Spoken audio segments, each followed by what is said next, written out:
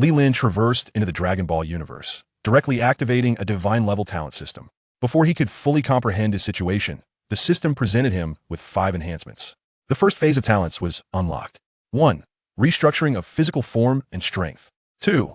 Tenfold learning and comprehension ability. 3. Accelerated recovery from injuries and fatigue. 4. Enhancement of power during combat. 5. A foundational battle power equivalent to Super Saiyan 2. Li Lin shrugged, signifying his lack of choice, and reluctantly accepted his fate. Subsequently, an extraordinarily powerful prodigy emerged in the universe. Frieza remarked, "My father once sought to adopt him, yet he declined, effortlessly reuniting us with a mere gesture." Cell declared, "Not to boast, but I once exchanged blows with him and came mere inches from touching his attire." The Omni King suggested, "Hey, how about you relinquish your position as God of Destruction and let Li Lin take your place for a while?" Beerus was left speechless. The Grand Minister addressed Li Lin, "Seeing as I am your elder by a few years, would you mind if we refer to each other as brothers?" Whis, too, found himself at a loss for words. Chapter 2. The plot unfolds, featuring Frieza and his father. Upon witnessing this scene, Li Lin felt a flicker of surprise within. He recognized that the descending figures were not mere meteors, but rather formidable beings from the Dragon Ball realm. Regrettably, they were too distant for him to discern their features clearly. Is something about to transpire here? Li Lin pondered, stroking his chin, brows furrowed in contemplation. Although he had watched Dragon Ball, it had been quite some time, and certain plot details had become somewhat hazy in his memory. As he continued to muse, dark clouds suddenly gathered in the sky. A massive spaceship obscured the sun, casting a vast shadow upon the ground below. "What is this?" Li Lin's eyelids twitched as an epiphany struck him that in that moment, the individuals at the cliff's edge suddenly ascended. Vegeta, Piccolo, Tien, Krillin, Gohan. All the warriors from Earth had converged at this location. Vegeta and the others immediately spotted Li Lin, though they paid him scant attention. Their focus was entirely directed at Frieza's spacecraft, TO them. This ordinary Earthling seemed utterly insignificant. Rumble. As Li Lin scrutinized the gathering, the spaceship began to descend gradually. Creak. The hatch opened, and a multitude of extraterrestrial beings surged forth, each bearing a unique appearance. Li Lin's gaze was drawn to these newcomers. As the aliens emerged, 2 figures appeared at the back, one large and one small. "It appears we have arrived, father," exclaimed Frieza, whose body was predominantly mechanical, with a sinister grin. "Ha!" King Cold, standing beside Frieza, chuckled softly, nodding with a semblance of disdain. Li Lin gazed at the 2 figures emerging before him, and a sudden clarity dawned upon his mind. He comprehended the essence of the unfolding narrative. The warriors of Earth, upon witnessing Frieza and King Cold, felt an immediate surge of anxiety. This was particularly true for Tien and Yamcha, who had never set foot on planet Namek. Today marked their first encounter with Frieza, compounded by the presence of the enigmatic King Cold, which only amplified their internal turmoil. "It's over.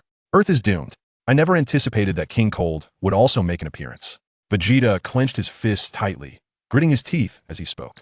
Facing Frieza alone was already a harrowing ordeal. The arrival of King Cold was an unexpected and grave complication of Vegeta. "Who is King Cold?" Krillin asked, his voice laced with trepidation. Having witnessed Frieza's terror firsthand, he had summoned immense courage to arrive today, only to find not just Frieza, but a more formidable counterpart. Vegeta, his eyes alert and demeanor tense, explained in a strained tone, "King Cold is Frieza's father, and it is rumored that his power surpasses that of Frieza." After glancing at the others beside him, he continued, "This time, Earth is certainly doomed. If any of you wish to escape, now is the time to flee." Upon hearing Vegeta's foreboding warning, the group exchanged anxious glances, their expressions a mixture of fear and uncertainty. Though the desire to flee was palpable, as Vegeta had asserted, Earth's fate was grim. Even if they chose to run, where could they possibly go? Ultimately, would they not meet the same end? Frieza and his entourage had also taken note of Vegeta and the others. He surveyed the area with a cold gaze, failing to spot Goku among them. "Father, it seems the one who sought to kill me has not arrived," Frieza remarked icily, his purpose for coming today rooted in vengeance for the grievances suffered on planet Namek. His disappointment was palpable in the absence of Goku. "Humph." King Cold crossed his arms and sneered, "There's no need for such elaborate plans. Simply eliminate everyone on this planet, and that individual will surely reveal himself." Frieza, hearing his father's words, smirked in agreement. They were aligned in their thoughts. Even if they were to kill Goku, they had no intention of sparing this planet. Since they were already here, it would be prudent to eradicate all life on the planet. Perhaps it could fetch a lucrative price. Krillin, Observing the malevolent expressions on Frieza and King Cold's faces, felt a wave of panic wash over him. He hurriedly turned to Vegeta. Vegeta, it seems they are about to make their move. What should we do? Although Krillin often exuded a sense of bravado, he possessed the wisdom to recognize that the current situation was beyond his capability to manage. Frieza, meanwhile, regarded the disarray among Vegeta's group with evident satisfaction. He derived immense pleasure from witnessing the terror of the weak, particularly that of Vegeta. His aim was to bring this lofty Saiyan prince to his knees, bowing beneath his feet. Chapter 3. Is everything alright? Li Lin felt an acute sense of awkwardness as he stood amidst the starkly contrasting atmosphere of the two groups. He found himself caught in a dilemma, neither able to advance nor retreat, and thus remained rooted in place, donning an uncomfortable smile. Frieza had naturally noticed Li Lin, his brow slightly furrowing as he slowly raised a finger, declaring, "Let us start with you." It was the first time he had encountered someone before him who exhibited no fear and could even smile.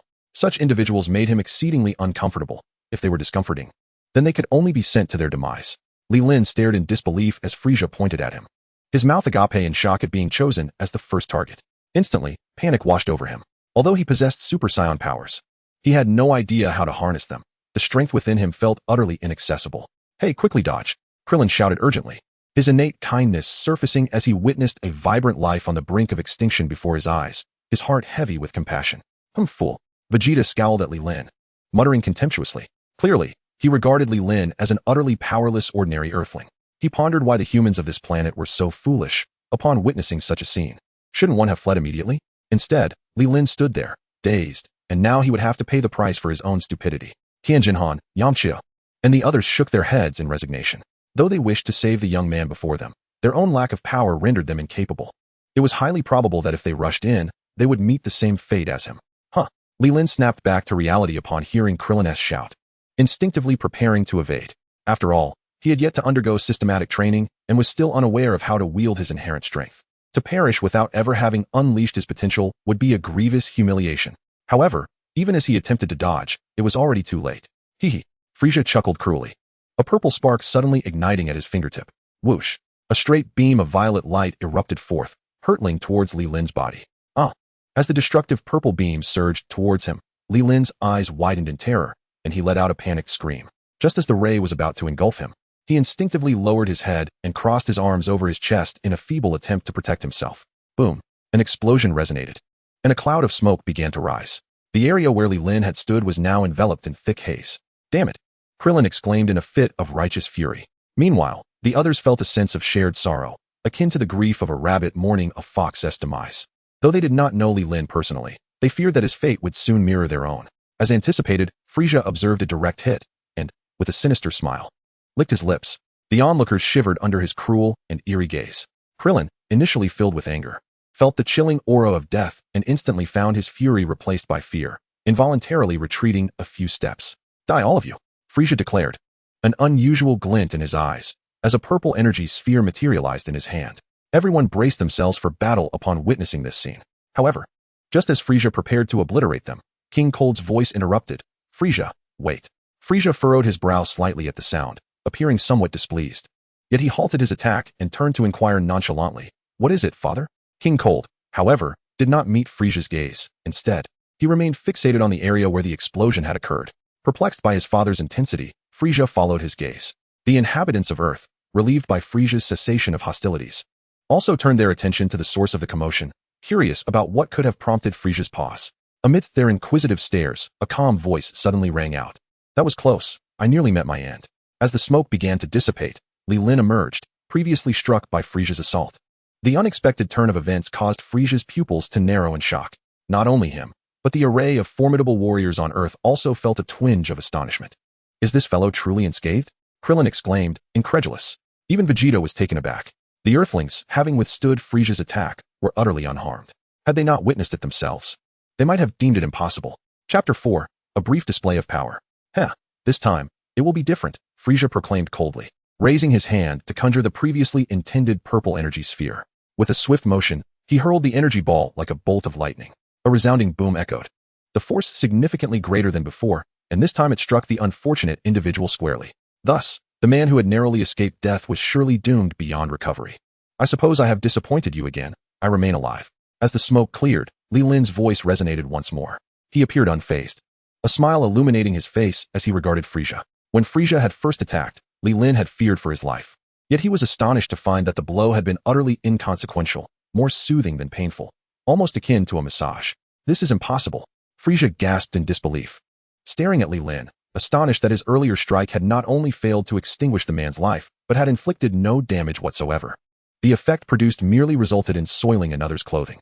The shock resonating within Frieza was matched by the astonishment felt by Vegeta and his companions.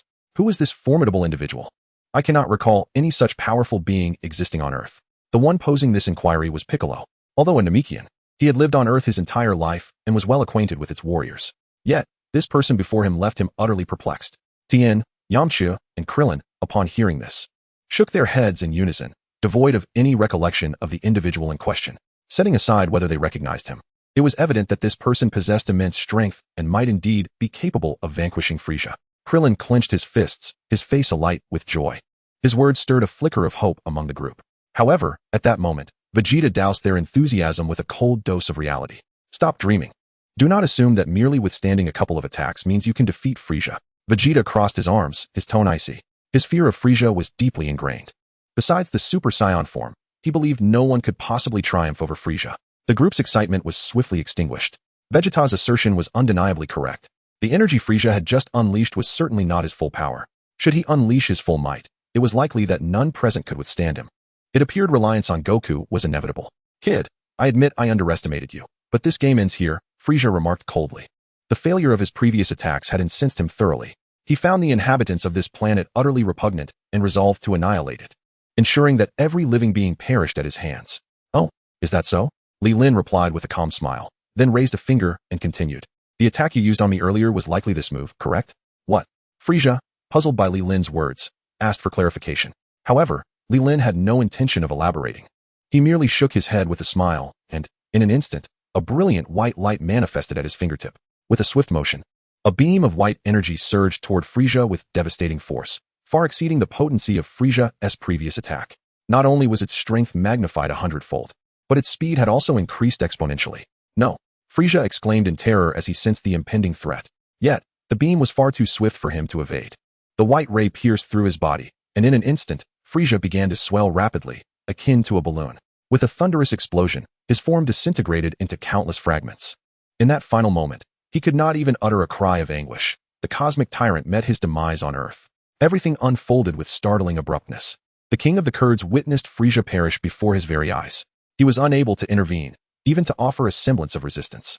Frieza has been vanquished. Clint appeared incredulous, his gaze laden with disbelief. After a brief acknowledgement, Piccolo nodded, seemingly affirming the shocking reality. At this moment, Vegeta was rendered speechless, his eyes brimming with astonishment. Just moments ago, he had asserted that Frieza could not be so easily defeated. To his utter shock, the individual before him had dispatched Frieza in an instant. The irony of such a swift retribution was almost too much to bear. Vegeta now regarded Li Lin with newfound respect. To obliterate Frieza in a single blow spoke volumes of this individual's might. Chapter 5. Next, it is your turn. Li Lin's lips curled into a slight smile, his expression one of delight as he nodded appreciatively. Indeed, the power of a Super Saiyan was formidable. Internally, he marveled at the system's capabilities. Merely observing Frieza's techniques had allowed him to intuitively deduce the method of their execution. This realization stirred a thrill within him, prompting him to turn towards the king of the Kurds and calmly declare, "Next, it is your turn." The king of the Kurds felt a tightening in his chest upon hearing those words, his pupils narrowing in apprehension. The existence of such a formidable being on Earth was beyond anything he and Frieza had anticipated. Now, with this individual shifting their focus towards him, a sense of unease crept over him. "Young one, do not become too complacent. I am capable of what you just demonstrated." He steadied his inner turmoil and spoke with a chilling tone, revealing no anger at Frieza's demise. Though they were father and son, he was acutely aware of Frieza's treacherous ambitions. Frieza was a rebellious spirit. Had his strength not surpassed that of his son, he might have long been usurped, no longer receiving the deference he once commanded. "Oh, is that so?" Li Lin raised an eyebrow, his tone laced with skepticism. "Indeed," the king of the Kurds replied, a hint of confidence in his demeanor. He believed his combat prowess exceeded Frieza's, albeit marginally. Yet, he was certain that if Frieza were caught off guard, he could replicate the same outcome. Vegeta, Piccolo, and the others were taken aback by the king of the Kurds' assertions. They had initially believed that with the emergence of Li Lin, their savior, their plight would be alleviated and Earth would be spared from this crisis. To their astonishment, The king of the Kurds was equally formidable, and his demeanor suggested he spoke the truth. Li Lin, however, remained unimpressed. Such declarations might intimidate others, but they held no sway over him. As a traveler in the realm of Dragon Ball, he was well acquainted with the narratives of this world. Perhaps the king of the Kurds was indeed marginally stronger than Frieza. However, it is clear that he is not on the same level as myself. As in the normal course of events, he was merely defeated by Trunks with a single blow. King Cold, observing Li Lin's silence, began to wear a smug expression. He then extended an enticing offer, his voice laced with temptation. It is rare to encounter a young warrior like you. What do you say? Are you interested in taking Frieza's place? I could adopt you as my son, and together we shall conquer this universe. Li Lin, taken aback by King Cold's words, blinked in surprise. He had merely been momentarily distracted and did not expect this individual to propose such an absurd notion. Given his familiarity with the storyline and the advantages he possessed, he considered himself a formidable force. How could he possibly be foolish enough to accept such a role? I have no interest in being your son, Li Lin replied dismissively, a look of disdain crossing his face. He raised his finger and continued. You should go to hell and seek your real son. Upon hearing Li Lin's scornful remarks, King Cold's expression darkened. However, before he could utter another word, a flash of light erupted from Li Lin's fingertips. With a swift motion, a beam of white energy shot forth, piercing through King Cold's chest like a bullet. The tremendous force caused him to stagger back several paces, and he found himself unable to maintain his balance, collapsing onto the ground. Wah! King Cold gasped, clutching the wound, and could not suppress a mouthful of blood from escaping. Simultaneously, he felt his life force rapidly waning. Indeed, he is somewhat stronger than Frieza. To withstand my attack and still be alive is quite remarkable, Li Lin mused, raising an eyebrow in mild surprise. Yet, this fleeting astonishment quickly dissipated as he conjured a white energy orb in his hand, an ability he had acquired during Frieza's second assault. Apart from the difference in color, the energy contained within was astonishingly potent. Seeing Li Lin preparing for a second strike, King Cold's face turned pale with horror. He frantically raised his hands in protest, exclaiming, No, please, don't kill me. I will leave Earth at once and promise never to return to this galaxy. Before he could finish his desperate plea, Li Lin released the energy orb. No, King Cold screamed in despair, severely injured and unable to evade the attack. He could only watch helplessly as the white light enveloped him. Boom! The explosion resonated through the air. A wisp of azure smoke rising slowly as the entire mountain began to tremble violently. Massive boulders cascaded down from the summit.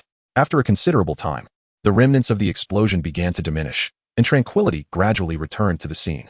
The smoke dissipated, revealing only a pile of black remnants where King Cold's massive form had once stood. Chapter 6. The battle concludes, Trunks arrives. The entire scene, apart from Li Lin and the warriors of Earth, was left with only Frieza and a handful of minions brought by King Cold. These minions could never have imagined that the two most formidable sovereigns in the universe would be obliterated in an instant. After vanquishing King Cold, Li Lin turned his gaze toward the minions. Please, spare me. I beg you. One minion, seemingly unable to withstand Li Lin's stare, fell to his knees and began to plead for his life.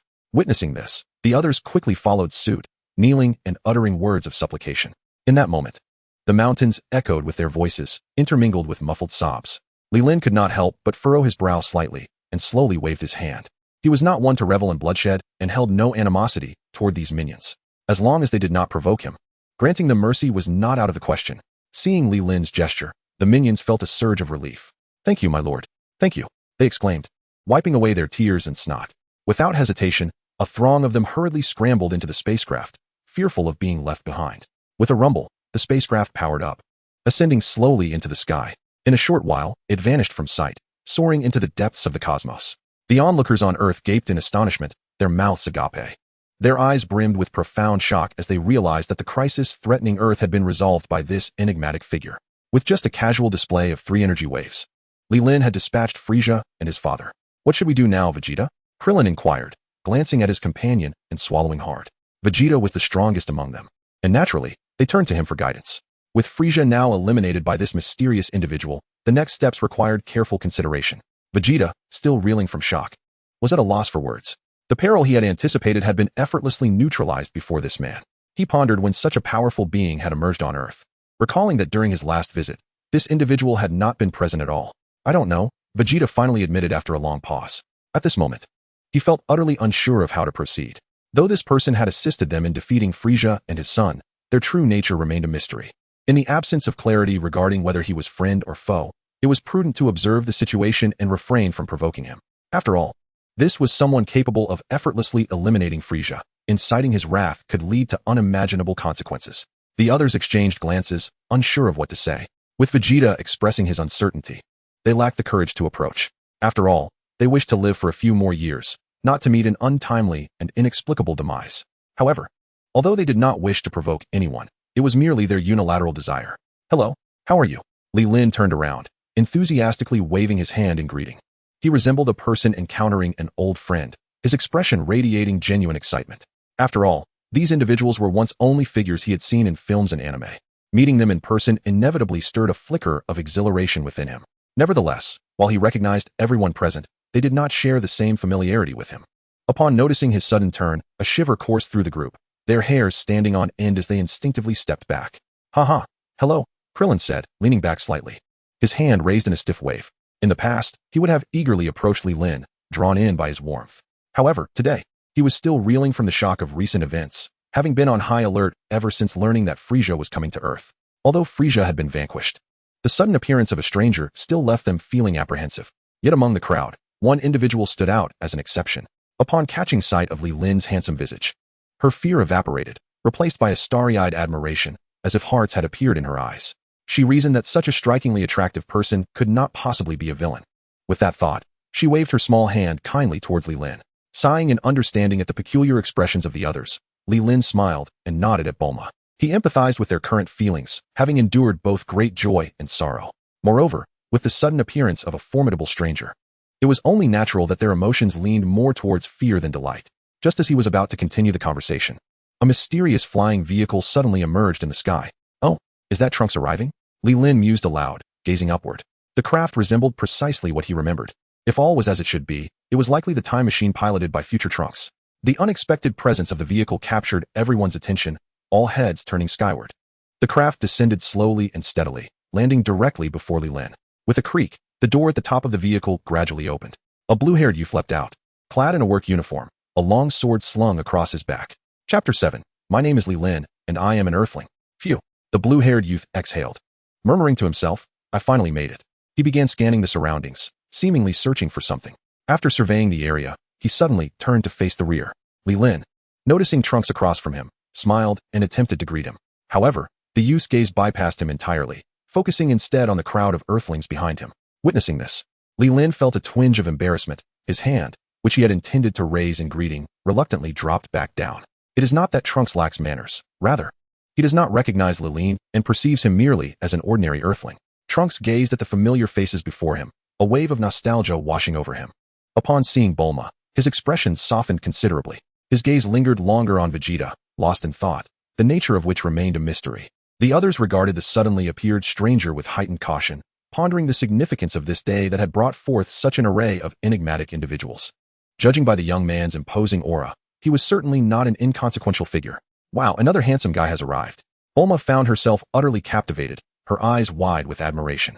The boy who had just appeared, following Li Lin, was simply stunning. She mused. Perhaps fate had taken pity on her for having such a lackluster boyfriend and decided to present her with two dashing suitors for her selection. Li Lin, overhearing Bulma's musings, could not help but chuckle. If she were to learn of the boy's true identity, one could only imagine her reaction. "Excuse me," Trunks scratched his head and spoke up. "Have you seen Frieza? I am here specifically to eliminate him. According to my calculations, he should have landed in this vicinity." Upon hearing the boy's words, Vegeta clenched his fists tightly, a flicker of anger igniting within him. However, this fury was not directed at others, but rather at himself. After all, he had no familial ties to Frieza and felt no obligation to seek retribution on his behalf. Moreover, that individual was already deceased. His anger stemmed from his own lack of strength, feeling woefully inadequate. Frieza was a formidable force, a veritable nightmare that sent shivers down his spine at the mere mention of his name. Yet now, this formidable specter had been effortlessly vanquished by the mysterious figure before him, only for another young man to emerge, claiming he would eliminate Frieza with a remarkably nonchalant demeanor. As if the task were trivial, the audacity of their carefree manner deeply provoked the prideful Saiyan prince. Inwardly, he began to lament, questioning why he was so weak. Why must he rely on others for salvation? Why could he not transform into a Super Saiyan like Kakarot? If he could, perhaps his anger would not burn so fiercely. The others remained oblivious to Vegeta's inner turmoil, yet they were taken aback by the boy's startling declaration, so brazenly seeking trouble with Frieza. Clearly, he was not just any ordinary individual. That gentleman has already disposed of Frieza, Krillin stammered, gesturing towards Li Lin. Upon hearing that Frieza had been eliminated, Trunks was momentarily taken aback. With a questioning gaze, he turned towards the direction Krillin had indicated. He looked over to find Li Lin smiling and giving him a nod. As Trunks gazed at the person pointed out by Krillin, he was struck with disbelief, his eyes widening in astonishment. The young warrior found himself in a state of bewilderment, incessantly questioning his own understanding. Yet, despite a prolonged moment of contemplation, he could recall no trace of this individual. Approaching Li Lin with a perplexed expression, Trunks cautiously inquired, "Excuse me, is it you who vanquished Frieza?" The current situation had utterly surpassed his comprehension, and all he could do was seek further confirmation. Li Lin, perceiving Trunks' confusion, remained silent, merely offering a slight nod with a smile. Upon receiving this affirmation, Trunks' bewilderment deepened. According to his understanding, Frieza had been defeated by the returning Goku in history. The formidable warriors of Earth during this era should not have been capable of opposing Frieza. "May I ask your name?" Trunks inquired politely. "My name is Li Lin, and I am an Earthling," came the response. Chapter 8.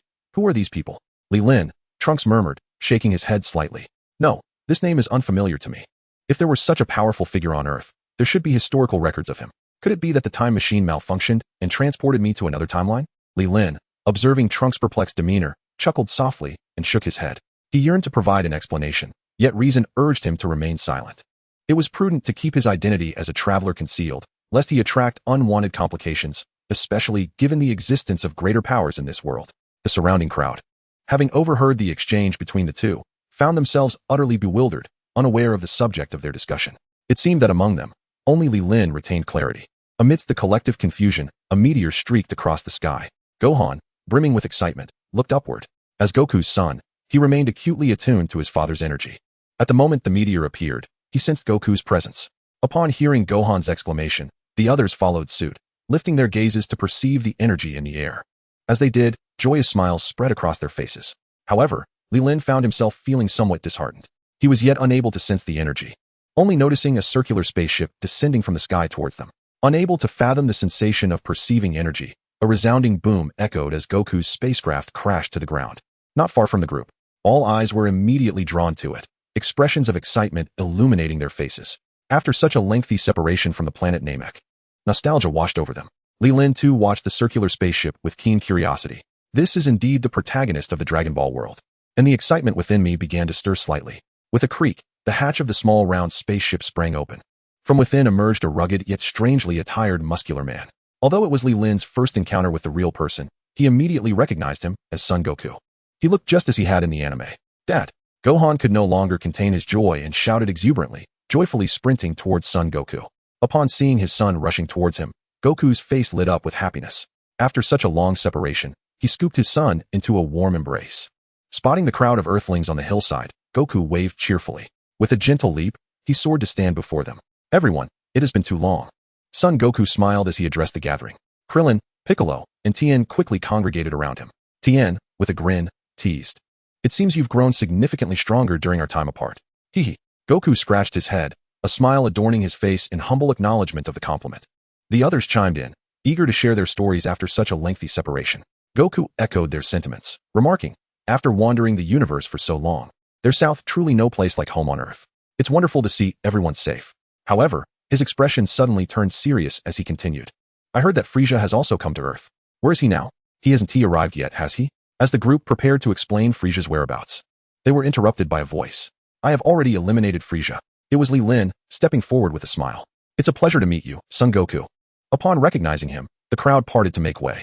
Goku, momentarily taken aback, replied with a silly grin, "Oh, it's great to meet you." Perhaps it was his first encounter with Li Lin, leaving him somewhat flustered. He pondered, when did such a formidable warrior emerge on Earth, capable of defeating even Frieza? He recalled how he had only managed to defeat Frieza after transforming into a Super Saiyan on Namek. Trunks, noticing Li Lin's approach, suddenly remembered the mission that had brought him to this timeline. He had momentarily lost focus due to the unexpected arrival of Li Lin.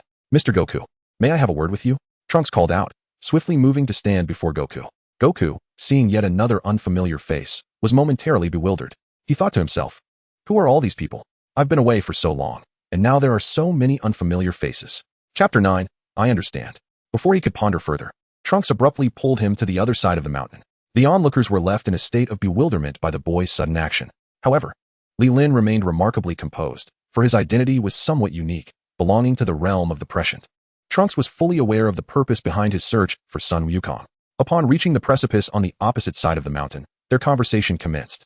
Although the crowd could see the silhouettes of the two, the content of their discussion remained a mystery to all but one individual, Piccolo. With his distinctive ear structure, he could undoubtedly overhear their exchange. What could this boy possibly want with Yukong? Krillin gazed into the distance, murmuring in confusion. I have no idea.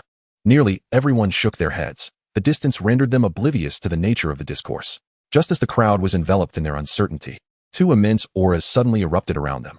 Trunks and Son Wukong transformed simultaneously into Super Saiyans, unleashing a formidable energy that sent gusts of wind spiraling around them. Krillin stood dumbfounded, mouth agape. This is impossible, he uttered in disbelief. Vegeta, too, was astonished. Among the gathered crowd, he was the most taken aback. He had no recollection of a Saiyan resembling this boy. Moreover, all Saiyans were supposed to have black hair, yet this youth's blue locks starkly contradicted that characteristic. As the astonished spectators watched, the two engaged in combat. Trunks wielded his long sword, relentlessly striking at Son Wukong, who adeptly parried the blows with just 2 fingers.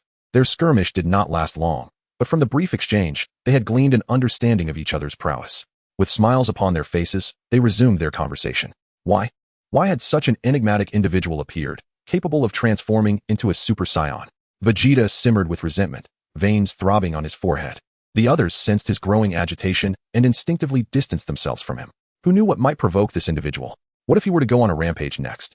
Meanwhile, the dialogue reached its conclusion, and Trunks shared with Son Wukong all that would transpire in the future. Just as they prepared to conclude their discussion, Trunks halted and suddenly pointed at Li Lin, asking, Mr. Wukong, do you know that person? Son Wukong, realizing Trunks was referring to Li Lin, replied helplessly, I'm sorry. Trunks, this is my first time meeting him today. Trunks furrowed his brow slightly, nodding slowly as if a thought had struck him. No worries, let us proceed. With that, Trunks eagerly soared into the air. Upon witnessing the scene, Wukong scratched his head in confusion and then followed suit into the air. He was at a loss for how to articulate the situation. Noticing that Trunks had not yet departed, he hoped to hear the explanation from him directly. However, Trunks, seemingly disinterested in the onlookers, strode purposefully towards Leelyn and greeted him with a smile. Mr. Leelyn, hello, I am Trunks. Leelyn returned the smile with a polite nod. Greetings. How may I assist you? Trunks, cutting to the chase, inquired. If it is not too much trouble, could we speak privately? The crowd was immediately drawn to the youth named Trunks. There's no need for a private conversation. I am already aware of the events that will unfold in the future, and I shall do my utmost in this timeline. Upon hearing these words, Trunks's eyes widened in astonishment. 2 others present, Goku and Piccolo, were equally taken aback. They had not anticipated that this individual, Li Lin, possessed knowledge of future occurrences. What do you mean? Trunks stammered in disbelief. Before he could finish, Li Lin interjected calmly. As for how I came to know, I must respectfully decline to disclose that information, but rest assured, I will offer my assistance when the time comes. Trunks opened his mouth to respond, but found himself at a loss for words. Recognizing that others held their own secrets, he deemed it futile to press further. Then, on behalf of the future humanity, I extend my gratitude to you, Mr. Li Lin. Trunks nodded earnestly. He then produced a capsule, revealing the time machine he had arrived in. Thus, under the gaze of the onlookers, Trunks boarded the time machine and departed from this timeline. Inwardly, Li Lin shook his head, reflecting, poor Trunks. Even if our timeline has shifted, your future still relies on your strength to save it. He held a profound admiration for Trunks of the future. Living in such a desolate world required immense courage. Confronting formidable foes alone shaped his character, setting him apart from other Saiyans. His decisive nature, if it can be killed, then it must be killed, spare no potential threats, eliminate them in their infancy, was a stark contrast to the attitudes of Goku or Vegeta. After all, one's environment profoundly influences their disposition. Chapter 10, A Gifted Individual. After Trunks' departure, Goku began to elucidate the impending dangers to the group. However, due to his expressive challenges, he struggled to find a starting point. Ultimately, it was Piccolo who took the initiative to relay the crises communicated by Trunks, skillfully omitting his identity. Upon hearing that in a year, they would be besieged by 2 artificial beings, the crowd gasped in horror. That is the situation. I must now commence my training. After speaking, Piccolo flicked his white robe and gracefully turned to leave. Vegeta, feeling profoundly disheartened, had no desire to linger any longer. He resolved to commence his rigorous training, striving to transform into a Super Saiyan at the earliest opportunity. In that moment, he discreetly cast a glance at Li Lin, silently vowing that during their next encounter, he would showcase his formidable prowess. Without bidding farewell to anyone, he left behind only his silhouette as he departed in a particular direction. Ladies and gentlemen, I shall take my leave now. We shall reconnect in a year. Tien, accompanied by Kairatsu, began to bid farewell to everyone as he ventured towards the horizon. The scene was left with only Li Lin, Goku, Gohan, Krillin, Yamcha, and Bulma. Although Goku was aware of the news, he did not exhibit the same panic as the others. His combative instincts surged within him, and when faced with a formidable opponent, his initial reaction was not fear but exhilarating excitement. Li Lin appeared rather composed, for he had already attained a power level akin to that of a Super Saiyan 2. With a little refinement of his foundational skills, he was confident that even the androids, let alone the forthcoming Cell, would not pose a challenge to him. Krillin suggested to the remaining group that since Frieza and his allies had been vanquished, there was little purpose in staying there any longer. Bulma, Gohan, and Yamcha expressed their agreement. Li Lin, where do you reside? Goku inquired, turning to the side. If there are no objections, shall we train together over the next year? His eagerness to spar with a powerful ally like Li Lin was palpable.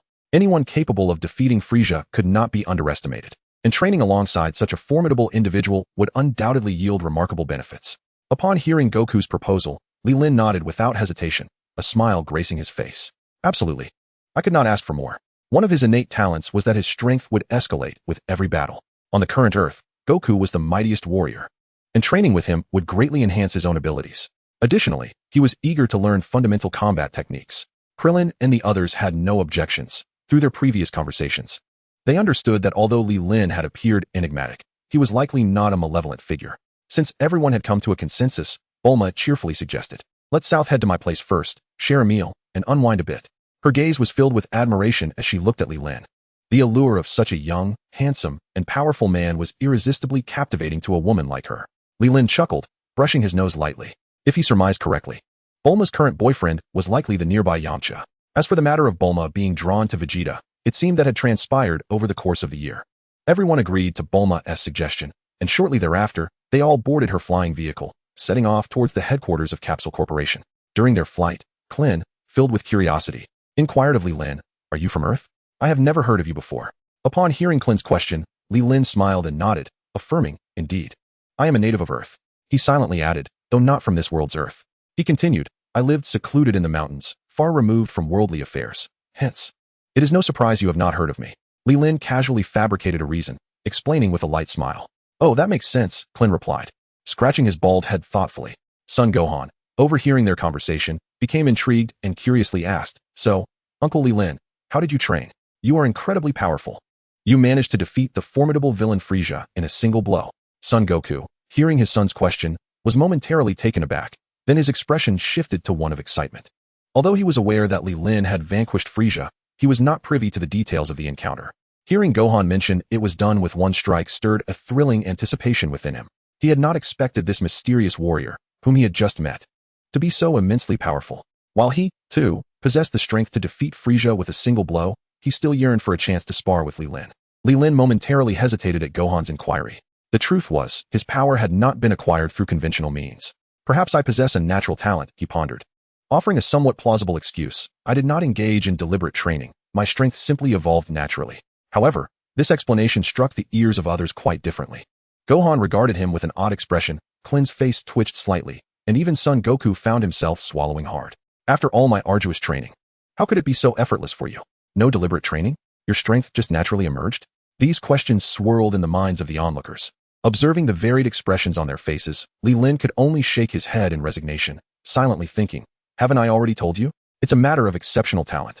Why the disbelief? As the group grappled with their astonishment at Li Lin's prowess, they had already descended upon the Capsule Corporation. Bulma, wary of Vegeta, had chosen to avoid any confrontation. Had it been someone else, they might have charged in to confront him. After a meal, as dusk approached, they recalled their agreement to train together in the days to come. Considering the potential inconvenience of distance, Li Lin reflected on this and consented to the proposal. Before departing, he specifically requested a living accommodation capsule from Bulma. The following morning, after breakfast, Son Goku and Li Lin prepared to engage in a sparring match. However, just as the two were ready, Li Lin unexpectedly uttered a stunning remark. "Well, Wukong, let's not rush. First, teach me how to control my ki, and then simply introduce me to a few techniques," Li Lin said, scratching his head in embarrassment. Upon hearing this, Son Wukong's jaw nearly dropped in disbelief as he stared wide-eyed and questioned, "What do you mean, Li Lin? You still can't control your ki?" Li Lin's face flushed with embarrassment as he nodded awkwardly. Although he could employ certain ki-based attacks, he admitted that he was utterly clueless about mastering ki control. Gulping, Wukong pointed at Li Lin and exclaimed, "Then why can't I sense your ki? Didn't you suppress your aura?" Wukong was filled with confusion. If Li Lin couldn't control his ki, why was there no detectable power radiating from him? He recalled that at one point, Vegeta had been oblivious to the existence of Ki, yet one could sense his presence from a considerable distance. Well, perhaps it's due to a difference in physique. Leelyn explained helplessly. He remembered that through the system, he had acquired a talent that included a physical enhancement ability, which might be related to this. Sun Wukong, still puzzled by Li Lin's explanation, was fortunate enough not to be one for deep contemplation. After a moment of thought, he decided not to dwell on it. All right then, let me try to explain it to you. It might not be perfect, so I hope you'll forgive me, Sun Wukong said slowly. His mind was exceptionally clear when analyzing any subject. He was confident that a general explanation would lead to complete understanding. Seeing that Li Lin was not averse to his explanation, Wukong began to elaborate. This discourse lasted for half an hour. It must be said that while Sun Wukong was an expert in battle, his teaching skills left much to be desired. Thankfully, he was addressing someone with exceptional comprehension abilities like Li Lin. Although there were some stumbles along the way, Li Lin managed to grasp the fundamentals. Once finished, both sighed in unison. Li Lin, you've completed the lesson. Now, you might need a few days of practice. Shall we engage in combat first? Sun Wukong suggested excitedly. Wiping the sweat from his brow, he remembered the hardships he endured with the Kai to perceive Ki. It would be best to seize the moment and have a good spar, as he had long been itching for a fight. Just a moment, Li Lin replied with a smile, closing his eyes to sense the Ki within him. Sun Wukong furrowed his brow slightly, opening his mouth as if to say something. However, in the next instant, his words caught in his throat. Suddenly, an overwhelming surge of Ki flooded the earth. With a thunderous roar, a brilliant white light erupted from Li Lin, shooting skyward like a celestial pillar piercing the clouds. The entire space trembled under the weight of this formidable energy, as if it were on the brink of collapse. This Ki is terrifying. Sun Wukong shivered, clenching his fists in excitement. Initially, it was believed that Li Lin would require some time to fully comprehend the essence of Qi. However, to everyone's astonishment, he not only grasped it after a single listen, but also unleashed an overwhelmingly potent aura. It was truly a thrilling yet fearsome spectacle. Sun Wukong continued to speak, his body trembling and the hairs on his skin standing on end, yet the blood coursing through him remained in a state of heightened exhilaration. Simultaneously, this formidable energy permeated every corner of the earth, drawing the attention of nearly all powerful beings towards a singular direction. Piccolo floated in the air, meditating. But his expression was one of sheer astonishment, his gaze fixated on the horizon. What could this be? How could such a terrifying force exist? Meanwhile, Krillin, who was training on Kame House, was drenched in cold sweat, his eyes filled with shock. Whose aura is this? It's absolutely terrifying. At Capsule Corporation, Vegeta was diligently training in the gravity chamber. Suddenly, upon sensing this overwhelming presence, he was taken aback, and in a fit of rage, he unleashed his energy, shattering the gravity chamber into pieces. Who is this? Vegeta exclaimed, his eyes wide with disbelief. This aura was far beyond his comprehension. He was still striving to become a Super Saiyan, yet this energy surpassed even that transformation. Unwilling to accept this, he could only roar in fury. In the heavenly temple, the servant Bubbles supported the elderly Supreme Kai, whose round eyes revealed a sense of dread. The Supreme Kai exhaled deeply as he observed the unfolding events below, murmuring, "This is astonishing. Goku may not stand a chance against this individual. What shall we do?" Bubbles asked, his voice trembling with fear. Since the arrival of the Saiyans on Earth, every occurrence had exceeded their control. Now, with the emergence of such a powerful entity, if it posed a threat to Earth, there was little anyone could do to intervene. "Fear not. Judging by this person's past actions, he does not appear to be malevolent," the Supreme Kai replied hoarsely. Leaning on his staff, he believed Li Lin to be a good person, evident from his defeat of Frieza and his decision to spare the aliens. In other words, even if this individual were a villain, what could they do? All they could do was silently watch and pray to the heavens. On a small planet at the end of Snake Way, the North Kai's antennae twitched nervously, his face etched with tension. Sweat poured down his forehead like large beads. And he muttered anxiously to himself, where did this person emerge from, possessing such terrifying power? Chapter 12, Challenge. The people on Earth did not remain idle, actively seeking the source of this immense energy. In an instant, the powerful beings of Earth converged near Li Lin. The energy was so vast that anyone with even a rudimentary understanding of Qi could sense it. The aura that Li Lin emanated continued to surge, casting a brilliant light that illuminated the land. "Damn it, it really is him," Vegeta, with a grim expression, remarked. Prior to arriving, he had surmised that the formidable aura emanating from the vicinity could only belong to Li Lin. Remarkable indeed. The sheer magnitude of this energy is almost unbelievable unless one experiences it firsthand. Piccolo, with a serious demeanor, expressed his astonishment. He could scarcely fathom how the individual before him had trained to reach such an extraordinary level of strength. Krillin, sensing the overwhelming aura, felt a mix of shock and joy. Li Lin was truly exceptional. The intensity of this energy was unprecedented, and with Goku and the impending arrival of artificial beings, their future seemed assured. Tien, Yamcha, and others nodded in silent agreement, contemplating the prospect of Earth's salvation. After all, Li Lin had explicitly stated he would do his utmost to combat the artificial beings when they emerged. Suddenly, an enraged roar pierced the air. It was none other than Vegeta, his face contorted with fury as he lunged forward, seizing Krillin by the collar. What did you just say? Krillin, bewildered by Vegeta's wrath, wondered what had provoked him. He had intended no offense. I didn't say anything. Humph. Vegeta scoffed, indignantly replying. You said something that clearly disregards this prince. Krillin, confronted by Vegeta's accusations, felt a surge of frustration. How could he not recognize the prince's prowess? Was this fellow unwell? Had training dulled his senses? However, these thoughts remained unspoken in the depths of his mind. I didn't.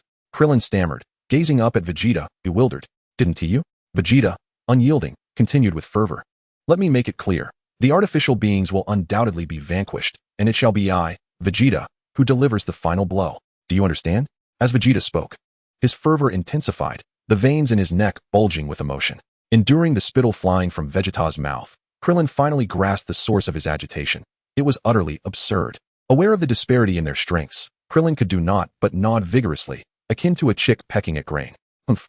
Vegeta snorted dismissively and released his grip, crossing his arms and casting a cold gaze towards Li Lin. With the weight lifted from him, Krillin collapsed to the ground, gasping for breath. He had merely spoken the truth and had nearly met his demise. He resolved to maintain a safe distance from this sensitive individual in the future, otherwise, he might find himself facing an untimely end without cause. Piccolo observed the scene with an impassive expression, choosing to remain silent. Tien and Yamcha, while feeling a surge of anger at Vegeta's actions, dared not voice their thoughts. Meanwhile, Goku was captivated by the energy radiating from Li Lin. Oblivious to the commotion unfolding beside him, he felt his blood surging restlessly within, as if it might erupt at any moment. Li Lin, oh Li Lin, how extraordinarily powerful you are. Sun Wukong gazed intently, his eyes shimmering with an almost mesmerizing allure, as if he were beholding a captivating beauty.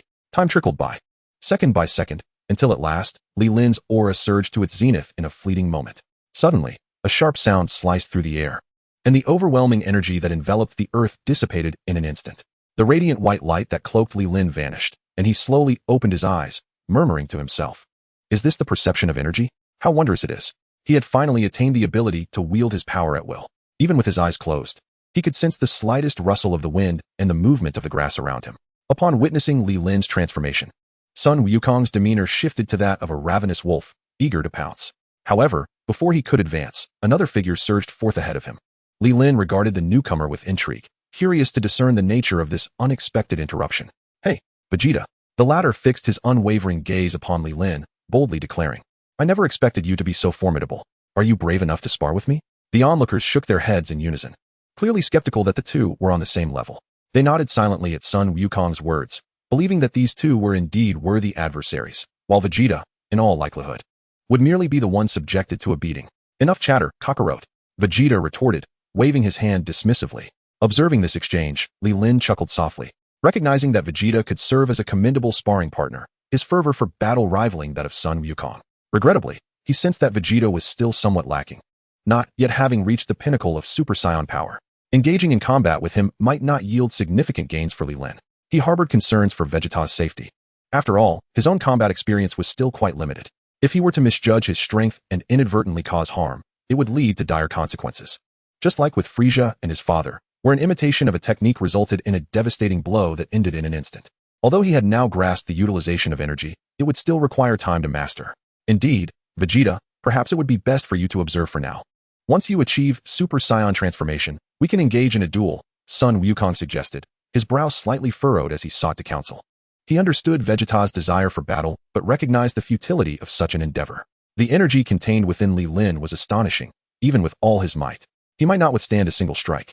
As this statement echoed, Vegeta's pride suffered another blow, his expression morphing into one of sheer fury. Shut your mouth, cockroach, he exclaimed. His fists clenched tightly, his rage palpable, veins threatening to burst forth from his forehead. Sun Wukong can transform into a Super Saiyan, yet he himself cannot, which gnaws at his soul. Consequently, these two individuals seize upon this vulnerability, mercilessly rubbing salt into the wound. Observing Vegeta's furious demeanor, Sun Wukong opens his mouth, yearning to offer an explanation. However, Vegeta grants him no opportunity for clarification, instead directing his ire towards Li Lin, accusing. Is it not your fear of my challenge that prompts you to concoct so many excuses? Li Lin furrows his brow tightly, his expression darkening. He holds a certain admiration for Vegeta, albeit a sentiment that belongs to the later arcs of Dragon Ball. In this moment, Vegeta's arrogance is palpable and somewhat irksome. Very well, let us settle this swiftly, Li Lin states calmly, his tone unruffled. Vegeta smirks coldly. What's this? Are you angry? In truth, he is not angry. However, given the current atmosphere, he suspects that if a battle does not ensue, this individual will cling to him like an unwelcome leech, severely hindering his training. The moment the term ant escapes Vegeta's lips, his fury ignites. Throughout his life, he has never been addressed in such a derogatory manner. Even during his service under Frieza, he was always regarded as a formidable threat, never reduced to the status of an ant. Through gritted teeth, Vegeta exclaims, "You shall witness the might of an ant." With a thunderous shout, his power erupts, sending waves of energy surging forth, enveloping him in a brilliant white aura. Fearing the potential fallout of the impending clash, he prepares himself. Vegeta's power is quite impressive. Sun Wukong observes, a note of admiration in his voice.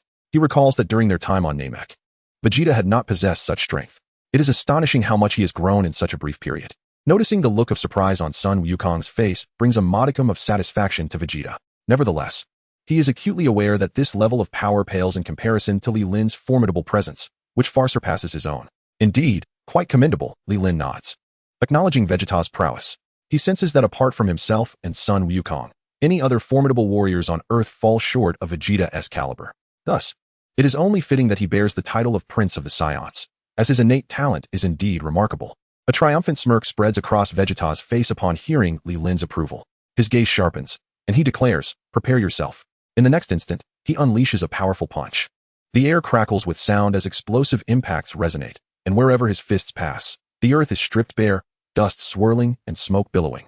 As Vegeta's overwhelming assault hurtles towards him, Li Lin, discarding any semblance of courtesy, steels himself, his gaze unwavering, and meets the oncoming strike with a punch of his own. A thunderous crash reverberates, and the collision of their energies ignites a fierce tempest, lifting clouds of dust high into the air. As the smoke and dust dispersed, Vegeta felt a tingling sensation in his arm and inwardly marveled at the formidable power he was facing. After exchanging a punch, both combatants recoiled. Li Lin nodded to himself, recognizing that his control over strength had been quite commendable. Had he been reckless as before, Vegeta would likely have been sent to the underworld to join Frieza and his son. Although Vegeta felt a flicker of fear, he did not retreat. Instead, he charged at Li Lin once more. His pride forbade him from conceding defeat. A victor must be determined between them. Li Lin, resolute, gauged his strength and unleashed another punch. A thunderous explosion reverberated through the air, a tidal wave of energy cascading outward. The ground trembled beneath them, and Vegeta was hurled backward, soaring several dozen meters before rolling to a stop after a few somersaults.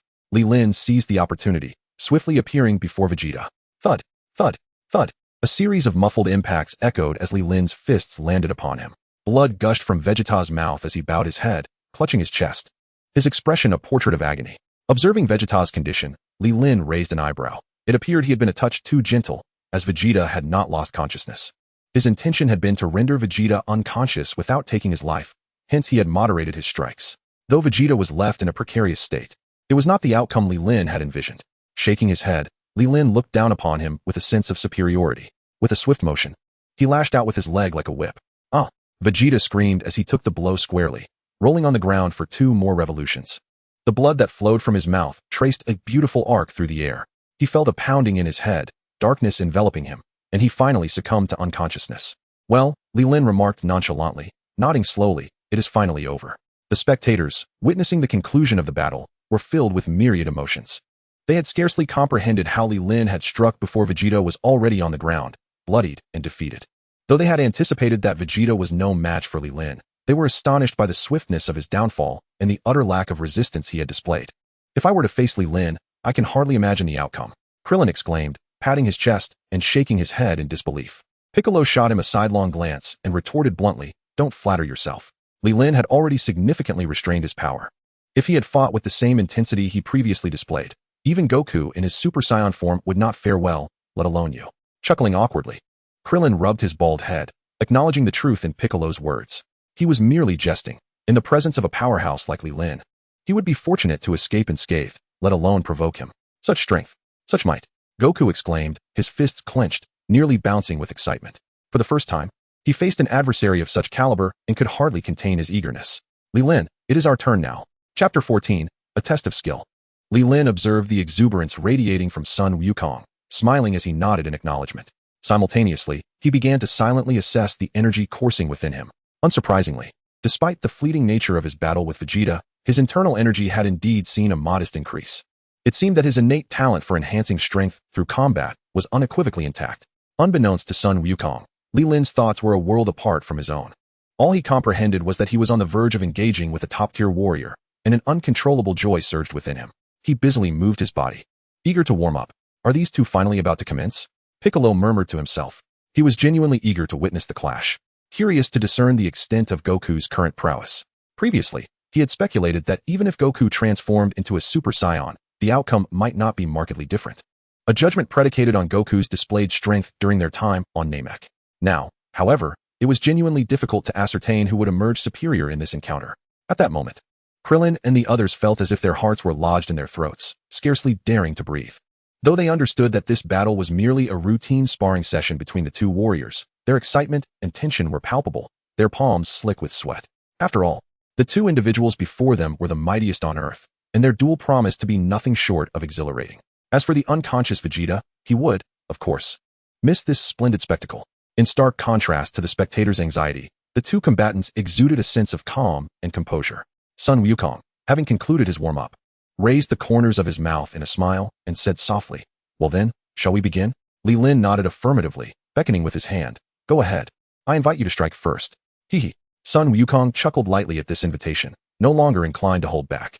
A burst of white energy erupted from within him, enveloping his form with an overwhelming aura that radiated outward.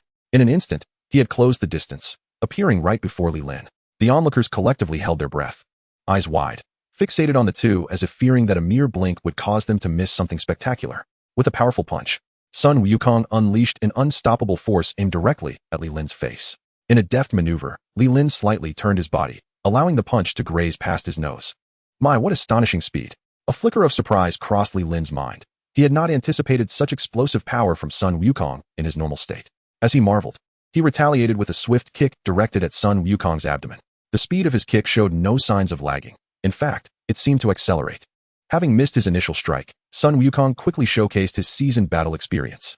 He instantly recalibrated, his body halting its advance, and like a coiled spring, he leaped back 2 steps, deftly evading Li Lin's counterattack. Yet, this was not the end. After kicking the air, Li Lin had no intention of relinquishing control. His figure swiftly closed in once more. How swift! Sun Wukong marveled inwardly, realizing that he could barely react to such speed. Indeed, Li Lin's right hand suddenly lunged toward his left shoulder with tremendous force, firmly ensnaring him. Sun Wukong winced slightly, his brow furrowing. Now, there's no escaping. Li Lin observed Wukong's discomfort, speaking in a calm tone. Upon hearing this, Sun Wukong suppressed his pain and grinned, retorting, "That may not be the case." With that, he flipped his left hand upward and seized Li Lin's wrist that clutched his shoulder. Before Li Lin could respond, a massive surge of energy coalesced in Sun Wukong's right hand. Boom! A thunderous explosion erupted as a golden wave of energy burst forth from his palm, striking forward like a bolt of lightning. The energy wave hit its mark, and Li Lin, caught off guard by the close-range attack, was sent flying like a kite severed from its string, crashing into a nearby mountain peak. Bang! The collapsing stones quickly buried him, kicking up a cloud of dust. Klin, witnessing Wukong's successful strike, appeared somewhat exhilarated, raising his hands high and exclaiming, "Wukong, well done. Truly impressive. You haven't let us down." Yamcha echoed the sentiment with equal enthusiasm, seemingly more elated than Wukong himself. Though Tianjin Fan remained silent, his expression mirrored the group's excitement. Upon hearing their cheers, Sun Wukong did not display much joy.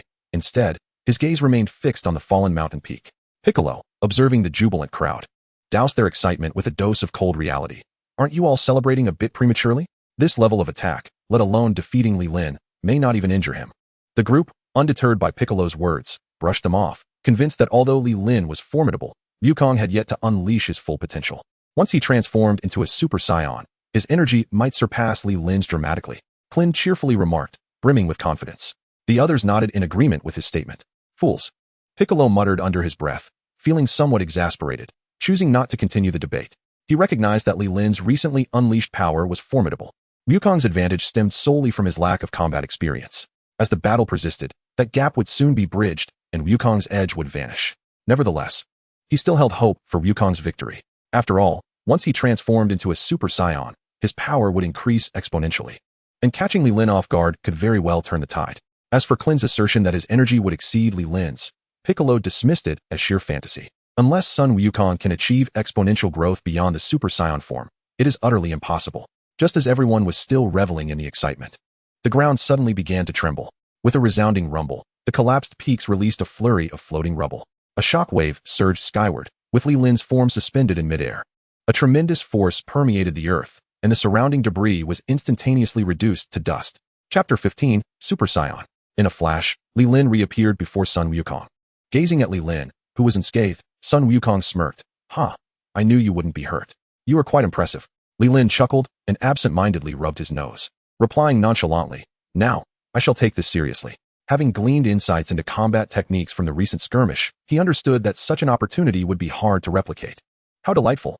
They had yet to showcase their true prowess. It would indeed be a pity if it ended here. Then let us engage in battle. Li Lin laughed heartily and charged at Sun Wukong. Caught off guard by Li Lin's sudden attack, Sun Wukong's expression momentarily faltered. Li Lin was astonishingly swift, far surpassing his previous speed, and in an instant, he was upon him, leaving no time for a reaction. Bang! In that fleeting moment of distraction, Li Lin's fist collided with Sun Wukong's face, sending him flying and crashing violently to the ground, disoriented and bleeding from his mouth and nose. Good heavens! How did he strike so swiftly? Why could I not see it? The onlookers were astounded, unable to fathom Li Lin's rapid and decisive assault, which rendered his movements nearly imperceptible. Hiss! Krillin gasped sharply, entirely unable to comprehend the previous attack. He only knew that Li Lin had suddenly appeared before Wukong, who then flew backward. Ouch, that hurts. Sun Wukong groaned, slowly rising to his feet, grimacing in pain. Had it not been for his slightly higher base power, his fate might have mirrored that of Vegeta.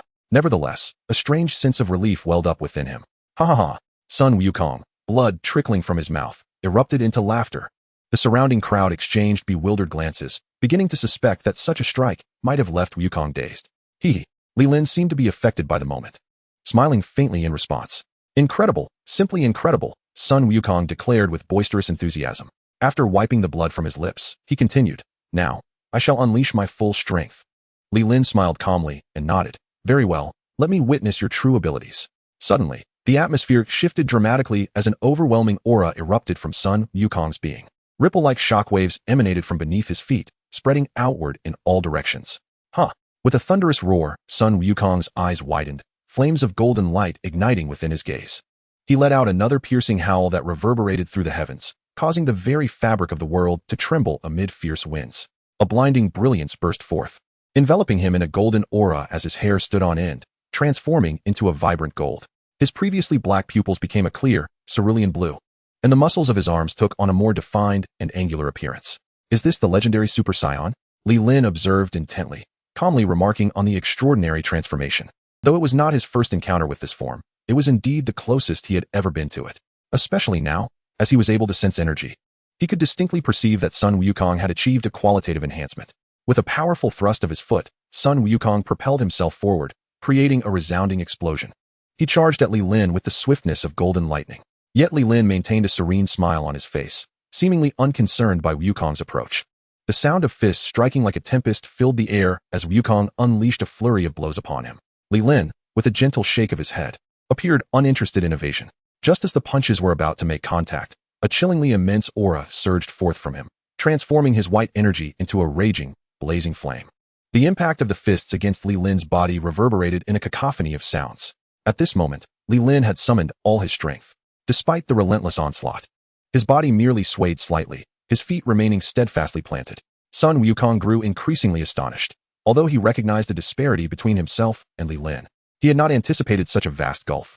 He continued to rain down punches upon Li Lin, yet regardless of his efforts, his opponent remained immovable. Li Lin's expression was one of unruffled calm, as if no attack were being directed at him. In awe of the display, the onlookers stood speechless, unable to articulate their astonishment. Krillin, with a bitter smile, shook his head. Having naively believed that Wukong's transformation into a Super Saiyan would enable him to contend with Li Lin, or at least not fall short. It was clear now that he had indeed been foolish, as Piccolo had suggested. The expressions of the others mirrored a sense of bitter realization. Moments ago, they had brimming confidence, only to be swiftly humbled. Glancing at Piccolo, they couldn't help but feel a twinge of admiration. Truly, he had anticipated this scenario. Tien Shinhan shook his head in self-deprecation, acknowledging their superficiality. Yamcha humorously lamented their earlier misconceptions. Krillin lowered his head in shame, contemplating that aside from Li Lin, Yukong, and Vegeta, the strongest on Earth was indeed Piccolo. Reflecting on the past, this individual was once a formidable contender, possessing unique insights into the realm of combat. Ahem. With his fist resting against his lips, he coughed lightly a couple of times. Now, amidst the praises of the onlookers, he felt a tinge of embarrassment. A faint crimson hue gracing his green visage.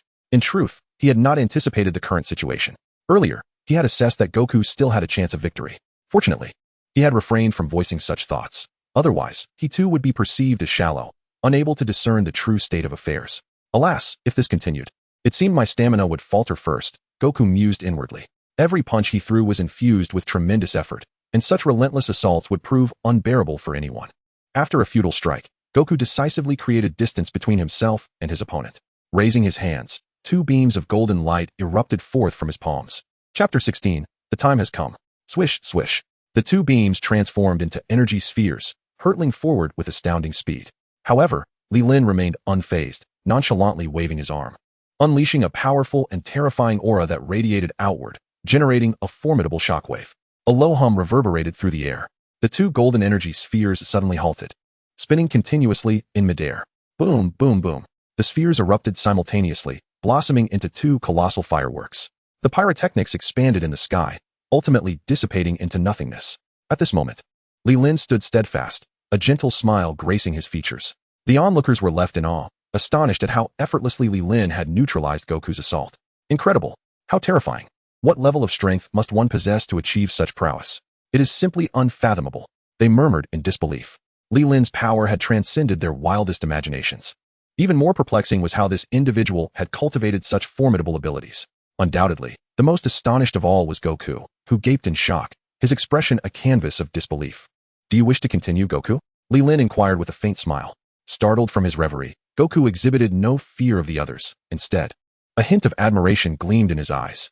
Although he understood that he could never match Li Lin, he knew it was unlikely that he would utter the words of surrender. Li Lin seemed to have anticipated this, nodding with a smile. He greatly appreciated Goku's indomitable spirit and humility. As soon as Li Lin finished speaking, his form flickered, and in the blink of an eye, he stood before Goku. Without hesitation, Goku responded with a punch, and the 2 collided instantaneously. Boom. A resounding explosion echoed, blinding light erupting forth, waves of shock radiating outwards, rendering it difficult for anyone to open their eyes. The terrifying force emanating from the 2 combatants caused the very fabric of space to tremble. At that moment, Goku appeared unable to withstand such overwhelming power. His complexion paled, beads of sweat beginning to form on his brow.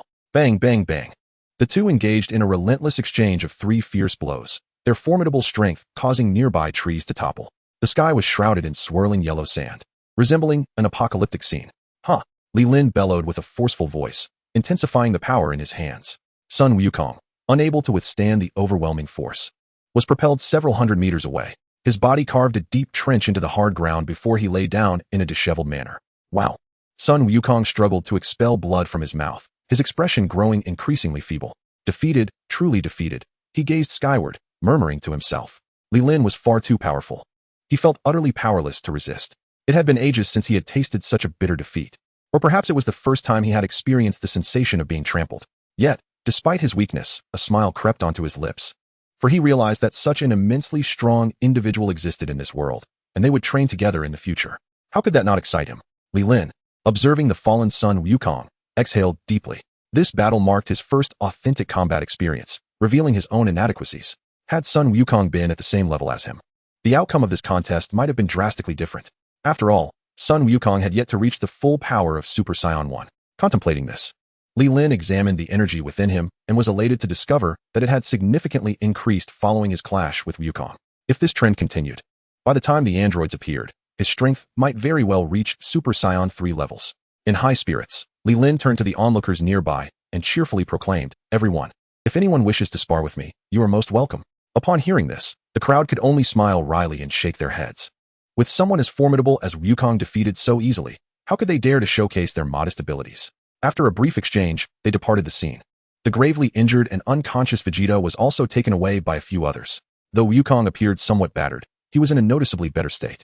Aside from feeling weak and slightly sore, he could still walk and talk normally, as Li Lin had been careful to temper his strength during their confrontation. Thus, over the course of a year, Li Lin and son Wukong frequently practiced and sparred together, both making significant strides in their respective powers. Notably, Wukong's abilities had surpassed even those depicted in the original storyline. After another day of rigorous training, as the sun dipped below the horizon, the two exhausted figures reclined on the grass. Wukong, have you taken your heart medication? Li Lin inquired curiously. He recalled that in the original plot, Wukong had suffered a sudden ailment during battle due to neglecting his medication. Oh, that matter. Wukong scratched his head and chuckled, stating that he had yet to eat and felt perfectly fine, with no issues at all.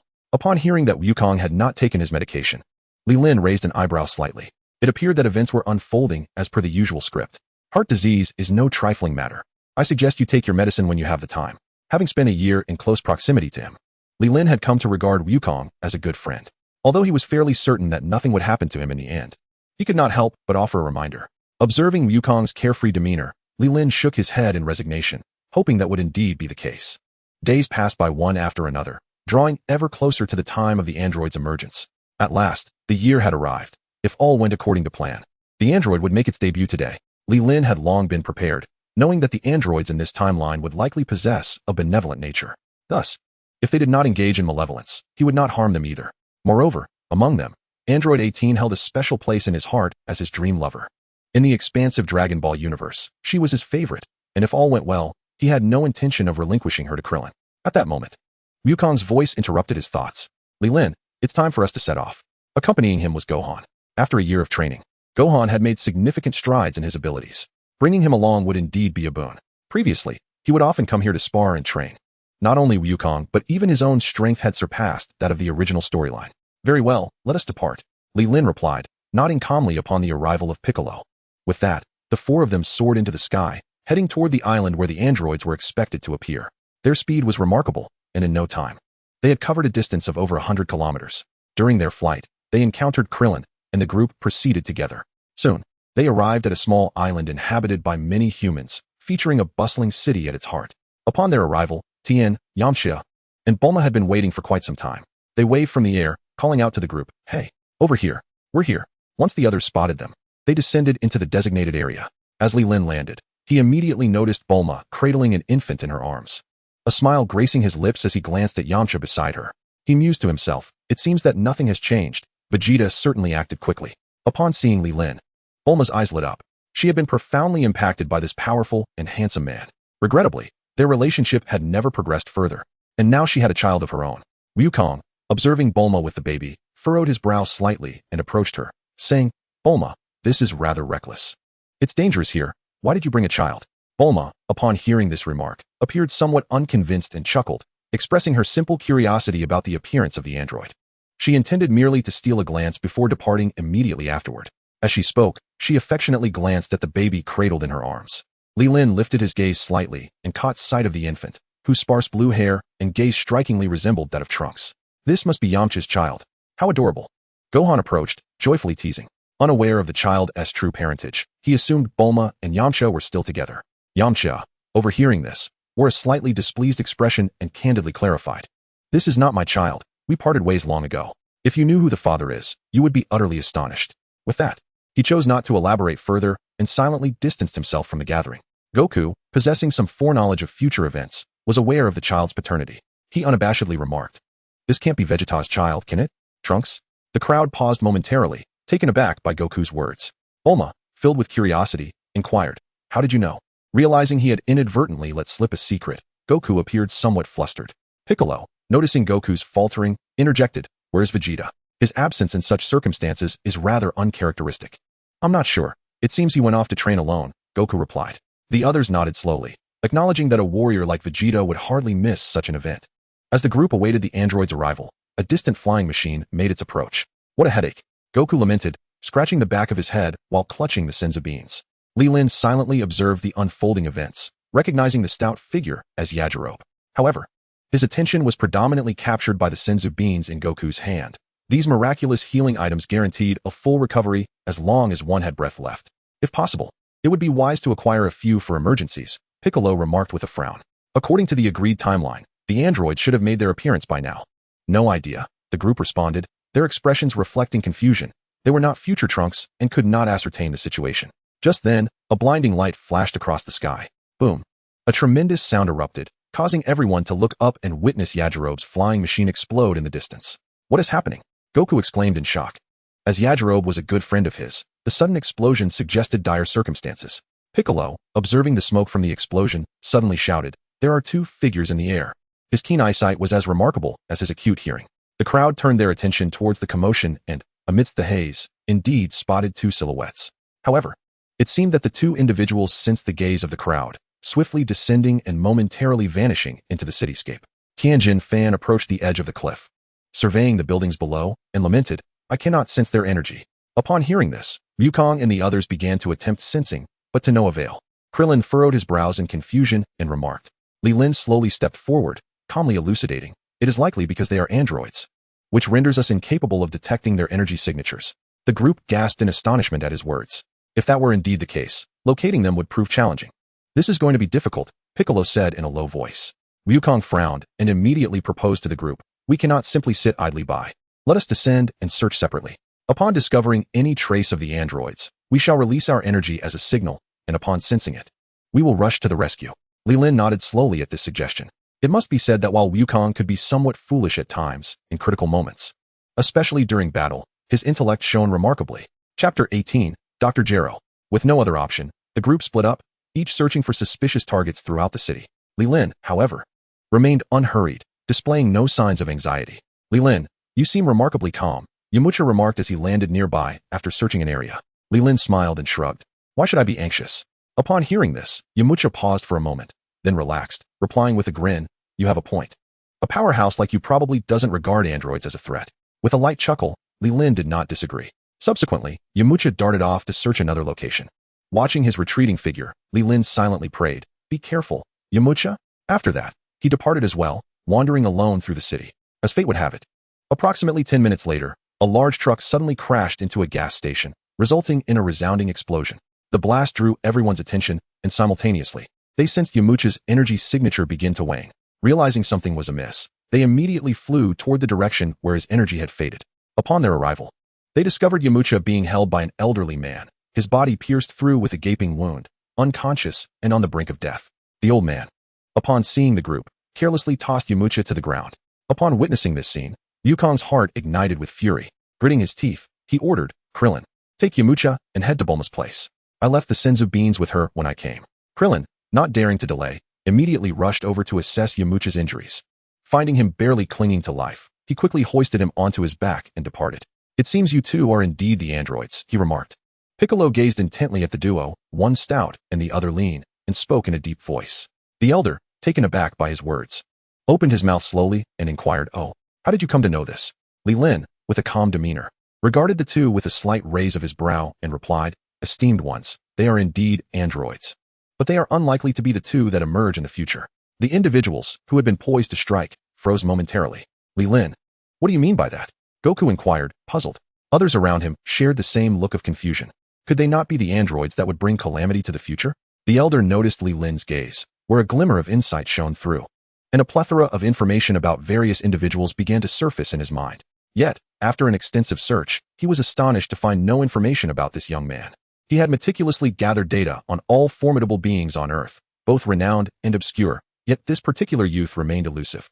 Although they lack a discernible aura, I can sense their power is exceedingly weak, posing no threat to the future. Therefore, the only conclusion is that there are indeed stronger androids, Leelyn asserted with conviction. He had no time to engage with such trivialities. His primary objective today was to pursue his dream goddess. What? Goku and the others were taken aback. Their astonishment was mirrored by the elder, for Leelyn's assertions rang entirely true. He was indeed the illustrious Dr. Gero, who had created more than one android. "Who are you, and how do you know of this?" Dr. Gero questioned, his brow furrowing. So it is indeed the case. The group felt a chill settle in their hearts, confirming Leelyn's claims to be utterly accurate. "Ha," Leelyn replied with a calm smile. Without the intention of elaborating further, he continued nonchalantly, "I suggest you bring forth your other androids, for your power is far too feeble." He had transformed himself into an android precisely to enhance his capabilities. Now, he was convinced that no creature on Earth could rival him. Even if this young man uncovered his secret, what could it matter? He could simply eliminate him without a second thought. "Well then, allow me to escort you on your way," Leelyn declared, prepared to strike without further ado. "Wait, Leelyn," Goku quickly interjected. Hearing Goku's voice, Leelyn turned his head in curiosity, lowering his hand with deliberation. Leave these two to us. Your strength is overwhelming, and I fear that should you unleash even a fraction of it, we shall have no opportunity to engage, Goku explained with a smile, scratching his head. Upon hearing this, Dr. Gero's aged visage twitched, for the words were painfully sharp, reducing them to mere ants, easily squashed. Li Lin observed Goku's earnest eyes and sighed in resignation. Very well. I shall leave them in your care. I will watch from the sidelines. Dr. Gallo could no longer contain his indignation and exclaimed, You are exceedingly arrogant. Truly, your hubris knows no bounds. With that, beams of energy emanated from his eyes. Sensing the imminent danger, Sun Wukong and his companions swiftly evaded the onslaught. However, it appeared that Dr. Gallo was not targeting them, but rather the surrounding structures. Boom, boom, boom. The explosions reverberated in quick succession, and within moments, the entire city lay in ruins. The inhabitants were nearly annihilated, and the scene before them could aptly be described as a hellish nightmare. Scoundrel! Unforgivable! Sun Wukong seethed, charging forward at the sight of the devastation. With a powerful punch, he struck Dr. Gallo squarely in the face. The impact caused Dr. Gallo to stagger back, his hat tumbling off to reveal a transparent brain beneath. At that moment, Li Lin noticed something amiss with Sun Wukong's condition. Though the punch seemed unremarkable, beads of sweat began to form on Sun Wukong's brow, and his complexion grew increasingly abnormal. This fool still hasn't taken his medicine, Li Lin thought helplessly. Sun Wukong's current physical state was clearly unsuited for continued combat. Yet, Li Lin had no intention of dissuading him, for he understood Wukong's obstinate nature. Forcing him to refrain from fighting would likely be more torturous than death itself. Dr. Gallo, having regained his composure and donned his hat once more, regarded Sun Wukong with an air of calm. If you're eager, we can commence at any moment. Chapter 19. Sun Wukong's unusual behavior, then let us begin. Sun Wukong replied in a dark tone, revealing his genuine fury. His expression shifted, and golden flames erupted from him, transforming his hair into a brilliant gold. A formidable aura radiated from him, shaking the very island. Dr. Gallo, witnessing Wukong's transformation, exhibited a flicker of surprise, though it quickly vanished. He coolly remarked, I did not anticipate your strength to have grown to such heights. However, it matters not. Even if it exceeds our expectations, it poses no issue. Number 19. You shall engage him first. At Dr. Gallo's command, a rotund figure clad in white stepped forward. Sun Wukong regarded his opponent with a stoic expression and addressed the others. Do not interfere. I can handle them alone. The others nodded slowly, harboring unwavering faith in Wukong's capabilities post-transformation. Li Lin, observing the scene, felt a twinge of concern.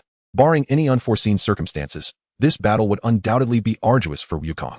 After his declaration, the golden flames surrounding Wukong surged. In an instant, he dashed forward, only to swiftly maneuver behind number 19. The latter quickly adapted, and the two engaged in a fierce struggle. Boom, boom, boom. Their clashes echoed, each impact resonating with intensity. Sun Wukong suddenly executed another swift maneuver, reappearing behind his adversary once more. In this instance, Android 19 was caught off guard as Goku delivered a powerful elbow strike, sending him hurtling into a nearby hill. The impact was thunderous as the hill collapsed, burying him beneath a cascade of rubble. Well done, Goku. Finish him off, Tien shouted from the sidelines. Meanwhile, Piccolo stood in silence, moving closer to Lin and inquiring if something was amiss with Goku. Although currently in a dominant position, Goku's techniques appeared to be distorted. Given his extensive combat experience, such a performance was uncharacteristic. Lin glanced at Piccolo and slowly nodded, affirming, You are correct. Goku is indeed behaving unusually today. If I am not mistaken, it likely pertains to his heart condition. What? Piccolo frowned, expressing his dissatisfaction.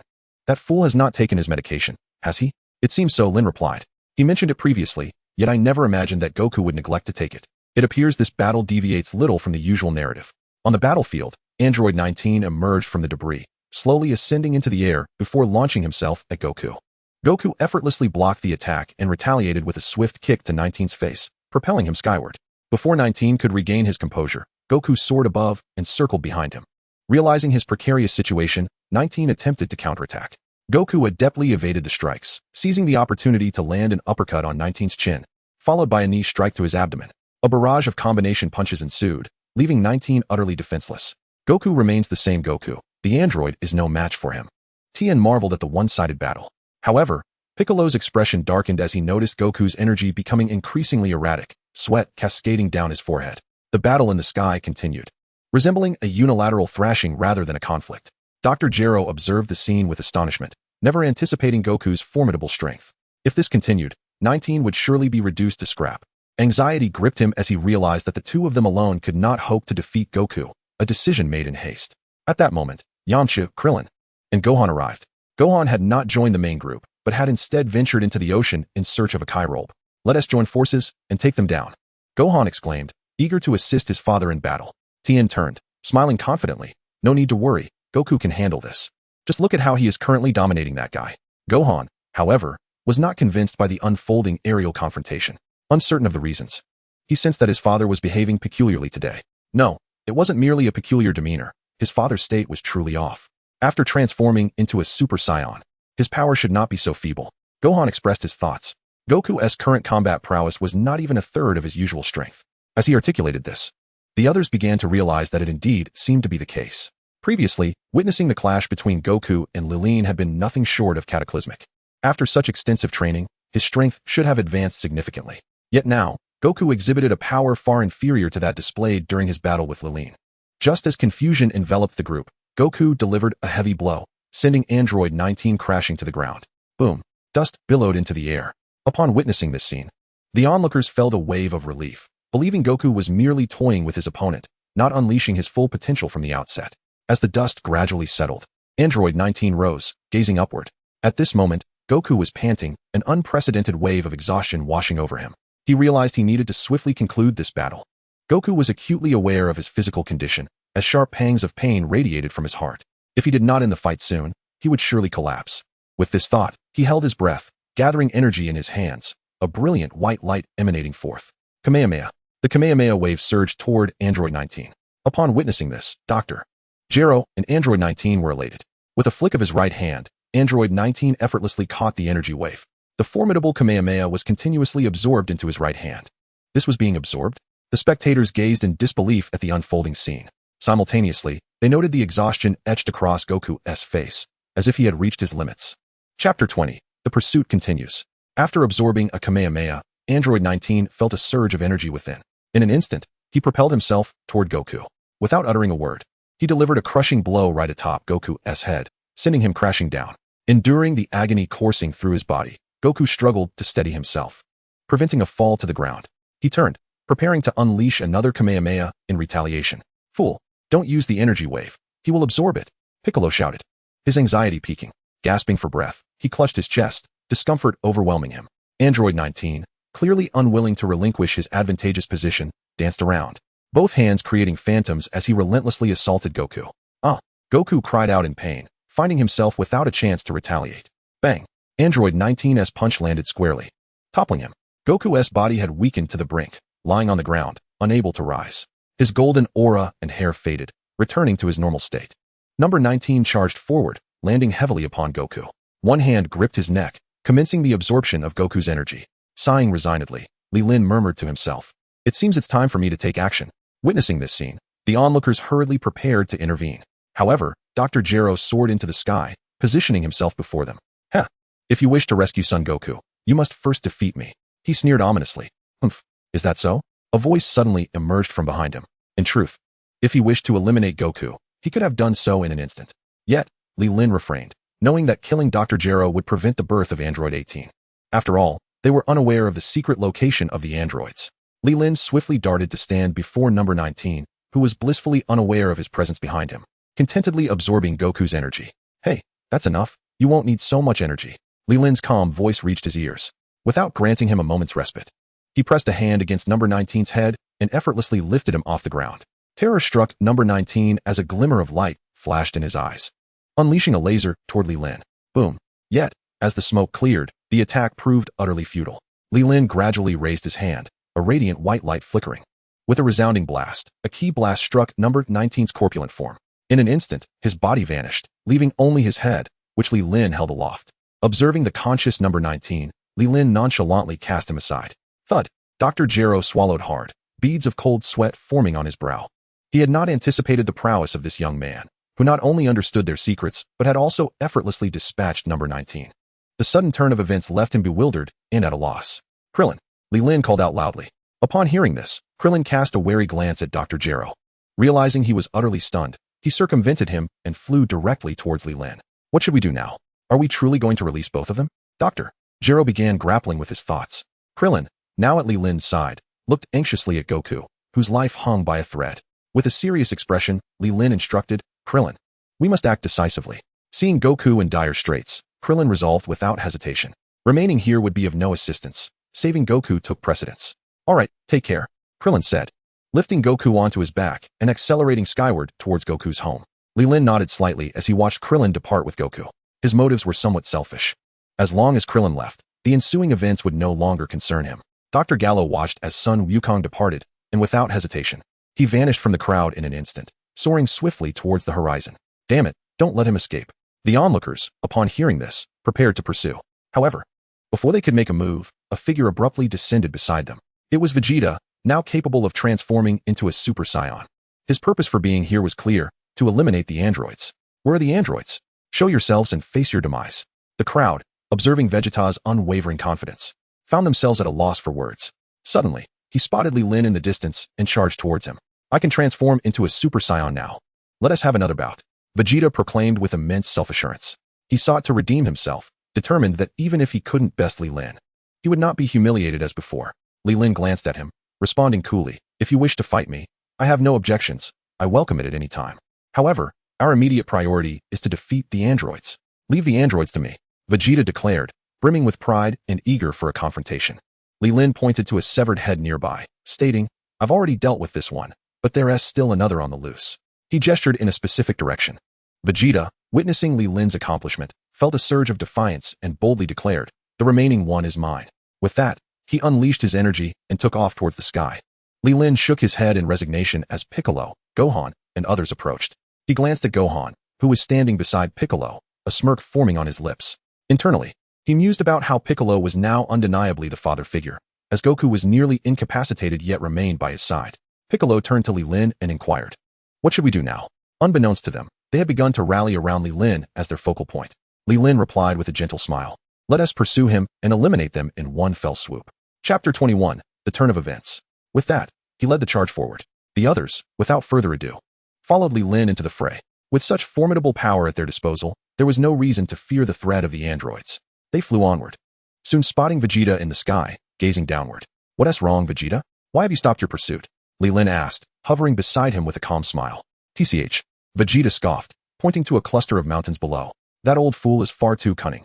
Just when I was about to catch up, he hides away here. Due to the android's lack of energy signatures, he was unable to pinpoint Dr. Gallo's location. Presently, Dr. Gallo was concealed in a crevice, quietly observing the crowd above. Too cautious to reveal himself, Vegeta, feeling increasingly agitated, had intended to showcase his newly acquired Super Saiyan prowess. To my astonishment, the situation has culminated in this unexpected outcome. A true testament to the futility of my strength. Drink it in. The more Vegeta pondered, the more agitated he became, and with a roar, a golden aura manifested, signaling his transformation into a Super Saiyan. Once the transformation was complete, a sphere of golden energy coalesced in his palm. With a resounding whoosh, Vegeta unleashed a golden energy wave. He proclaimed vehemently, since I cannot locate that old fool, let us obliterate this entire region. Li Lin observed the golden energy unleashed by Vegeta and felt an overwhelming urge to express his exasperation. It was undeniably Vegeta's signature style. Regrettably, this approach proved ineffective. Dr. Gero, ever cunning, anticipated the incoming energy wave and revealed himself, positioning himself directly beneath the impending attack. He raised his right hand and absorbed the entirety of the energy wave. Upon witnessing this, Vegeta's fury reached a boiling point. Swish, swish, swish. He unleashed several more energy waves in quick succession. However, Dr. Gero was exceedingly sly, absorbing each of these attacks with ease. At this juncture, his internal energy surged, significantly enhancing his power. Do you require assistance? Li Lin inquired with a smile. Vegeta's countenance darkened upon hearing this. Such words were a blatant challenge to his prowess. No need. This prince has his own methods. He refused to believe that as a formidable Super Saiyan, he could not contend with such a lowly opponent. With that, he cast his gaze upon the mountains below. Suddenly, his aura erupted, and both hands gathered radiant golden light. With a thunderous roar, a multitude of golden energy waves descended from the sky, like a barrage of bullets from a machine gun. Upon witnessing this, Li Lin exclaimed in astonishment. Was this not the legendary Prince's battle strategy? This tactic was indeed unexpected. Dr. Gero's eyes widened in shock at the ferocity of the assault. The speed and density of the attacks were overwhelming. He could no longer absorb them as he had before. Boom, boom, boom. The sound of explosions reverberated through the towering mountains, flames soaring into the sky, igniting the peaks in a fiery glow. Seeing his strategy bear fruit, Vegeta smirked disdainfully and taunted, "You old fool, Do you not revel in playing the coward? Why do you not hide? With Dr. Gero finally exposed, the onlookers converged upon him. Dr. Gero, acutely aware of the predatory gazes surrounding him, felt a wave of despair wash over him. Cold sweat streamed down his brow. Is this the might of the androids? I cannot fathom how we, in the future, could be vanquished by such scum. Vegeta continued his relentless mockery. Dr. Gero, perplexed, could not comprehend the implications of the prince's words about the future. Yet, he had no time to ponder such matters. His sole focus was on escaping the encirclement. Upon noticing that his adversary had fallen silent, Vegeta shook his head in disappointment, concluding that this encounter was nearing its end. He raised his hand, intent on extinguishing Dr. Gero's life. Just then, a figure suddenly broke into the crowd's line of sight. Upon clearly discerning the features of the individual before him, Li Lin smiled faintly and remarked, "Trunks, you've arrived." At the sound of this name, Vegeta's actions abruptly froze. He lifted his gaze to the mysterious youth who bore the same name as his son, momentarily lost in thought, as if he had grasped something profound. Trunks furrowed his brow, scrutinizing the figure of Dr. Gero before him, and slowly inquired, "Who is this person?" He pressed on, demanding clarification, "Isn't this merely an android?" Before Trunks could elaborate, Piccolo interjected, stating, "Li Lin previously mentioned that he is indeed an android, but not the ones from the future." Trunks focused intently on Li Lin, his curiosity regarding the latter's identity intensifying. Why did this individual possess such extensive knowledge about the androids? As the attention turned towards him, Li Lin spread his hands in explanation, saying, "I have stated before that these two androids are far too weak to pose a threat to the future. Thus, the true menace must lie elsewhere." Upon hearing Li Lin's explanation, Trunks gradually nodded in agreement, finding it reasonable. Mr. Li Lin is correct.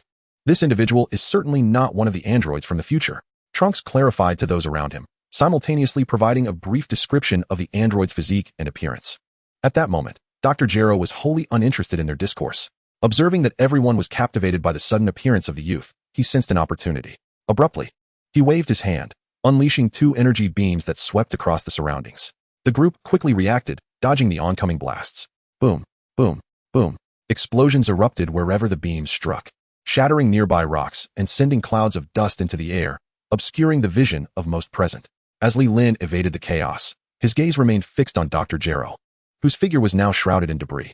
A faint smile graced Li Lin's lips. Had he wished to eliminate Dr. Gero, he could have done so moments ago. His inaction was deliberate, aimed at prompting the activation of Android 18. Even if the old man refrained from attacking, Li Lin would orchestrate unexpected events to facilitate his departure. As the smoke began to dissipate, the gathered individuals realized that Dr. Gero had vanished without a trace. Curse it! He managed to escape. Vegeta clenched his fists, gritting his teeth. However, upon recalling the existence of the two formidable androids, a surge of excitement welled within him. Allowing that old fool to flee might not be such a misfortune after all. Chapter 22, The Final Encounter. Upon discovering Dr. Gero's escape, the group did not remain idle. They split up to search for him.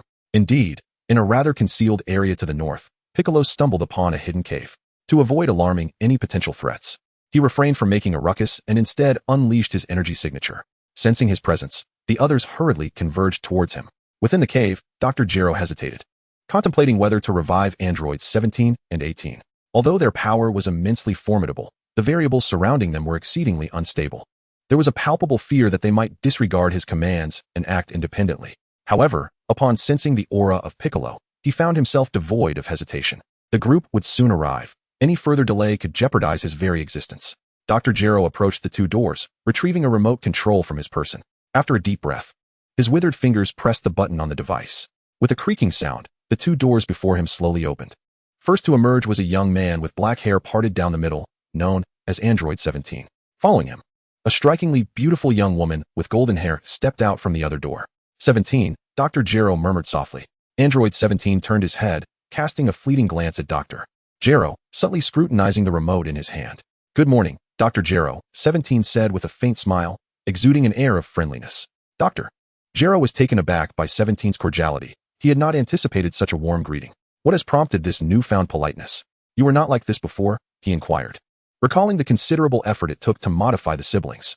After successfully transforming them, they had sought to eliminate him, leaving him no choice but to seal them temporarily. To his astonishment, their awakening had resulted in such a drastic change. It appeared that he had indeed repaired them, making subsequent matters considerably easier. Curious, Android 18 asked about the situation. Observing that the two seemed to pose no significant threat, Dr. Gero adopted a more authoritative demeanor. "Our enemies are outside. When I command you to engage, you will do so. Understood?" 17 and 18 exchanged knowing glances and responded in unison. Understood.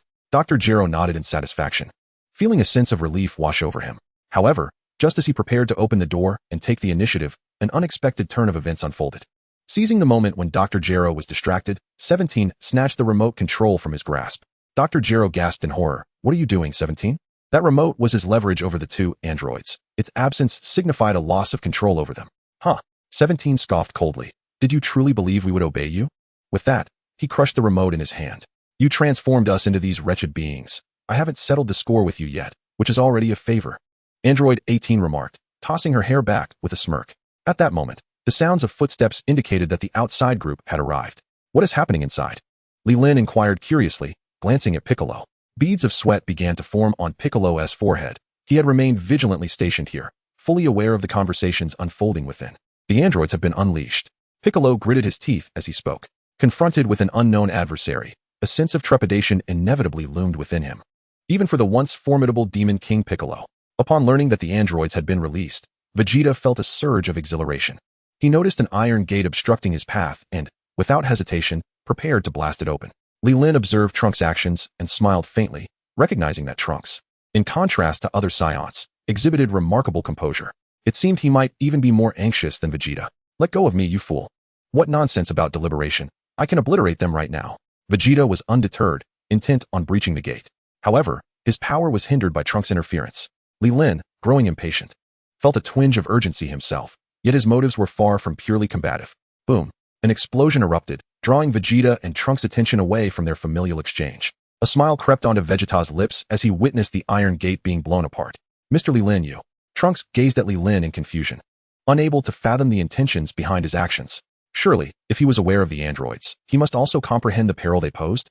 Noticing Trunks' bewilderment, Li Lin opted not to clarify his actions, for explanations would be futile. How could he confess that his motives were to hasten his reunion with his beloved? As the smoke from the explosion gradually cleared, androids 17 and 18 stood at the cave's entrance, awaiting their arrival. Li Lin's gaze was immediately captivated by 18's figure. Silently marveling, as expected of my dream goddess, she is even more enchanting in reality. The others remained oblivious to his inner thoughts. Dr. Gero, seeing that they had indeed pursued, became flustered in the face of such numbers and barked orders. 17, 18, eliminate them. Android 17 scoffed. We'll handle our affairs without your meddling. At Dr. Gero's command, his aged visage twitched in frustration. Approaching another massive chamber, Android 18 remarked coolly, what is this? Another one. 16? Humph. With a disdainful snort, she expressed her unwillingness to see her fellow androids remain confined. The more you say that, the more curious I become. I shall not only approach, but also open it. Chapter 23, The Birth of the Androids. You fool. Dr. Gero seethed upon witnessing this scene. Trunks stood to the side, utterly astonished. He never anticipated that history would truly be rewritten. In this timeline, not only were there androids 17 and 18, but also a 16 he had never known. It appeared he would have to construct a new controller. Left with no other recourse, Dr. Gero threatened, and upon hearing this, 17's expression shifted abruptly, revealing a sly smile. He swiftly darted behind Dr. Gero, his hand piercing through the scientist's chest. You. Dr. Gero gazed at him in disbelief. Before he could utter more words, Number 17 delivered a powerful kick, sending his head flying and rolling to the entrance. Yamcha, witnessing this scene, was nearly paralyzed with fear. Trembling behind the crowd, he suggested, perhaps we should retreat for now. Vegeta shot him a disdainful glance and retorted, if you wish to leave, then be quick about it. I can handle this alone. Vegeta's arrogance caused Trunks to furrow his brow. He wanted to step forward to say something, but before he could, Li Lin firmly grasped him. With a smile, he shook his head at Trunks and whispered, your father is quite exhilarated at the moment. Persuasion would be futile. Hearing Li Lin's words, Trunks sighed in resignation. He had come to understand his father's nature, yet he could only watch as formidable foes continued to emerge, feeling a sense of helplessness. Although Dr. Gero's head was severed from his body, he still retained consciousness. He wished to voice something, but before he could, Number 17 crushed it with a single stomp. Number 17 scanned the group before him with indifference, offering little in the way of words. At that moment, Number 18 located the hatch button and promptly pressed it. Trunks could no longer contain himself. With Number 17 and Number 18 still at large, he could not afford to allow another enemy to surface. Hiya! He shouted, transforming into a Super Saiyan. The instant his transformation was complete, he unleashed a powerful energy wave. Boom! The cavern erupted in an explosion. Everyone soared into the sky. Vegeta, observing his son's reckless action, coolly remarked, don't waste your effort. With your recent attack, what effect could it possibly have other than demolishing the cave? Trunks was not inclined to engage in conversation with him at that moment. It was entirely contrary to his character to remain passive. As expected, the smoke gradually cleared. At the summit, 3 figures stood tall. It appeared Trunks' attack had yielded no results. The 3 exchanged glances with the crowd and spoke a few words before departing. The onlookers were left wondering why the androids had not attacked them. They wouldn't be headed to destroy the city, would they? Piccolo voiced gravely. Li Lin, watching the 3 retreating figures, smiled and said, "Who knows? Perhaps they are aiming to eliminate Goku." Upon hearing this, the group suddenly understood and found it quite plausible. Vegeta, now filled with rage, felt his presence had been completely disregarded after waiting for so long. Damn it, he bellowed, transforming into a Super Saiyan, ready to pursue. Trunks, witnessing this, rushed forward to intervene. Don't act impulsively. We must find Mr. Goku first. Before them stood 3 individuals. A reckless charge from one would be akin to courting death.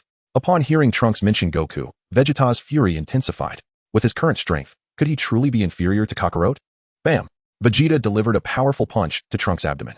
Trunks staggered back in pain, clutching his belly. How infuriating! He gritted through clenched teeth. He did not resent Vegeta for striking him.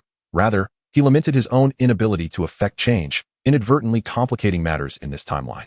Do not be disheartened, Trunks, Li Lin said, gently patting his shoulder. As long as I am here, your father will be safe. Trunks paused, gazing up at Li Lin. This man was shrouded in mystery, yet he did not seem malevolent. What remained uncertain was the extent of his power. Having once obliterated Frieza in a single blow, what could he accomplish now? Suddenly, Trunks had a revelation and, astonished, inquired, "Mr. Li Lin, why can't I sense your energy?" Li Lin smiled lightly at the question. "Oh, it's nothing. Perhaps my constitution is unique. As long as I do not intentionally release my energy, others cannot detect it, even in battle." Trunks was increasingly astonished. Was there truly such a person in the world? Wait, he seemed to ponder something and, uncertainly, asked, "Mr. Li Lin, could it be that you are?" His words trailed off, yet the implication was clear. Li Lin, astutely understanding, replied with a resigned smile, "I am not an android. Did I not mention that as long as I do not deliberately emit my energy, it remains undetectable even during a fight? If I choose to release it, however, it can certainly be sensed. Can androids do that?" At that moment, Li Lin's immense energy began to manifest, causing the very air to swirl with heightened intensity. Trunks, feeling this overwhelming aura, could not help but beam with joy, for it surpassed all his expectations. He had assumed that even if Li Lin was powerful, he could not be vastly superior to himself. Clearly, he was mistaken. The intensity of this energy exceeded his own by several folds. No wonder Li Lin had maintained such a calm demeanor from the start. "I apologize, Mr. Li Lin. I did not mean to doubt you." Trunks quickly bowed his head in apology, his heart swelling with elation. With Li Lin's support, the threat of androids seemed trivial. Li Lin chuckled softly, waving his hand. "No need for concern. Let us hasten and catch up, or else Vegeta may find himself in peril." Trunks nodded vigorously yes. With that, the 2 transformed into streaks of light, soaring swiftly into the distance. Seeing this, the others also abandoned their stationary stance, racing after them with great speed. Chapter 24. The encounter with Android 18. Vegeta soared through the air with remarkable speed, swiftly catching up to the androids. The trio appeared unhurried, leisurely strolling along a narrow path. "What are you all planning to do?" Vegeta inquired bluntly. Android 18, upon noticing the sudden appearance of the figure, candidly replied, "We are here to eliminate Son Goku. That is our purpose for being created, just as I suspected." Vegeta sneered, nodding slightly before clenching his fists. "There's no need for such trouble. I shall dispose of you right here." Upon hearing this, 17 and 18 exchanged amused glances. They possessed knowledge of Vegeta's identity as a Saiyan. "It seems you are rather overconfident," 17 remarked with a nonchalant smile. After a brief pause, he continued, "Son Goku appears to be similar, yet those who are half-hearted tend to meet their demise swiftly." Vegeta, infuriated by these words, felt the veins in his forehead throb as he gritted his teeth. "You, mere puppets, are so tiresome. I will dismantle you. Now tell me, who shall I start with?" He surveyed the 3, naming them one by one. "You, woman, you, big oaf, or shall all 3 of you come at me together?" The smiles on 17 and 18's faces only deepened at his challenge. Slowly, 18 stepped forward from the trio, stating, "You need not face all of us. Allow me to entertain you." Seeing a woman approach, Vegeta felt a sense of disdain. However, 18 wasted no time, launching an immediate attack. Vegeta responded promptly, transforming into a Super Saiyan, significantly enhancing his combat prowess. This marked his first battle post-transformation. Despite his inner disdain, he was fully alert. The 2 engaged in a fierce exchange of blows. The air crackled with intensity as they fought, their movements so swift that onlookers could only hear the sounds of impact, oblivious to the spectacle unfolding. Suddenly, Vegeta seized 18's arm and hurled her into the sky, following up with a powerful punch to her face. Upon being struck, 18 remained unfazed, her visage unmarred, casually tossing her hair aside. Is that all you've got? Vegeta boasted, continuing, I didn't even unleash my full power earlier. Had I been serious, you would have been finished. He relished the fact that he had landed a hit on 18, albeit without significant effect. He was confident that if he exerted himself fully, he could eradicate this trio of androids. Humph. Android 18 scoffed softly. She too had not fought with her full strength, merely testing Vegeta's capabilities. Little did she expect that her restraint would become a point of pride for him. As she ceased to conceal her intentions, she swiftly approached and delivered a headbutt to Vegeta. Caught off guard by the unexpected speed of the assault, Vegeta was struck unprepared, a gash opening on his forehead. Crimson blood streaming down his brow. You bastard, how dare you injure me? He spat furiously. However, Android 18 was remarkably quick, delivering a knee strike directly to Vegeta's abdomen, followed by a palm thrust that sent him crashing into the rocks. A thunderous rumble echoed as dust billowed around them, burying Vegeta beneath the debris. At that moment, the tardy onlookers finally arrived at the scene. Li Lin assessed the situation but showed no inclination to intervene. Yet, Trunks could hardly contain himself. How could he remain indifferent while his father was being attacked? Resolute, he prepared to join the fray. Vegeta, sensing Trunks' energy, erupted from the rubble, declaring, no one is permitted to intervene. Whoever dares to strike, I shall eliminate first. With that, he charged once more at Android 18. And the two engaged in a fierce clash. Boom, boom, boom. For a time, they battled fiercely, neither able to gain the upper hand. Trunks, witnessing this spectacle, was left astounded. He had never fathomed his father could contend so fiercely with Android 18, holding his ground without faltering. However, this equilibrium appeared fleeting, as the android possessed boundless energy. It was evident that a prolonged battle would disadvantage Vegeta. Sure enough, after a grueling exchange lasting over 10 minutes, Vegeta's attacks noticeably weakened while Android 18 remained unrelenting, her strikes increasingly vicious. Suddenly, she leaped high into the air, executing a swift sidekick that impacted Vegeta's arm with blinding speed. The force of the blow contorted his arm, shattering the bone within. Vegeta howled in agony. The spectators were left in shock at the sight. They had never anticipated that even someone as powerful as Vegeta could fall short against an android. Among the crowd, only Li Lin observed with a gleam of amusement in his eyes, admiring her prowess and silently praising, my wife truly excels. Trunks, however, was undeterred by such thoughts. Drawing his sword from behind, he charged forward, realizing that his father's life was potentially in peril. Sensing the rush of wind behind her, Android 18 slowly turned her head and raised her arm to shield herself. Crack! Trunks' sword struck her arm, yet she remained unscathed while his blade suffered a dent. What? Trunks exclaimed in disbelief. This sword, renowned for its invincibility, could effortlessly sever any material. Yet now, it had incurred damage. Bang! On the 18th, a powerful blow struck his abdomen. With a gasp, Trunks expelled a mouthful of blood, his eyes wide with disbelief as he slowly crumpled to the ground. The artificial beings in this world possessed an unexpected ferocity. While the androids of the future were formidable, he had at least managed to contend with one. Yet now, he found himself utterly helpless, unable to even parry a single strike. Trunks, Piccolo called softly, then, without hesitation, surged forward. Seeing Piccolo rush in, the others quickly followed suit, prepared to join the fray. Android 17 regarded the approaching group with a glimmer of disdain, stepping directly in front of Piccolo. You all should leave, he declared, delivering a kick that sent Piccolo hurtling away. With agility, he evaded simultaneous attacks from Tien and Yamcha. Boom. A flash of light erupted from his hand as he unleashed a ki blast, sending Yamcha crashing to the ground. With a swift turn, he positioned himself behind Tien, tightening his arm around Tien's neck with relentless force. Tien gasped for breath, his three eyes bloodshot. You fools, Vegeta grumbled, dragging his weary arm as he surveyed the unfavorable battle unfolding in the sky. He propelled himself upwards, intent on providing assistance. However, before he could ascend too far, Android 18 seized his foot. Struggling to rise, Trunks witnessed his father being yanked back, prompting him to launch another attack. Android 18, keenly perceptive, forcefully swung her hands, sending Vegeta crashing into the still recovering Trunks. Both father and son were left disoriented, with Trunks losing his fighting spirit and reverting from his Super Saiyan form. Damn it! Vegeta spat, blood trickling from the corner of his mouth, seething with rage. He had never anticipated such a devastating defeat, especially at the hands of a woman. What a shameful disgrace. Frustration mounting, Vegeta raised a hand to unleash a ki blast. Yet Android 18 was remarkably agile, leaping high to evade the attack. Oh, you possess some skill, I see. But this is where it ends, she remarked with a casual toss of her hair and a faint smile. In the next instant, she stood before Vegeta. Bang! A forceful kick landed squarely on Vegeta's chest. Wow, Vegeta's eyes widened as he coughed up a substantial amount of blood. His aura drastically diminished. The golden flames of his power extinguished, returning him to his normal state. Leelyn observed the scene from above, his brow slightly furrowed. Deciding it was time to intervene, he spoke with an air of authority. That will suffice, both of you. Now, kindly release them. His tone was calm, yet left no room for dissent. Who is this person? Android 18 regarded Li Lin with a hint of confusion, for there was no record of him in her memory. Hey, who are you? I advise you not to interfere. Number 17 gazed intently at Li Lin, his tone heavy with gravity. Although he could not perceive any aura emanating from Li Lin, an instinctive sense warned him that this individual was exceedingly perilous, a threat that could imperil his very life.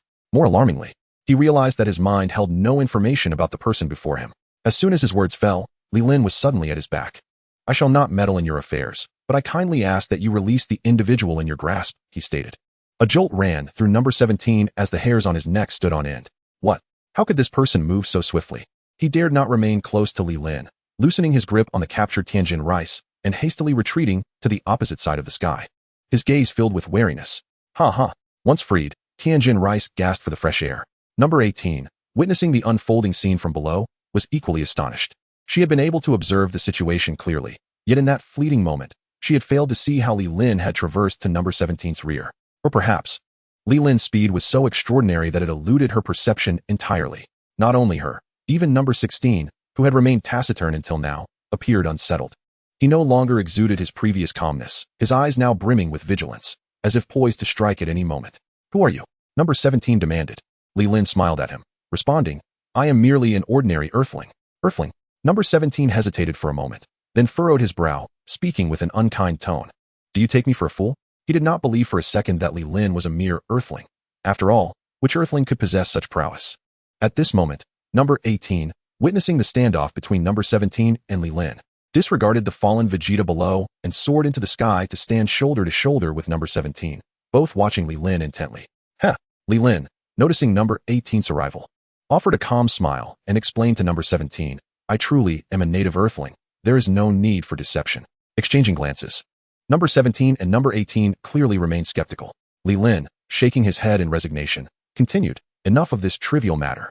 Release my companion and depart. The two were momentarily taken aback by his words. Number 18, frowning, cautiously inquired, Are you not going to kill us?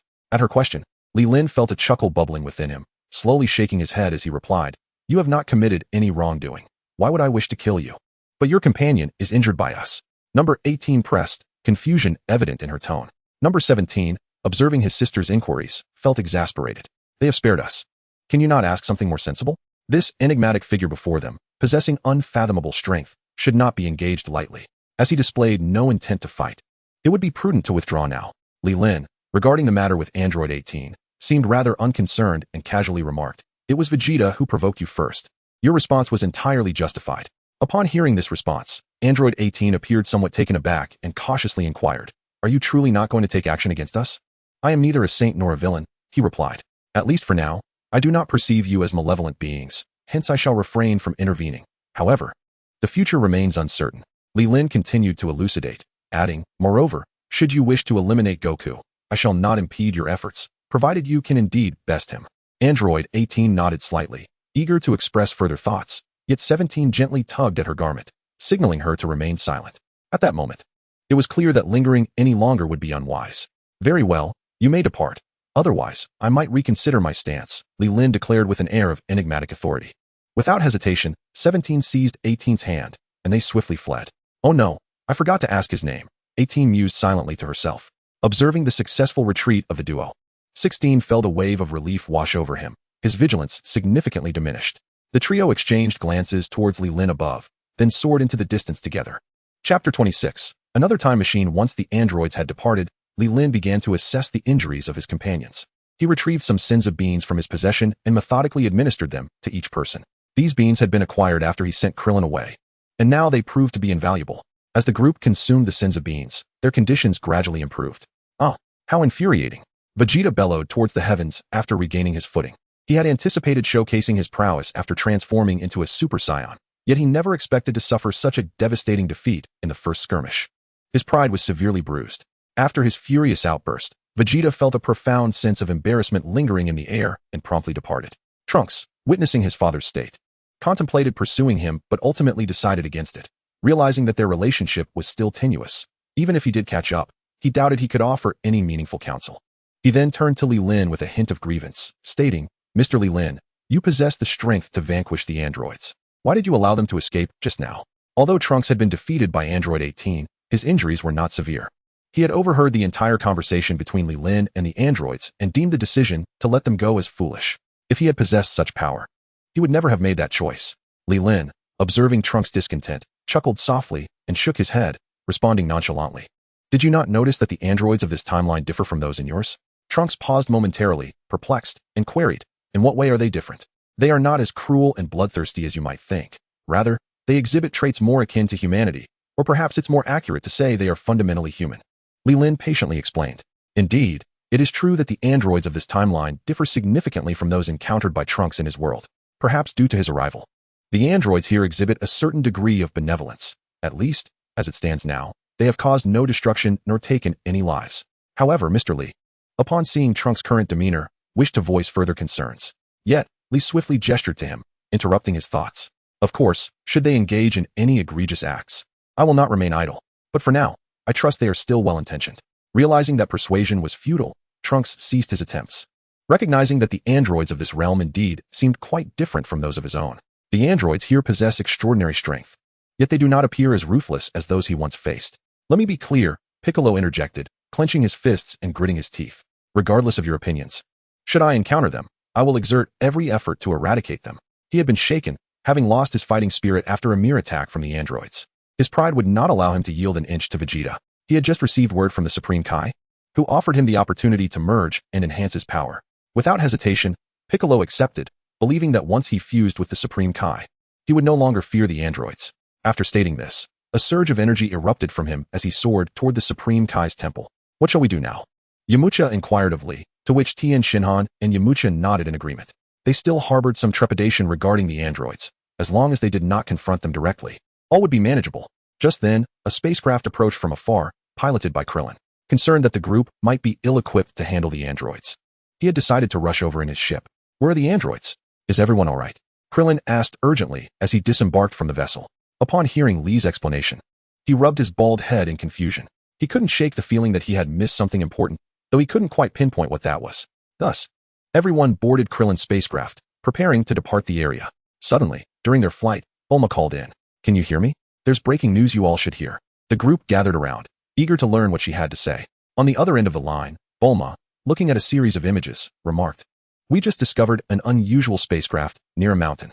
The patrol reported to the Capsule Corporation that the craft bears our company's emblem and requested we address the situation. However, I noticed that while the images do show our logo, the signal from this spacecraft does not match any we have developed." The group listened in bewilderment. What does this have to do with them? They seem indifferent to such matters. Only Li Lin leaned against the side of the spacecraft, wearing a mysterious smile. If all goes as anticipated, this vessel must have traversed from the future. The visitor should be none other than the future's Sheru. "Bulma, are you mistaken? What relevance does this hold for us?" Krillin inquired, perplexed. Bulma, unfazed, replied, "Let me finish. Although this spacecraft was not manufactured by our company, I have seen Trunks aboard it before. It should be his time machine." Upon hearing this, Trunks felt a wave of confusion wash over him, and he activated the equipment he always carried. Extracting a capsule, he furrowed his brow and remarked, "No, my time machine has been with me all along. This one cannot be mine." Bulma was not surprised. She had observed that this time machine had likely been abandoned for quite some time. Meanwhile, she transmitted a photo to the spacecraft the others were piloting. On the other end, Bulma nodded, "No worries. We shall ascertain the details upon our arrival. Hurry over, and let us venture together." Chapter 27. When installing, could you please consider the feelings of others? After receiving the news, the group wasted no time and hurried to the Universal Capsule Company. After meeting with Bulma, they proceeded to the foot of the mountain where the time machine was located. Upon seeing the dust-covered time machine, Trunks took out his own time machine and placed it alongside. "Ah, they are indeed identical," Krillin exclaimed, astonished by the resemblance of the two spacecraft. Trunks felt a growing sense of bewilderment. There should only be one time machine from the future. How could there be another? Moreover, it appeared to have been left here for quite some time. As Trunks' confusion deepened, he jumped onto the time machine to examine its travel logs. Suddenly, his eyes widened in shock. The machine, astonishingly, had recorded travel dates 4 years prior to his own journey. While the group was still in a state of perplexity, Krillin unexpectedly discovered the shell of a mysterious creature nearby. This revelation startled everyone. It seemed history had indeed been irrevocably altered. Trunks murmured to himself, aware that even eliminating this timeline's androids would not change the future world. Nevertheless, he had resolutely traversed here, driven solely by Bulma's will from the future. Just as they were examining the shell, a small television within the spacecraft abruptly sprang to life, broadcasting an urgent news report. According to the report, residents of a small town had mysteriously vanished, and investigations were underway. After the report concluded, the television displayed live footage from the scene. The town was eerily empty, with only heaps of clothing remaining on the ground. Where these people had gone remained an enigma for the time being. As the group remained engrossed in the news, an overwhelming aura suddenly erupted from the skies above. Li Lin raised his gaze towards the heavens and mused to himself. It seems that Piccolo has completed his assimilation. Leelyn inquired of Li Lin, what shall we do now? Currently, they were aimlessly awaiting guidance from the most formidable presence among them, Li Lin. He stroked his chin thoughtfully and replied, the disappearance of these individuals must be intricately linked to this creature that has traversed through time. The others nodded in agreement. Even without Li Lin's assertion, they could surmise the connection. Furthermore, since this creature had journeyed from the future, it implied that it had yet to reach its full potential in this timeline. Therefore, you should visit Dr. Gero's laboratory. Perhaps you might uncover some clues. If you do, eradicate it on the spot. Li Lin commanded with an air of calm authority. He continued, I shall seek the whereabouts of this creature. If I find it, I shall ensure it meets its end. The group exchanged glances, silently affirming Li Lin's plan. Li Lin then began his aimless search in the sky. Given that Cell had nearly assimilated the powers of all Earth's strongest warriors, his mastery of energy manipulation was quite adept. Thus, as long as he concealed his energy signature, he would remain undetectable. After merging with Kami, Piccolo's strength had surged tremendously, allowing him to rival even the androids. Through Kami's memories, he had learned of Cell's existence and was now aware of his hiding place, determined to eliminate this monster. Time slipped away, and Li Lin continued to drift through the skies, cognizant that a confrontation between Piccolo and Cell was imminent. Searching earnestly would likely prove futile. It was wiser to await their clash, as the outcome would reveal the creature's whereabouts. Indeed, after approximately half an hour, a colossal surge of energy erupted in the southeastern sky. Li Lin sensed the overwhelming aura of Piccolo among the energies, while another presence was a chaotic amalgamation, reminiscent of Goku, Vegeta, and even Frieza. If all went as expected, this individual was none other than Future Cell. Meanwhile, upon arriving at Dr. Gero's laboratory, Krillin, Trunks, and the others discovered a mysterious incubation chamber hidden underground. Clearly, Li Lin's deductions had been accurate. This place indeed harbored the embryo of the creature. Trunks clenched his fists, his expression grave as he declared, I'll destroy it. With that, he unleashed a ki blast, shattering the chamber, and followed up with another blast that reduced the embryo to mere dust. Let us depart. There is nothing more here. A powerful energy just emanated from here. It must be Piccolo-S, likely engaging with that creature, Tien Shinhan suggested. The group said little more and swiftly took to the skies in the direction of the energy. Li Lin also accelerated towards the site of the battle and fortuitously encountered his companions shortly thereafter. They relayed the secrets of Dr. Gero's laboratory to Li Lin, praising his insightful judgment in the matter. After their convergence, they flew onward without pause. Suddenly, just as they were nearing their destination, the aura of battle abruptly vanished, leaving only Piccolo's presence. TCH, he got away, Piccolo remarked, a hint of reluctance in his voice. No matter, we'll take him down next time. It will be just the same, Li Lin replied nonchalantly, his expression betraying no sign of concern, as if nothing could astonish him. Piccolo nodded, now significantly empowered, feeling unthreatened by anyone on Earth. He also informed everyone about the intelligence he had extracted from Cell, revealing that this creature who had traversed from the future was named Cell. For the time being, it would be impossible to locate Cell, as Piccolo indicated that he would surely seek out the androids to absorb them. Our immediate strategy is to find the androids. As long as we either protect them or eliminate them, this monster will pose no significant threat, Piccolo declared with considerable bravado. Li Lin shot him a sidelong glance, unwilling to endorse his proposal. After all, his wife was among them, and what would happen if they were to eliminate the androids? Thus, he stated, even if he absorbs the androids, what of it? We can deal with him all at once later. The others listened, momentarily taken aback, impressed by his confidence. Goodness, you seem to be the strongest now. Might you consider the feelings of others while boasting? Chapter 28, Pursuing the Trail. After some deliberation, the group began to split up to take action. The current priority was to locate Cell, for each day they delayed could mean more innocent lives lost on Earth. Just then, Vegeta arrived, having sensed the energy in the area. What transpired here? He inquired, scanning the surroundings. His gaze fell upon Piccolo, and he was astonished to note the drastic increase in Piccolo's power, which had far surpassed his own. How did your strength suddenly become so formidable? Vegeta questioned Piccolo, incredulous. He had believed that achieving Super Saiyan status would render him invincible, with his only rival being the fellow Saiyan, Kakarot. He never anticipated that. Following Li Lin and the androids, even this Namekian, whom he had once scorned, would now eclipse him. Humph. Piccolo crossed his arms, giving a haughty snort. His pride was no less than Vegetas. Li Lin observed with a faint smile, contemplating that the arc involving the androids would likely mark Piccolo's moment of glory. Trunks, noticing his father's confusion, stepped forward to elucidate the situation. Fusion? Yes, Mr. Piccolo has fused with the Supreme Kai. What you see here is the result of his confrontation with that creature named Cell, Trunks explained in detail. Vegeta, upon realizing that he had been surpassed, found himself in a state of shock, rendered motionless. Piccolo stepped forward, addressing the assembled group with a measured tone. The immediate priority, he declared, was to eliminate the immature Cell or one of the androids. You must search for their whereabouts. Once you locate them, inform me immediately, and I shall eradicate the threat. With that, he surged ahead, brimming with newfound confidence in his own abilities. The others, however, did not spring into action right away. Instead, they collectively turned their gaze toward Li Lin. Piccolo is correct. Let us split up and search, Li Lin remarked with a smile. But do prioritize safety. He then took flight, departing from the scene. Though his words were reassuring, his thoughts betrayed a different sentiment. Whether it was the androids or Cell, if they chose to conceal themselves, locating them would prove to be a formidable challenge. Contemplating this, he hastened his pace toward his residence. As Li Lin vanished from sight, the remaining group felt compelled to follow suit.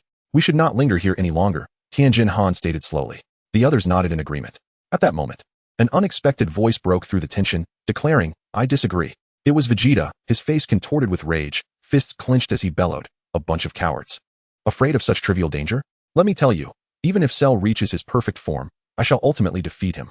If the power of a Super Saiyan is insufficient, then I shall transcend Super Saiyan. With his declaration, Vegeta unleashed a tremendous aura, soaring into the sky and disappearing from view. The group exchanged bewildered glances, unsure of what had prompted Vegeta's latest outburst. However, they were all too aware that each time he blustered, the subsequent outcome rarely favored him. The uncertainty of this instance loomed larger than before. Time is of the essence. We must commence our search without delay. Each moment wasted grants Cell the opportunity to grow stronger, Krillin urged the group. Heeding his words, they took to the skies, dispersing in various directions. Just as Krillin was about to depart, he noticed Trunks standing frozen in place. What's the matter, Trunks? Aren't you coming with us? Krillin inquired, curiosity evident in his voice. Trunks shook his head slowly, his tone grave. I need to train with my father. What? Krillin responded, momentarily perplexed. By now, it was common knowledge that Trunks was Vegeta's son, yet few had anticipated his decision to train alongside him. Given Vegeta's current state of volatility, the potential for harm was not lost on them. He might very well endanger his own son in a fit of rage. Trunks nodded solemnly. Indeed. I shall train with my father. Krillin, the task of finding Cell is yours now. With that, he ascended into the air, pursuing the direction Vegeta had taken. His rationale was simple.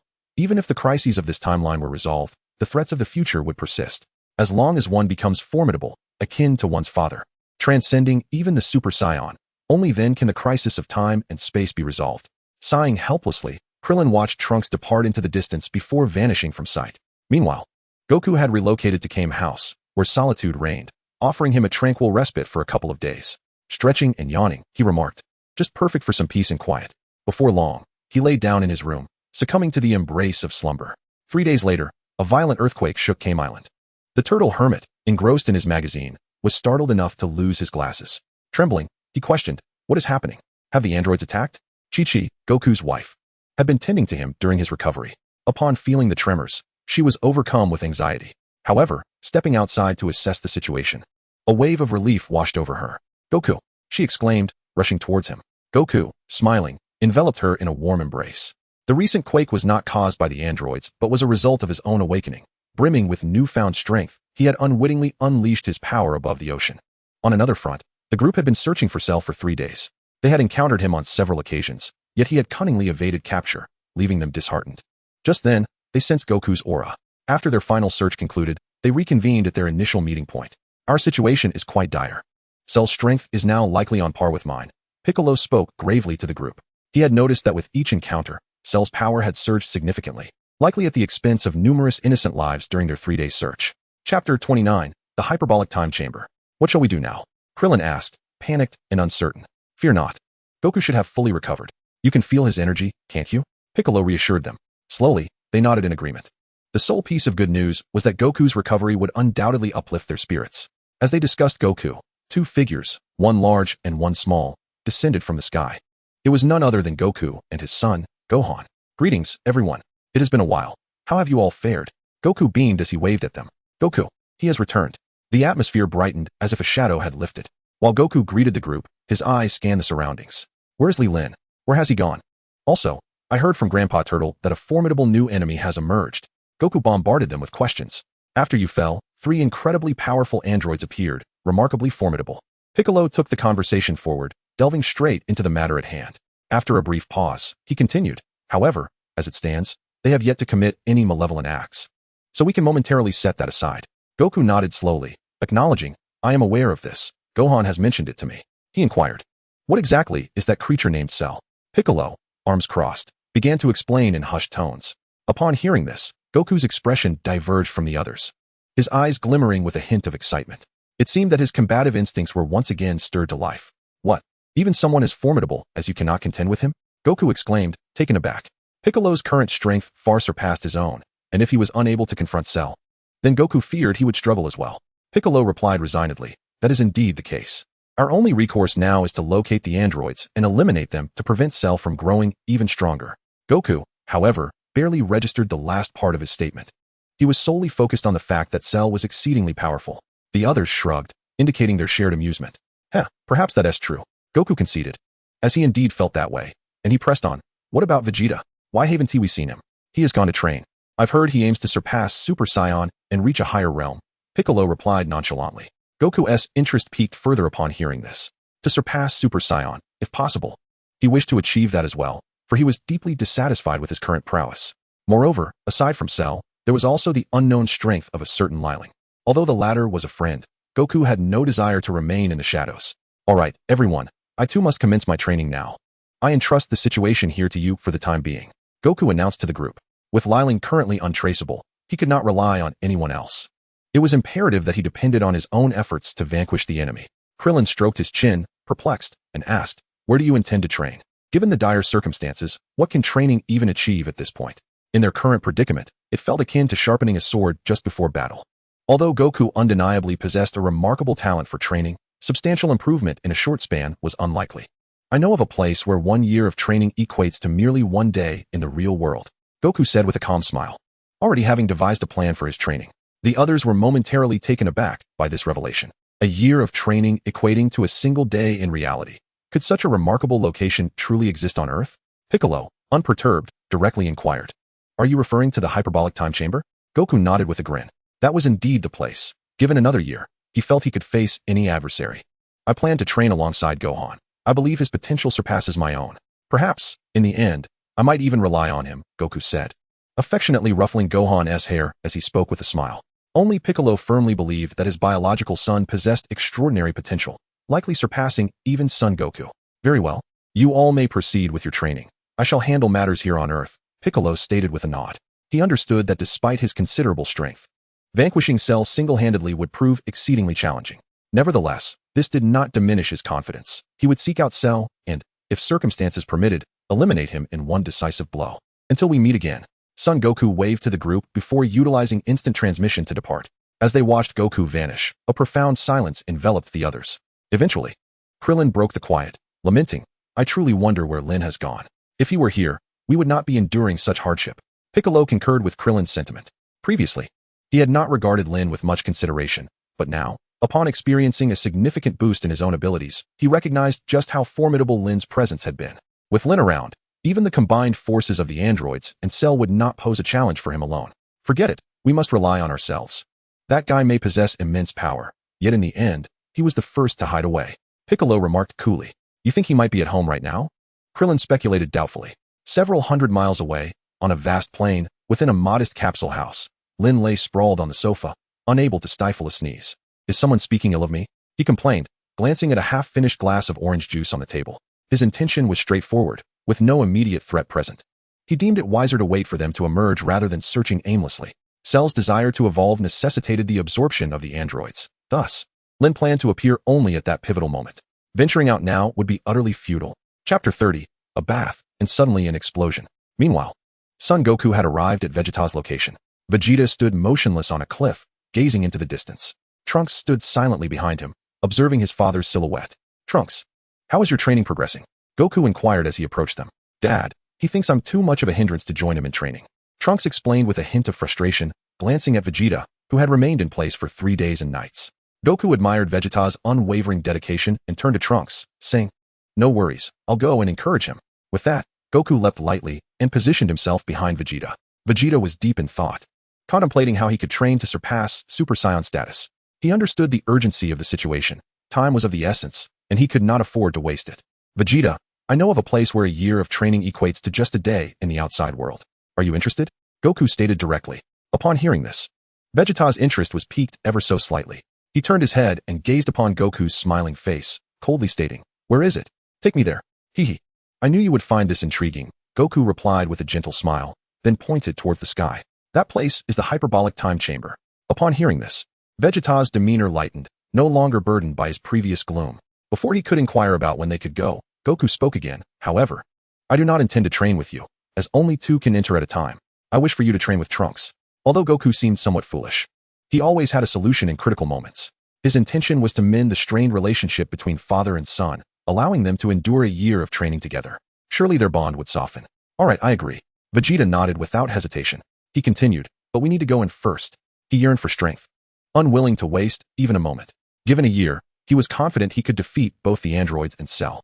If Goku entered first and eliminated Cell before he could train, what would be the point? Thus, the two finalized their training plan. Meanwhile, several days had passed, and the androids finally arrived at Goku's residence. However, upon entering the room, they found it empty, a complete disappointment. "Damn, there's no one here." Number 17 kicked the door. Frowning, they had gone through much trouble to arrive, only to find that they had not come in time. Could Goku have gone to Master Roshi's place? According to my data, Master Roshi, as Goku's teacher, frequently interacts with him, Number 16 remarked calmly. Number 17 nodded, finding this reasoning plausible. Recalling that Goku had trained under Master Roshi during his youth. At this moment, it was most likely that Goku was hiding on Kame's house. "Hey, look over there. There's a small house. Why don't we go ask?" Number 18 suggested, pointing to a nearby modest dwelling. The area was desolate, devoid of life. Someone living near Goku must have a significant connection. Rather than wandering aimlessly, it would be wise to inquire, as they might find a clue. Number 17 glanced at it and said, "All right, let's go ask." Number 16 had no objections and quietly followed behind the siblings. As they approached the small house, just a couple of steps away, Number 17 raised his hand, and a purple beam of light flickered. Whoosh! A ray shot forth from his fingertips. Boom! Without a doubt, it struck true, and the house was instantly engulfed in flames and explosions, reduced to ashes. After witnessing the scene on the 18th, she furrowed her brow slightly. 17. How could you act in such a manner? Were we not supposed to interrogate him? What if you were to inadvertently kill him? The corner of 17's mouth curled upwards, exuding a nonchalant demeanor as he turned away, stating, "I have complete control over my strength. I won't harm anyone else. I truly am at my wit's end with you." 18 shook her head in resignation. Simultaneously, she turned to gaze at the site of the explosion. However, upon witnessing the unfolding spectacle, her eyes widened in shock, and a faint blush crept onto her cheeks. After a few moments of stunned silence, she covered her face and turned away. Observing 18's peculiar reaction, 17 quickly glanced over. What he saw left him astounded. How could this individual be the one? Nearby, 16 had already assumed a combat stance, his expression laden with gravity. The catalyst for their shifting demeanor was none other than Li Lin, who had been at home. Hiss. Whoosh. He had just been in the shower, brushing his teeth, singing merrily, and tending to his pet bird. He had even applied shampoo to his hair, but hadn't yet begun rinsing when the explosion erupted, nearly sending him into a panic.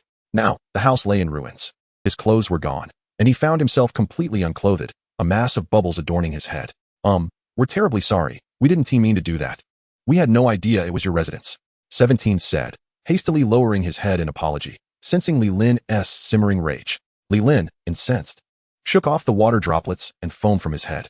Nevertheless, he remained exposed, the cold wind chilling him as the hair on his body fluttered in the breeze. He slowly opened his mouth, his voice icy as he spoke. "Do you think your apology holds any weight now? And what do you mean by not knowing it was my home?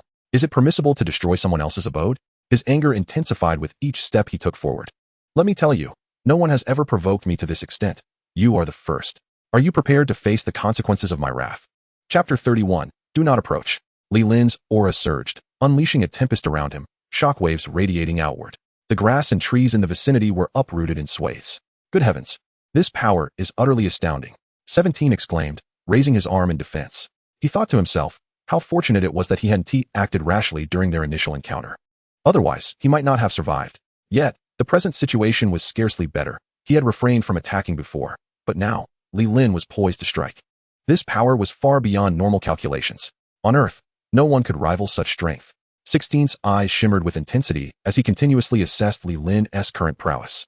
On the other side of the planet, Piccolo and his companions sensed the overwhelming energy, their expressions a mix of astonishment as they looked up. Is this the aura emanating from Li Lin? Has he encountered an adversary? Krillin gazed skyward, his eyes wide with disbelief. After sensing the aura, Piccolo's heart sank. It was likely true. This presence was even more terrifying than a year ago. It seemed this adversary's strength was indeed formidable. Who could this enemy be? Is it Cell?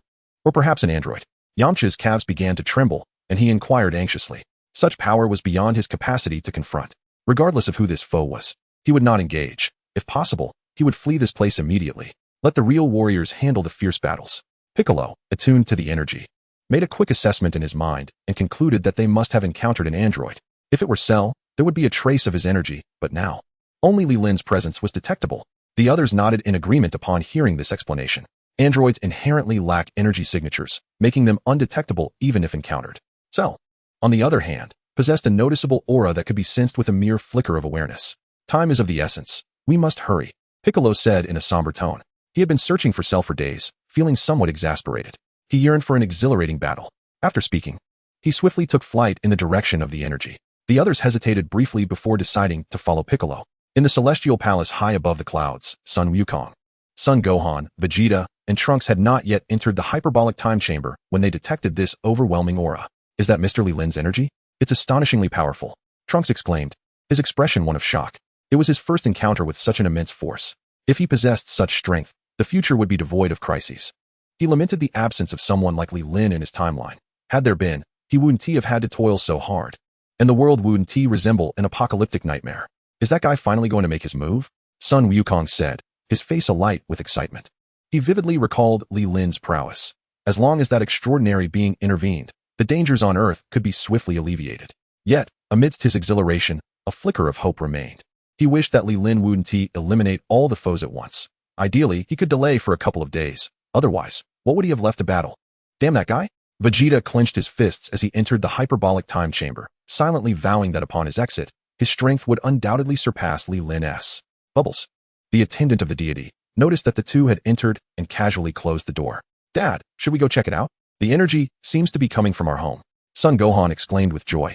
He had observed countless battles between his father and Li Lin, each one filling him with exhilaration due to Li Lin's extraordinary capabilities. Upon hearing his son's words, Sun Wukong pondered slowly, while he yearned to witness the confrontation. He had much to consider. However, reason dictated that they had more pressing matters at hand. Gohan, if we stay here, we won't make any progress. Vegeta and the others could emerge at any moment. Our primary objective is to enhance our own strengths. Son Goku spoke slowly. His reasoning was simple. Rather than seeking assistance from others, it was far more reliable to bolster one's own prowess. Relying on Leelyn's strength might help them through this crisis. But what about the next time? Or the time after that? What if Leelyn decided to depart and no longer offer his aid? What would they do then? Disappointment flickered in Son Gohan's eyes, yet he nodded and murmured, I understand, Dad. On the ground, Leelyn emanated an overwhelming aura, causing the clouds above to seemingly lose their hue at that very moment.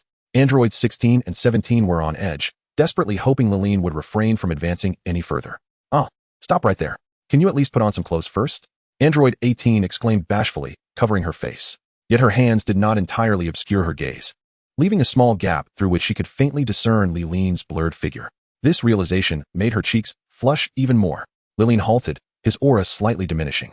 The anger that had surged within him was quelled somewhat by her bashful exclamation. Observing Android 18's shy demeanor, he glanced down at himself, suddenly comprehending much. He had been so enraged moments before that he had entirely overlooked her presence, and it appeared she had seen him in all his glory. Android 17 exhaled, relieved to see Leelyn cease his advance. The pressure had been suffocating, leaving him gasping for breath. Put on clothes? You've blown up my house. Where am I supposed to find clothes? Leelyn coldly retorted. However, the anger within him had dissipated, replaced by a trace of delight. He hadn't anticipated that Android 18 had glimpsed his formidable physique, which inexplicably thrilled him. I'll compensate. Android 17 hastily waved his hands, realizing the need for appeasement, as he had just emerged and certainly did not wish to meet an untimely demise. While speaking, he carefully scrutinized Leelyn. inwardly astonished by the man's physique, his contours, and the sheer impressiveness of his form. Chapter 32, rounding up to 100 million. Leelyn crossed his arms nonchalantly and replied, "Very well, if compensation is in order, that can certainly be arranged." Upon hearing this, Android 17 felt a weight lift from his chest. It seemed the other party was not unreasonable, and now it was a matter of determining the terms of compensation. "Look here," Leelyn began, counting on his fingers, "my capsule house is worth approximately 350,000, and the various household appliances inside are around 100,000. Not to mention, the clothes I'm wearing cost several thousand each." Li Lin calculated slowly, adhering entirely to the standard market prices. Number 17 nodded in agreement. Although these prices were not inexpensive, they were certainly preferable to losing one's life. However, Li Lin's subsequent words left him utterly stunned. Furthermore, with various additional fees rounded off, "You owe me 100 million, Li Lin stated nonchalantly. Upon hearing this sum, number 17's jaw nearly dropped in disbelief. He had never encountered such a blatant rounding off. Just moments ago, they were discussing amounts in tens of thousands, and now it had escalated to 100 million. Number 17 was rendered speechless, but number 18, upon hearing the figure, immediately became discontented. For reasons unknown, she possessed an innate sensitivity to money, bordering on greed. "Hey, what is wrong with you? Are you trying to extort us?" Number 18 lowered her hand that had been shielding her face and fixed her gaze on Li Lin. She could no longer afford to feel shy. Her cheeks still flushed, she began to argue her case vigorously against him. Li Lin, unyielding, responded, "How can this be considered extortion? This amount includes substantial compensation for emotional distress, which cannot be quantified in mere currency. Asking for 100 million is already a bargain." Number 18, upon hearing this, felt a surge of anger and retorted, "I see you as perfectly fine, even if there is a claim for emotional distress. You cannot demand such outrageous prices." They had just emerged from their previous circumstances, and they certainly did not possess such a vast sum of money. Even if they did, they would not simply hand it over to this person. "TCH, that is not my concern," Li Lin replied coolly. He was not intentionally attempting to extort them. Rather, he sought to impart a lesson. Knowing they could not produce such a sum, he figured that a good beating would suffice to resolve the matter. "Humph." Number 18 scoffed coldly, her pride evident. "In any case, we don't have the money, so let us leave it at that." She was not unreasonable. It was only natural to compensate for the damage done to others. In fact, offering additional compensation would also be reasonable, and she would not flinch at the prospect. It was simply that this individual was utterly unreasonable, akin to taking advantage of their misfortune. Li Lin found number 18's obstinacy amusing. Perhaps due to a psychological reaction, he felt a slight physical response. He quickly steeled himself, suppressing it, and feigned anger as he declared, "In that case, prepare to face my wrath. Who will be the first to step forward, or shall you all come at once?" Number 17, observing his intimidating demeanor, felt an acute sense of panic. The formidable presence before him was terrifying. Who would dare to bear the brunt of his anger? He had no money on hand, let alone 100 million. Even if he were to go out and rob someone, it would take an eternity to acquire such a sum. Number 18, sensing that Li Lin was serious, quickly retreated behind number 16. Number 16, meanwhile, found himself in a predicament of his own.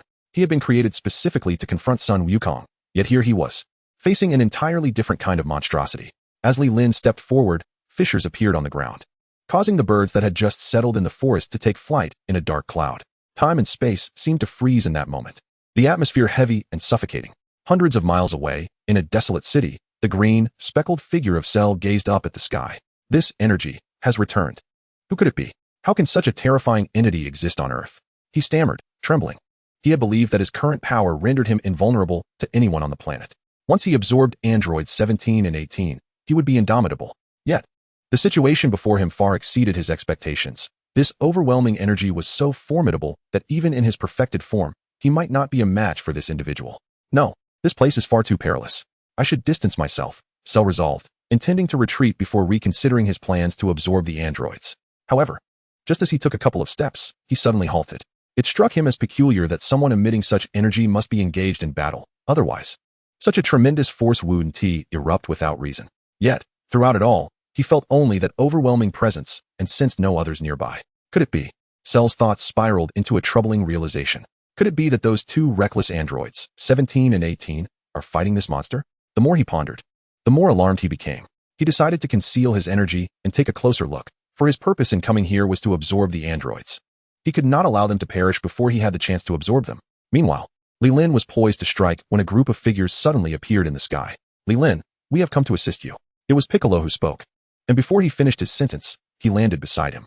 However, upon seeing Li Lin, he was utterly astonished. Why isn't he wearing any clothes? He thought in bewilderment.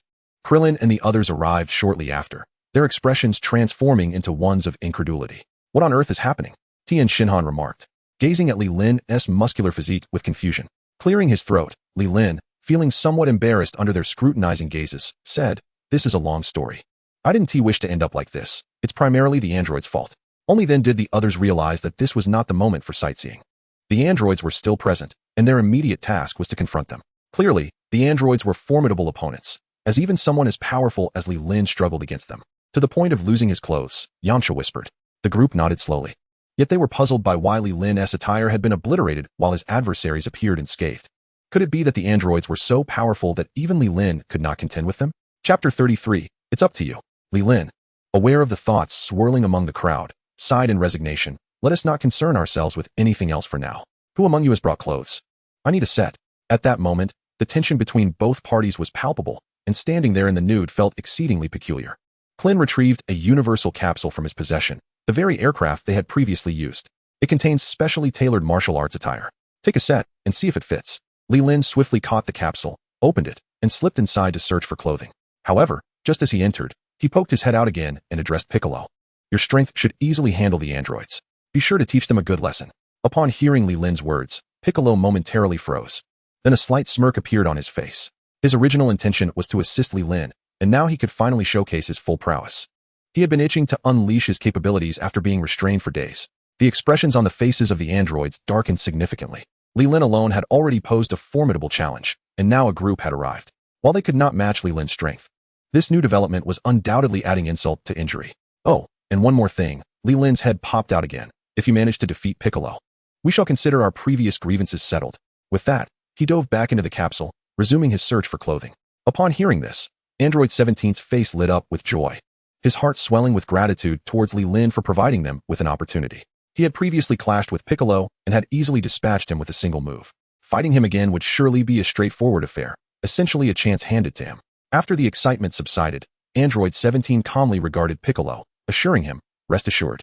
I will be gentle. I have no intention of harming you. Huh? Piccolo scoffed coldly at this remark, retorting, harm me? You think you're worthy? Unfazed, 17 dismissed Piccolo's bravado, recalling how he had once left him incapacitated with a mere strike. No matter how fervently Piccolo had trained in the interim, how much could he have truly improved? Since you are so confident, let us begin. We shall end this swiftly. With that, 17 adopted a battle stance. Piccolo looked at him impassively and spoke in a low tone. We should find another location to avoid disturbing others. Though this area was sparsely populated, there were still a few households nearby. After merging with Dend, Piccolo had grown kinder, unwilling to let his fight harm innocent bystanders. Very well, 17 agreed, eager for a swift resolution and aware that with Li Lin present, he might hold back his full strength. Without further ado, the group set off, their forms a blur as they swiftly departed the scene. In less than a minute, they had flown nearly 100 miles to a small island. Will he come? Android 18 slowly descended, gazing in the direction of their departure, contemplating silently. Today indeed held profound significance for her. For the first time in his life, he encountered a man standing before him completely unclad. Android 16 maintained an expression as tranquil as still water, standing aside with an air of composure. As long as he was not confronted by Li Lin, he could remain utterly unperturbed among the others. The inhabitants of Earth gradually descended before them. With a keen gaze, Piccolo scrutinized Android 17, placing a hand at his collar and forcefully tugging. The white weighted clothing draped over him was cast heavily to the ground. He beckoned to Piccolo with a subtle motion, indicating that he was ready to attack. Rather than succumbing to anger, Piccolo glanced at androids 18 and 16 behind him, noting their lack of intent to engage. A faint smile crept across his lips as he thought to himself, excellent, if we can dispose of this young man, Cell will be unable to evolve into his perfect form, and the remaining duties may be entrusted to Li Lin or Goku. With this in mind, Piccolo resolved to act without delay. With a fierce roar, his white aura surged dramatically. A powerful shockwave roared across the ocean, causing the entire island to tremble. Is this the extent of Piccolo's power? Though he could not compete with Li Lin, he was undeniably formidable. Krillin, feeling the tempest, exclaimed in excitement. The others also acutely sensed this overwhelming force. Li Lin, having just donned a red martial arts uniform, was astonished by the energy, remarking to himself, so this is Piccolo's aura. Indeed, it is quite remarkable. After a brief moment of reflection, Li Lin reduced his flying device to capsule form and secured it on his person. He then turned and soared into the sky, advancing towards their battlefield. On the battlefield island, Android 17 was astonished by Piccolo's strength. Although the androids themselves emitted no energy, They could distinctly sense the auras of others. The energy Piccolo now unleashed was several times stronger than when they had clashed days prior. What could have caused this transformation? Just as he pondered this, Piccolo maximized his energy intensity. In an instant, he appeared behind him. With a swift elbow strike, he aimed for Android 17's back. Bang! The sudden assault caught 17 off guard, nearly sending him sprawling to the ground. As he turned his head, he was met with another rapid strike from Piccolo, who left him no chance to react. A punch landed squarely on his face, sending Android 17 staggering back several steps. Seizing the opportunity, Piccolo pressed the attack with a flurry of punches and kicks, gaining the upper hand. Piccolo launched a punch upward, but 17 deftly seized his wrist, whispering, "Do not become overly complacent." With that, he retaliated with a punch to Piccolo's chest, sending him flying backward. Regaining his balance midair, Piccolo accelerated and charged once more. The two engaged in close-quarters combat, the sound of their strikes resonating like thunder in the sky. Piccolo's assault was relentless, and while Android 17 defended himself, it was evident that Piccolo held a slight advantage, exerting a measure of dominance over the encounter. In the next moment, Piccolo unexpectedly delivered a swift kick to Android 17. Caught off guard, 17 was sent flying, crashing heavily to the ground. Seizing the opportunity, Piccolo's palm was already aimed at him. As 17 rose to his feet, a golden glow emanated from the center of Piccolo's palm. A powerful energy wave erupted forth. Boom! The small island trembled violently, debris scattering across the ground, and smoke billowing upward. After the explosion, 17 was nowhere to be seen on the ground. Instead, he had taken refuge in the air, having narrowly evaded the attack. Yet, the expression on his face betrayed that he had sustained some damage, blood trickling from the corner of his mouth. Chapter 34, Piccolo's Moment of Glory. Wiping the blood from his lips, 17 chuckled derisively. "It seems I truly underestimated you." The two resumed their fierce battle, but this time, 17 appeared markedly more at ease. Clearly, he was now employing all his strength, intent on taking this fight seriously. Bang! After exchanging a punch, they swiftly separated. Piccolo seized the moment, raising his right hand to unleash a golden energy wave. 17 smiled faintly, slightly angling his body to effortlessly evade the attack, taunting, "Such an assault cannot bring me down." Piccolo, undeterred, remained silent. If one attack failed, he would unleash several. With both hands, he waved, golden light flashing from his palms. Tat tat tat. Energy waves descended upon 17 like raindrops, showcasing the essence of the prince's combat technique. Unhurried, 17 danced through the air, evading with grace. TCH. Frustrated by the repeated failures to land a hit, Piccolo thought, "Let me see how you evade this." He clenched his right hand tightly, then suddenly opened it, channeling his energy to release a wave even faster and more powerful than before. Realizing he could not escape this wave, 17 chose not to dodge. He crossed his arms defensively in front of his face. Sizzle. The energy wave was halted, but with a sudden forceful thrust of his arms, he sent it ricocheting away. Boom. The golden energy wave exploded above him. Interesting, quite interesting. 17 exclaimed with excitement. It appeared he was beginning to relish this battle. With that, the two soared towards each other once more. Bang! They collided again, triggering massive waves on the sea, and a rainbow began to form in the sky. Boom, boom, boom. Their attacks grew increasingly fierce, and the previously clear skies were filled with thunderous roars. After yet another clash, they once again distanced themselves. Piccolo had not anticipated that the android would prove so formidable, but he felt exhilarated. For it had been a long time since he had engaged in such a thrilling fight. It's hard to imagine how you train to achieve such rapid improvement in such a short time. 17 remarked in admiration. This time, he had underestimated his opponent. Yet what left him even more perplexed was the prowess of Piccolo. As soon as the words escaped his lips, Piccolo raised his hand to launch an attack, and the energy wave re-emerged. Number 17 nimbly evaded it, furrowing his brow as he remarked, "Is that all? Such an assault is ineffective against me." Standing his ground, he chose not to dodge this time, for he realized that although the attacks were numerous, they were all misdirected. Glancing upwards, he noticed the multitude of golden orbs hovering above him. While he was still observing, he found himself encircled by these energy waves both beneath and in front of him. "So that was your intention?" Number 17 exclaimed in astonishment. He had not anticipated that someone could wield the energy wave in such a manner. Today had truly broadened his horizons. Piccolo smiled serenely, then brought his hands together. Countless energy waves surged towards the center where number 17 stood. Boom, boom, boom. The explosions erupted instantaneously, illuminating the sky as if it were midday. Mushroom clouds blossomed one after another, and smoke billowed in every direction. Exhaling deeply, Piccolo's gaze remained fixed on the dissipating smoke.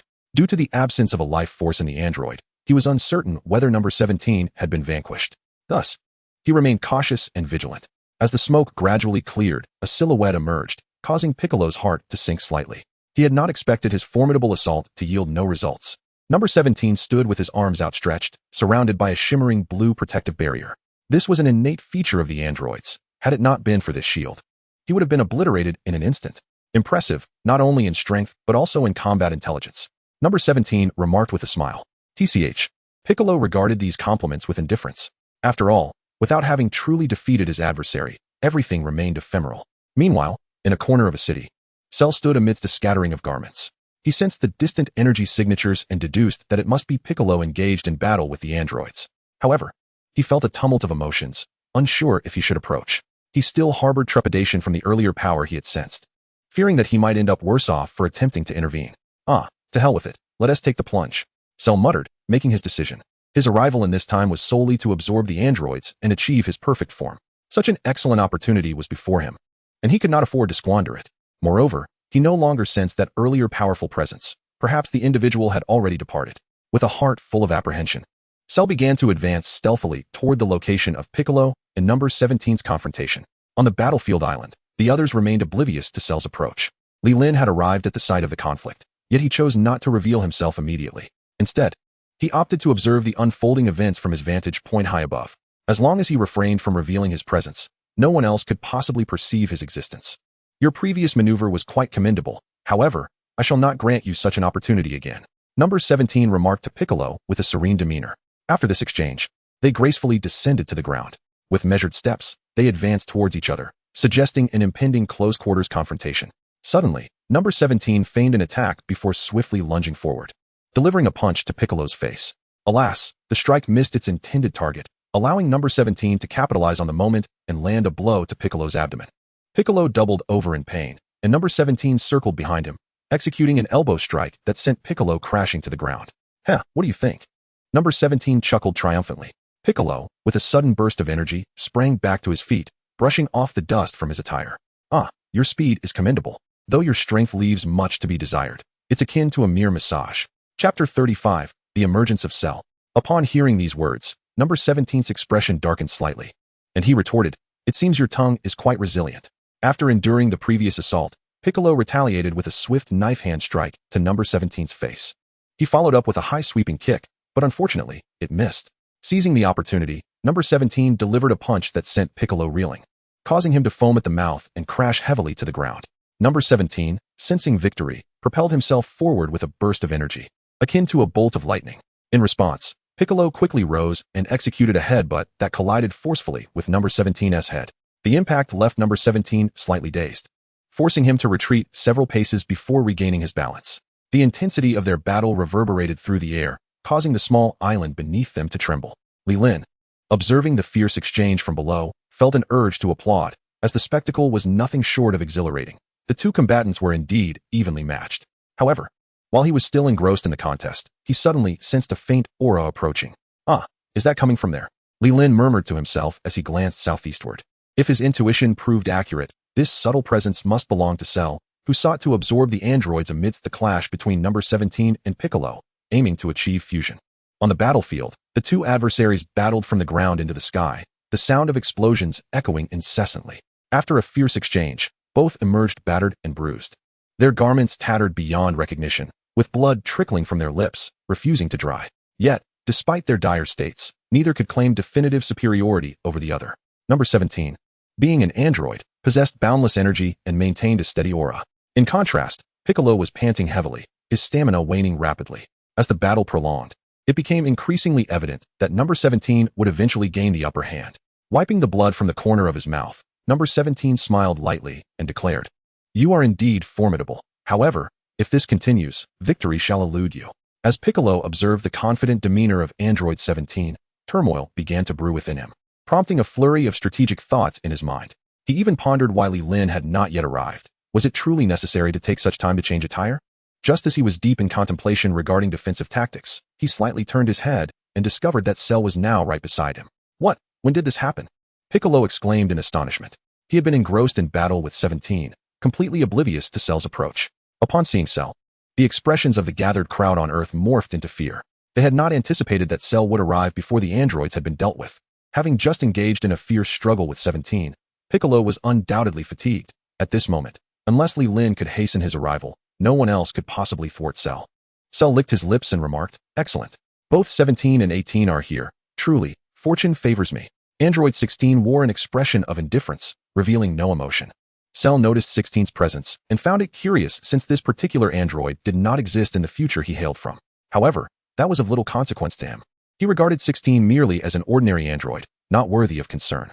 "Very well, it seems that the formidable warrior is not present. Today is indeed my lucky day." Cell surveyed the area and, feeling relieved that the aura which had previously instilled fear in him was absent from the gathered individuals, his spirits soared. He gradually descended before them, fists clenched, as a golden radiance began to emanate from his body. With a resounding roar, the light surrounding him transformed into golden flames, signifying his ascension to the Super Saiyan state. Ignoring Piccolo entirely, Cell sauntered past him with a mocking tone, saying, "What will you do now? If you wish to impede me, you'd best hurry." The pressure Cell exerted was overwhelming. Given his current state of exhaustion, the prospect of stopping him seemed increasingly daunting. Witnessing this scene, the people on Earth trembled in fear, lamenting their lack of strength that rendered them incapable of holding their ground in such dire circumstances. After finishing his taunt, Cell continued his advance towards 17's position. 17, perplexed, wondered about the nature of this creature, sensing Piccolo's evident fear. There were no records of such a being in his memory, leading him to believe it was merely an unknown entity. Suddenly, Piccolo turned to 17 and shouted, "Run. This creature intends to absorb you." 17 was taken aback, momentarily at a loss. "Absorb me? What does that mean?" As he pondered these questions, Cell's tail, resembling a syringe, elongated and lunged toward 17. Reacting swiftly, 17 evaded the attack with remarkable agility. Seeing his initial strike fail, Cell's tail launched a series of relentless assaults. Yet, 17 deftly dodged each one, escaping unscathed. As Sheru observed the gap through which his opponent was attempting to evade, he seized the opportunity with alacrity. Gripping his right hand with a vice-like hold, with a surge of strength, he forcefully slammed Android 17 to the ground. Standing atop his incapacitated form, Sheru rendered him immobile, while his tail, poised behind him, began to writhe ominously. Piccolo, witnessing the dire situation unfold, recognized the urgency and knew he could not allow Sheru to prevail. In an instant, he materialized before Sheru and delivered a powerful kick. Sheru was sent hurtling away by Piccolo's strike, allowing Android 17 to swiftly rise to his feet, executing a nimble leap to stand shoulder to shoulder with Piccolo. "What did you just say? What do you mean by absorbing me?" 17 inquired softly, his curiosity piqued. Piccolo, his gaze fixed unwaveringly on Sheru, succinctly informed him that this creature was a creation of Dr. Gero, and that he was not yet in his complete form. "You and Android 18 are merely his sustenance. Once he absorbs you both, he will grow stronger and evolve into his ultimate state." Sheru gradually rose, an eerie smile spreading across his face. "You should feel elated. Once we merge as one, we shall be invincible. Is this not what you desire?" Upon hearing this, 17's countenance darkened. Who would want to merge with such a grotesque being? His resentment towards Dr. Gero intensified. The old man had schemed against him and 18 even after his demise. Chapter 36, The Arrival of Android 16. Merge as one. "Do you even think you are worthy?" 17 scoffed, pointing his thumb at himself. "I am the mightiest warrior. Why would I need to fuse with you?" Sheru, upon hearing this, chuckled sinisterly and shook his head, revealing his intention to absorb them by force rather than through peaceful means. "If that is the case, I shall take matters into my own hands," he declared brazenly. Unfazed, 17 beckoned him with a gesture. "Then come and try?" Piccolo, observing 17's defiance and provocation, inwardly chastised him for his foolishness. Sheru was prepared for battle, confident in his ability to defeat and absorb 17. Just as tensions reached a boiling point, the previously silent Android 16 spoke up. 17, you must flee. Based on my calculations, this creature, Sheru, is immensely powerful. You are no match for him. Moreover, I can discern that his intentions extend beyond merely eliminating Son Goku. He seeks to annihilate the Earth. 17, dismissing 16's warning, retained his pride as a warrior. I refuse to believe that this hideous monster is stronger than I, he declared arrogantly, charging forward with a massive punch aimed at Sheru. Sheru nimbly leaped upward, evading the blow, then descended with an elbow strike that sent 17 crashing to the ground. Seeing this, Piccolo rushed to assist, unleashing a punch that Sheru effortlessly blocked, followed by a kick that proved just as ineffective, registering no impact on Sheru's formidable physique. In retaliation, Sheru pivoted and delivered a vicious kick directly to Piccolo's chin.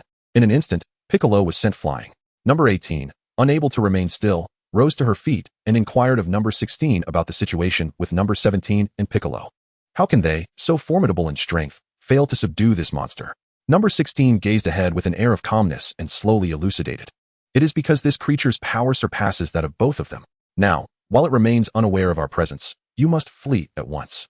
Seek out that individual we encountered earlier. Only he possesses the ability to vanquish this beast, even if he is reluctant to assist. Remaining by his side will ensure your safety. Upon hearing number 16 mention that person, a faint blush appeared on number 18's face as she murmured to herself. Is that so? Meanwhile, Piccolo struggled to rise, gasping for fresh air. It seemed that Cell was more intent on eliminating the persistent nuisance rather than dealing with number 17 first. Gathering his energy, Piccolo placed his hands before him, and suddenly, a brilliant golden light erupted. A powerful energy wave was unleashed in an instant. Sensing impending danger, number 17 turned and fled. A tremendous explosion ensued, tearing apart half of the small island. Witnessing this spectacle, number 18's face lit up with hope. Did we succeed in defeating Cell? Number 16 observed the unfolding battle with clarity, shaking his head slowly and muttering, not only did we not defeat him, but we didn't even scratch him. Indeed. The next moment, Cell emerged from the ocean, his body engulfed in golden flames, appearing unscathed. Now, both the androids and the gathered humans were rendered powerless. Panting heavily, Piccolo watched as Cell approached him step by step, and suddenly shouted, "Number 17, run." Cell struck him squarely in the face with a punch. Piccolo collapsed heavily to the ground, realizing as Cell lifted him that his neck had already been broken. Haha, Cell chuckled coldly, raising his other hand to unleash an energy wave that pierced through Piccolo's body, casually discarding him into the sea. With Piccolo out of the way, Cell turned his attention to number 17, intent on absorbing him. Number 17 bravely retaliated, launching a punch, but Cell's speed was astonishingly swift, allowing him to evade effortlessly. For a moment, number 17 lost sight of his opponent, unsure of his whereabouts. Suddenly, Cell descended from the sky, striking number 17 to the ground and pinning his head down, delivering a brutal beating. Witnessing number 17's utter defeat, number 18's heart filled with dread. It seemed they truly had to flee. Number 16, without looking back, stated calmly, "As long as you escape, Cell will not be able to achieve his perfect form, and he will not reign supreme." "And what about you?" Number 18 asked anxiously. Number 16 replied with a confident smile, "I will handle him." Startled by his resolve to confront this monster alone, number 18 urgently urged, "Let us rescue number 17 and flee together. We are no match for him." In the current predicament, it is evident that solitary efforts will no longer suffice. The only viable solution lies in her collaboration with Android 16 to rescue Android 17 first, followed by a strategic reassessment. Android 16 slowly shook his head, stating, "My primary purpose of creation was to confine both of you. However, after Dr. Zero transformed himself into an artificial human, I was subsequently sealed away. Throughout this journey, I have come to realize that both of you possess inherently good natures. Before confronting Son Goku, I must first eliminate this cell." With that, Android 16 stepped forward deliberately. Android 18 stood frozen, astonished to discover that Android 16 was a creation of Dr. Zero, intended to control herself and Android 17. This revelation implied that his strength surpassed that of both herself and Android 17. Meanwhile, Cell had seized Android 17 by the collar, lifting him effortlessly. His tail unfurled, revealing a gaping maw poised to devour. Android 17 struggled desperately, his hands pressed against his head. "Haha, Android 17, cease your resistance. It is futile. Submit to me, and we shall merge as one." Cell cackled malevolently, sensing that he was one step closer to achieving his perfect form. However, as he basked in his arrogance, he suddenly felt a hand on his shoulder. Puzzled, Cell turned to see Android 16 smiling faintly before delivering a powerful punch directly to his face. Cell was sent sprawling, stars dancing before his eyes as he crashed to the ground. "Damn it," he exclaimed, springing back to his feet. Spotting Android 16, he scoffed, "Another fool who seeks death." On the ground, Android 17, lying prostrate, urged, "You must flee with Android 18. You stand no chance against him. Engaging in battle now would only lead to your demise." Above, Li Lin observed the unfolding chaos with quiet contemplation. Upon witnessing the entrance of Android 16, he murmured to himself, "It seems my moment to intervene is drawing near." Chapter 37, Evolution. Android 16, his expression inscrutable, regarded the flung cell and calmly asserted, "According to my calculations, my strength should be commensurate with his." Android 17, taken aback by this assertion, marveled at how Android 16, typically so unassuming, now claimed to possess power on par with this monstrous foe. "Therefore, I will hold him off. You and Android 18 must seize the opportunity to escape. We cannot allow him to attain his perfect form." Android 16 stated with unwavering resolve. After delivering his instructions, he advanced alone, gathering momentum before propelling himself like a bullet towards the fray. "Humph." Cell scoffed at what he perceived to be Android 16's reckless endangerment. The two then engaged in combat, an encounter that left Cell astonished. The strength of Android 16 proved formidable, matching his own in a battle that soared from the ground to the skies. Bang! A resounding clash echoed as Android 16 and Cell engaged in a fierce struggle, neither yielding to the other. Cell, taken aback, marveled at the formidable artificial being created by Dr. Gero in this world. A thought flickered in his mind. What if he were to absorb this powerful entity? Suddenly, excitement surged within him, and without hesitation, he proceeded with his plan. As Android 16 took a slight step back and raised his gaze, Cell's tail, resembling a whip, swiftly pierced through his neck. Haha, Cell chuckled wickedly. Let me absorb you first. A smirk appeared at the corner of 16's mouth as he tilted his head, seemingly inviting Cell to absorb him. However, as Cell began the absorption process, he found himself unable to extract even a hint of energy. It dawned on him with shock. You're a robot? Seeing Cell's realization, 16's smile blossomed further. Seizing Cell's tail, he yanked it from his neck and, with a sudden surge of force, slammed Cell into the ground. The impact was thunderous, leaving Cell dazed and on the verge of disintegration. Capitalizing on Cell's moment of vulnerability, 16 stepped on his tail, gripping it tightly and pulling it forcefully. With a tearing sound, Cell's tail was ripped from his body. Now you cannot absorb me, 16 stated calmly, facing Cell. Lying on the ground, Cell gritted his teeth, his expression fierce, yet soon he regained his composure, a hint of a smile gracing his lips. Slowly rising, he faced 16 and remarked, "Is that so?" With that, the severed tail began to writhe, and astonishingly, a new tail sprouted forth. Upon witnessing this, 16's eyelids flickered as he slowly spoke. "It seems the only solution is to eliminate you." Haha, Cell scoffed, "Then come and try." Suddenly, a golden aura enveloped him, his energy surging.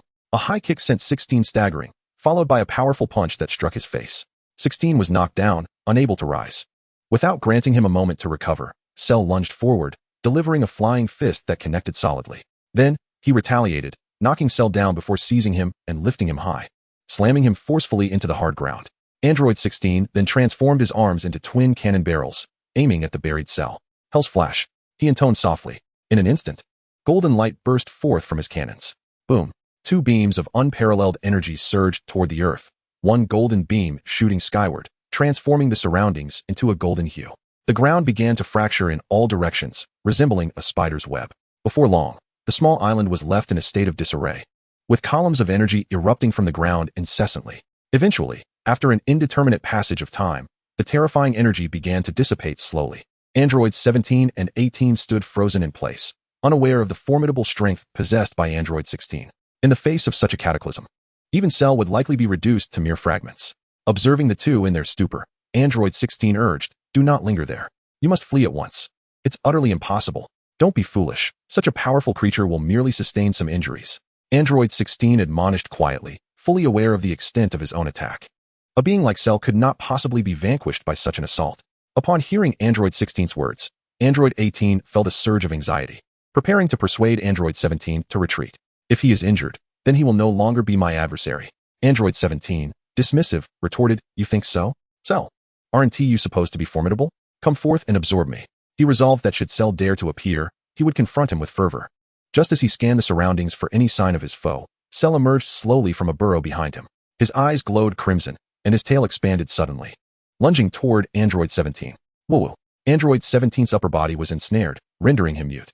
Witnessing this, Android 16 rushed to his aid, but it was too late. Android 17's entire form had been consumed by Cell. At the instant of devouring Android 17, Cell began to tremble, and a flash of light enveloped him. His entire appearance underwent a transformation, most notably marked by a large black nose and sausage-like lips. Realizing the gravity of the situation, Android 16 halted abruptly, then turned to grasp Android 18's hand, desperately fleeing backward. Chapter 38. Apologies for the delay. Cell observed as the two fled past him, a peculiar smile flickering at the corners of his mouth. In an instant, he lunged forward, positioning himself in their path. "You shall not take Android 18 away. Surrender now," Cell declared with confidence, invigorated by his newfound strength and in high spirits. After speaking, he turned to glance at his reflection in the water, nodding slowly, evidently pleased with his current power and appearance. With a resounding thud, Cell did not evade the ensuing punch, instead smiling as he absorbed the blow without so much as a tremor. "Pathetic. Android 16, your power is far too weak," Cell remarked, shaking his head. He then raised one hand, a brilliant light flashing as a key blast sent Android 16 hurtling away. As a robot, Android 16 felt no pain. However, half of his head had been obliterated. Android 18 quickly glanced at Android 16, but before she could assess his condition, Cell was already before her. "Come now, Android 18. It is your turn." Cher spoke wickedly, slowly advancing towards her. Android 18 quickly retreated 2 steps, placing her right hand on her left chest, warning him not to come closer, or she would self-destruct. Clearly, her threat had an effect, as Sheru halted his approach. However, he then smiled faintly, and the voice of Android 17 echoed from his mouth. 18, come here quickly. It feels magnificent after merging, with no pain at all. Let us conquer this world together. Android 18 was not foolish. She recognized that such words could not belong to 17. Retreating another 2 steps, she scolded him angrily. Stop deceiving me. There is no way I will be absorbed by you. Realizing his ruse was exposed, Sheru decided to abandon his pretense, revealing a fierce expression. In that case, I shall have to use force to absorb you. He was unconcerned about her self-destruction. After all, it would take time. His current speed was beyond what 18 could react to. As long as he absorbed her before the self-destruction commenced, he would succeed. Observing from above, Leelyn witnessed 18 in peril and prepared to intervene. In truth, he could have acted when 17 was absorbed earlier, but he refrained, wanting to teach this interloper a lesson for destroying his home. Just as he readied himself to strike, Tianjin Fan suddenly leaped into action. He clasped his hands together, aiming through the gap at the Sheru below, and shouted, "New key blast." Sheru had not anticipated this sudden intervention. Before he could react, a golden light descended upon him. "Ah!" he screamed, as he was driven deep into the ground. "Damn it!" he shouted in fury, rapidly adjusting himself to ascend. Huffing and puffing, Tianjin Fan, exhausted after unleashing the key blast, was drenched in sweat. This technique drained a significant amount of his stamina and vitality. Yet, the urgency of the situation left no room for concern. With another explosive shout, the golden light flared once more. Just as Sheru emerged, he was again thrust underground. "You wretched thing." Sheru gritted his teeth in anger, desperately striving to ascend. Although Tianjin Fan's key blast was not overwhelmingly powerful, its control was remarkably potent. Before he could rise, he found himself sliding back down. This cycle repeated several times, as he continued to plummet within the deep pit. "Run quickly." Android 16 urged Android 18 ahead of him. Regaining her composure, she hurriedly assisted 16, preparing to flee. Despite being buried underground, Sheru, inheriting Piccolo's lineage, possessed exceptional hearing and faintly caught wind of 18's intention to escape. Gathering all his strength, he braced himself against another key blast, swiftly ascending from the pit. Gasping for breath, Tianjin Fan, now severely fatigued, saw Sheru break free and focused his energy once more. Shouting, "New key blast." As Cell soared from the depths of the pit, he had barely taken 2 steps before he was once again plunged back underground. At that moment, Tian Shinhan, on the verge of collapse, could no longer withstand the pressure and fell heavily from the sky. Emerging from the pit once more, Cell noticed that Android 18 had escaped, igniting an inferno of rage within him. He raised his hand and roared, "Damn it, die, Tian Shinhan." The terrified populace of Earth cried out in horror. Alas, they were far too weak to intervene. Just as the situation reached a critical juncture, a figure suddenly descended upon the scene, lifting Tian's body and retrieving Piccolo from the sea, vanishing before their eyes. "What?" Cell exclaimed in surprise. The figure was none other than Son Goku. Though Cell was perplexed by the sudden appearance and disappearance of this individual, Li Lin, initially preparing to intervene, decided to wait a moment longer, observing Goku's incredible speed. He pondered to himself how invaluable instant transmission would be and resolved to learn it from Goku at the earliest opportunity. "Scoundrels, you shall perish," Cell seethed, directing his fury towards Krillin and Yamcha, who were now gripped by fear. "What should we do? What about Krillin?" Yamcha trembled, unwilling to meet his demise. Krillin, his mind blank, felt that they could only await their fate. However, just as Cell was about to strike, a tremendous energy enveloped the area. Krillin's eyes widened in astonishment, his face lighting up as he exclaimed, "Li Lin, it's Li Lin's energy. He has arrived." Cell, sensing this formidable presence, hesitated to attack further. Despite having evolved into his second form, he recognized that he was no match for this power. He understood that a wise warrior avoids reckless confrontation. Now, it was paramount to pursue Android 18. With that thought, he transformed into a streak of light, racing towards the horizon. In the instant Cell departed, Li Lin manifested before the group. With Cell's exit and Li Lin's arrival, Krillin felt a wave of relief wash over him. His voice choked with emotion, he said, "Li Lin, you finally made it. If you hadn't come, we would have been slaughtered." Li Lin surveyed the scene, feigning a look of remorse as he replied, "I apologize for my tardiness. I assumed Piccolo could handle the androids, so I arrived a bit late. I never expected Cell would follow suit. This oversight is entirely mine." Yamcha, observing Li Lin's pained expression, placed a comforting hand on his shoulder and assured him, "It's all right. If it weren't for you, we would have been done for." Li Lin nodded slowly. His absence was strategic, aiming to stage a heroic rescue before Android 18 to win her heart. Just as the opportunity presented itself, Tian's unexpected interference allowed 18 to escape, leaving him with no choice but to wait for another chance. As for the people of Earth, he resolved to turn a blind eye, provided they were not in immediate peril. For the sake of brothers' happiness, let us endure a little hardship, for it is a trial you all must face. Chapter 39. Won't you come and take a look? Li Lin, what should we do now? Shallow has escaped. Do we need to pursue him? Krillin inquired anxiously, still haunted by recent events. If possible, he wished to avoid confronting that monster again. Such matters should be left to Goku and other powerful beings like Li Lin. Not at all.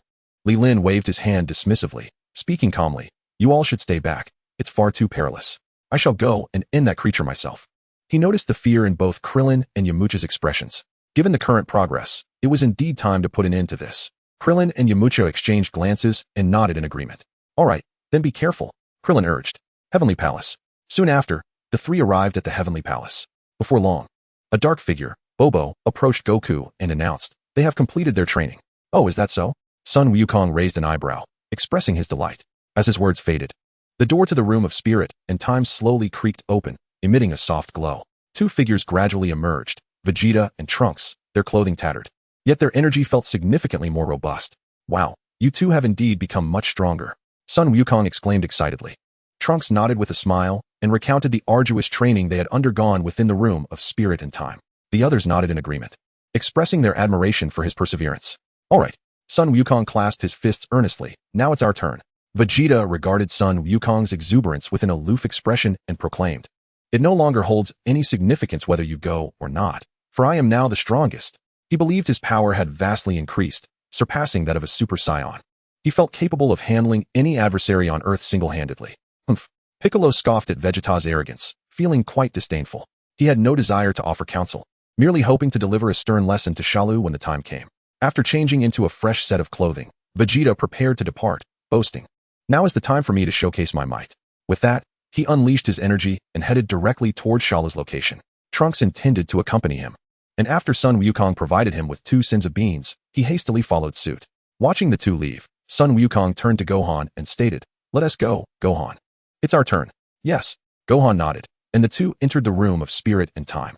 Over the vast ocean, Vegeta sensed Shalu's energy rapidly approaching. Shalu, in pursuit of Android 18, had arrived at a cluster of scattered islands, incessantly searching the vicinity for her whereabouts.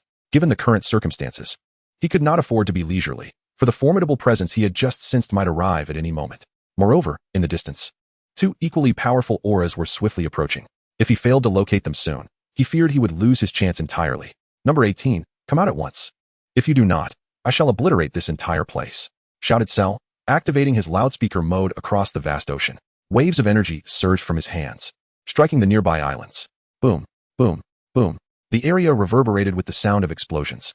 In an instant, smoke billowed, and numerous islands were reduced to mere dust. Vegeta, not far off, sensed Cell's energy and smirked slightly, thinking to himself that Cell was nothing impressive. In an instant, his white aura transformed into a golden flame, propelling him directly in front of Cell. At this point, the island had been ravaged down to a single remnant, if all went as expected. Androids 16 and 18 should be hiding here. Cell narrowed his eyes as he observed the swiftly approaching Vegeta and calmly remarked, if I recall correctly, you are Vegeta. Why do you come here to seek your demise? Vegeta scoffed, seek my demise? I believe you are mistaken. I am here to send you to your grave. Huh, excellent.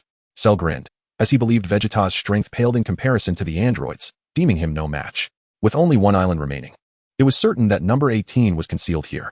Nevertheless, while Vegeta might be manageable, a hidden super-strong adversary lurked nearby, necessitating a swift resolution. The two descended slowly onto the island. Number 18 was currently hidden behind a rock, and upon seeing Vegeta's arrival, she was taken aback. Number 16 leaned against the rock and looked up at number 18, asking, who is it? Is it him? No, it's Vegeta, number 18 replied, knowing full well whom number 16 referred to, shaking her head slowly. I truly do not understand why this guy has come here. Just a few days ago, I gave him a thorough beating. What use is he now? Number 16 remained silent, his head lowered, unsure if he agreed with number 18 or was lost in thought. Just as they were deliberating about Vegeta, a familiar and magnetic voice echoed in their ears. Do not underestimate Vegeta. Cell is certainly not his adversary now. As the words faded, a figure materialized beside them. The two became as vigilant as startled birds, immediately on guard, though they refrained from making any significant movements.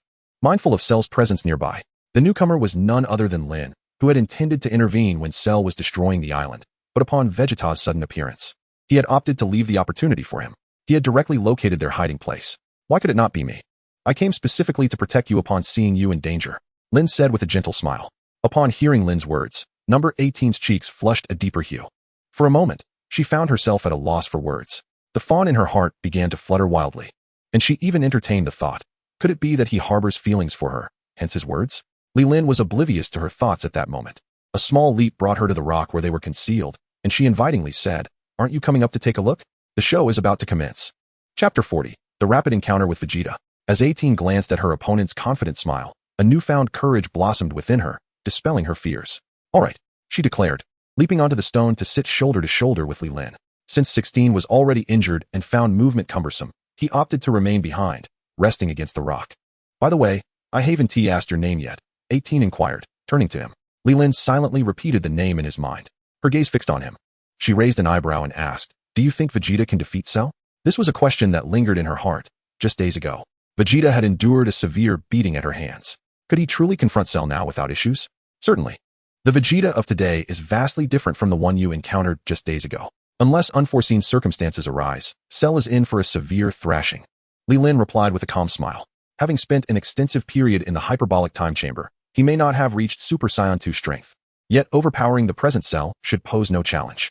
As their conversation unfolded, Trunks descended from the sky, following Vegeta to this small island. Observing the growing crowd of people, 18 expressed her concerns. Is it truly safe for us to remain here? The stone they occupied was not on level ground, but rather in a depression, meaning that even seated atop it, only the upper halves of their heads were visible. Unless one were to scrutinize the area closely, it would be difficult to discern their presence. Moreover, both Vegeta and Cell were preoccupied with one another, making it less likely for them to notice the duo. Seeing the furrow in 18's brow, Li Lin sensed her lingering anxiety regarding their safety and softly murmured, "Even if they do perceive us, what of it? Should anyone wish to harm you, they would have to step over my body first." Upon hearing this, 18's tension eased considerably, her frown smoothing out. She cast a glance at Li Lin. Though she said nothing, her heart swelled with emotion. It was the first time someone had uttered such words to her, leaving her undeniably touched. Turning back, Vegeta and Trunks stood side by side, gazing forward. "Ah, another one has arrived." Cell sneered, continuously sensing the energies around him. The earlier aura that had unnerved him had seemingly vanished. This revelation granted him a sense of relief. Perhaps he had merely been overwhelmed, conjuring illusions. Regardless, Cell resumed his arrogant demeanor, declaring, "You two can come at me together." Vegeta proclaimed with haughty arrogance, "Dealing with you is a task I can handle alone. You are merely a spectator." Upon uttering these words, a magnificent surge of golden energy erupted from his being. The overwhelming aura distorted the very fabric of the surrounding space. With a fierce roar, Vegeta unleashed a torrent of crackling lightning that enveloped him. In an instant, the lightning vanished, and his muscles swelled, doubling in size. Li Lin observed Vegeta with keen interest, silently nodding in acknowledgement. It seemed that Vegeta's innate talent was indeed commendable, having approached the threshold of Super Saiyan 2. However, the distance to true Super Saiyan 2 still appeared considerable. On the battlefield, Vegeta had optimized his state to perfection. Without warning, he lunged forward, delivering a powerful punch to Cell's abdomen. "What?" Cell exclaimed in disbelief, staggering backward a few steps. Yet, the onslaught was far from over. Vegeta charged once more, executing an uppercut that sent Cell flying. Before Cell could regain his composure, Vegeta leaped again, following up with a knee strike. Cell's mouth fell agape. He wondered why this version of Vegeta was so formidable. With a thud, Cell crashed face first into the ground. "Damn it," he muttered, grasping a handful of dirt in frustration. Suddenly, he surged into the sky, resuming the fierce battle. Filled with rage, Cell transformed his hands into fists, attacking relentlessly. However, no matter how fervently he struck, Vegeta effortlessly evaded each blow. While dodging, Vegeta steadily closed the distance on Cell. In that moment, Cell, despite being the aggressor, found himself unable to land a single hit and was forced to retreat.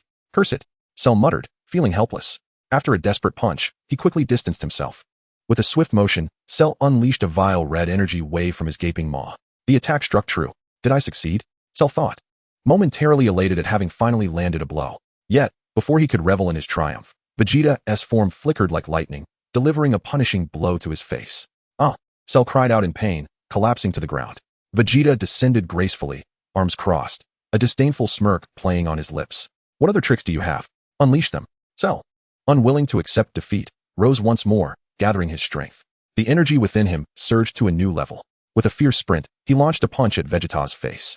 Vegeta staggered, taking 2 steps back, blood trickling from the corner of his mouth. "Humph." Vegeta wiped the blood from his lip, maintaining his contemptuous grin. Cell, filled with terror, retreated 2 steps. He had poured every ounce of his strength into that punch. Yet, the result was merely pushing Vegeta back 2 steps and eliciting a trickle of blood. Are you truly Vegeta? Cell's voice trembled in disbelief. Such power was far beyond the impression he held of him. Vegeta, with an air of arrogance, pointed to himself exclaiming, "Indeed, I am not merely Vegeta, I am Super Vegeta." From a distance, perched upon a rock, Trunks could not help but chuckle at this proclamation. How had he conjured such a name? Was this the legendary Super Vegeta? Cell, brimming with resentment, recalled that in the future, Vegeta had been vanquished by Android 17. Now that he had absorbed 17, why was he unable to triumph over him? The more he pondered, the angrier he became, his hands clenched tightly. Purple blood seeping from his skin. Chapter 41, Discovering the Target. Witnessing Vegeta's brazen expression, Cell's fury reached its zenith, and he unleashed another energy wave. Humph, Vegeta scoffed, standing his ground without flinching. Boom. Despite being struck, he remained unscathed. Observing this, Cell lashed out with his tail. Vegeta leapt high, instantly appearing behind Cell, delivering a powerful kick that sent him soaring. Before Cell could touch the ground, Vegeta swiftly pursued, launching him into the sky with another kick. With a swift motion, Vegeta ascended above him, hands clasped together, and struck down upon Cell's head. Bang! Cell plummeted to the ground, stirring up clouds of dust. Trunks, witnessing the scene, grasped the situation. Barring any unforeseen events, his father was poised to win, and it would be a victory without contest. As Vegeta landed beside him, he gazed at Cell's disheveled form and taunted, "Is this truly your limit? You are a profound disappointment." Cell, seething at the mockery, felt a surge of indignation. Continuing, Vegeta pointed at Trunks, stating, "Do you see him? Although his power pales in comparison to mine, he far surpasses you. I never imagined you to be such worthless trash. It is truly infuriating." Cell, rendered speechless by Vegeta's disdain, found the verbal onslaught more unbearable than a physical beating. Within him resided the cells of a Saiyan, his pride rivaling that of Vegeta. Yet, subjected to continuous humiliation, his spirit was undoubtedly faltering. Unwilling to concede, Cell retorted, "What a shame, what a pity. Just a hair's breadth away from achieving my perfect form. If I were to attain it, you would not stand a chance against me. I would annihilate you all." Vegeta, intrigued by this declaration, nonetheless kicked Cell away, sending him crashing into a nearby mountain. "Do you truly believe such trash has any hope of becoming perfect?" he proclaimed, lifting his chin in defiance. He was certain that even in his perfect form, Cell would never be his equal. Thus, speaking of it was utterly pointless. Cell, refusing to relent, insisted, "Just grant me the chance to achieve my perfect form, and this so-called Super Vegeta will be nothing more than a mere speck, inferior to even my little finger. You are courting death," Vegeta warned, a glint of cold light flashing in his eyes. One hand raised toward Cell. An energy wave coalesced in his palm, ready to be unleashed at a moment's notice. Upon witnessing the scene, Cell was filled with dread, yet managed to feign composure. "It appears your capabilities are limited. You lack the courage to engage me in a true battle. If it were Goku, he would undoubtedly yearn for a confrontation with the mightiest version of myself. Having absorbed the cells of numerous powerful beings, he possessed their traits. Merely uttering Goku's name was undoubtedly a potent weapon." Humph. Indeed, upon hearing those words, Vegeta's expression soured. Cell noticed Vegeta relent, and a wave of elation washed over him. To his surprise, Vegeta was foolish enough to acquiesce. Nevertheless, this was fortuitous. It confirmed that Android 18 must be on this island. If he could locate her and absorb her, the so-called Super Vegeta would merely be a featherweight in his presence. "I refuse. I will not allow this," Trunks exclaimed loudly, confronting Vegeta. Humph. Vegeta did not even spare him a glance, thinking to himself how he could have such a cowardly son. Thank goodness his current child had just been born. He must not let him develop into this weakling. Seeing his words fall on deaf ears, Trunks grew anxious as Cell began to ascend from the ground, preparing to search for the whereabouts of the androids. In a flash, Trunks dashed forward, positioning himself directly in Cell's path. "I never said I would let you go. If that's the case, allow me to vanquish this monster," Trunks declared with righteous fervor. He had grown weary of life in the future. If possible, he would eradicate every threat before it could blossom. With Cell currently weaker than himself, Trunks could not comprehend why he should not eliminate him now. He was baffled by his father's foolish reasoning. In the distance, Android 18, who had been watching the unfolding events, furrowed her brow as she observed Cell's intent to depart. What was Vegeta scheming? He could clearly overpower Cell. Why would he let him go? Li Lin, observing her distress, chuckled and explained, "Did you not hear? Vegeta aims to confront the strongest Cell, intending to challenge him after he absorbs you." Upon hearing this, 18's expression froze, only to morph into one of sheer terror. She did not wish to merge with that monster. "Will you protect me?" she inquired softly. Li Lin patted his chest, affirming, "Of course." Yet, despite Li Lin's reassurance, 18's heart remained heavy with trepidation. Vegeta's displayed prowess was simply too formidable. If he were determined to assist Cell in the fusion, she feared Li Lin would not be able to contend with him. Although Li Lin's aura had been powerful, no one had witnessed him in action. Meanwhile, in the sky, Cell had engaged Trunks. As Vegeta had predicted, Trunks' strength far surpassed Cell's. After all, Trunks never held back in battle. He favored swift resolutions. If this continued, it seemed Cell would soon meet his end. Upon witnessing the scene, Cell's heart brimmed with resentment. This father-son duo proved to be quite a handful. Once he fully evolved, he would certainly relish tormenting them. However, the immediate concern was to first rid himself of Trunks. Hey Vegeta, can't you keep your son in check? How am I supposed to achieve my perfect form like this? Cell shouted towards Vegeta below, his gaze fixated on a colossal rock in the distance. To his astonishment, Android 18 was seated there. Cell murmured to himself, oblivious to the presence of Li Lin beside him, as he sensed that Li Lin emitted no discernible energy. Why Android 18 chose not to conceal herself was of little concern to him. He merely knew that his transformation into perfection was imminent. Chapter 42, A Glimpse of Filial Piety. Vegeta silently cursed under his breath, deeming Cell a fool. He had failed to notice any peculiar behavior from Cell. Trunks, however, cast a scrutinizing glance at Vegeta, as if gauging whether he would intervene. Just then, Cell, in a frenzy, turned and soared backward at full speed. Observing this, Trunks assumed Cell intended to flee and was determined not to grant him that satisfaction. With a burst of acceleration, he positioned himself in front of Cell. Don't interfere. Get out of my way. Cell impatiently bellowed. Ignoring Cell's command, Trunks unleashed a flurry of punches. Thud, thud, thud. Cell was swiftly pummeled, his injuries multiplying once more. Unwilling to relent, Trunks summoned a glimmer of energy in his hands, intent on ending Cell's existence right there. Cell, in a state of desperation, realized that his perfect form was tantalizingly close, and he could not perish here. Vegeta, are you going to do something or not? I'm about to be beaten to death, he cried out anxiously. Vegeta's disdain for Cell deepened. He mused that even if Cell achieved his perfect form, he would hardly pose a significant threat. Nevertheless, since he had resolved to battle Cell in his perfected state, he would not allow him to perish just yet. As Trunks prepared to unleash his energy wave, Vegeta suddenly appeared before him and delivered a powerful kick, redirecting the energy blast skyward. What a fortunate turn of events. With Trunks momentarily thwarted, Cell's spirits soared. He channeled every ounce of speed within him and raced towards Android 18. As he approached, Android 18's apprehension grew. She grasped Li Lin's sleeve, anxious about Cell's advance. Li Lin gently patted her hand, offering a calm smile. Don't worry, just watch me. In no time, Cell stood before Android 18, a chilling smile adorning his face. The scene before him morphed into a vision of his dominion over the universe. My dear Android 18, I have finally found you, Cell exclaimed, his smile widening as he spread his arms. Come, let us complete the final fusion and conquer the world together. As number 18 gazed at the malevolent visage of Cell, her body instinctively recoiled, seeking refuge behind Li Lin. Oh, Cell remarked, intrigued by the stranger he had never encountered before. Who are you? A mere human? Perceiving no discernible aura emanating from Li Lin, he naturally assumed him to be an ordinary person. However, he found it curious that no. 18 chose to hide behind someone seemingly insignificant. Despite her evident fear upon seeing him, she showed no inclination to flee. Yet, this was not the time for such musings. As long as he could achieve fusion, all irrationalities could be disregarded. Ho ho! Cell raised an eyebrow at this audacity. He had not anticipated that this ordinary individual would dare speak so brazenly. Then allow me to deal with you first. With a cruel smile, Cell's tail arched menacingly, lunging towards Li Lin. Meanwhile, the air resounded with the thunderous clash of fists. Trunks, witnessing Vegeta's demeanor, was engulfed by a wave of fury, striking with increasing ferocity. Why? Why do you hinder me? He shouted, his voice laced with desperation. Vegeta, parrying Trunks' relentless assault with an air of nonchalance, replied, Why? Do you not wish to witness the true might of perfect Cell? Their minds operated on entirely different planes. Trunks yearned to eradicate the threat to Earth and safeguard its inhabitants, perplexed by Vegeta's apparent indifference to the crisis at hand.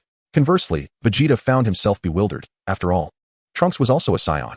Why was he so timid and cautious, devoid of ambition? He began to doubt whether this individual could truly be his son, for not a trace of his own spirit seemed to have been inherited. I do not wish to see this. Not at all. If you insist on obstructing me, I shall have no choice but to defeat you first. Trunks roared, wearied by the suffering of the future. He resolved to vanquish all enemies with his own strength. Vegeta, upon hearing Trunks' declaration, felt his blood pressure surge, veins throbbing on his forehead.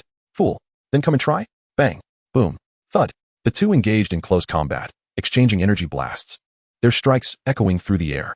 Yet, just as they enacted this poignant display of familial conflict, a sudden, thunderous sound of a colossal impact reverberated.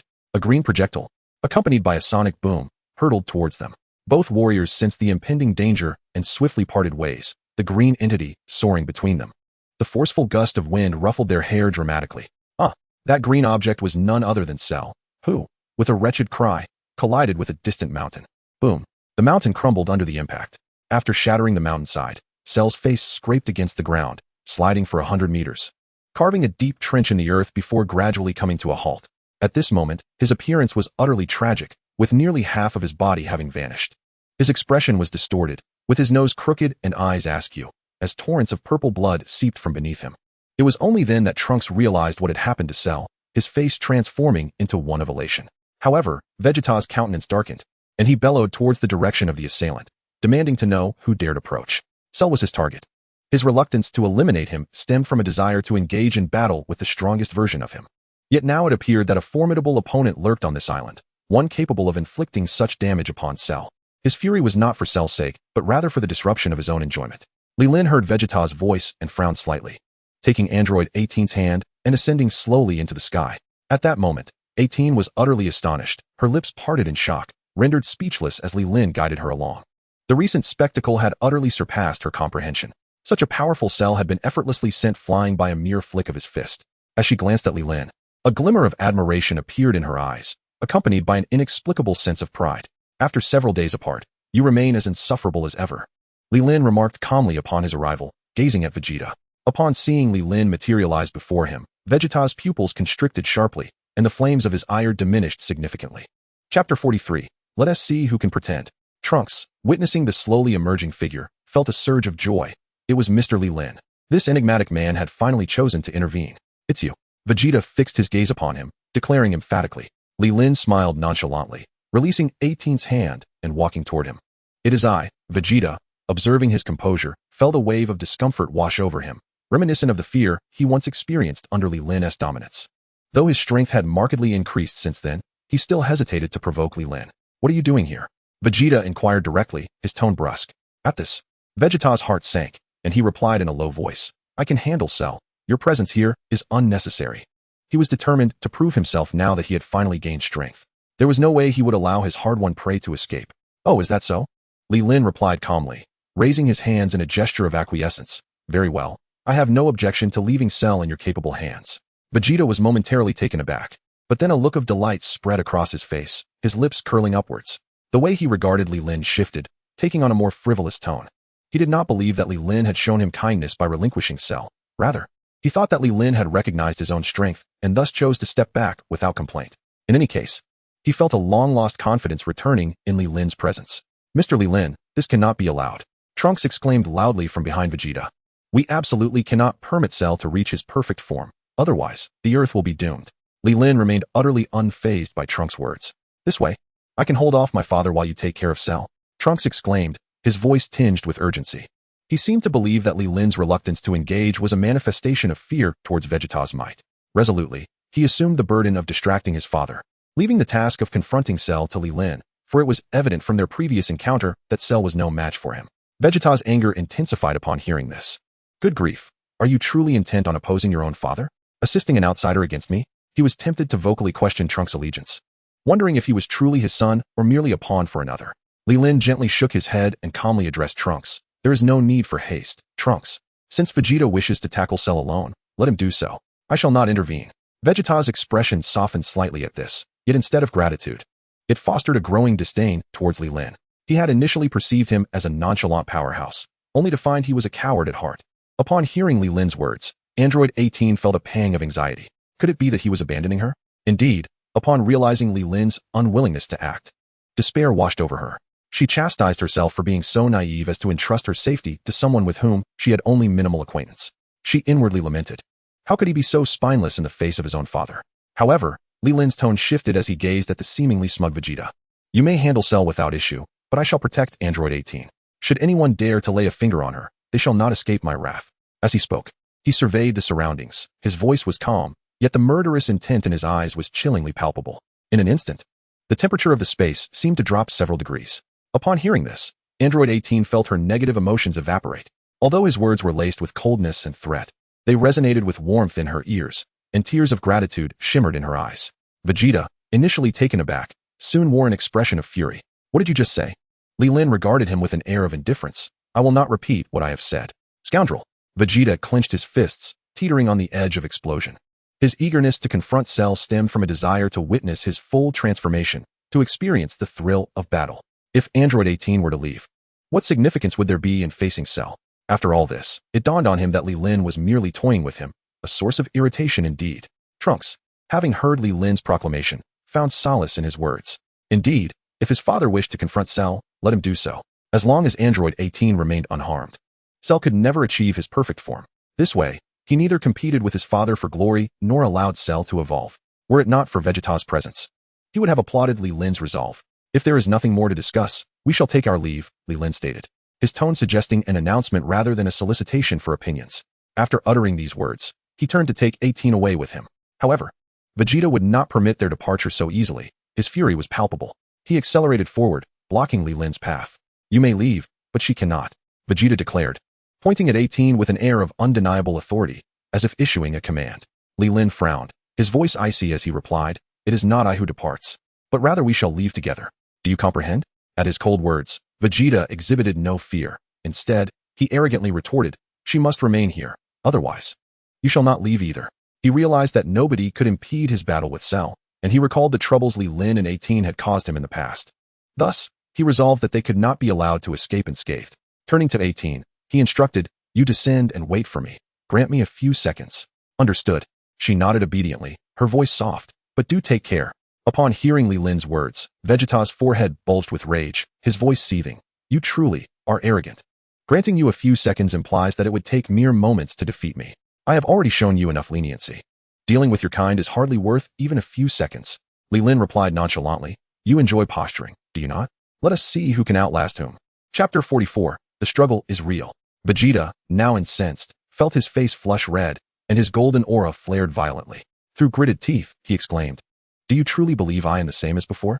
His strength had multiplied exponentially since their first encounter. Back then, he could not even transform into a Super Saiyan. Li Lin remained unfazed, slowly articulating, To me, you appear no different from that time. Infuriating. Vegeta's pride could not tolerate such a remark, and he shouted defiantly, Then let us test that. With that, he charged at Li Lin, his formidable fist aimed directly at him. With a resounding crash, Li Lin met his attack head-on. Vegeta felt his arm go numb, staggering back several paces, clearly disoriented. What is happening? This was the singular question echoing in his mind. Yet, Li Lin showed no signs of hesitation, rushing forward with astonishing speed. Bang, bang, bang, with a series of muffled impacts. Vegeta felt a searing pain in his chest as he was sent flying, crashing heavily to the ground, blood trickling from the corner of his mouth. Li Lin gracefully descended. Looking down upon him, You have lost. Now utterly stunned, Vegeta muttered to himself, I lost. Just like that? Li Lin was correct. It truly took mere seconds to defeat him. Due to the entire process having taken less than a second, Trunks, who stood not far away, witnessed the scene before him with profound astonishment. Gulping audibly, he murmured, Is this truly the power of Mr. Li Lin? How terrifying. Li Lin continued to gaze at the battered Vegeta and calmly inquired, If there is nothing further, may I take my leave? As he spoke, he stood up and once again, Vegeta charged at him. Observing Vegeta's frenzied state, Li Lin shook his head in resignation. In this condition, Vegeta was no match for him. He had already attained the level of Super Saiyan 2 upon his arrival in this world. After a year of rigorous training, although lacking a reference point, his prowess had undoubtedly surpassed the standard of Super Saiyan 2. Even if Vegeta were to break through to Super Saiyan 2, he would still not stand a chance against Li Lin, especially since he hadn't even achieved the full power of Super Saiyan 1.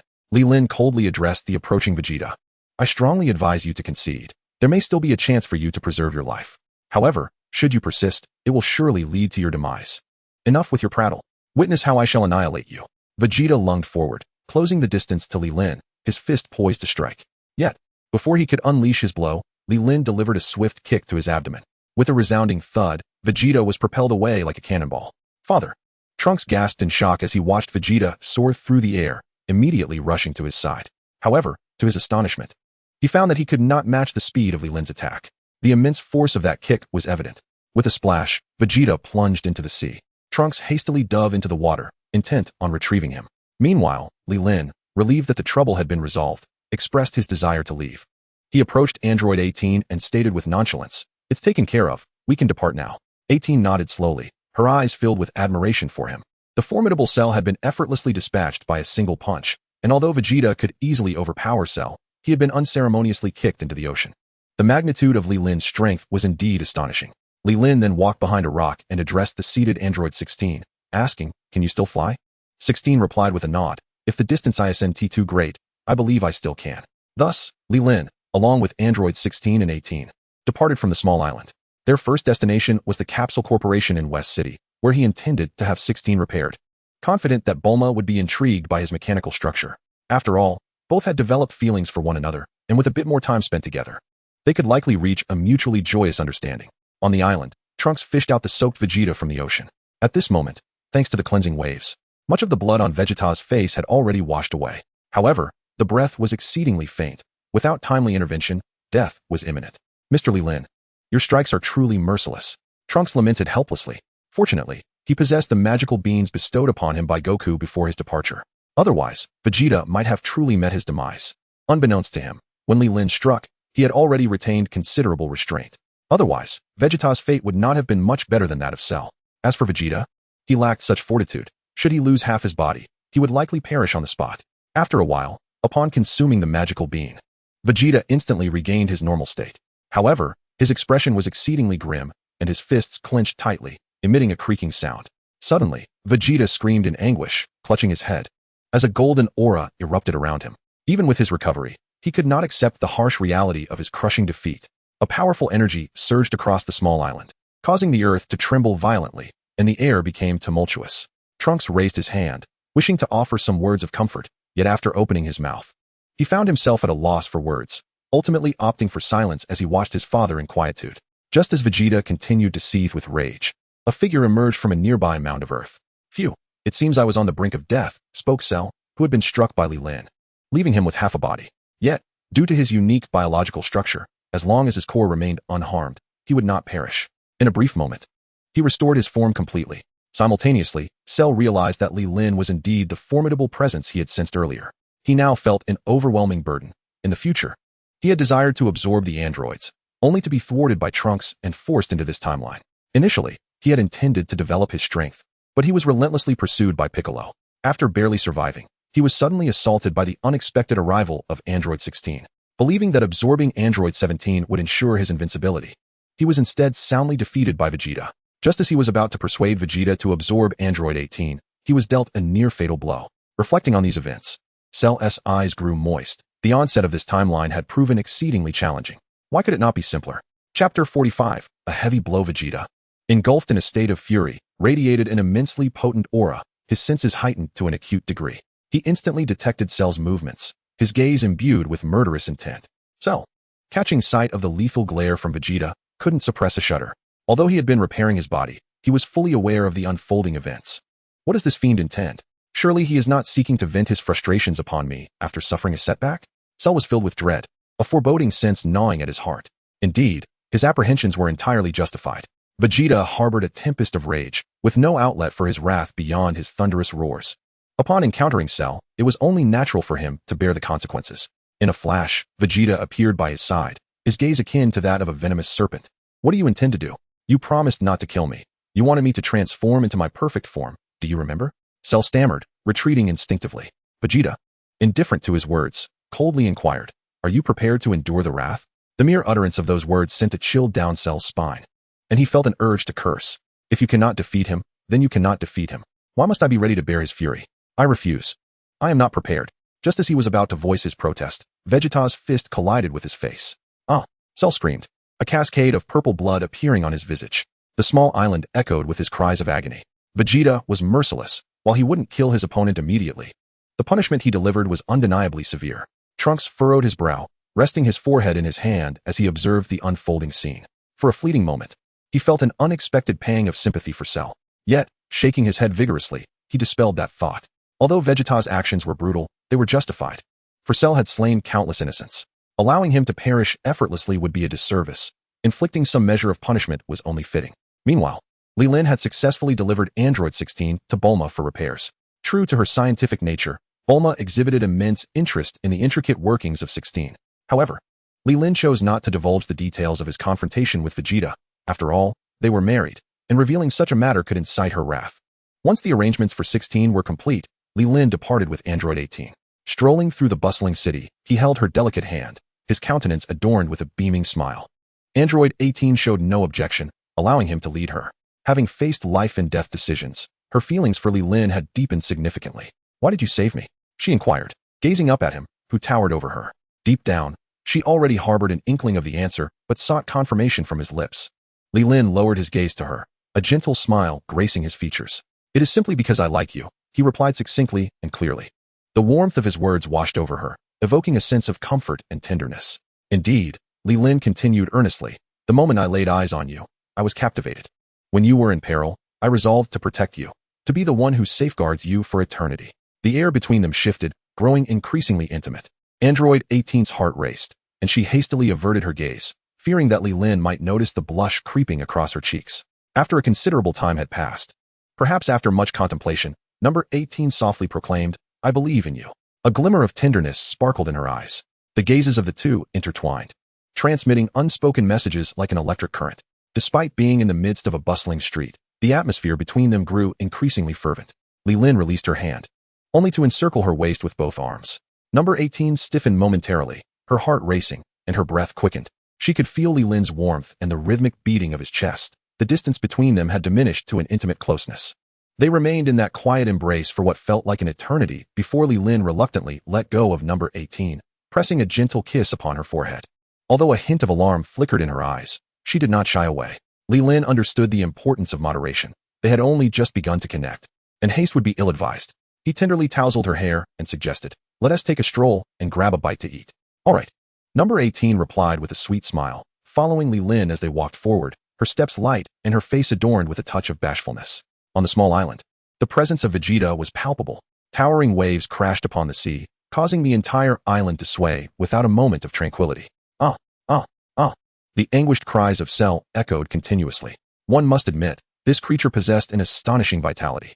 Unless the core within him was destroyed, he would never perish. Were it any other being, such relentless assault would surely extinguish even 100 lives. "Vegeta, you bastard." Cell spat, blood staining his lips as he cursed incoherently. His body had undergone countless rebirths, and now, both physically and mentally, he was enduring excruciating torment. Bang! Vegeta delivered a fierce punch, driving Cell deep into the ground. "Shut your filthy mouth, you worthless trash." Bang! Bang! Bang! He continued to rain down blows, questioning through gritted teeth. Why are you so weak? Why do you lack the strength to fight back?" Cell, on the verge of tears, retorted, "You ask me? Who the hell should I ask? If you have the ability, allow me to transform into my perfect form, and then we can converse." In the face of the previous adversary, why didn't you strike with full force? In truth, although Vegeta directed these inquiries at Cell, most were aimed at himself. Trunks, observing the scene, quietly approached Vegeta and remarked, "This has gone on long enough. Continuing this fight serves no purpose. Let us finish him off." This son had clearly discerned the situation, and whether or not he was truly Vegeta's biological offspring remained debatable. However, witnessing Cell's pitiful demeanor akin to a stray dog, he lost all interest. Since you can no longer attain your perfect form, you have no reason to exist. With that, Vegeta raised his hand, a golden radiance shimmering as a key blast readied for release. Yet, before he could fire, Cell's battered body suddenly contorted. Chapter 46, Perfect Form Evolution. A brilliant light radiated from him, scattering the clouds in the sky with a tremendous force. Vegeta remained unaware of the changes occurring within Cell, yet the energy wave in his hands gradually dissipated. With arms crossed and a keen interest in his gaze, he observed the unfolding scene before him. It was evident that Cell's energy was surging within him, rising continuously. Trunks, his eyes ablaze with intensity, stared intently, though he too was perplexed by Cell's condition. A sense of foreboding began to swell within him, a premonition not born of mere imagination, but forged through years of life and death experiences. He understood that if he allowed Cell to continue unchecked, Earth would likely plunge into peril. "Die!" Trunks shouted, raising his hand to unleash several energy blasts. Boom, boom, boom. Cell remained stationary, unfazed as the energy waves struck him. The attacks seemed to have no effect whatsoever. Gradually, his body began to heal, and his muscles swelled. Lightning crackled around him, and the sky took on a grim hue. Witnessing the ineffectiveness of his strikes, Trunks was filled with dread. He realized he could not permit Cell to escalate any further. With this thought, he surged forward, but before he could close the distance, the immense aura radiating from Cell sent him hurtling back, unable to advance even a step. "Ah!" Cell's eyes glimmered with an eerie light as he bellowed towards the heavens.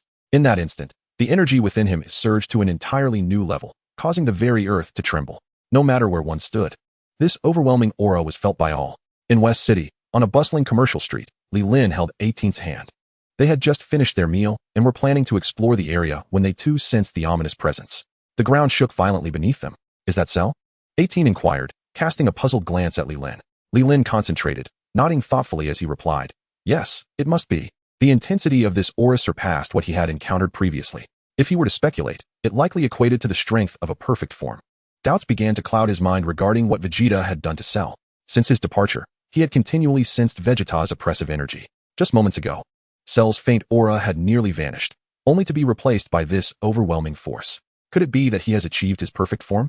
18 questioned uncertainly. This energy is exponentially stronger than when we left, she remarked. Such a rapid increase can only result from attaining a perfect form. Li Lin nodded in agreement, calmly stating, I cannot dismiss that possibility. According to the usual narrative, by the climax of the Cell saga, Cell had been defeated by Gohan, who had forced him to expel 17 and 18. Yet, in the final moments, after self-detonation and a core regeneration, he could still transform into his perfect form. How could this be? Wasn't it said that he needed to absorb me and 17 to achieve perfection? 18 exclaimed in disbelief, due to the overwhelming aura emanating from him. Those who sensed it were engulfed in terror. Li Lin pondered momentarily before articulating his thoughts. It was likely because he possessed the Saiyan bloodline within him, which allowed him to experience a significant enhancement in power each time he resurrected from the brink of death. Upon reaching a certain critical threshold of strength, it was only natural for him to transform into his complete form. This explanation was, indeed, quite logical, as long as the core within Cell remained intact. Combined with the regenerative bloodline from Piccolo and that of the Saiyans, he was an entity capable of infinite power growth. Given such a premise, it was hardly surprising that he could ultimately evolve into his complete state. What should we do? Will he pose a threat to you? Number 18 expressed her concerns. After all, Li Lin had previously delivered a rather severe beating to him. If vengeance were on his mind, he would undoubtedly seek him first. Simultaneously, she found herself berating Vegeta for his foolishness, questioning why he hadn't simply eliminated Cell rather than allowing the situation to escalate to this point. Li Lin offered a calm smile, gently stroking her silky hair as he reassured her, do not worry. Even if Cell transforms into his complete form, he will not be my match. Should we engage, the outcome for him would not differ significantly from our last encounter. Number 18 felt a sense of relief upon hearing Li Lin's assured words. Indeed, he was not exaggerating. His power far surpassed that of Cell.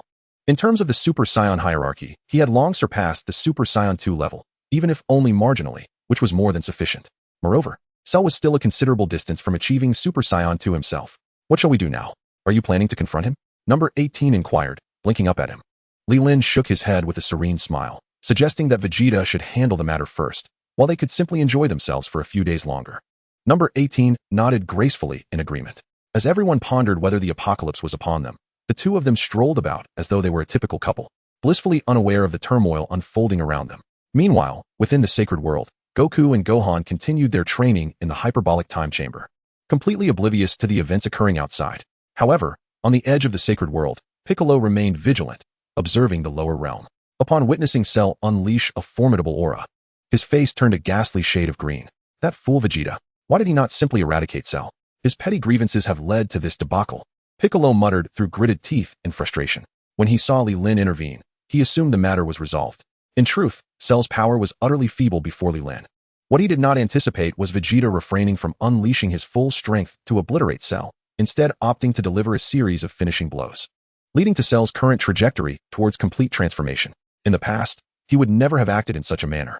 However, after merging with the Supreme Kai, his heart had softened considerably. His rage stemmed from a profound concern for the potential irreversible consequences this might have on the inhabitants of Earth. Chapter 47, The Disparity. On the island, the transformation of Cell's body continued unabated. Upon witnessing this, Vegeta felt no sense of alarm. Instead, a subtle smile began to grace his lips. Trunks, unable to approach Cell, was consumed by frustration. He concentrated his energy, generating powerful ki blasts in his hands.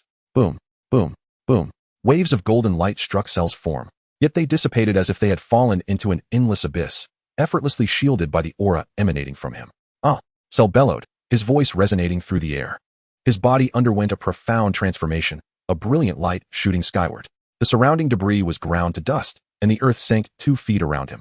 After approximately 5 minutes, as the dust settled, Cell's physique had contracted to that of an average adult. His once grotesque face now bore sharp, defined features, exuding a sinister charm upon closer inspection. Heh, is this what you call evolution? Vegeta remarked, arms crossed, a mocking smile on his face. He felt a surge of delight. He had not anticipated Cell's resurgence in strength. Yet, this was acceptable. Let him bear the humiliation he once inflicted upon Vegeta. Damn it! Trunks seethed, witnessing Cell's complete transformation. Realizing he had achieved evolution, he struck the air with a clenched fist in defiance.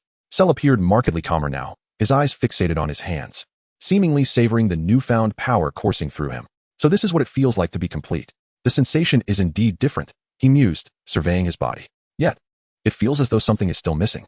Although his strength mirrored that of a fully evolved being, he sensed a significant loss in infinite energy. After all, only one Android 17 resided within him, lacking the infinite energy core of Android 18.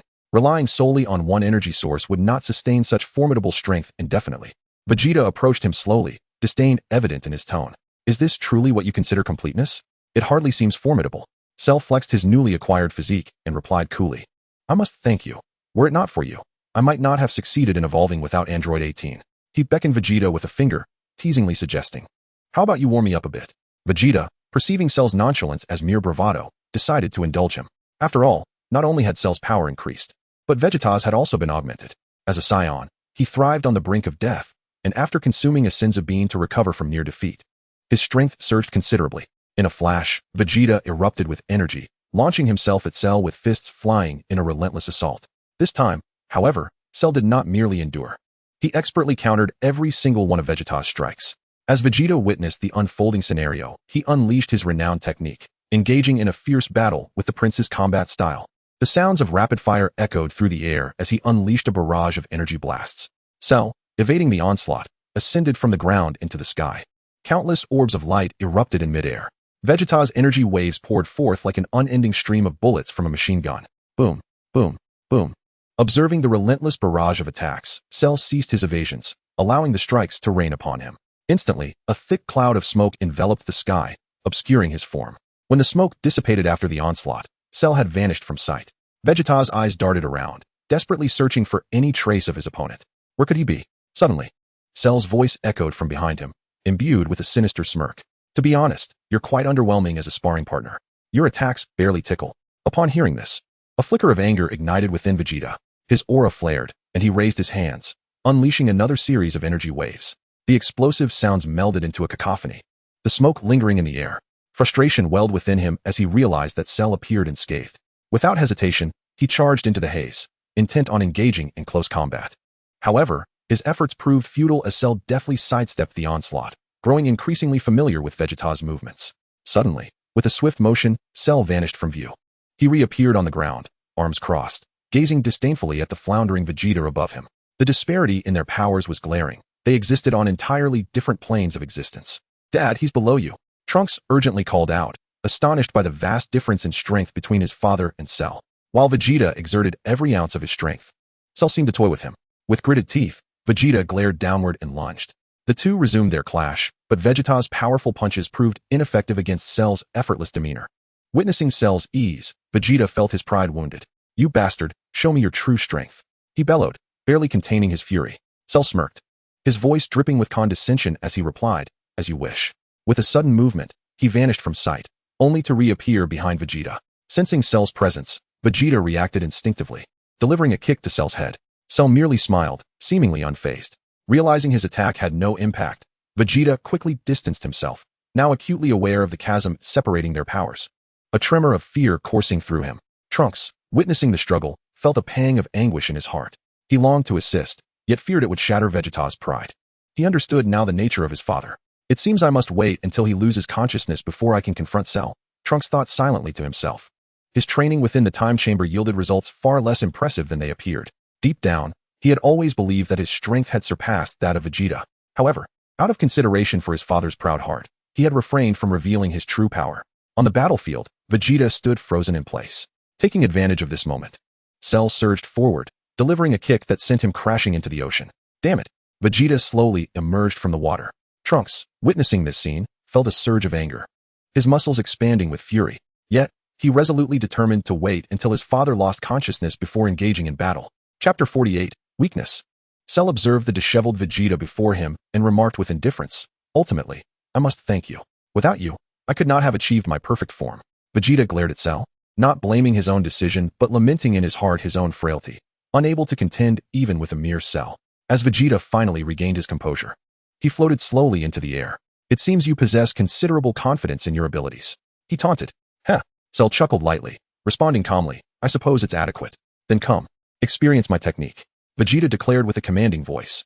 Suddenly, he spread his arms wide, his entire being radiant with golden light. His energy continued to surge, causing the surrounding air to seem to withdraw from him. In an instant, he became enveloped in lightning, creating a circular pit at the edge of the island and the sea. Vegeta gathered his hands, aiming at Cell, and shouted, This move is my strongest strike. If you truly are invincible, do not evade. Stand firm and see for yourself. As he spoke, a pulsating orb of golden light appeared in his hands, accompanied by a crackling sound in the air.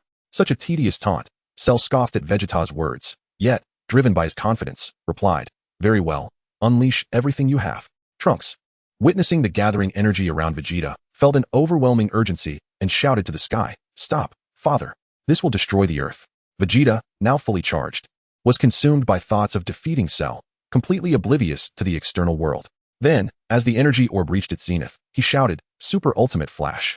With a whoosh, a colossal golden beam erupted forth. As the wave of light was unleashed, the surrounding seawater instantly vaporized into steam. Mountains and trees seemed to defy gravity, floating into the air, and upon contact with the light wave, they disintegrated into nothingness. Cell, witnessing the massive wave of light, felt his smile fade and his expression shift to alarm. This attack's power was beyond his capacity to withstand. If he attempted to endure it, he would undoubtedly perish. He began to evade, desperately attempting to dodge to the side. However, the speed of the energy wave was overwhelming, and he could only helplessly watch as the light wave descended upon him. A golden radiance enveloped the earth, while colossal energy waves surged across the planet. Soaring into the cosmos, a thunderous roar echoed through the pitch-black void of space, signaling the misfortune of an unsuspecting celestial body struck by this formidable attack. Such immense power could not simply dissipate. It would only manifest in a cataclysmic explosion upon colliding with another object. On a small island, billowing clouds of smoke gradually thinned with the passage of time. Half of Cell's form had been obliterated, and he cackled maniacally, exclaiming, Fortunately, I dodged swiftly, otherwise, I would have met my doom. Frustration coursed through Vegeta as he observed that his assault had failed to annihilate Cell, leaving him with a twinge of regret. Before his very eyes, Cell's remaining half reconstituted itself in an instant. It had been a perilously close encounter. Had he hesitated even a moment longer, there would have been no half left to regenerate. Nonetheless, this ordeal had propelled Vegeta's combat prowess forward. Seething with indignation, Vegeta concentrated energy into his palms, unleashing a barrage of energy waves. Boom. Unfazed, Cell charged forward to meet the oncoming assault head-on. A powerful punch struck Vegeta squarely in the face, followed by a swift kick that sent him hurtling into the air. In a swift maneuver, Cell appeared above him, delivering a devastating elbow strike. Vegeta screamed in agony as he plummeted to the ground. As the golden light faded, his battered form lost its vibrant hue, unable to sustain the Super Saiyan transformation. He now lay in a state of extreme weakness, his consciousness growing increasingly hazy. With a cold smirk, Cell approached Vegeta, extending a hand towards him as if to seal his fate. At that moment, Trunks could no longer contain himself, releasing a torrent of energy that sent his hair standing on end and augmented his muscular form. The clouds above morphed into a swirling vortex, constantly churning. A fierce glint ignited in Trunks' eyes as he coldly regarded Cell. As he advanced, he declared, Now, allow me to eliminate you. Cell chuckled derisively, undeterred as he stepped forward. You two are quite amusing, both intent on my destruction. Let us see what you're capable of. The two combatants closed the distance, locking eyes. Cell made the first move, launching a swift kick. Trunks had anticipated this, executing a roll to evade. Cell swiftly closed the gap, unleashing a whipping kick. Trunks, crouched low, effortlessly blocked the strike with his arm. After exchanging a few preliminary blows, their figures suddenly vanished, engaging in a high-speed aerial duel. Bang! Bang! The sky resonated with the sound of muscle colliding, the air's temperature rising noticeably. Suddenly, Trunks intensified his force, delivering a punch to Cell's abdomen, causing him to plummet from the sky. Yet, before Cell could reach the ground, Trunks followed up with a knee strike midair. Thud! With a thunderous crash, Cell landed heavily upon the ground, creating a sizable crater. Trunks followed suit, descending slowly, his gaze piercing as he surveyed the scene before him. Suddenly, debris from the pit was sent soaring into the air. Cell, unscathed, rose alongside it, a cold smirk gracing his lips as he remarked, Impressive, indeed. Your strength is formidable. Trunks, unfazed by Cell's praise, maintained his stoic demeanor and retorted, There are those even stronger yet to come. Prepare to meet your demise. With that, he lunged forward with agility. Cell, grinning enigmatically, responded with a rush of energy, and the two engaged in a fierce exchange. In the span of a mere second, they unleashed a flurry of blows, exceeding 100 strikes. When they finally paused, Trunks had seized Cell's wrists, forcefully pinning him to the ground as golden light enveloped his hands. In a swift motion, he pierced through the small island, sending Cell plummeting into the depths of the ocean. Nevertheless, Trunks did not relent. He understood that such an assault would not inflict any harm upon Cell. As predicted, in the next instant, Cell erupted from the water, indifferently stating, "Your power is indeed terrifying. In terms of raw strength, you have surpassed Vegeta. However, you possess a fatal flaw." After exchanging several blows, Trunks' battle intelligence, rivaling that of Piccolo, allowed him to discern the weaknesses inherent in Trunks' current state. Chapter 49, Dialogue. Trunks' expression shifted slightly before he regained his composure, coldly laughing as he declared, "Do you believe that such bluster will prove effective?" He did not perceive any shortcomings in his condition. Rather, he felt an overwhelming surge of explosive power that Cell could not withstand. With a mighty roar, he unleashed his energy, his muscles swelling with renewed vigor, exuding an aura of immense strength. "Huh," Cell scoffed, observing Trunks' escalating power. "Indeed, you have surpassed me. But such a feat will not secure your victory." Trunks, uninterested in banter, was determined to conclude the battle swiftly. He charged at Cell once more, and the two became entwined in combat again. However, this time, Cell evaded gracefully, while Trunks' numerous attacks fell futilely short, rendering him cumbersome in comparison. With a swift strike, Cell discovered an opening and landed a punch squarely on Trunks' abdomen. Cough! Trunks gasped, blood spilling from his lips as he staggered back, confusion etched upon his face. Clearly, he was at a loss as to why he could not land a blow on Cell, only to find himself on the receiving end of an unexpected attack. Frustrated, Trunks resolved to amplify his energy further, lightning crackling around him as his powers surged to a truly fearsome level. Cell, observing the display, shook his head mockingly and said, "It appears you still do not comprehend. In your current state, you are hardly worthy of me unleashing my full potential." Trunks, momentarily taken aback by the derision, remained puzzled as to where the fault lay. Seizing the opportunity, Cell charged forward with ferocity. By the time Trunks registered the threat, it was already too late.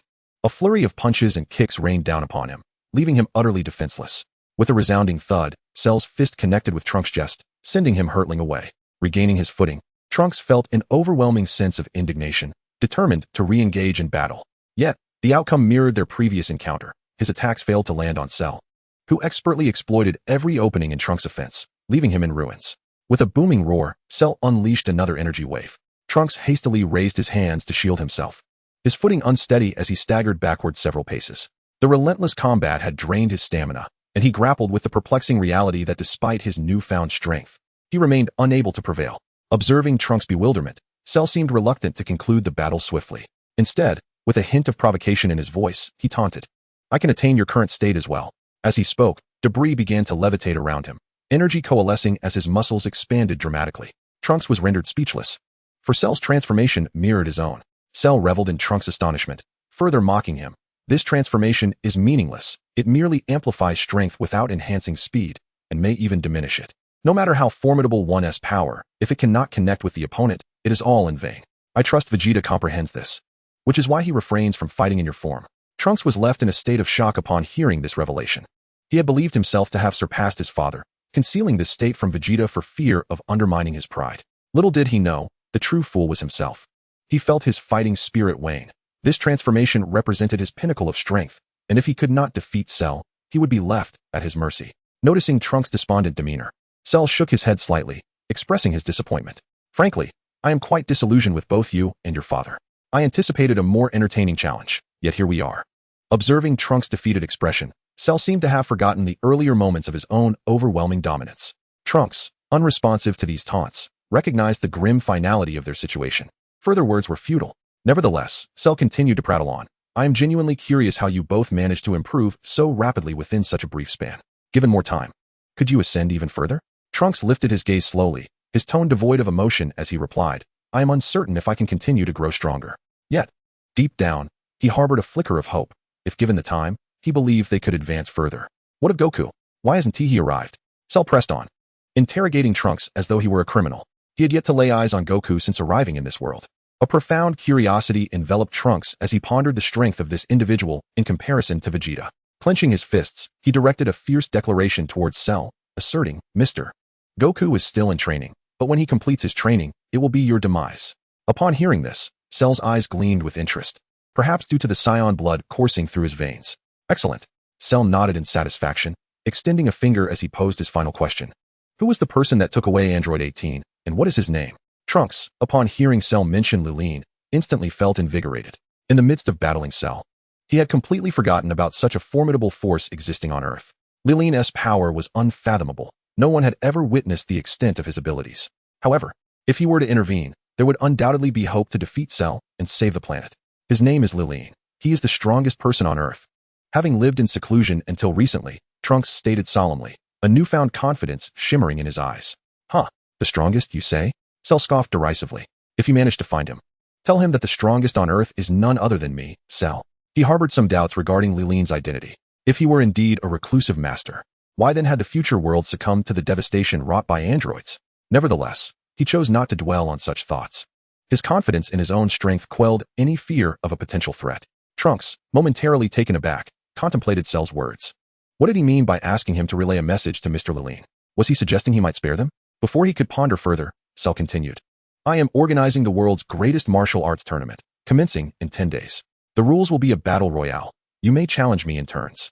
Trunks felt a sense of confusion wash over him upon hearing this. Yet before he could voice his questions, Cell had already departed the island. Cell's intentions were straightforward. He harbored no particular desire for murder or world domination. Instead, he sought to engage with the powerful and instill terror among the inhabitants of Earth. This likely stemmed from the cells of Goku and Vegeta that resided within him. As Trunks gazed at the retreating figure of Cell, a tumult of emotions surged within him, leaving him at a loss for thoughts. After what felt like an eternity, he suddenly remembered that his father was still lying on the ground.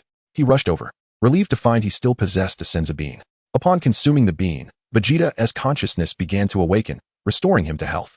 He surveyed the desolate surroundings, aside from Trunks, and inquired softly, where is Cell? He held little faith in his son's ability to vanquish Cell. The only plausible explanation was that Cell had chosen not to eliminate them and had departed instead. I'm sorry, I couldn't defeat Cell. He has already left, Trunks said, his head bowed in self-reproach. Vegeta stood with his arms crossed, his gaze fixed on the horizon, and spoke with a hint of disdain. I knew it all along. With your meager tricks, how could you possibly defeat Cell? Upon hearing his father's words, Trunks lowered his head in shame, feeling a deep sense of embarrassment. He had believed he had surpassed his father, only to realize how naive he had been. Where has he gone? Vegeta glanced at him and inquired coolly. Trunks shook his head, unaware of Cell's current whereabouts. He then revealed that Cell was planning to host the World Martial Arts Tournament, intending to challenge all the strongest fighters on Earth. How infuriating! Vegeta exclaimed, his initial relief quickly replaced by a profound sense of shame. After a long pause, Vegeta uncrossed his arms and declared solemnly, I must enter the hyperbolic time chamber once more. Just one more time, and I will be able to defeat Cell. Trunks, inspired by his father's determination, felt a flicker of hope ignite within him. He resolved to continue training alongside his father to confront Cell together.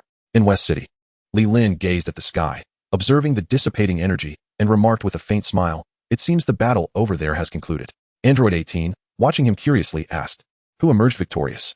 Trunks' energy had surged earlier, surpassing Cell's. He must have won, right? Leelyn shook his head with a smile. If one were to judge solely by energy, one might think so.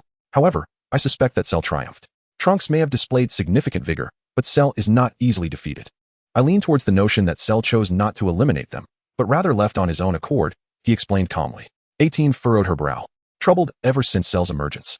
As long as this monster remained unvanquished, she feared she would never find peace. What exactly does he intend to do? She questioned. Leelyn chose not to disclose any information, merely shrugging and saying, who knows? That creature has absorbed so many cells. His thought processes may be far from ordinary. Hearing this, 18 shook her head in resignation. For now, she remained by Leelyn's side, trusting that he would always protect her. As night fell, the streets grew increasingly desolate. With nowhere to go, the two decided to find refuge in a luxurious hotel. However, when Leelyn suggested sharing a room, he was met with refusal. She explained that she was not yet ready and needed time to come to terms with it. Leelyn reluctantly acquiesced, recognizing that their relationship had progressed rapidly over just half a day, and she needed time to digest it all. Alas, this predicament left Leelyn in a quandary, surrounded by beauty yet unable to touch, leaving him with a restless heart. It seems tonight, only my 5 companions will keep me company, he sighed. In the confines of the hyperbolic time chamber, Sun Wukong and Sun Gohan were engaged in intense training. Outside, Piccolo wore a troubled expression, acutely aware of Cell's impending world martial arts tournament. He resolved that once Goku emerged, he too would enter the chamber to refine his skills, regardless of his eventual capabilities. He must be prepared to assist when the time came. The following dawn, Cell discovered a desolate expanse. He procured several massive stones and, with a swift motion, arranged them into a flat surface. In less than a minute, a colossal arena had taken shape. Yes, this will suffice. Cell nodded with satisfaction, a chilling smile gracing his lips. Now, it is time to disseminate the news. Meanwhile, within the world television station, a thunderous sound erupted. Boom. The green-hued cell burst through the building's wall. Concurrently, audiences worldwide were glued to their screens. On Turtle Island, within the confines of the Kame house, the television flickered momentarily before revealing Cell's image. Standing before the camera, he addressed humanity candidly. Greetings, people of Earth. Allow me to introduce myself. I am Cell. I am the very being who previously annihilated countless lives across various cities, seeking human essence for my evolution. But that is no longer necessary. He proceeded to announce the details of the martial arts tournament, specifying the time and location, inviting challengers to step forth. And one more thing. Cell continued, his tone shifting ominously. This tournament will adhere to the same rules as your World Martial Arts Tournament, with the singular distinction that contestants may be killed. I welcome your enthusiastic participation. There is no entry fee, though should you perish, there will be no compensation. He added, lastly, should no human triumph over me, I shall eradicate all of humanity. As his words echoed, explosions rocked the city behind the television station, transforming a vast metropolis into a fiery ruin. Haha. Cell's cruel laughter resonated as he strode away from the devastation he had wrought. Simultaneously, panic swept across the globe. Vehicles raced desperately as people sought to escape their locales in search of refuge. The transportation system ground to a halt as throngs of individuals scrambled with their belongings. Li Lin, observing the unfolding chaos on the screen, shook his head in resignation and switched off the television. This must be what they refer to as the ostrich mentality. He mused. Chapter 51. Why not attend the free event? In an opulent hotel bereft of guests, only Li Lin and Android 18 remained. Li Lin felt exasperated. Cell had explicitly stated that if Earth's strongest warriors failed, he would annihilate all life on the planet. What is the point in fleeing now? Android 18 picked up a glass of juice and placed it beside Li Lin with a smile. Will you attend the tournament? She inquired. Of course. They said no entry fee, so why not? Li Lin replied, humorously lifting the glass. On the 18th, he successfully elicited a laugh from her, and observing Li Lin's relaxed demeanor brought her considerable solace. In the Divine Hall, the warriors of Earth had predominantly gathered. Through television broadcasts, they had learned of Cell's intention to host a martial arts tournament. Furthermore, Son Goku and Son Gohan were on the verge of making their appearance. The anticipation was palpable as everyone wondered what realms of achievement the two had attained through their training. That Kakarot is taking far too long. Why hasn't he emerged yet? Vegeta remarked, arms crossed and tone laced with impatience. Hearing this, Piccolo approached the entrance of the hyperbolic time chamber and calmly stated, once Goku exits, I need to go in for training. Vegeta cast a dismissive glance at him, retorting, you still wish to enter? I find that utterly unnecessary. It's merely a waste of time. Piccolo, with an expression of indifference, regarded him as if entering the chamber was an imperative. Witnessing Piccolo's obstinacy, Vegeta chose not to further dispute the matter, smirking as he conceded, very well, if you wish to go in, then I shall grant you one day. However, for the subsequent 8 days, the chamber shall be solely mine. Piccolo smirked slightly and replied, regrettably, each person is permitted only 2 days, 48 hours, within the time chamber. Should one exceed this limit, the door will vanish, and escape becomes impossible. Upon hearing this, Vegeta's brow furrowed slightly. He had initially presumed he could utilize the chamber indefinitely. Under these circumstances, 8 days equated to 8 years.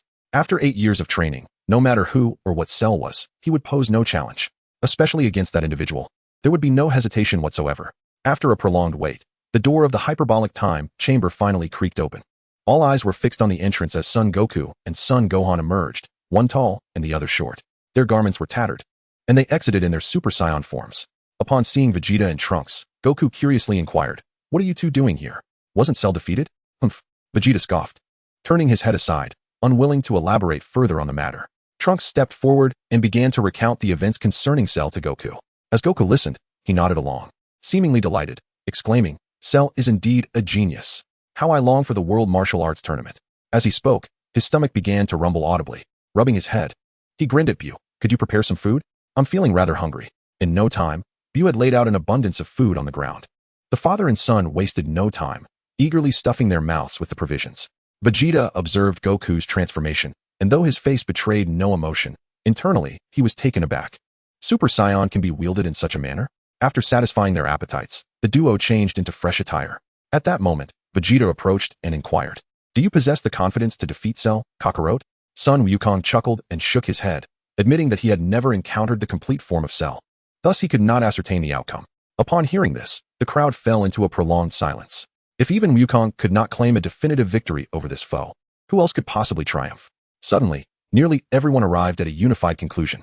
Wukong evidently shared this thought, casting a glance at Vegeta and inquiring, what about Li Lin? Is he unable to contend with Cell as well? Why haven't we seen him? Humph. Vegeta's expression darkened upon hearing Wukong mention the name. A flicker of irritation flashing in his eyes as he chose to disregard everyone, retreating to a solitary corner. Wukong, observing Vegeta's displeasure, felt a twinge of confusion. He questioned whether he had misspoken, wondering how the atmosphere had shifted so abruptly. Ahem. Trunks approached him quietly, whispering about Li Lin's overwhelming might, recounting how he had knocked Cell down with a single blow and subsequently dominated Vegeta in less than a second. Wow, is that true? Wukong exclaimed, his eyes sparkling with astonishment. Li Lin is that powerful? Even Vegeta, such a formidable warrior, was toppled in merely a second. Trunks had intended for his revelation to remain discreet, but Wukong's sudden outburst ensured that everyone present overheard the tale of Vegeta's defeat at Li Lin's hands. The crowd erupted into discussion, unanimously acknowledging Li Lin's extraordinary strength, speculating that he might indeed possess the capability to vanquish Cell. Indeed, Li Lin is remarkable. He brought down Vegeta in just a second, Krillin remarked, only to halt his words upon noticing Vegeta's irate glare. Vegeta was thoroughly incensed, barking, "Shut your foul mouth, Kakarot." Such revelations were already irksome, and Wukong's blatant proclamation only exacerbated the humiliation. Vegeta felt his pride slipping away. Wukong, with a reassuring smile, attempted to console him. Someone as carefree as he was could hardly fathom the concept of shame. Humph. Vegeta scoffed, resolutely vowing to intensify his training once he entered the hyperbolic time chamber, determined to surpass that insufferable individual. Perceiving that the discussions had reached a conclusion, Piccolo stepped forward, stating, "I will now determine the order of entry into the time chamber. Is there any objection?" He surveyed the group, noting that no one had any dissenting opinions. After all, with 9 days ahead, there was ample time, rendering any contention over who entered first unnecessary. Wukong waved his hand with a smile, saying, "There's no need to assign us a turn. Gohan and I will forego entry. We shall train independently in the coming days." They had already achieved the pinnacle of Super Saiyan 1, and further rigorous training would serve little purpose. What they needed now was to seize the opportunity to relax, followed by engaging in a vigorous battle, which would undoubtedly facilitate their growth more effectively than relentless training alone. With that, he and Gohan soared toward the lower realm of the temple. Vegeta, witnessing Wukong's confident smile, realized that he had evidently surpassed him by a considerable margin, which was why he chose not to train further. As he contemplated this, Vegeta felt a renewed sense of determination. He resolved to train diligently, aspiring to surpass these insufferable foes. Chapter 52, Before the Beginning. 10 days swiftly elapsed, and the time for the Cell Games had arrived. Leelyn rose early, stretching languidly before preparing to set off. Meanwhile, Android 18 had also awoken at dawn, ready to accompany Leelyn. In the desolate expanse a kilometer away, Cell stood silently on the arena, his eyes closed in contemplation. The warriors of Earth had yet to arrive, but unexpectedly, someone had already come forth to challenge him. That individual was Mr. Satan, the man who bore the hopes of all mankind. He gazed disdainfully at Cell, while cameramen and reporters crouched on the cliffs nearby. Mr. Satan beckoned them closer, eager for them to witness his impending victory over Cell. With a mixture of trepidation and excitement, the reporters approached him, inquiring, "Mr. Satan, what are your thoughts on this battle?"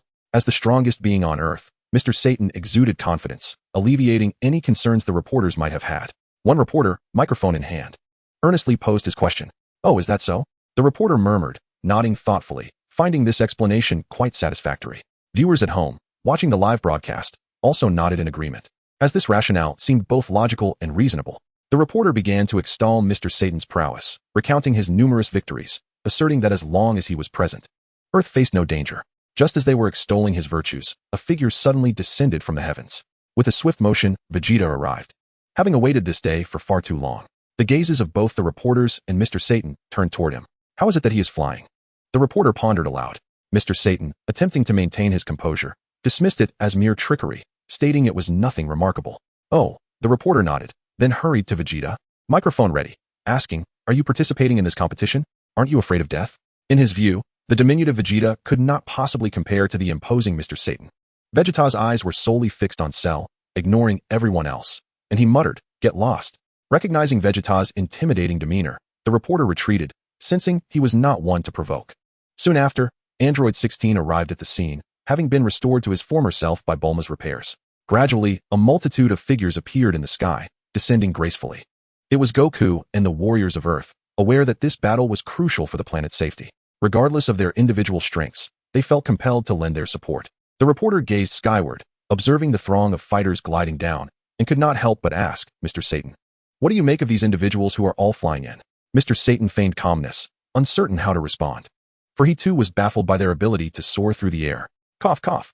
He could only cough lightly twice and said with a hint of indifference, illusions. Mere illusions. These individuals must be in cahoots. At that moment, the eyes of the tightly shut Cell finally opened. His gaze slowly swept across the crowd before settling on Sun Wukong. It was evident to him that the strongest among them was this fellow. However, as he continued his survey, a frown began to form on his brow. Has that guy not arrived? Cell muttered to himself. Down below, number 16 gradually approached Sun Wukong and spoke in a deep voice. You are Sun Wukong, correct? To which Sun Wukong promptly affirmed, yes. Number 16 nodded slowly and stated with composure, I was created by Dr. Gero to defeat you. So after this match concludes, I will fulfill that task. I hope you are prepared mentally. Sun Wukong responded with a confident smile. All right, I'm ready whenever you are. While they were conversing, Li Lin arrived at the scene with number 18. Upon seeing Li Lin, Cell narrowed his eyes slightly and remarked coolly, finally, you have arrived. Sun Wukong, upon noticing him, joyfully approached and greeted, long time no see, Li Lin. Li Lin smiled back and playfully punched him, saying, it hasn't been long, just a few days. It's you who has spent too long in the hyperbolic time chamber. Sun Wukong scratched his head and laughed. According to normal time, they had indeed only been apart for a few days. However, for him, an entire year had passed. Trunks felt a significant relief upon Li Lin's arrival. If anyone present could potentially defeat Cell, it would most likely be Li Lin. Humph. Vegeta turned his head away, unwilling to see that face. While the group continued their conversation, Cell, noticing everyone had gathered, decided not to wait any longer. He clapped his hands, drawing everyone's attention toward him. Very well. It seems everyone is here, so let us begin, Cell sneered, addressing the spectators. Who will come forth first? You or you? He pointed at Li Lin, Sun Wukong, and Vegeta, seemingly dismissive of them all. Although his battle with Gohan had been intense, it was still a father-son conflict. No matter how serious the fight, they could not fully unleash their power, always holding back to some extent. I'll go first, Sun Wukong shouted, eager to ensure no one would contest him. He then turned to Li Lin and Vegeta, asking, is it alright if I take the first shot? His only concern was Li Lin.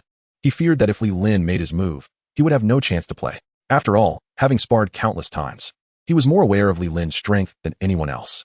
Even in his Super Saiyan form at full power, he felt that his strength was still inadequate in comparison to Li Lin. Li Lin smiled and nodded. All right. As friends, he was willing to let Sun Wukong take the lead. Vegeta spoke in a low voice. I have no objections, but when it comes time to determine the victor, I must be the one to step in.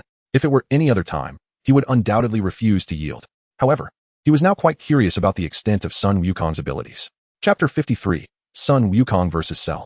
Cell observed that it seemed Sun Wukong was preparing to take the first step, a faint smirk forming at the corners of his mouth.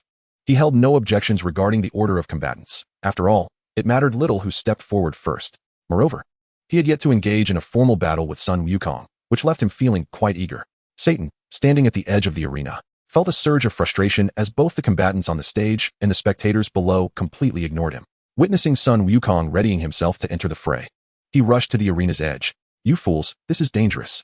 Do you think this is merely child's play? Satan exclaimed with indignation. As the self-proclaimed strongest being on Earth, he believed that the responsibility of protecting the planet should naturally rest upon his shoulders. A reporter, accompanied by a cameraman, hurriedly approached Sun Wukong. Excuse me, are you certain you wish to engage in this battle? It could be fatal. Sun Wukong, with a calm smile, responded nonchalantly, of course. Upon hearing this, Satan grew increasingly displeased, questioning how such Na'vi individuals felt emboldened to confront him. He forcefully shoved aside the cameraman and the reporter, bellowing, young man, you are far too inexperienced to comprehend Cell's true power. This battle is incredibly perilous. A moment's inattention could lead to your demise. Krillin, unable to remain silent, interjected.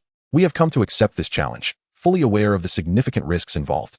In essence, their arrival was to safeguard humanity on Earth. Yet, it was infuriating that there were still those who so foolishly attempted to dissuade Wukong. Krillin regarded the man before him with disdain, asking, may I inquire who you are? Upon realizing that someone did not recognize him, Satan straightened his posture and launched into an elaborate self-introduction, proclaiming titles like World Champion and Earth's Strongest. The live broadcast continued, capturing the attention of all humanity. To their surprise, Satan's introduction elicited a considerable cheer from the crowd. It must be said that this individual possessed a certain level of popularity. However, in the next moment, the unfolding events left them utterly stunned. Cell, who had been poised to engage, felt a growing irritation at Satan's incessant ramblings. I am here to fight, not to listen to your blathering. With that, Cell unleashed a ki blast that struck Satan directly. In an instant, the man evaporated, leaving behind nothing but a pile of charred remains. Such incessant prattle, Cell remarked coldly. The reporter was left in shock, the cameraman bewildered, and the audience watching the live broadcast was equally dumbfounded. They could hardly fathom that the so-called strongest human, Satan, had been dispatched so effortlessly, seemingly leaving no trace behind. Across the globe, those witnessing this scene fell into a new wave of panic. If their savior was so easily vanquished, who then could possibly stand against Cell? In an instant, a great exodus erupted on Earth. Outrageous. Sun Wukong, witnessing this scene, was instantly filled with fury. Although Satan may have been somewhat verbose, he had committed no heinous acts. Regardless of his abilities, the mere fact that he dared to confront Cell demonstrated his courage, reflecting a desire to contribute to the planet. Viewed from another perspective, he possessed a stronger sense of justice than most inhabitants of Earth. Why? Why did you resort to murder before the competition even began? Sun Wukong questioned in indignation. His inherently kind nature could not bear such a sight. Though he was a scion, having grown up on Earth, he regarded its people as his kin. Huh? Cell sneered dismissively, asserting, as the initiator of this contest, I have the authority to establish the rules. The moment one steps onto this arena, the challenge officially commences. Whether one lives or dies depends solely on their own prowess. The reporters and cameramen, upon hearing this, looked at the stage where only Cell and the two remaining competitors stood. Terrified, they hastily vacated the arena, fearing they might become the next casualties. Though Li Lin felt sympathy for Satan, he acknowledged Cell's rationale. This world inherently operates on the principle of survival of the fittest, where strength reigns supreme. Only those with sufficient power can enforce absolute rules. Little did they know, in the future, Beerus would obliterate an entire planet, leaving its inhabitants utterly blameless. Yet, no one dared to voice dissent against him, not to mention the Omni King, whose mere finger movement could obliterate the universe, with no tally of the lives lost at his hands. Still, many revered him. Why? Simply because of his overwhelming strength. Thus, in this world, might makes right. Sun Wukong exhaled deeply, attempting to quell the fire of his anger. He chose not to continue the argument, for verbal sparring was not his forte. Slowly, he ascended the arena, prompting a slight smile from Cell. I've heard you master everyone's techniques, and are quite formidable. Let me see just how strong you truly are. Sun Wukong replied calmly, assuming an offensive stance. Haha. Cell grinned wickedly, adopting a battle-ready posture. The arena fell into a profound silence, reminiscent of the calm before a storm. Vegeta watched Sun Wukong with eager anticipation, eager to discern the extent of his current abilities. Having entered the hyperbolic time chamber twice, he wondered if he could surpass him. The two faced each other for approximately 10 minutes before Sun Wukong initiated the first attack. Cell, not daring to be careless, swiftly defended himself. The two engaged in relentless combat at the center of the arena, exchanging blows in a fierce melee. Observers could discern that neither was exerting their full strength. They were merely testing each other, as this was their first encounter and they needed to gauge one another's combat styles. Although their battle appeared intense, those with insight understood it was merely a prelude. Indeed, after a mere 3 minutes of mutual probing, the two swiftly separated. Looking at the upright figure of Son Goku, Cell coldly remarked, "It's time to unleash your full power. Isn't it? I have no time to indulge in such trivial games." Son Goku chuckled softly, clenching his fists in agreement. With that, a radiant golden light enveloped him, and an overwhelming aura sparked arcs of electricity around him, causing the ground to tremble subtly. Raising his hands high, Son Goku's astonishing energy surged towards the heavens, his golden glow intensifying. Now, that's more like it, Cell smirked, evidently pleased that Son Goku had not disappointed him. Spreading his wings behind him, Cell clenched his fists and unleashed a furious roar, summoning a tempest that rendered those nearby unsteady. In this moment, Cell mirrored Son Goku's state, both shimmering with brilliance. However, while Cell's radiance was purple, Son Goku's shone golden. Yet, in terms of their auras, they were nearly indistinguishable. Chapter 54, A Dazzling Battle. Vegeta, witnessing this spectacle, was utterly astonished. He had not anticipated the magnitude of Son Goku's power. Merely the aura alone surpassed his own significantly. Leelyn nodded slightly, observing that the two contenders on the arena had clearly ascended to a level far above the others.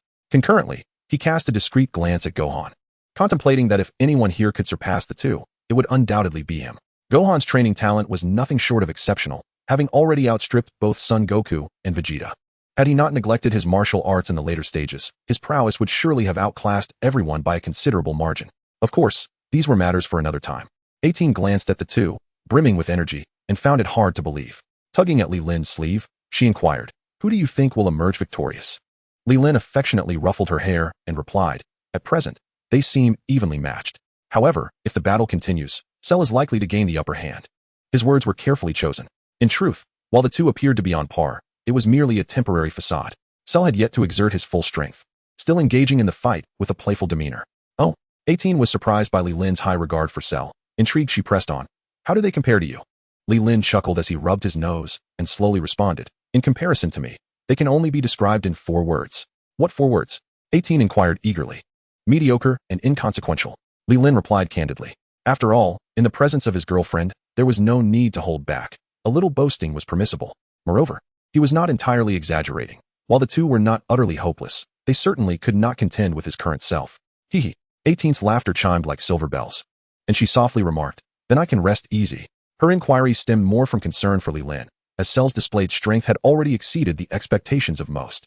To everyone's astonishment, Li Lin provided an exceedingly confident response. While they continued their discourse, the two combatants on the arena had already commenced an intense confrontation. Their figures moved with such alacrity that the ordinary eye could scarcely capture their motions. Were it not for the incessant sounds of collision resonating throughout the arena, one might hardly believe that a battle was unfolding before them. Bang, bang, bang. The two combatants relentlessly engaged in offense and defense, their rapid movements creating a dizzying spectacle.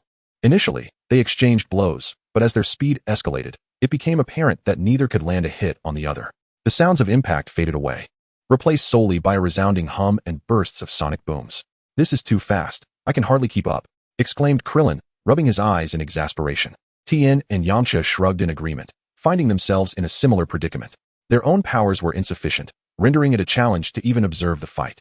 However, individuals such as Vegeta, Trunks, Gohan, and Piccolo could still discern the unfolding dynamics of the battle, their superior abilities allowing them to grasp the situation with relative ease. Among them, the clearest observer was undoubtedly Android 16. As a robot, his eyes functioned like cameras, meticulously capturing every detail of the combat, which he could then analyze frame by frame with remarkable ease. The battle raged on, the two warriors having engaged for a full half-hour without a definitive victor emerging. Suddenly, Goku seized an opportunity, delivering a knee strike to Cell's abdomen. Cell winced momentarily but quickly regained his composure, dodging and retaliating with a punch aimed at Goku's face. Thud, thud. With two muffled sounds, the fighters momentarily separated. The onlookers exhaled deeply upon witnessing the cessation of hostilities, as the intensity of their duel had been utterly exhausting to behold.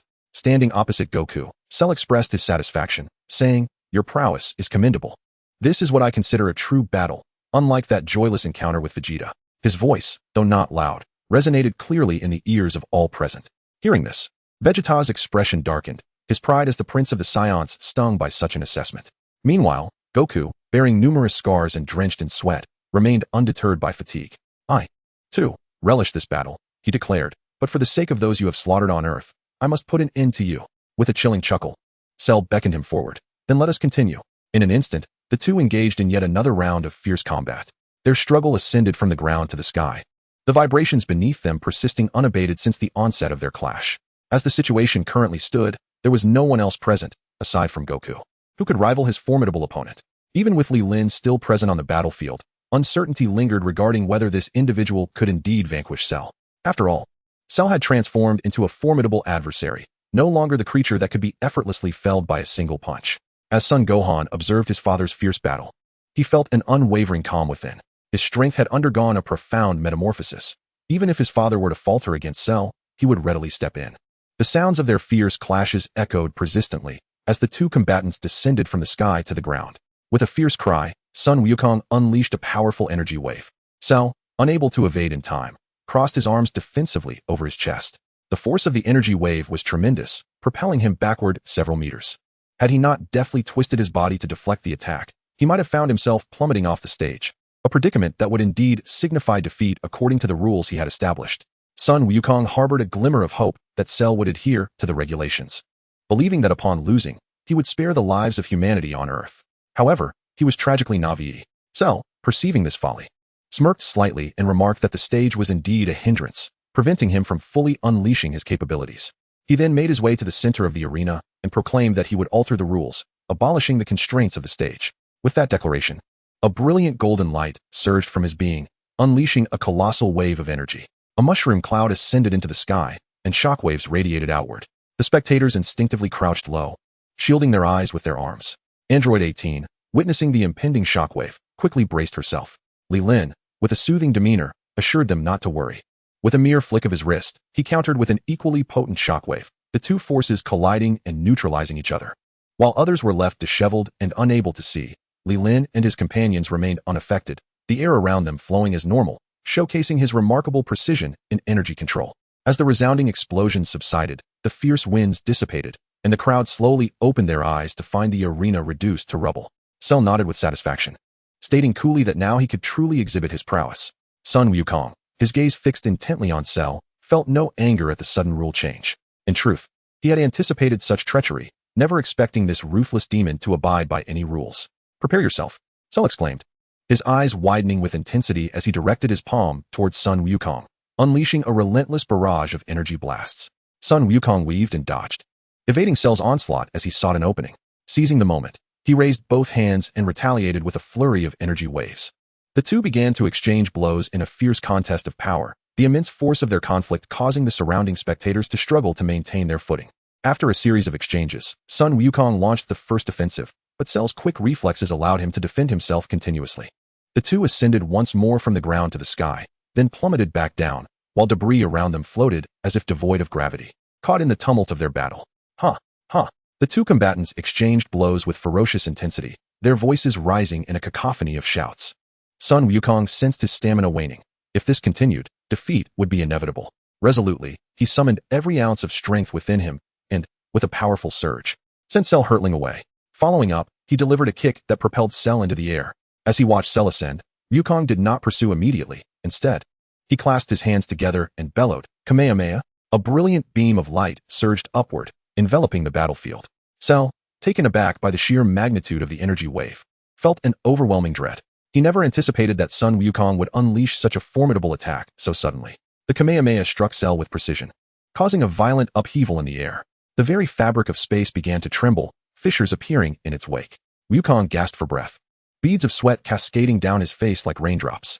Had he succeeded? Krillin clenched his fists, his gaze fixed intently on the sky. Everyone held their breath, eyes glued to the spectacle. Suddenly, a thud echoed as Cell's lower half plummeted to the ground, kicking up a cloud of dust. Meanwhile, the upper half had vanished entirely. "Wonderful! Cell has been vanquished," Tien shouted joyfully. With such devastation, survival seemed impossible. Even if his lower half retained a semblance of consciousness, it posed no threat. Yet, Wukong remained vigilant, sensing a lingering, potent aura emanating from Cell's severed lower half. Then, an astonishing sight unfolded before their eyes. The half-dismembered Cell executed a remarkable maneuver, springing upright. "This is bad. Cell is still alive," Piccolo exclaimed, realization dawning upon him.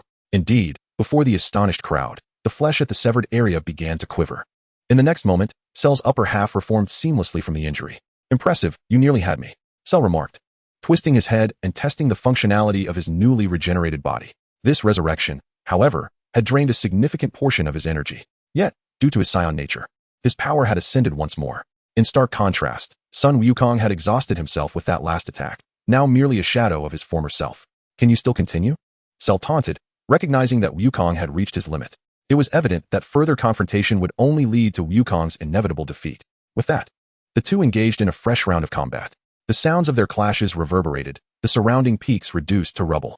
Wukong finally reached his breaking point, his movements slowed, and his strikes grew weak. Seizing the opportunity, Cell delivered a punch that sent Wukong flying, following up with a ki blast. The impact drove Wukong into the earth. While he survived, his aura no longer radiated the same formidable strength. As the dust settled, Wukong crawled out of the crater, breathing heavily. Son Goku gasped for breath, struggling to rise from the ground. His body was not severely injured. Rather, the intense and prolonged battle had drained his stamina. Seeing Goku's condition, Cell disdainfully remarked, "It appears you have reached your limit." Goku, not feigning strength, nodded calmly. He was indeed at his breaking point. Continuing the fight would inevitably lead to his demise. "To be honest, I'm in a similar predicament. Why not consume a senza bean, recover, and then come back to fight me? You might just defeat me," Cell suggested with a sinister smile. It seemed he was not yet satisfied with merely killing Goku. That would be too mundane. Trunks, upon hearing Cell's suggestion, snapped back to reality. "Yes, we still have senza beans. If Goku eats one, perhaps he could turn the tide," he exclaimed.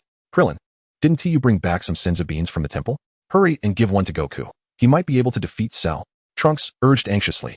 Krillin, upon hearing this, looked bewildered. He understood Goku well. Despite the efficacy of the suggestion, he was certain Goku would refuse it. Vegeta, overhearing his son's words, couldn't contain his fury and shouted, "Are you still a proud Saiyan?" Kakarot would never accept such a tactic, so abandon that thought. Trunks, chastised, appeared despondent. He glanced at the expressions of those around him. They seemed to hope that Goku would consume the sins of being and continue the fight, yet none dared to voice it. They knew well that this approach was utterly futile. Goku regarded Cell's proposal. While it was indeed a sound strategy, he would not accept it.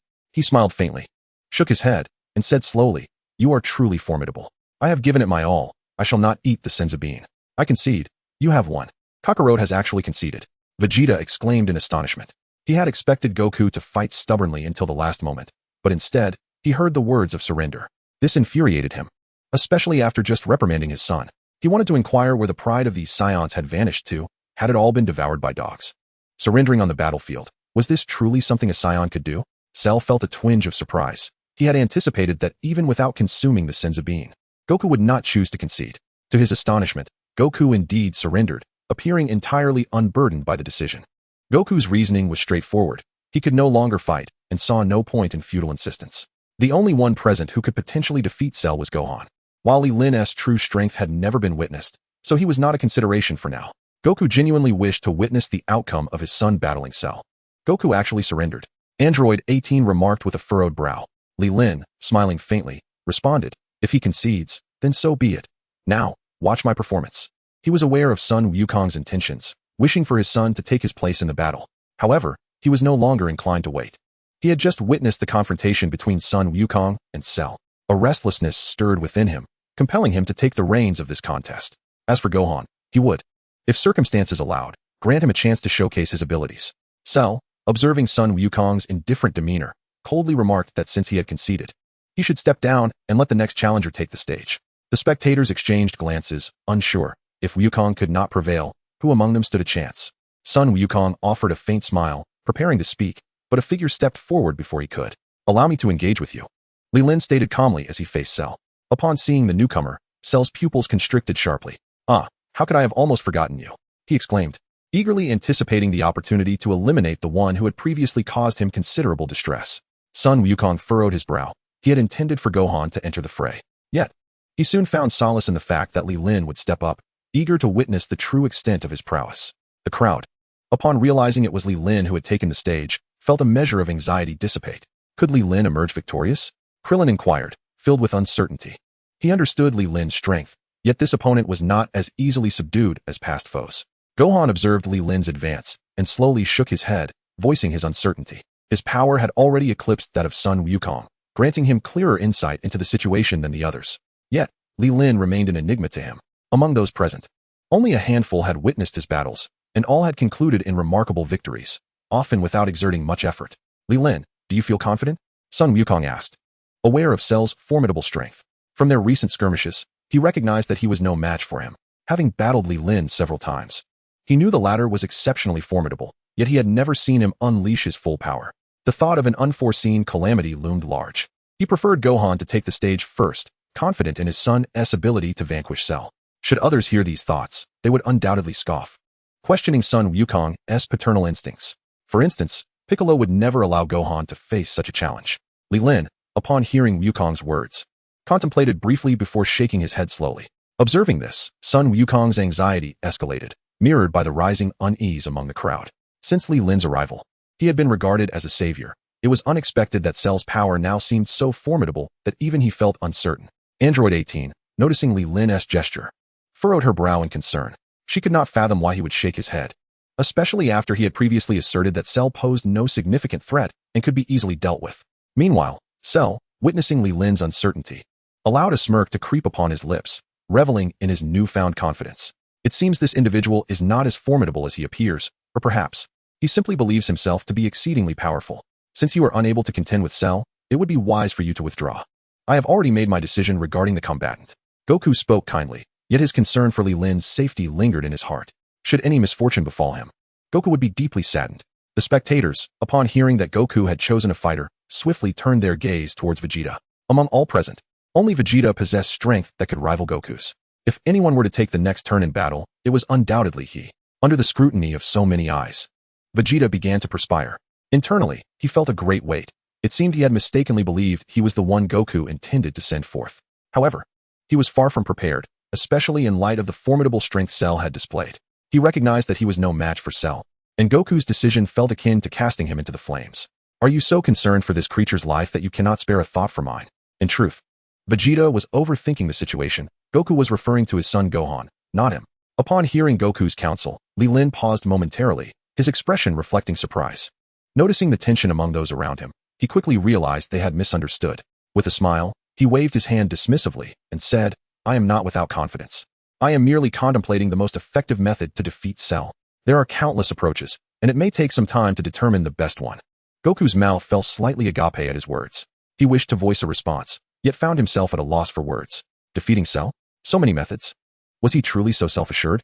The onlookers gasped in disbelief. Could it be that defeating Cell was merely a matter of triviality? Did he truly need to deliberate over the manner of his demise? Upon hearing this, Cell's smile vanished instantly, replaced by a grim expression. Fury surged within him, turning his face a shade of green. He had not anticipated Li Lin's audacity, considering various strategies. Thus, Cell resolved to demonstrate through sheer power that no plan would be necessary. The ultimate outcome would be his own demise at Cell's hands. So, you need not worry. Feel free to observe the battle. Li Lin continued with a grin. Against an opponent like Cell, he need not exert his full strength. Although Cell was nearing the threshold of Super Saiyan 2, the disparity in power remained as vast as an abyss. Even if Cell were to achieve that transformation, Li Lin would harbor no fear, for his own strength had surpassed Super Saiyan 2. Engaging in combat might require some effort, but he was undeterred. Seeing Li Lin's unwavering confidence, Android 18 felt a sense of relief wash over her. After all, she had come to regard Li Lin as her partner. Any misfortune befalling him would truly devastate her. Chapter 57, I Yield. Goku wisely stepped aside. Li Lin stretched his body, wearing an expression of utmost composure. He beckoned with his hand toward Cell and said, You may strike first. I fear you might miss your chance otherwise. Having uttered these words, he vanished, only to reappear before Li Lin in the next instant. His right fist surged forward with tremendous force, generating a fierce gust of wind. Imbued with an aura of immense destructive potential, Li Lin regarded the approaching fist with a serene smile, slightly shifting his body. The movement was subtle, yet perfectly executed, allowing him to evade the strike effortlessly. He opted not to defend or retaliate, for he yearned for a genuine battle, believing it was time to enhance his own combat prowess. Upon witnessing his attack fail, Cell's expression darkened instantaneously. He launched a second assault, his fists creating a scorching friction against the air as they targeted Li Lin from multiple angles. Unfazed, Li Lin moved with an agility that seemed to meld him with the very atmosphere around him. Every tempestuous blow from Cell missed its mark. What? Cell thought, astonished. His current attack frequency surpassed that of his previous fight with Goku. How could he possibly be unable to land a single hit? Can you strike any faster? Li Lin remarked coolly, casually slipping his hands into his pockets, indicating he still possessed considerable reserves of strength. This statement and gesture pierced Cell's pride like a dagger. You insolent fool, do not underestimate me. He growled under his breath. His golden aura suddenly doubled in intensity as he unleashed his full power, crackling with electric energy. He was on the brink of achieving Super Saiyan 2, just one step away. Yet that final step proved exceedingly challenging. Behold, this is my full strength, Cell proclaimed triumphantly, seemingly reveling in his prowess. Huh, is this all you have? Li Lin raised an eyebrow, smiling as he inquired. Can you not elevate your power further? Cell, incensed by this dismissive remark, believed his opponent was merely posturing, attempting to undermine his confidence to provoke an error in combat. However, possessing the intellect of multiple beings, he was far too astute to fall for such a simplistic ruse. Then let me see what warrants such arrogance, Cell retorted, his brow furrowing as he prepared for action. In an instant, he propelled himself forward like a cannonball, launching from the ground. Li Lin bent slightly, evading Cell's onslaught. Cell surged ahead, only to abruptly halt, pivoting to become a blur once more as he charged forth. Just as they were about to collide, Li Lin erupted with energy, sending Cell hurtling away. The spectators were left speechless, astonished by the scene before them. They had assumed Cell was formidable enough that even Li Lin could not displace him. Yet, it became clear they had misjudged the situation. Li Lin's strength far exceeded their expectations.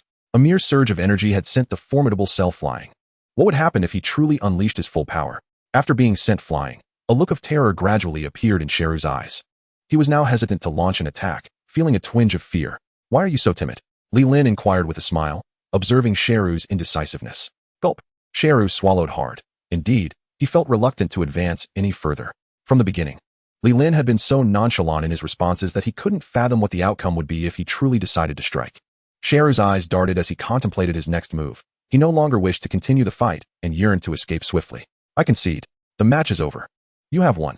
Sheru managed to utter with great difficulty.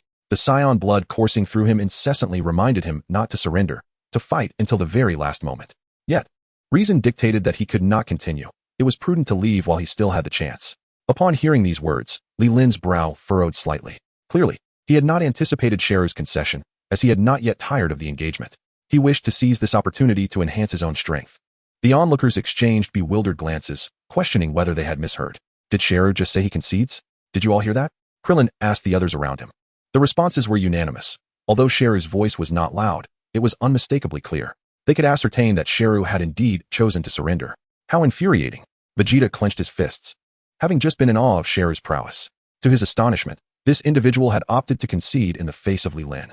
Was Li Lin's strength truly that terrifying? Ah, he concedes? Son Goku scratched his head, appearing somewhat disappointed. I haven't had my fill of the show yet. Why concede now? Piccolo and Trunks were more cautious. They were taken aback by Sheru's voluntary surrender, but felt a sense of relief. However, the pressing question remained. What would happen next after Sheru's concession? After all, he had previously declared that if the strongest on Earth were to lose, he would annihilate humanity. Now that he himself had lost, he had yet to clarify what would ensue. If Li Lin allowed him to leave, it could spell disaster in the future. I concede, Li Lin stated softly. Sheru nodded earnestly, a smile curling at the corners of his mouth. Indeed, I concede. You have won. As a price, I shall not kill any more humans. May I leave now? A sense of satisfaction began to swell within him as he praised his own cleverness for having preserved an escape route from the outset. With a few years of diligent training, he believed he could easily deal with Li Lin later. Very well, I accept your concession. Li Lin pondered for a moment before nodding in agreement. Sheru's smile blossomed, but the next instant, it froze upon his face. However, the price of surrender was not so simple. For a monster like you, conceding only leads to death. Li Lin's eyes narrowed, and his voice turned sharp. He had initially intended to engage in a spirited battle, without any intention of killing him, as he believed that Gohan would ultimately resolve the situation. However, the abrupt decision to concede was akin to treating him as a fool, an affront that he could not tolerate. Upon hearing the menacing words, Cell became flustered and quickly waved his hands in denial, insisting that such a clause did not exist in the rules. Li Lin, unwilling to grant him an explanation, appeared before him in an instant. With a resounding thud, a punch struck, piercing through his chest. Cell coughed up a copious amount of purple blood, his aura plummeting dramatically. He had not anticipated that Li Lin would strike so suddenly, nor that his strength would be so formidable. Leaning in close, Li Lin calmly whispered in his ear. I had thought you were prepared for death by hosting this tournament. Chapter 58, Playing Dead. Cell's expression turned to one of sheer terror, realizing that his opponent genuinely intended to kill him. Despite the excruciating pain radiating through his body, he forced himself to retreat. Blood gushed from the gaping wound in his chest. Ah! Cell screamed. Instantly, the gaping hole in his body began to mend itself. However, he was no longer inclined to fight, as Li Lin's displayed power far exceeded his expectations. His own attacks were futile against this opponent, who could effortlessly pierce his body with a single blow. The disparity in strength was evident. Even a fool could recognize the futility of resistance. Cell pondered this as he swiftly vanished from sight, preparing to flee. Yet, Li Lin had already anticipated his intentions and would not allow him to escape so easily. Suddenly, Li Lin also disappeared, and in less than a second, Cell's body crashed heavily to the ground. Li Lin descended slowly and remarked nonchalantly, "What is this? Still contemplating your escape?" He sighed softly, adding, "But I advise you not to waste your efforts. No matter how swift you are, you remain utterly insignificant in my eyes." As he spoke, Li Lin raised his hand slightly, and a beam of white light surged forth. Cell's heart raced at the sight of the energy-laden hand. For reasons unknown, he was reminded of the moment when Li Lin had shattered half of his body with a single fist. The familiarity of that sensation sent shivers down his spine. Although he could not ascertain the true power of this technique, it certainly appeared formidable, and he feared that should he be struck, his life would be in grave jeopardy. Cell's mind raced, and suddenly a plan crystallized. This opponent was likely unaware of the core within him. As long as it remained intact, he would not truly perish. When Li Lin struck him, he would feign defeat and play dead, perhaps thereby evading death. Resolute in his decision, he adopted a fearful demeanor, pleading, "Please, don't kill me. I promise I will never commit evil again. I will strive to be a better person and start anew." Li Lin smiled serenely. The phrase felt oddly familiar. It seemed reminiscent of words once spoken by Frieza's father, King Cold. However, pleading for mercy was futile, for he understood that individuals like this could not be swayed. "Let us start anew in the next life," Li Lin remarked indifferently. Denying him even a shred of opportunity for rebuttal, the energy coalescing at his fingertips was ready. In an instant, The energy transformed into a beam, striking through Cell's heart with the swiftness of a meteor. How despicable, devoid of any compassion. Cell silently cursed within. Nevertheless, he complied with dramatic flair, letting out a piercing scream, blood seeping from the corners of his mouth as he was sent hurtling away. He crashed heavily onto the ground a short distance away, lying there like a lifeless corpse, devoid of any breath. Although Cell's eyes were tightly shut, and he appeared to depart in tranquility, he secretly reveled in his performance. Convinced of his flawless act, the onlookers were rendered speechless as they beheld Cell felled by a single strike. Is Cell dead? Son Goku inquired, gazing at the motionless figure on the ground with uncertainty. It would seem so. I no longer sense his energy, Trunks replied, his eyes fixated on Cell's lifeless body. Upon witnessing this, Krillin and the others were overcome with jubilation. The demon that had plagued their thoughts and desires was finally vanquished. While the process had been somewhat swift, they were relieved that the crisis on Earth had been averted. Let us not celebrate just yet. My intuition warns me that matters may not be as simple as they appear, Piccolo cautioned the group gravely. Though Li Lin's displayed power was astonishing, the ease with which he had defeated Cell left them feeling somewhat incredulous. Yet, the tension that had previously gripped them dissipated, replaced by expressions of relief and ease. Believing Piccolo was merely overreacting. Is it truly that simple? Let us go and ascertain the truth, Vegeta remarked, arms crossed, before soaring towards Cell's body. The others saw no harm in this. After all, they had not dared approach him while he was alive. Now that he was deceased, what was there to fear? A throng gathered around, pointing and discussing Cell's corpse. Li Lin observed this scene, a slight smile gracing his lips. He did not believe Cell could be so easily vanquished. When he first struck Cell and saw him collapse, he had been quite taken aback. Yet, reflecting on it, it could very well be Cell's attempt at a clever escape. A ruse that seemed rather juvenile in his presence. It appears he truly is dead. There is not a trace of energy remaining, Son Goku remarked slowly, his heart heavy with disappointment, as he had intended to leave this foe for Gohan. Mr. Li Lin is truly formidable, such a powerful adversary dispatched with such ease. As if it required no effort at all, Trunks could not help but exclaim in admiration. In his heart, he grappled with the unsettling thought of why the future lacked a figure as formidable as Mr. Li Lin. Were such a person to exist, life ahead would surely not descend into the depths of despair as it had now. Unbeknownst to him, he had already begun to idolize Li Lin, aspiring to embody a strength akin to his, believing that only then could he better safeguard his own realm. Look at this. Even in death, this fellow's skin remains remarkably tough. What material could possibly be responsible for that? Exclaimed Klin, his excitement prompting him to touch the surface of Cell. Upon hearing this, Sun Wukong chuckled and nodded in agreement. Indeed, this creature's skin is undeniably resilient. Perhaps we should consider peeling it off for Bulma to study. She might create an extraordinary combat suit from it.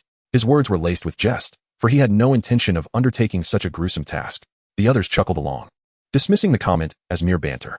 However, Cell's thoughts betrayed him. Internally, he was fuming, cursing Sun Wukong for his inhumanity. Peel off my skin. Is that something a human would suggest? He scoffed inwardly. Meanwhile, Vegeta gazed at Cell with a hint of disappointment, having not anticipated Cell's demise so soon. He had yet to exact his vengeance. With this thought, he could not restrain himself and delivered a swift kick, pinning Cell to the ground. Cell stifled his agony, refusing to let the blood pooling in his mouth escape. Once more, he cursed Vegeta in his mind. I've realized, you lot are nothing but beasts. When I stood tall, I offered you the chance to challenge me, yet you quivered in fear. Now that I feigned death, you begin your performance. What shall we do with this fellow's corpse? Shall we leave it here? Vegeta asked, still pressing down on Cell. Sun Wukong pondered for a moment before responding, perhaps we should bury it. Leaving it here isn't ideal. The others nodded in agreement. After all, he was dead, and there was no need to dwell on past grievances. To bury him would be a testament to their respect for a powerful adversary. Upon hearing this, Cell's heart lightened slightly. This is more like it. Resting in peace. Once you all depart, I shall rise again and deliver a grand surprise in a few years. Whatever, Vegeta retorted, stamping down heavily once more. If you wish to bury him, then so be it. I certainly won't lift a finger. At that moment, Android 18 approached Li Lin, her face adorned with a radiant smile. What brings you such joy? Li Lin inquired, curiosity piqued. With a beaming expression, 18 explained, oh, it's nothing. I am simply elated by your strength. She had come to regard Li Lin as her man, and it was only natural for her to feel joy at his prowess. Ah, I see. Li Lin chuckled, scratching his nose as he overheard the discussion regarding Cell's remains. He stepped forward and casually remarked, why bother with burial? There's no need for such complications. As his voice resonated, the crowd turned to him, their gazes filled with profound respect. The troublesome Cell, unable to withstand even a few moves in his hands, is undeniably the strongest on Earth. What does Mr. Li Lin mean? Trunks inquired with curiosity, observing his respectful demeanor. It was evident that he held Mr. Li Lin in the highest regard. This made Vegeta feel quite uncomfortable, as he had never received such respect from his own son. However, he felt it inappropriate to voice his discontent in public. Wouldn't it be better to simply burn it? Mr. Li Lin said with a faint smile. He had deduced that Cell was feigning death. Since he enjoyed playing dead, this was the perfect opportunity to teach him a lesson. Indeed, burning him is simpler. No need to dig a grave. What a splendid idea. As expected of Mr. Li Lin, Trunks responded with a smile, his face radiating immense respect and admiration. Mr. Li Lin had completely conquered him with his strength. To Trunks, everything he did seemed filled with wisdom and uniqueness. Vegeta, witnessing his son act like a sycophant, felt a deep sense of embarrassment. Burning the corpse, what kind of brilliant idea is that? Must you boast about it? Well, Mr. Li Lin's idea is rather good. I concur. Goku nodded slowly, unconcerned about how to deal with the corpse now that Cell was eliminated. He merely echoed Trunks' approval of Mr. Li Lin's suggestion. Vegeta's facial muscles twitched in irritation. How remarkable that you can make such a fuss over handling a corpse. At that moment, Cell was cursing Li Lin internally, questioning whether this person had any humanity left. Now that he was dead, couldn't they at least leave him with a complete body? However, it was fortunate that his body was sufficiently resilient. Mere flames would pose no significant threat. Heh! A mysterious smile crept onto Li Lin's lips. He then gently blew, producing a spark that ignited on Cell's form. Suddenly, a fierce flame enveloped Cell entirely. Hiss! Cell cursed under his breath, although his body remained undamaged. The searing heat was unbearable. Nevertheless, he gritted his teeth and managed to remain silent. After approximately several dozen seconds, the flames gradually extinguished. Cell's body was left charred but otherwise unharmed. Heh! Vegeta couldn't help but scoff, having stated that this fellow's body was extremely tough. How could mere flames incinerate him? The others felt a bit awkward upon hearing Vegeta's words. Trunks looked at Li Lin and said slowly, Mr. Li Lin, what do you think? Vegeta, seeing his son's sycophantic behavior, was filled with rage. Before Li Lin could respond, he interrupted, directing his ire at Trunks. How can you not resolve such a simple issue? Where is your mind wandering? Though aimed at Trunks, it subtly mocked Li Lin as well. Oh, Li Lin raised an eyebrow with a smile and replied, it seems Prince Vegeta possesses considerable insight into the methods of dealing with the deceased. How would you suggest it be done? Vegeta, upon hearing the veiled insults, felt a twinge of discomfort in his heart. Was this not an implication that he was incapable of dealing with the living, relegating him only to the dead? Humph! With a disdainful snort, Vegeta directed his palm downward, declaring that he would unleash a wave of energy that would leave nothing of his opponent. A massive sphere of energy suddenly coalesced in his palm. Cell, sensing the surge of power, could no longer contain himself and abruptly opened his eyes. This was no way to treat an adversary. Should he be struck, he would surely meet his end. At that moment, all eyes turned towards Li Lin, who remained the focus of their attention. However, Krillin's gaze was fixated on Cell's body. Upon witnessing Cell's eyes suddenly open, he thought he was imagining things and rubbed his eyes in disbelief. Gulp! Once he confirmed that his vision was clear, he swallowed hard and shouted, he's faking it. The others were startled by his exclamation, and Krillin trembled as he pointed at Cell. The group quickly turned to see Cell glaring at them with unbridled fury. A collective shiver ran through everyone. What was happening? Are you lot never going to learn? Cell erupted, his voice resonating through the skies, audible for miles around. He appeared genuinely furious, reaching a breaking point. My goodness, Cell is alive again. Yamcha shouted, hastily retreating. The others, now fully aware of the situation, quickly backed away. Vegeta had already distanced himself by 100 meters. His expression a mixture of shock and confusion as he gazed at Cell. How had this fiend returned to life? Goku, rather than fleeing, stood astonished with his mouth agape. Unable to close it, he glanced at Li Lin and stammered, What? What is happening here? What's happening? This fool has been playing dead all along. Did you not notice? Li Lin explained with a smile. As the realization dawned that Cell had merely been feigning death, a wave of dread washed over them. They had been perilously close moments ago. Had Cell chosen to strike, their fate could have been sealed. It was a harrowing brush with death, akin to walking through the gates of the underworld. Turns out you knew all along. Cell's face darkened ominously, the wound on his chest beginning to heal. He felt an overwhelming sense of humiliation, having been toyed with like a mere pawn. Had he known this sooner, he would have risen abruptly to launch a surprise attack before they could react, taking down a few of them first. Chapter 60, The End. Only now do you comprehend? Li Lin remarked with a smile. Had you been aware, you wouldn't have resorted to such a foolish tactic as setting fire. Curse you, you scoundrel. Cell seethed in frustration, his once pale cheeks now tinged with crimson. He found himself devoid of options. Surrender was not an option, and feigning death had failed. It appeared that the only path left was to engage in battle. However, Cell was unwilling to meet his end so easily. We have no personal vendetta. Must you truly annihilate me? Li Lin chuckled and shook his head, affirming that indeed, he bore no ill will towards Cell. He truly need not engage in battle with him. Under normal circumstances, he would undoubtedly meet his demise. However, it cannot be dismissed that the narrative may have undergone a transformation. should he be permitted to survive. A person of such malevolence would surely seek revenge with a heart devoid of mercy. Personally, I harbor no fear, yet I am no longer alone. I am accompanied by Android 18. Her safety must not be disregarded. How could there be no grievances? You previously sought to harm 18 and intended to end my life. That animosity has long since been forged, and surely you have not forgotten it, have you? Leelyn spoke with an air of calmness. Cell furrowed his brows. Recalling the scene of their initial confrontation, it seemed there was nothing amiss in what Leelyn had articulated. Was there truly no room for negotiation? Cell inquired darkly. Observing Cell's demeanor, Leelyn felt a flicker of alarm. Could this fiend be contemplating self-destruction? If that were the case, he must not be allowed to live. Should this creature obliterate the Earth, while I may withstand the explosion, I would be incapable of surviving in the void of space. Indeed, Cell was contemplating precisely that.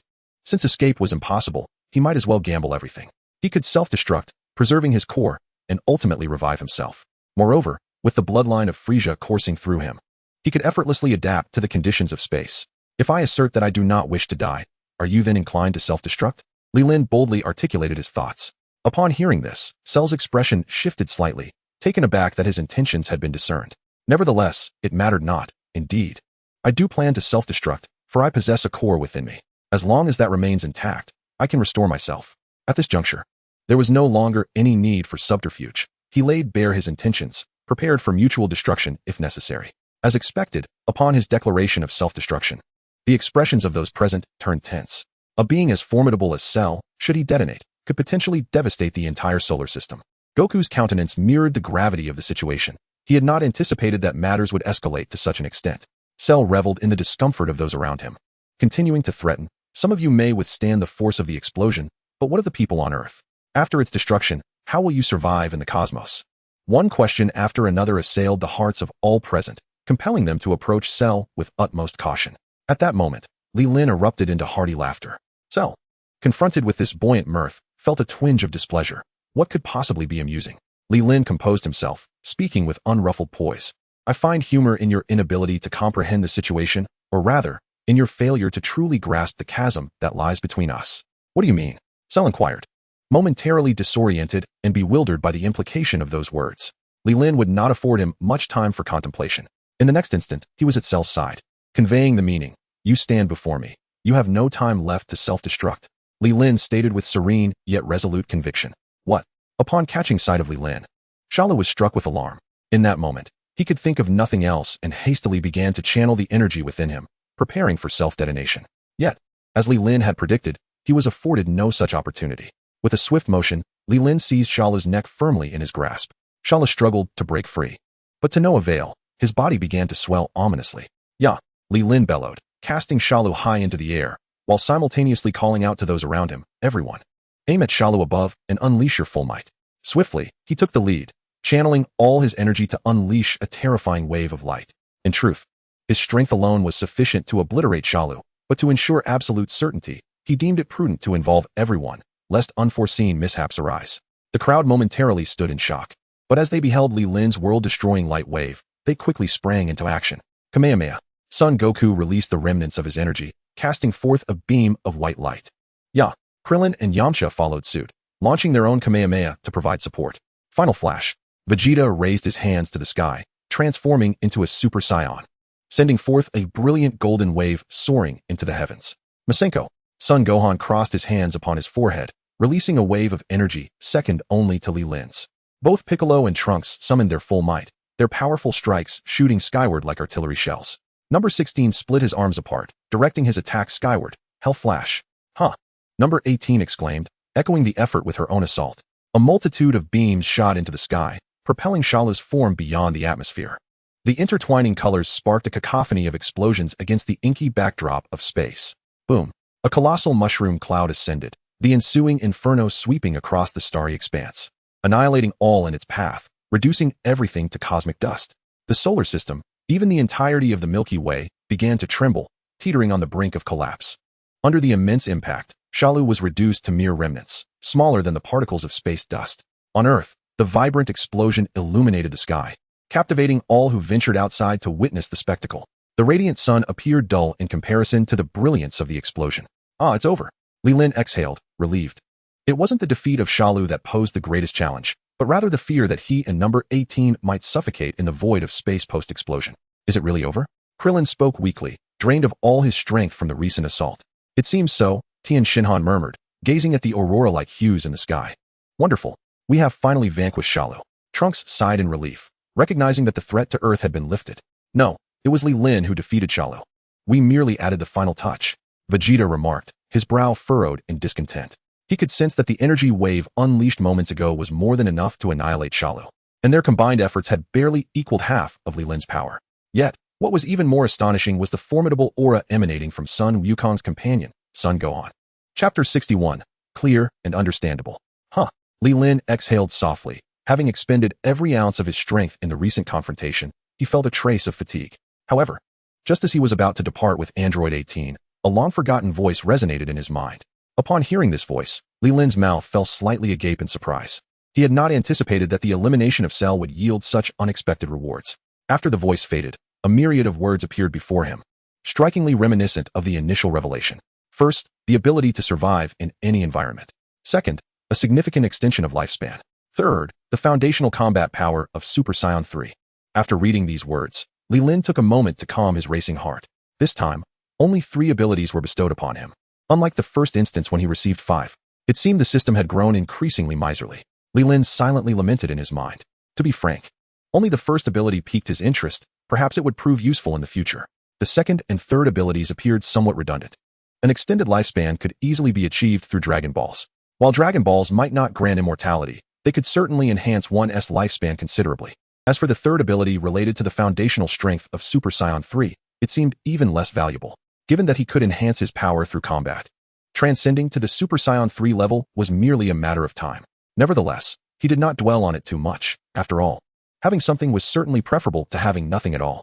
The others remained oblivious to Li Lin's unusual demeanor. Having just defeated Cell, everyone's spirits were quite high. With Cell vanquished, and in a sense, as a collective effort, why not find a place to gather and celebrate? Sun Wukong suggested to the group. The earlier remarks were inconsequential. He was primarily concerned about the feast. Having battled for so long, he was already quite famished. Sounds good. With the threat to Earth alleviated, he felt his mission was accomplished. A little relaxation now would be quite welcome. The group voiced their agreement, though Vegeta expressed his disinterest. Li Lin, would you care to join us? Sun Wukong inquired with a smile, turning to the greatest contributor of this endeavor. Thus, the group departed from the site. The celebration was to be held at the Capsule Corporation, a familiar venue that would facilitate their gathering. The two who approached felt the fluctuations had ceased, allowing them to draw near. Upon discovering the area was utterly deserted, they exchanged bewildered glances. Has Cell truly been defeated? The cameraman pondered aloud, holding his equipment uncertainly.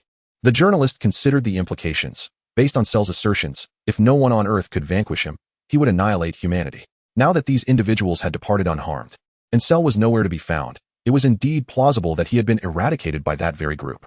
Indeed, it must be so. The reporter clapped his hands and spoke earnestly, simultaneously instructing the cameraman beside him. Quick, start the broadcast.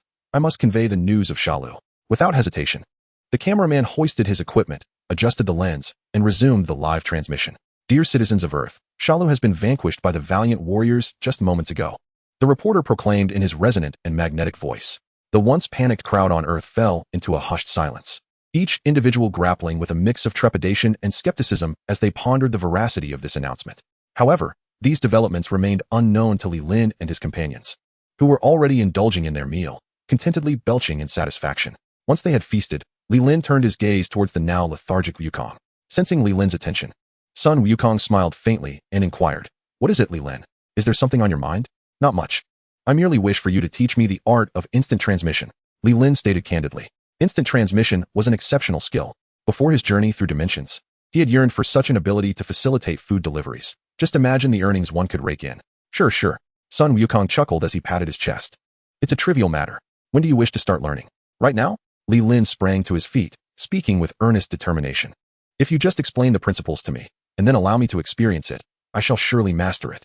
The others were taken aback, astonished by the simplicity with which Li Lin presented his desire. Was instant transmission truly so easy to grasp? Just an explanation and a little experience, and one could learn it? That seemed implausible, as they had all attempted to comprehend it countless times without success. Sun Wukong opened his mouth as if to protest. But recalling the last instance when Li Lin unexpectedly grasped the technique of energy manipulation, he chose to remain silent. After all, This fellow's aptitude was beyond ordinary comprehension. Very well, Sun Wukong agreed without hesitation and began to elucidate the principles of instant transmission.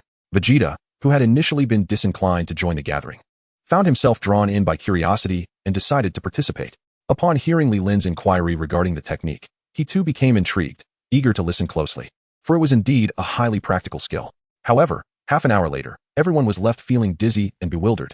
Sun Wukong's ability to convey information was woefully inadequate. His explanations were filled with vague substitutions, leaving listeners confused about their meaning. Well, that's roughly it. I hope you can make sense of it. Sun Wukong chuckled sheepishly. Scratching his head, he believed that even if his explanation was lacking, the essence would still be graspable. Though he directed this remark towards Li Lin, the rest of the group, who had been attentively listening, instinctively shook their heads in unison. It was rather straightforward. We have a general understanding, Li Lin remarked, stroking his chin and nodding affirmatively. His comprehension ability is unparalleled. Although Sun Wukong spoke in a disjointed manner, he was still able to articulate everything coherently. Some of the ambiguous points could be deduced with a little contemplation. Chapter 62. A Place Without a Home. Everyone was rendered speechless upon hearing this. Trunks, taken aback, asked, Mr. Li Lin, do you really consider this to be simple and comprehensible? A moment of silence enveloped the group as they exchanged glances, uncertain of how to respond. This was not merely a minor issue. It was a significant problem. Huh. Vegeta scoffed, his lips barely moving, though no sound escaped him. His lip movements clearly suggested he was uttering the words bragging. Li Lin, shaking his head in resignation, replied nonchalantly, well, perhaps people are just different. Sun Wukong nodded vigorously in agreement with Li Lin's words. Initially feeling somewhat insecure, he found validation in Li Lin's sentiments, believing that any misunderstanding stemmed from his own shortcomings. Then let us set off. Just place your hand on my shoulder. Sun Wukong stood up, smiling at Li Lin. Just as they were about to depart, Piccolo interjected. Hold on, Goku. The people that Cell has killed have yet to be revived, and now that I am fused with the Supreme Kai, the Dragon Balls are no longer an option, Piccolo stated slowly. Oh right, I almost forgot about that. Sun Wukong scratched his head. With so many people slain by Cell on Earth, their revival was indeed necessary. Piccolo continued, if you plan to use instant transmission, could you visit Namek and find a Namekian to become the new Supreme Kai for Earth? This was his intention. Although Piccolo had softened from his earlier demeanor, he still did not prioritize the lives lost on Earth. However, now that he was fused with the Supreme Kai, his benevolent thoughts had grown stronger, and he wished to save those who had tragically perished at Cell's hands. All right, no problem. Sun Wukong nodded earnestly.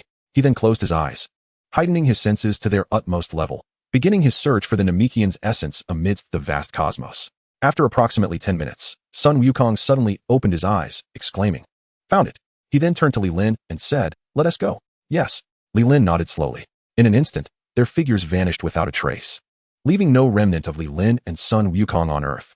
Time passed steadily, and after half an hour, two silhouettes reappeared, accompanied by a considerably shorter Namekian, Li Lin and Sun Wukong, albeit with their positions reversed. When they left, Li Lin's hand rested on Wukong's shoulder. Now, it was Wukong's hand on Li Lin's shoulder. Astonishment coursed through him, pondering how extraordinary this individual truly was. After listening to Sun Wukong's nonsensical theories and experiencing them firsthand, one would wonder if it were all a deception. No one seemed to care about his thoughts, for the crowd had recognized the Namekian he brought along, an old acquaintance, Dandy. Krillin and Gohan rushed over, eager to reconnect after such a long time apart. Piccolo offered him a warm smile, initially intending to select any Namekian as the deity, only to be surprised that it was Dandy who had come. Very well, everyone, I shall take my leave now, Li Lin announced as he approached Android 18, taking her hand and bidding farewell to the others. As Li Lin prepared to depart, everyone waved their goodbyes. Sun Wukong stepped forward, grinning as he said, let us train together sometime. Sure, Li Lin replied with a gentle smile. After all, he was merely accompanying Android 18 in search of a place to stay, not leaving Earth entirely. Following their farewells, Li Lin utilized his newly acquired instant transmission to vanish from the scene. After they left, Android 16 also stood up to say goodbye. He originally intended to spar with Sun Wukong again, but upon witnessing the harmonious atmosphere, he chose not to disrupt it. They agreed to battle another time before he too departed. Li Lin and Android 18 exited the Capsule Corporation, walking along an empty street. Where shall we stay? Android 18 suddenly paused. Li Lin's cheerful stride halted, a puzzled expression settling on his face. Indeed, where would they reside? Their previous home had been destroyed, and they couldn't possibly live in a hotel indefinitely. I completely overlooked that. I should have brought more capsules, Li Lin admitted, scratching his head awkwardly. Their finances were limited, leaving them unable to find a suitable place to live. What shall we do? We can't end up homeless. Android 18 said pitifully. To be frank, their kind possessed little beyond their formidable strength. If not for encountering adversaries, their abilities would hardly be put to use. In this world, while power was paramount, money was equally indispensable. Wait a moment, let me devise a plan, Li Lin exclaimed, scratching his head again, realizing that even a penny could thwart a hero. However, being just two individuals, living in such a meager manner seemed quite dismal. Why not seek employment? Get a job, Android 18 jestingly suggested. Upon hearing this, Li Lin immediately shook his head, declaring with conviction, working is out of the question. Look at my status. After all, he was a formidable individual. How could he stoop to such menial labor? Suddenly, inspiration struck him, and he exclaimed, why don't we build our own place since we lack accommodation? As he clapped his hands in excitement, Android 18 nodded in agreement. Sounds great. I'm with you. Thus, they soared over the ocean and discovered a picturesque island, reminiscent of the Kame house where Master Roshi resided. The scene was idyllic, with the ocean's beauty and gentle breezes creating a veritable paradise. Boom. Li Lin constructed his new abode, unleashing waves of energy. Hills vanished, transforming into a vast plain. The stones morphed into neatly arranged bricks, forming an immense castle. With a clap of his hands, Li Lin signaled completion. The entire process took less than 5 minutes. Now, only the decoration remained before he could move in. Chapter 63, Preordained Dreams. In the depths of the cosmos, within the resplendent realm of destruction, the god of destruction, Beerus, lay in deep slumber upon his bed. Abruptly, he opened his eyes, beads of cold sweat dampening the sheets. Whis, where are you? Come forth at once. Beerus bellowed in sudden urgency. In a separate chamber, Whis, poised to savor a delectable treat, was abruptly interrupted by the frantic voice. Frowning, he glanced at the tempting morsel in his hand, reluctantly setting it upon the table. Knocking gently on the ground with his staff, Whis vanished in an instant, reappearing in Beerus' expansive bedroom. Lord Beerus, you have awakened much earlier than usual this time, Whis remarked, his tone tinged with discontent. After all, one's appetite for food should not be trifled with. Oblivious to Whis' irritation, Beerus continued, Whis, I just had a dream. Oh, Whis raised an eyebrow, surveying him. May I inquire, when do you ever sleep without dreaming? It was a fair point. As long as he was undisturbed, Beerus seldom awoke naturally. He only stirred when the dream ended, often recounting trivial matters upon waking. Whis had long acclimated to this scenario. Yet, as the guardian angel of destruction, his duty was to be ever at the ready. Upon hearing Whis' remarks, Beerus waved his hand dismissively. This time is different. How is this time any different? Whis countered. For a god of destruction, experiencing the same dream consecutively would indeed herald significant events. Dreams that varied continuously were merely flights of imagination. Whis, can you not speak civilly? Beerus said, a hint of displeasure in his voice. He sensed Whis' unusual tone, wondering if he had inadvertently disrupted something. Noticing Beerus' displeased expression, Whis donned a cheerful facade. Lord Beerus, please continue. His demeanor was overly respectful, reminiscent of a devoted servant. In truth, such was the nature of Whis' role, to serve as the attendant to the god of destruction and to mentor him, while also assisting and overseeing his duties. Humph. Beerus uttered a heavy grunt, his previously organized thoughts now in disarray, unsure of where to begin. I was defeated by a powerful being in my dream. And even Lord Zeno demanded that I relinquish my position as god of destruction, Beerus confessed, his gaze downcast, eyes clouded with confusion. In dreams, there exists a plethora of content, among which is the account of his battle with a formidable opponent. Whis' attention was piqued upon hearing Beerus' words. Are you suggesting that someone has defeated you and seeks to usurp your divine position? Beerus nodded earnestly, but after a moment's contemplation, he added, it was in a dream. I was defeated in a dream. It was imperative for him to clarify this matter, as it was merely a dream and not a reality. Should this be miscommunicated and reach the ears of other destroyers, he would be the subject of ridicule. A destroyer, bested by another, what a disgrace that would be. Whis furrowed his brow slightly, choosing to disregard Beerus' subsequent remarks. For this dream was no ordinary dream. Destroyers are the sovereigns of the universe, and their dreams typically concern trivial matters. Even if someone were to defeat them in a dream, it would only be someone of superior realm and status who could achieve such a feat. If that were the case, it was hardly worth concerning oneself over. Lord Beerus, the powerful figure you encountered in your dream, was he not a being from the divine realm? Whis inquired in a subdued tone. Beerus shot him an incredulous glance and chuckled. I am not a fool. I know the denizens of the divine realm well. If it were indeed someone from there, it would be just a normal dream. Would I truly be so perturbed? Whis' tranquil expression shifted, the emotions within him indecipherable. Hey, Whis, are you going to be swayed? I summoned you to share your insights, Beerus remarked, noticing Whis' silence. Upon hearing Beerus' words, Whis halted and slowly replied, if that is the case, what you experienced was likely a prophetic dream. A prophetic dream? Upon hearing this, Beerus leapt from his bed in astonishment. He had indeed heard of such phenomena. A prophetic dream, as the name implies, allows one to foresee the future. Thus, the dream he could materialize into reality on some future day. A wave of fear washed over him. After years of holding the position of destroyer, it was alarming to think that someone might threaten his status. Gulp. Beerus swallowed nervously and asked, Whis, do you think this prophetic dream could truly become reality? He remained uncertain. After all, no one had genuinely encountered such a phenomenon. Whether it would manifest into reality had yet to be substantiated. Whis pondered for a moment before articulating his thoughts methodically. As for whether it will become reality, I cannot say for certain. The actual outcome may differ from what transpired in the dream. Upon hearing this, Beerus felt a wave of despair wash over him. Could it be that his tenure as a destroyer was truly at its end? Beerus paused, murmuring, the outcome. Yes, the outcome, Whis affirmed gravely. Observing Beerus lost in contemplation, he gently prompted, you mentioned earlier that the Omni King requested you to relinquish your position as destroyer. Have you acquiesced, or have you not? Has that powerful being accepted your position, or has he declined? Are you not the destroyer god after all? Whis, with his vast experience, immediately discerned the essence of the matter. The process is inconsequential. The future will undoubtedly unfold. What truly matters is the outcome, and if one can ponder upon it, perhaps strategies can be devised in response. As Beerus delved deeper into thought, the images from his dreams seemed to replay vividly in his mind. Ah, I remember. A sudden spark illuminated his eyes, and a look of joy graced his countenance. Whis observed the upward curve of Beerus's lips and nodded slightly, murmuring to himself that it appeared the result should be favorable. However, at that moment, Beerus's expression of delight abruptly froze, his purple visage twitching, revealing an odd demeanor. Whis, witnessing this transformation, felt a sudden flutter in his eyelids, pondering the nature of the situation. Was the outcome good or ill? After a couple of minutes, Beerus exhaled slowly, directing his gaze toward Whis. Yet, as he looked at him, his expression became even more peculiar. Whis, upon seeing this scene, felt a sinking sensation in his heart. Something was amiss.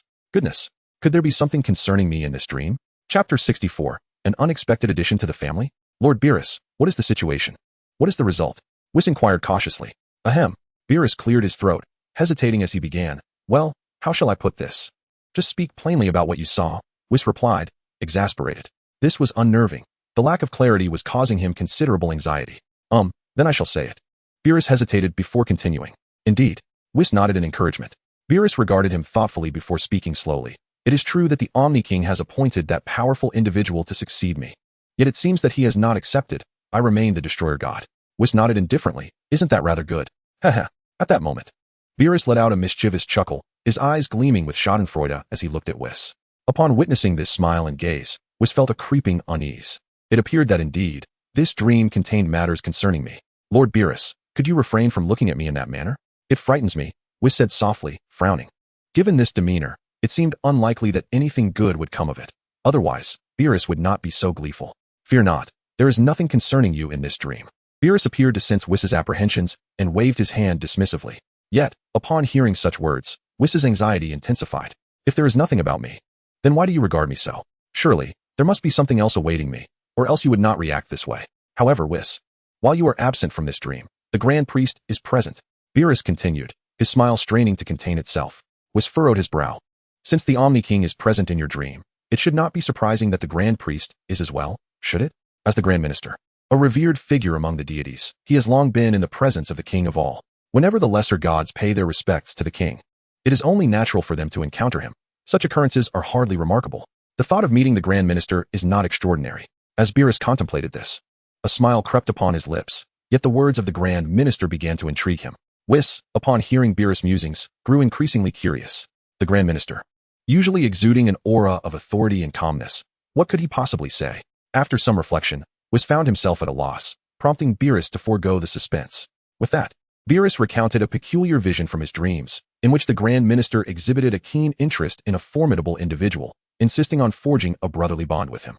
Upon hearing this, Whis felt a sudden jolt in his mind. Brotherhood? Was there some misunderstanding? The Grand Minister, who had existed for eons, had encountered countless adversities. How could he possibly engage in such a frivolous bond with another? It seemed utterly absurd. Indeed, Beerus shared this sentiment of absurdity. However, the vision he described was undeniably vivid. Ignoring Whis' current bewilderment, he continued, detailing how the Grand Minister affectionately referred to this individual as little brother, while the stranger reciprocated with the affectionate term big brother. Their camaraderie appeared strikingly genuine. If one were unaware of their identities, they might easily mistake them for biological siblings. After sharing this curious tale, Beerus could no longer contain his laughter. Whis, on the other hand, bore a rather distressed expression. his mouth agape as if it could accommodate an egg. He never anticipated such an outlandish story to unfold. Doubts crept into his mind regarding the authenticity of Beerus' account.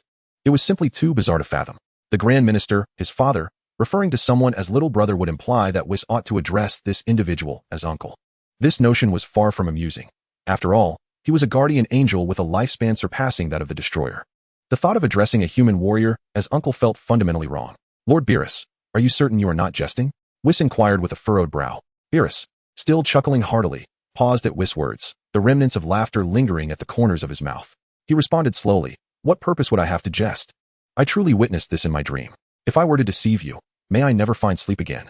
Such an oath was indeed significant, particularly from Beerus, who cherished slumber above all. It was clear that he had experienced something genuine in his dream. Whis sighed deeply, resigned, and remarked, well, this is truly something. Although the event had yet to transpire, he found himself silently chastising his father. Could he not display a modicum of restraint? Why must he indiscriminately claim brotherhood? Now, not only am I affected, but an entire legion of angels has been assigned an uncle figure. How shall we address him upon our eventual encounter? Let us address him directly. We must not show disrespect. Calling him uncle would be quite embarrassing for us. How could we maintain our dignity in the divine realm? Will we still be able to navigate our way through the heavens? Beerus chuckled as he glanced at Whis, fully aware of his companion's thoughts. The sudden emergence of an uncle, albeit from the future, would undoubtedly create a sense of imbalance within him. Whis, with his proud demeanor, held a higher status than even the Destroyers. For when a Destroyer meets the Omni King, they must bow deeply, while an angel merely nods, signifying respect. Whis, shall we pay a visit to this individual? Beerus proposed with a smile, intending to refer to him as your uncle but refraining from doing so, fearing Whis' ire. Whis raised an eyebrow, took a deep breath, and inquired solemnly, is this person from our 7th universe? Upon hearing Beerus' words, he instantly deduced the stranger's origins. If the individual were from another universe, Beerus would likely not have suggested a meeting, as interuniversal relations are often competitive, and intrusions could provoke discontent. Given Beerus' relaxed demeanor, it was evident that this person belonged to their universe. Indeed, in my dreams, this fellow even invited the Grand Minister to visit Earth in the 7th universe. Beerus said nonchalantly, however, where exactly is this Earth? Whis, do you have any insight? Now calmer, Whis acknowledged that this matter was beyond his control. Hearing Beerus' inquiry, he shrugged helplessly and replied, how would I know?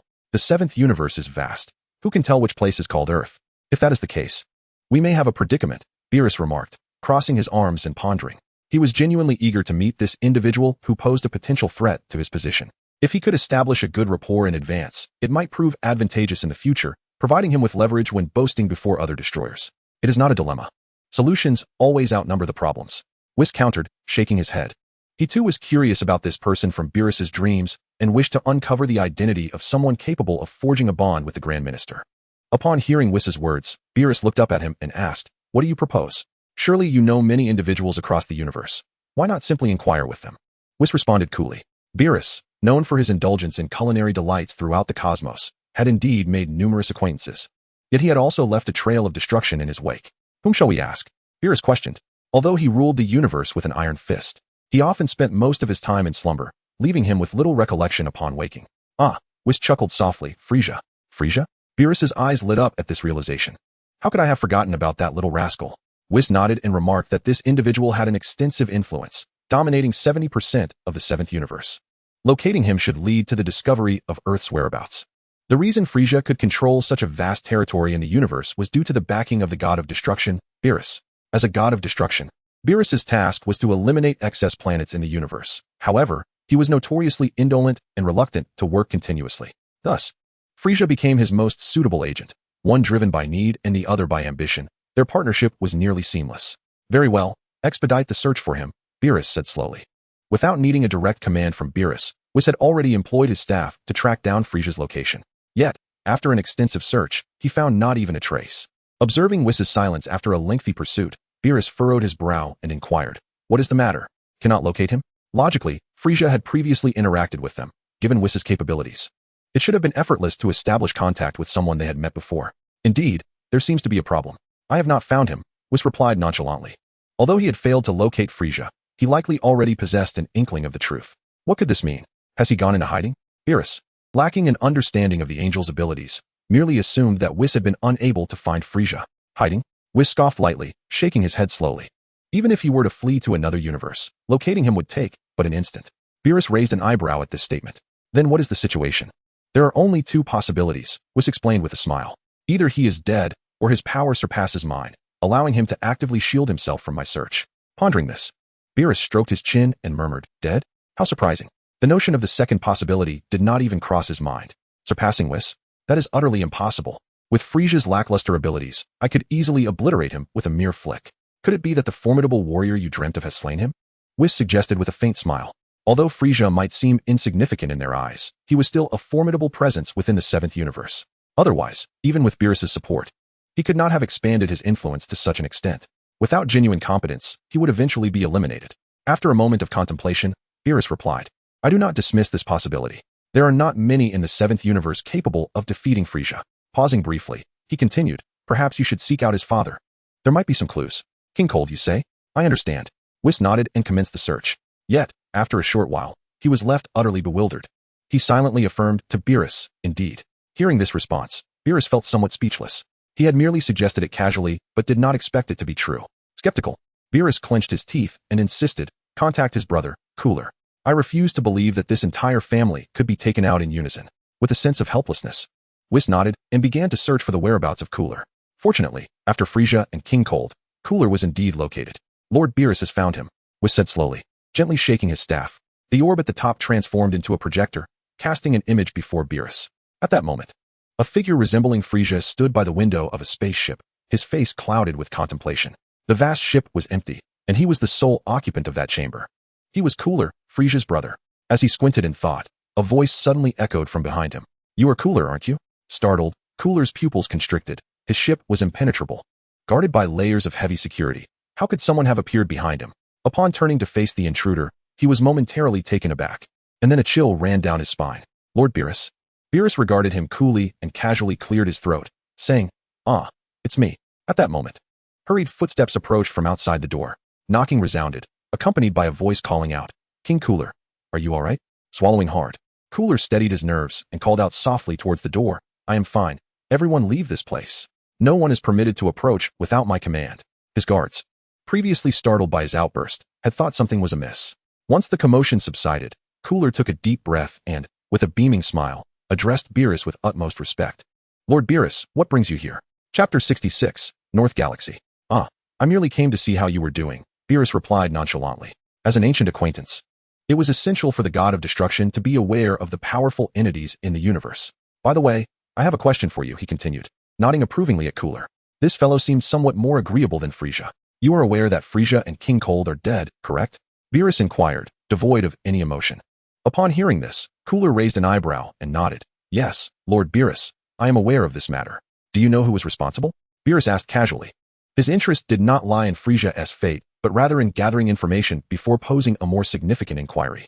I am currently assembling an army to exact vengeance. Oh, is that so? Beerus nodded, but as he prepared to ask another question, a thought struck him. Wait, what did you say? Cooler, surprised by Beerus's sudden excitement, repeated softly. I am currently assembling an army to exact vengeance. No, not that sentence, the one before. Beerus urged, seemingly impatient. Gula found himself utterly perplexed upon witnessing the state of Beerus. Nevertheless, he continued speaking, relaying information from those who had escaped, claiming that it was a human from Earth who had slain the tyrant Frieza. Upon hearing the mention of Earth, Beerus turned to Whis and slowly nodded. It appears our earlier analysis was indeed correct. Frieza and his son were likely vanquished by that individual from your dreams, Whis remarked with an air of calm. Sometimes, the most arduous searches yield the simplest of answers, Beerus mused, a slight smile gracing his lips. He had intended to inquire about the current state of Earth, but it seemed such questions were now unnecessary. As their discussion unfolded, a voice emerged from across the way. Lord Beerus, are you still listening? Lord Beerus? Gula called softly, repeating the name in a growing sense of unease. He was uncertain where his words might have faltered. If there were any missteps, it could spell trouble for him. Despite being a formidable force in the universe, he felt utterly insignificant before Beerus. If the destroyer desired his demise, it would be a mere flick of a finger. After a brief moment, Beerus's apparition began to speak. I am listening. I was just conversing with Whis. Gula dared not provoke Beerus's ire, for he had yet to exhaust his lifespan. During Frieza's reign, he had refrained from contesting territory, primarily due to Frieza's association with Beerus. Do you have any further instructions? Gula inquired with utmost caution. Beerus nodded and replied nonchalantly, with Frieza's demise, his position shall be yours to assume. Gula's heart leaped with joy. He had long coveted Frieza's dominion. Even in Frieza's absence, he had not dared to claim it. largely due to the presence of Beerus. Now that the principal had spoken, he could finally consolidate the remnants of Frieza's empire and savor the taste of being a cosmic sovereign. Thank you, Lord Beerus. I am ready to serve you loyally. Willing to face any peril, Gula said, bowing his head in elation. However, before he could complete his expression of gratitude, Beerus impatiently interrupted. Enough with the flattery. He had become immune to such sentiments over the years. Frieza had once uttered similar words. Gula, recognizing the cue, promptly fell silent, his gaze fixed on Beerus, his face alight with barely contained delight. One final matter, Beerus raised a finger and stated calmly. Whis and I require your company on our journey to Earth. Ah, Gula exclaimed in surprise, not having anticipated Beerus's desire to accompany him to Earth. What do you mean? Stay put. We shall arrive shortly. Beerus chastised with irritation. Yes, yes. Of course. Gula quickly lowered his head, though his mind began to whirl with thoughts. What business could Beerus possibly have on Earth? Did he have relatives there? No. He had never heard of such a thing. Should they cancel this expedition? As Gula continued to ponder these questions, Beerus's apparition faded away. Destroyer realm. Whis, let us depart. Beerus commanded. Indeed, Whis replied with a gentle nod. The staff in his hand struck the smooth floor. In an instant, the two figures blurred and then vanished from the realm of destruction. Approximately a minute later, Beerus and Whis materialized in the vastness of space. Beneath them lay immense spacecrafts, the very vessels belonging to the Gula Legion. Whis, where are we? Beerus inquired, surveying his surroundings. Although he was aware that the Gula army resided below, he was uncertain which galaxy they occupied. After a moment of contemplation, Whis replied, we are at the edge of the Milky Way, to be precise. The northern edge of the galaxy. Oh, it has been quite some time since I last visited, Beerus mused, then asked, isn't this area managed by that cockroach? Cockroach. Whis expressed his confusion upon hearing Beerus's words, not comprehending the reference to any cockroach. Noticing Whis's perplexed expression, Beerus casually clarified, I mean the North Kai. Oh. The North Kai. Whis momentarily paused, recalling the visage of the North Kai, which bore some resemblance. He then stifled a giggle, covering his mouth as he chuckled softly. Beerus shook his head in resignation and continued, this area shouldn't have fallen under Gula's jurisdiction before. How did he end up here? After a brief moment of laughter, Whis, still somewhat amused, explained, did he not mention he was heading to Earth? Perhaps this Earth is within the Milky Way? Indeed, that makes sense. Beerus nodded, then directed Whis. Let us proceed. Later, you can inquire of that cockroach. With a soft chuckle escaping him at the mention of cockroach, Whis did not forget Beerus's instruction. Upon detecting Gula's energy, he waved his staff. Their forms vanished, only to reappear in Gula's solitary chamber. Chapter 67, Inquiry. In the vast chamber, Gula was alone. As he gradually lifted his head and saw Beerus's phantom dissipate, he let out a sigh of relief. Phew, that was terrifying. I'm glad he has gone. Gula wiped the sweat from his brow, speaking with a lingering sense of dread. Though his power surpassed that of Frieza to a degree, he still felt woefully inadequate before Beerus. However, just as he began to relax, two figures materialized out of thin air. Gula's pupils trembled slightly as he gazed upon the newcomers, and he immediately bowed his head. Lord Beerus, you arrived so swiftly. He stammered. He had not anticipated Beerus's rapid approach. They had only spoken moments ago, yet here they were. Reaching this location had taken him several years, as his previous territory was exceedingly distant. Had it not been for Frieza and Kurta's sudden demise, he might never have set foot in this region. Beerus nodded slightly and continued, you mentioned Earth is within the Milky Way? Upon hearing this, Beerus exchanged a glance with Whis. Their suspicions had proven correct. Earth indeed lay within this galaxy. However, upon learning that Earth was merely a low-level planet, he felt a twinge of surprise. Beerus winked at Whis, who nodded slightly in understanding. They had previously discussed inquiring about that cockroach. Whis promptly initiated a telepathic communication with the North Kai of this realm. Gula leaned in, slowly sharing the information he had gathered. The Super Saiyans had initially defeated him on planet Namek, and subsequently, after being transformed into a mechanical being, he was eliminated on Earth by a mysterious individual. Super Saiyans? Beerus inquired, somewhat taken aback. Did I not instruct Frieza to eradicate them all? A hint of disdain flickered in Gula's eyes as he replied, my foolish brother did not manage to annihilate every Saiyan. To my knowledge, Prince Vegeta is thriving on Earth. Furthermore, the Saiyan who first defeated Frieza was not a native of planet Vegeta, but had been sent to Earth long before. He held a grudge against Frieza for his failure to eradicate the Saiyans completely and had continuously berated him as a fool. Had he not taken Vegeta under his wing, perhaps none of these subsequent events would have transpired. Indeed, if Vegeta had not invaded Earth, Goku would not have sought the Dragon Balls on planet Namek to resurrect his comrades. It is possible that Goku would still be an ordinary Saiyan with a mere battle power of a few hundred, and the first defeat of Frieza might never have occurred. Understood, Beerus replied nonchalantly. While the notion of Saiyans transforming to enhance their power was surprising, it had yet to reach a level that warranted his concern.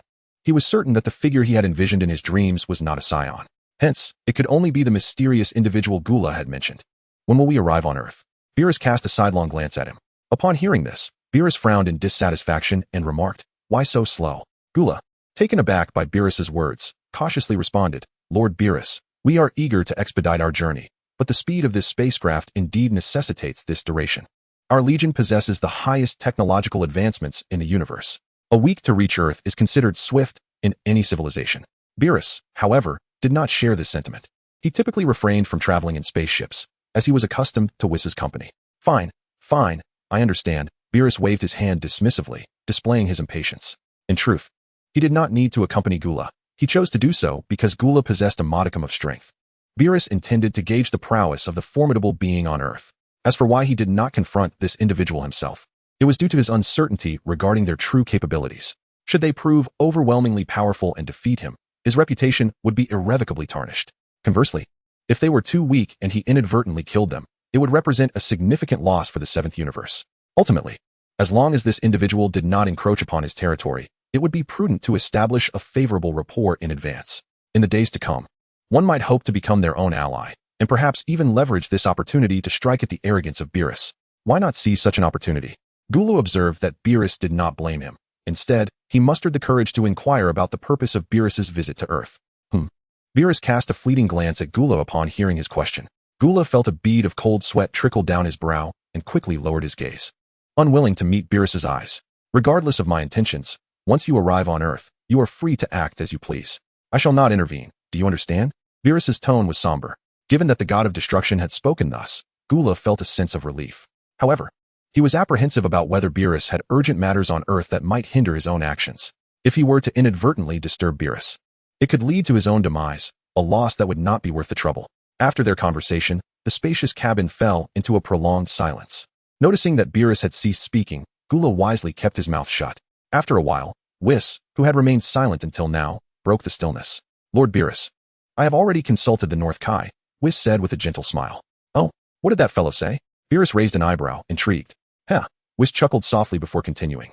"It seems that this seemingly insignificant Earth is indeed a treasure trove of hidden talents. One individual, in particular, should align perfectly with your search. Initially, he had assumed Earth to be a primitive planet of little consequence.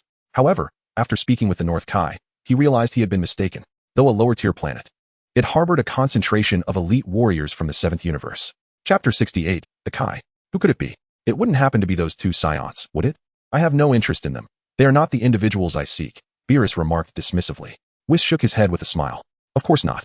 It is someone who has emerged unexpectedly. An unexpected individual?" Beerus felt a spark of curiosity. "Indeed," Whis affirmed with a nod and a smile.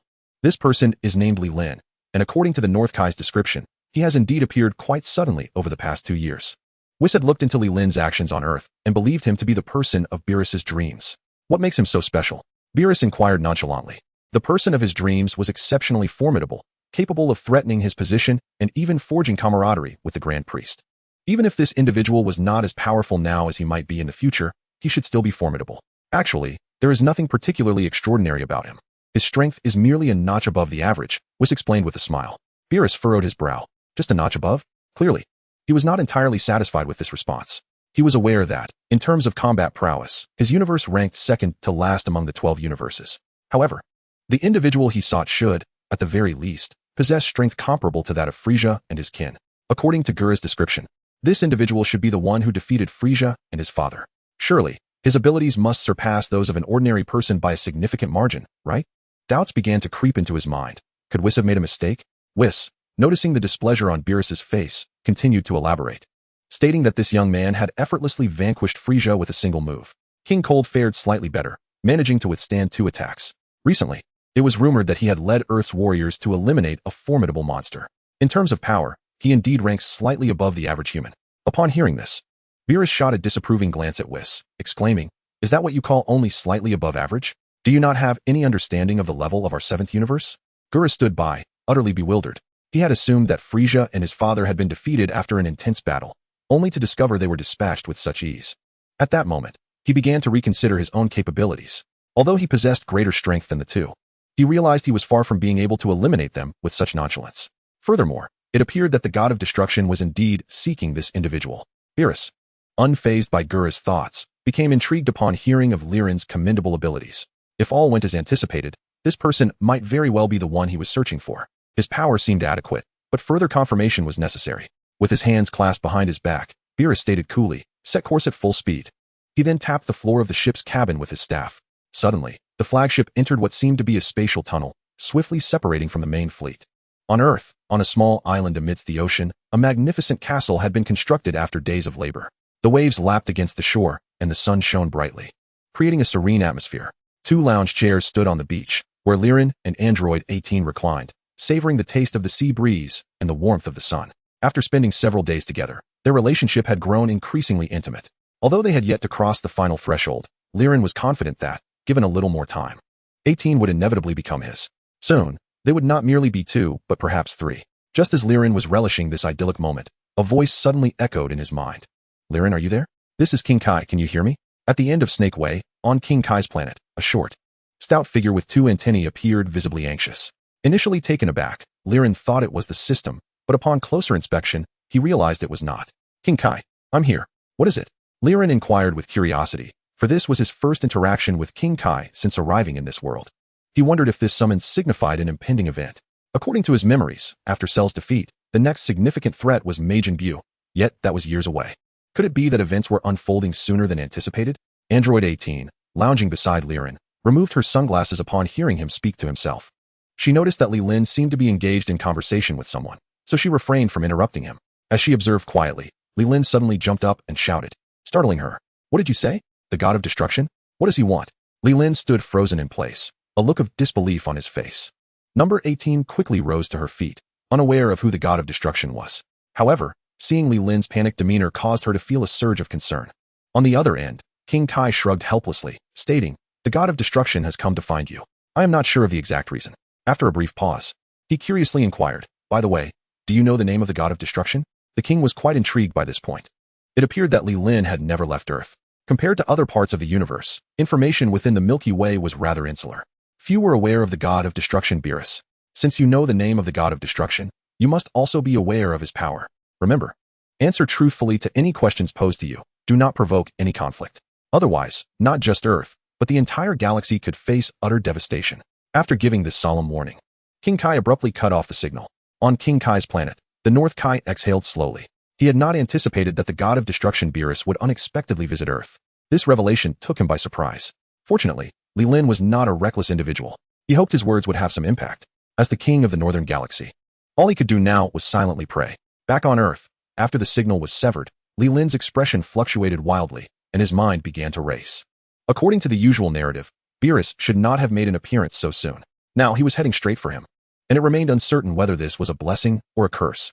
After all, his current strength was utterly insignificant in the presence of the god of destruction. "Li Lin, what's wrong? Is something the matter?" Number 18 looked at him with concern. In the face of Cell, this man had maintained his composure. Yet now, she sensed a hint of anxiety in his expression. Chapter 69, The Reunion Scene.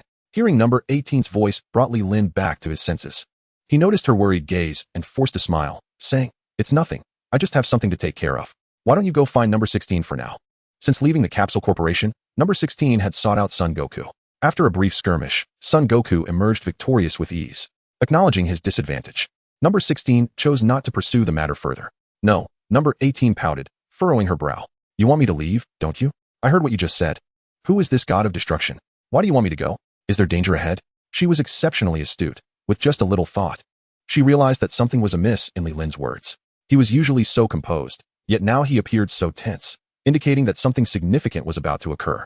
Sighing in resignation, Li Lin expressed, "I do not know whether Beerus's arrival on Earth is good or bad. In the event of a confrontation, one would undoubtedly meet their demise. His death was inconsequential. The paramount concern was the safety of Android 18. He wished to shield his beloved from danger. If possible, it would be prudent to distance themselves from this locale." Beerus, the god of destruction, was the most formidable deity in the entire universe, tasked solely with the role of annihilation. Li Lin gradually revealed the origins and identity of Beerus, intending to inform Android 18 of the associated risks. As anticipated, upon hearing Li Lin's account, Android 18's lips parted slightly, her expression reflecting astonishment. She had not fathomed the existence of such a powerful entity in the world. Observing her astonishment, Li Lin paused momentarily before continuing. "Thus, you should comprehend the level of danger he poses. while he is yet to arrive. It is imperative that we vacate this place swiftly.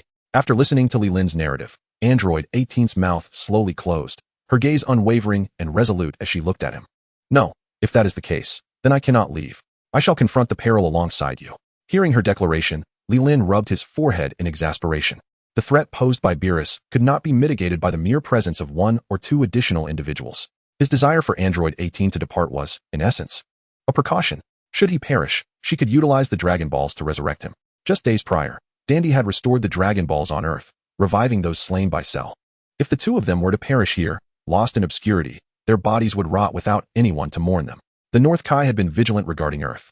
He would likely be aware of the situation. However, in the face of Beerus's might, would he dare to resurrect them without consent? It was possible that they would find themselves as mere spouses traversing the path to the afterlife. Li Lin opened his mouth, intending to articulate these thoughts. But before he could utter a sound, a colossal spaceship materialized in the radiant sky. This is bad. It seems we have arrived, Li Lin murmured as he gazed upward. Android 18 also looked up, fixated on the enormous vessel. However, Li Lin found it peculiar that, in his recollection, Beerus should have appeared alongside Whis, without the aid of any spacecraft. Moreover, within this ship, there existed numerous presences.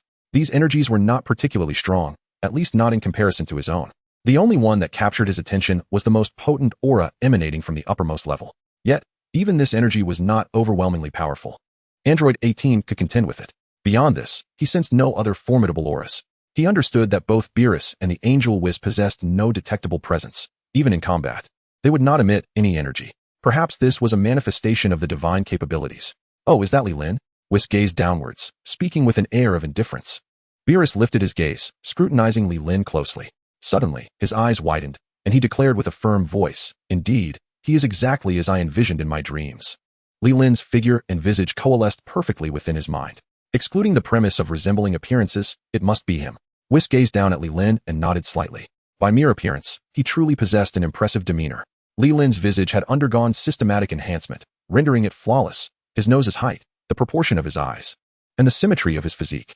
Even if sculpted by the finest artisans, such results would be unattainable. Noticing Whis's approving demeanor, Beerus grinned mischievously, remarking, "It seems you are rather pleased with your future uncle."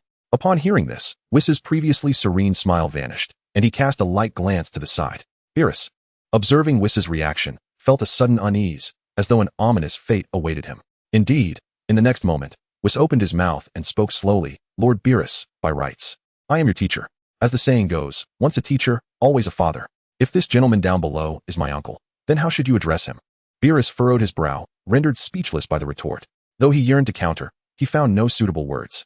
Whis, unyielding, continued nonchalantly, "You should address him as grandfather or perhaps elder. Would that be too much to ask?" Instantly, Beerus's expression darkened, clouds of discontent gathering upon his face. He had not anticipated Whis's sharp wit, which had inadvertently categorized him as a grandfather.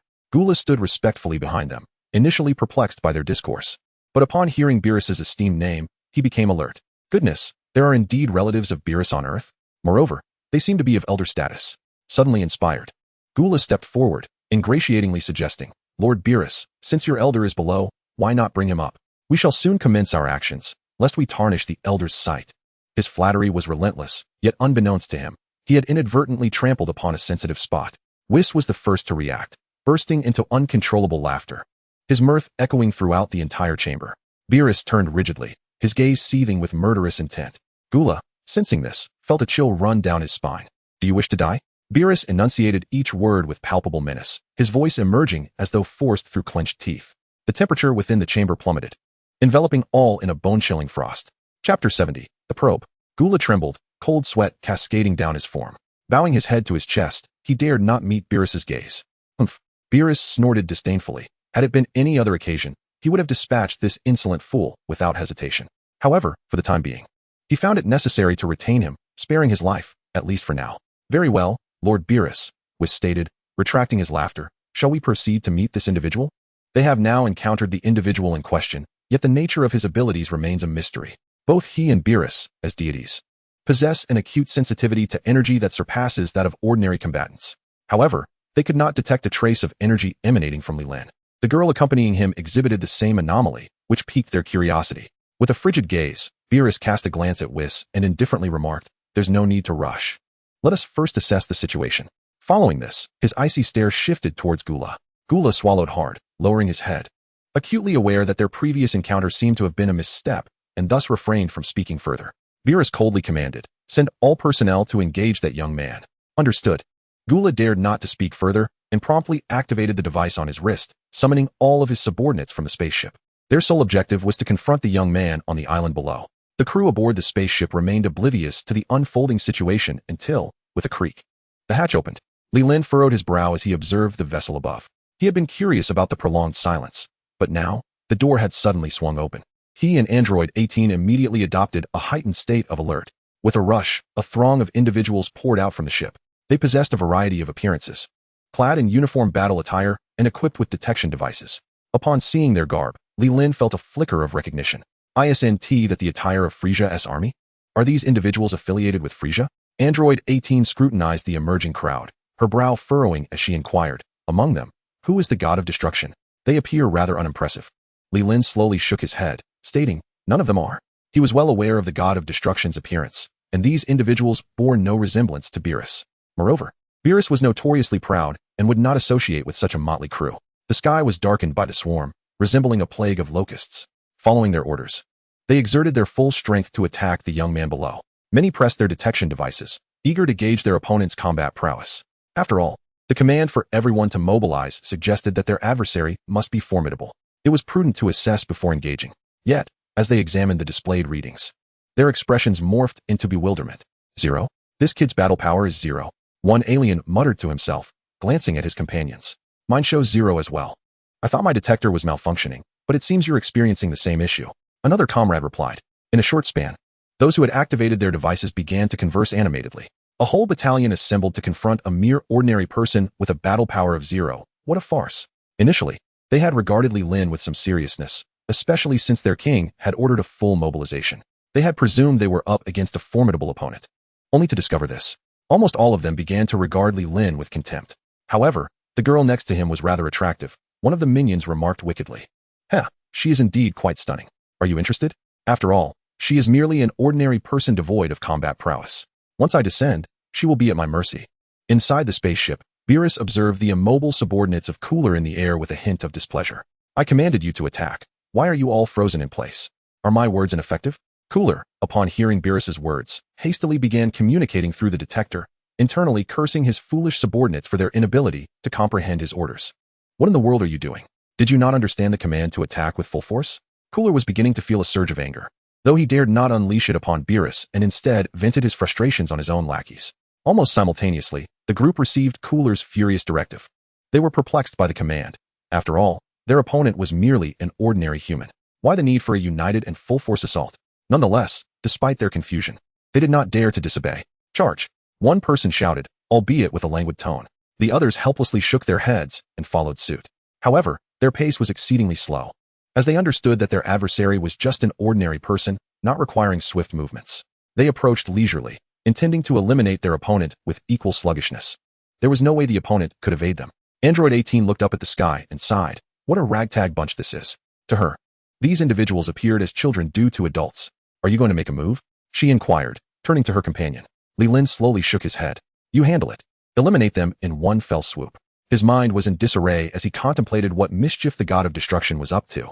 In truth, he was still uncertain whether Beerus was aboard this spacecraft. Within the vessel, he could only sense the presence of one individual, while the rest remained undetectable. Of course, the god of destruction could not be sensed through energy. This left Li Lin with a sliver of hope, speculating that these might not be Beerus's minions, but rather remnants of Frieza's forces seeking revenge for their fallen lord, foolishly invading Earth. No. As this thought crossed his mind, Li Lin vigorously shook his head. This spaceship had appeared out of thin air, and prior to its arrival, he had detected no energy signatures. Moreover, the location of the ship's emergence was rather too coincidental, directly above him. At that moment, 18 had already engaged the opposing forces. She watched as figures dove down from the sky, her small hands conjuring a golden energy wave. With a swift motion, she hurled the wave, transforming it into a large arc that surged towards the descending foes. What? Panic surged within their hearts. During their initial scans, they had detected no combat power from the two. How could such a tremendous attack be unleashed? Although they were unaware of the concept of energy, the golden arc contained a terrifying force within. Most individuals scarcely had time to evade, colliding head-on. Boom, boom, boom. The bodies of these people erupted in the air like fireworks, instantaneously disintegrating. Those at the rear, witnessing the helpless demise of their comrades, hesitated and quickly turned to flee. Chapter 71. You go. However, their speed of retreat paled in comparison to the swiftness of the attack from number 18. That golden arc nearly enveloped them in the blink of an eye. Bang, bang, bang. Several plumes of dark mist erupted in the sky. Those individuals barely had time to utter a cry before they were reduced to mere remnants. In less than a second, Gula's vanguard was utterly annihilated. Standing in the upper chamber of the spaceship, Gula's eyes widened in disbelief at this spectacle. My army, obliterated by a mere girl, he exclaimed incredulously, bewildered by how such a feat was accomplished, as his sensors detected no energy fluctuations whatsoever. Beerus and Whis exchanged glances. Whis spoke slowly. This young lady is no trivial opponent. She must be a cyborg. Beerus replied nonchalantly. Although he sensed no aura emanating from number 18, he could perceive the continuous flow of energy within her. Indeed, Whis nodded thoughtfully. He had sensed her potential even before she made her move. It seems there are still some remarkable talents on Earth. The presence of such nearly limitless energy within number 18 could not possibly be innate. It could only be achieved through extensive modification. Gula, overhearing their conversation, felt a flicker of intrigue. Cyborg, could they truly be so formidable? He pondered, a hint of interest stirring within him. However, as he contemplated, that golden arc grew larger and accelerated, poised to strike their spaceship. My lords, what shall we do? The attack has not yet dissipated. Gula exclaimed in alarm, not wishing to meet an untimely end upon his arrival on Earth. Beerus remained unfazed, adopting an attitude of indifference. Whis, wielding his staff, gently made a sweeping motion. Suddenly, a green barrier materialized around the spaceship. When number 18's attack collided with the barrier, there was no cacophony of explosions as anticipated. Instead, the moment they made contact, the golden arc disintegrated into shimmering golden specks, gradually dispersing in the air. Gula exhaled in relief upon witnessing the attack neutralized. His own strength was only marginally superior to that of Frieza and Cold, and he knew he could hardly contend with number 18 at this juncture. Had that last strike landed on him, it would have surely left him grievously wounded, if not dead, on the ground. Number 18 initially felt a surge of confidence as she beheld her attack obliterating a vast throng of enemies. She began to underestimate the situation, thinking that Li Lin was merely overreacting. Gods of destruction, after all, should pose no significant threat. Yet, upon witnessing her assault's miraculous dissolution, her confidence began to waver. She was indeed taken aback. The assault she had just unleashed, while not her utmost effort, still bore a significant intensity of about 80%. This realization led her to conclude that her opponent possessed formidable abilities. Alas, Li Lin sighed helplessly, recognizing that the adversary had truly arrived. And there was no evading this confrontation today. Just moments ago, he had pondered whether he could employ instant teleportation to whisk number 18 away to safety. However, upon witnessing the current situation, he completely abandoned that notion. With Whis present, it was likely that he would be immobilized before even activating the teleportation. Even if he did manage to use it, a mere tap of Whis' staff could reverse time. What should we do now, Li Lin? Number 18 asked. Her brow furrowed in concern. Li Lin took her hand, striving to remain composed as he replied, Fear not, stand behind me. No harm shall come to you. His reassurance had some effect, calming number 18, who had been in a state of panic, yet she still gazed at him with worry etched across her face. With no strategies at his disposal, Li Lin could only confront the situation with equanimity. Besides, perhaps the adversary's approach was a fortuitous turn of events? He repeated this comforting thought in his mind, envisioning a favorable outcome. On the spaceship, Whis observed the two figures below, his mind racing with thoughts unknown. Beerus, with his hands clasped behind his back, spoke nonchalantly, Let us not rush. I am merely curious about that young man's prowess. It is unfortunate that it was that young girl who made the first move. His curiosity regarding Li Lin was intensifying. While the girl exhibited no detectable energy, she harbored an inexhaustible reservoir of power within her. At Beerus's level of divinity, such nuances did not escape his notice.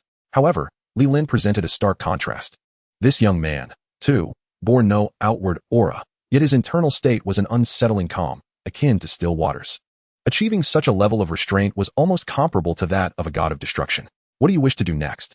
Whis inquired with a smile. Without hesitation, Beerus pointed at Gula and commanded, You, descend and test your strength against that young man. Gula's face paled in shock, and a strained smile crept across his features. Given the ferocity of our opponent, are you suggesting I attack? That would be tantamount to courting death. Lord Beerus, you must see that my abilities are quite limited. That girl is already formidable. How much stronger is the one beside her? Perhaps you should handle this yourself, Gula stammered, his voice dwindling to a whisper by the end. Beerus's brow furrowed dangerously as he coldly retorted, Me? What need do I have of you then? Gula, under Beerus's piercing gaze, held his breath in trepidation. Yet, Recalling the fate of his subordinates, he dared not accept the task. Seeing Gula remain silent, a glint of coldness flashed in Beerus's eyes as he continued indifferently, "Rest assured, I expect you to take over Frieza's duties. Furthermore, with Weiss here, should the need arise, I shall ensure your life is spared." "Why yes," Gula replied, steeling himself for the challenge. Though he kept his head bowed, he caught a glimpse of the murderous intent flickering in Beerus's eyes. If he does not agree soon, he may very well perish here. Gula opened the hatch and stepped outside with deliberate slowness. "Humph, a coward devoid of courage," Beerus scoffed disdainfully. Weiss cast a sidelong glance at him and casually inquired, "Do you require my assistance in rescuing him?" Beerus chuckled coldly and shook his head. "If this lad were to comply obediently, I might consider sparing his life. But as it stands, we shall see how capable he truly is." As Gula ventured further from the spacecraft, each step was accompanied by a torrent of invectives directed at Beerus. "Damn it, why can't you take action yourself? Must I do everything?" He was already devising strategies to navigate his predicament. Though he feigned respect, he was far from ignorant. He could perceive Beerus's dissatisfaction with him. It was entirely possible that should he be struck down, Beerus would not lift a finger to save him. He needed to contemplate how to avert his own demise. Chapter 72. Must I suffer for your family's affairs? Leelyn waited quietly on the ground, his mind brimming with uncertainty. Why had no one emerged after such a long interval? He was restless, caught in a limbo of indecision, neither walking away nor remaining. His thoughts were in turmoil. As time dragged on without any sign of movement, he silently resolved, "I will wait another 10 seconds. If no one appears, I shall take my leave." With this thought, he began to count down. 1. However, before he could finish his countdown, a figure emerged from the spacecraft. Number 18 was the first to notice. Hastily tugging at Li Lin's sleeve, exclaiming, "Look, is that the god of destruction?" Li Lin turned his gaze toward the newcomer, and upon recognition, raised an eyebrow slightly. Was that not Gula? He noted the resemblance to Frieza and immediately confirmed the identity of the individual. "Gula? Who is that?" Number 18 asked, bewildered. Li Lin fixed his gaze intently on Gula, ready to explain, but before he could utter a word, Gula spoke first. "You are the one who killed Frieza and my father?" Li Lin's eyes narrowed at this remark. He sensed that Gula's strength was merely a notch above Frieza's. With such power, he could not possibly withstand the blow delivered by number 18 moments ago. Gula felt a chill as Li Lin scrutinized him. His declaration had been an empty show of bravado, a desperate attempt to assert himself. "It was I. What do you intend to do about it?" Li Lin replied calmly. To be honest, he held little regard for such minor adversaries. His primary concern lay with Beerus looming behind him. Gulp. Gula swallowed hard. The nonchalant demeanor of his opponent only amplified his anxiety. While it was not a pressure of sheer force, the psychological tension was far more daunting. "Do you dare to face me in combat?" Gula mustered his courage and proclaimed boldly, his expression radiating an air of indomitable confidence. Yet the sweat trickling down his brow betrayed his true state. Upon hearing the braggart's boasts, number 18 felt a surge of irritation. She sensed that this individual was remarkably weak. With just a casual move, she could easily eliminate him. With such feeble strength, what audacity did he possess to challenge Li Lin? "I could effortlessly deal with someone of your caliber." Gula, noticing number 18 step forward, felt his pupils constrict. The recent memory of his subordinates being vanquished was still vividly etched in his mind. I do not strike women." Gula turned his head, addressing Li Lin. "If you are a man, then come and face me." He recalled the task entrusted to him by Beerus, which was to engage this young man in combat. He had formulated a strategy. As long as the opponent dared to accept the challenge, he could withdraw unscathed. Upon hearing this, number 18 cast him a brief, indifferent glance. It was unexpected. This fellow had a bit of backbone. Li Lin approached and patted number 18 on the shoulder, smiling as he said, "Leave this to me." "All right." Number 18 nodded and quietly stepped aside. Once she had retreated, Li Lin moved, gradually ascending into the air. Inside the spaceship, Beerus and Weiss exchanged astonished glances. "What a surprise!" Beerus exclaimed, while Weiss furrowed his brow and slowly shook his head. Even before Li Lin had made a move, they were already intrigued. Ascending into the air required the utilization of his internal energy, yet they sensed no trace of energy fluctuations from him. Neither from the surface nor internally was there the slightest ripple. How could this young man achieve such a feat? It was utterly astonishing. Weiss, stroking his chin, shook his head repeatedly. This was the first time he encountered an inexplicable phenomenon. Beerus, hearing Weiss's words, appeared even more astonished. If Weiss could not explain it, then this young man indeed possessed something unique. They could only wait to see if any clues would emerge during the ensuing battle. With widened eyes, they focused intently on the spectacle.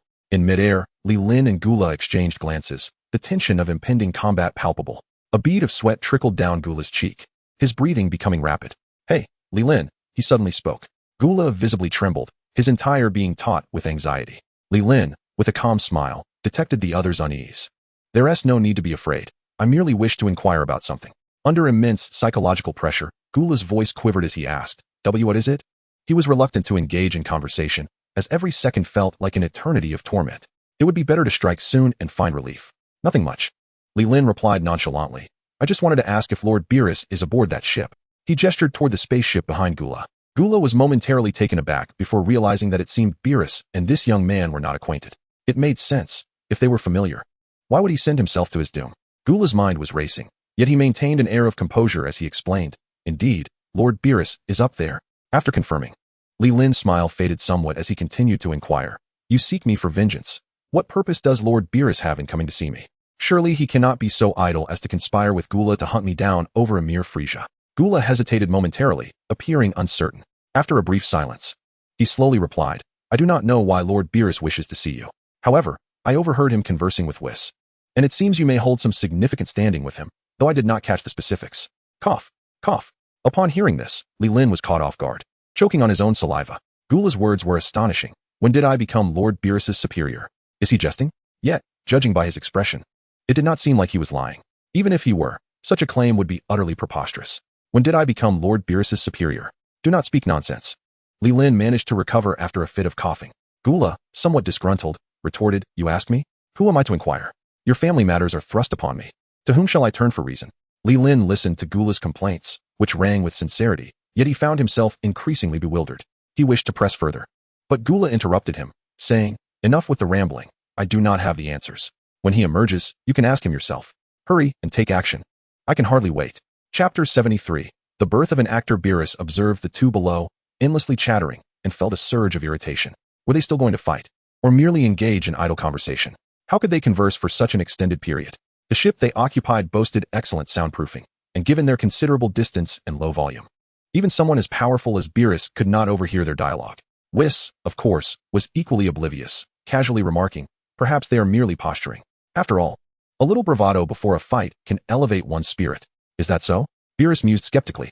Did these two truly appear to be posturing? Gula seemed so timid he appeared ready to soil himself. How could one grow weaker while trying to boast? In the air below, Li Lin noted Gula's eagerness to engage in battle and shook his head in resignation. What could be driving his urgency? Was he yearning to reunite with his brother and father, wishing to join them? Very well, if you seek your demise, do not blame me for my lack of courtesy, Li Lin said calmly, shaking his head.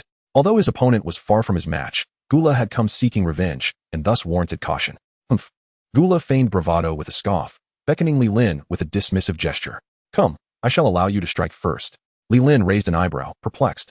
Gula's demeanor was peculiar. What audacity did he possess to provoke him? To invite him to strike first seemed nothing short of absurd. However, he did not wish to linger on the matter any further. Since the opponent had invited him to take the initiative, he would no longer hold back. Prepare yourself, Li Lin uttered in a low voice, instantly adopting a combat stance. Yet, before he could make a move, Gula's eyes widened in terror as he let out a chilling scream. Like a puppet severed from its strings, he was catapulted backward, crashing into a massive mountain with an earth-shattering impact. The mountain crumbled under the force before finally coming to rest. Gula, his head askew and mouth agape, stared in disbelief at the scene unfolding before him. Li Lin muttered to himself, I didn't even strike, I merely posed, and he was sent flying. Has my strength truly become this formidable? Inside the spaceship, Beerus watched the spectacle with utter bewilderment. Did I seriously underestimate this kid? In his experience, combat required at least some effort, yet here, without even launching an attack, Gula had been flung away. What kind of power must one possess to achieve such a feat? Hiss. Whis inhaled sharply, astounded.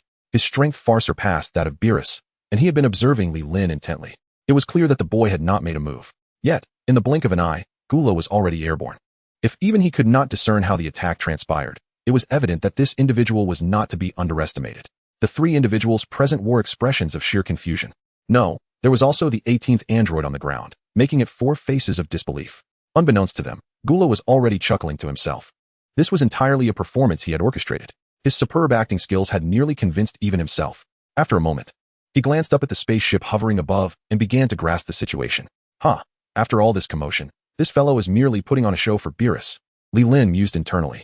It seemed that Beerus had ordered Gula to test him, perhaps upon witnessing the prowess of the 18th android. He had lost the nerve to persist in combat, leading to the earlier charade. Li Lin was indeed quite astute. Although Gula's performance was remarkably convincing, he had managed to decipher much of it. After all, one is most aware of their own strength and whether they have exerted it. It was clear that nothing had occurred, and yet the opponent appeared to be grievously injured. This could only imply one thing. It was all a ruse on Gula's part.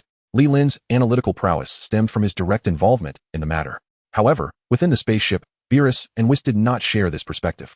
From their vantage point, Li Lin appeared rather terrifying, silent in his assault, lethal in his invisibility. This perfectly encapsulated the scene they had witnessed. They exchanged glances, initially planning to approach Li Lin after Gula's defeat. Yet now, the cabin was enveloped in an eerie silence, with no one daring to suggest descending. After a while, Whis sensed that remaining idle was not the solution. Lord Beerus, what shall we do now? Below, the individual awaits. Shall we descend? Upon hearing Whis delegate the decision to him, Beerus found himself at a loss. After all, the figure below appeared formidable. The capability to reach such a level of power likely surpassed his own long ago.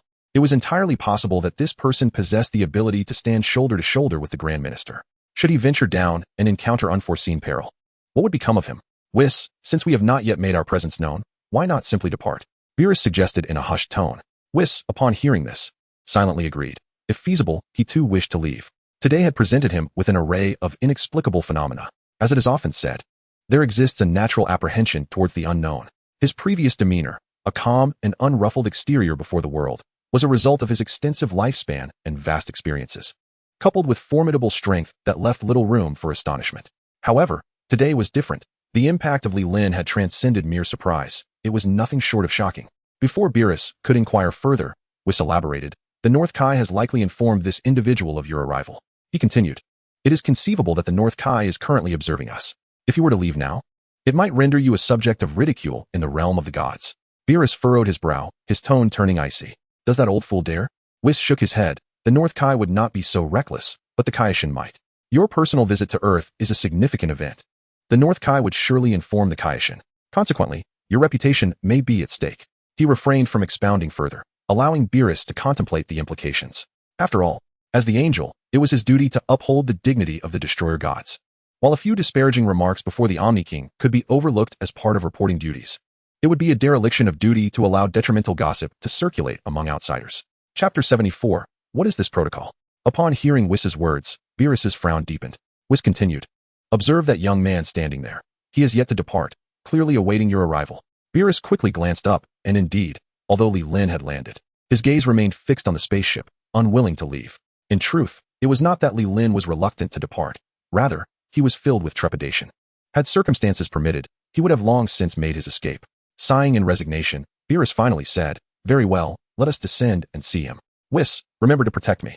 Whis, feeling a tinge of awkwardness, managed a nervous smile and replied softly, of course. His own heart raced.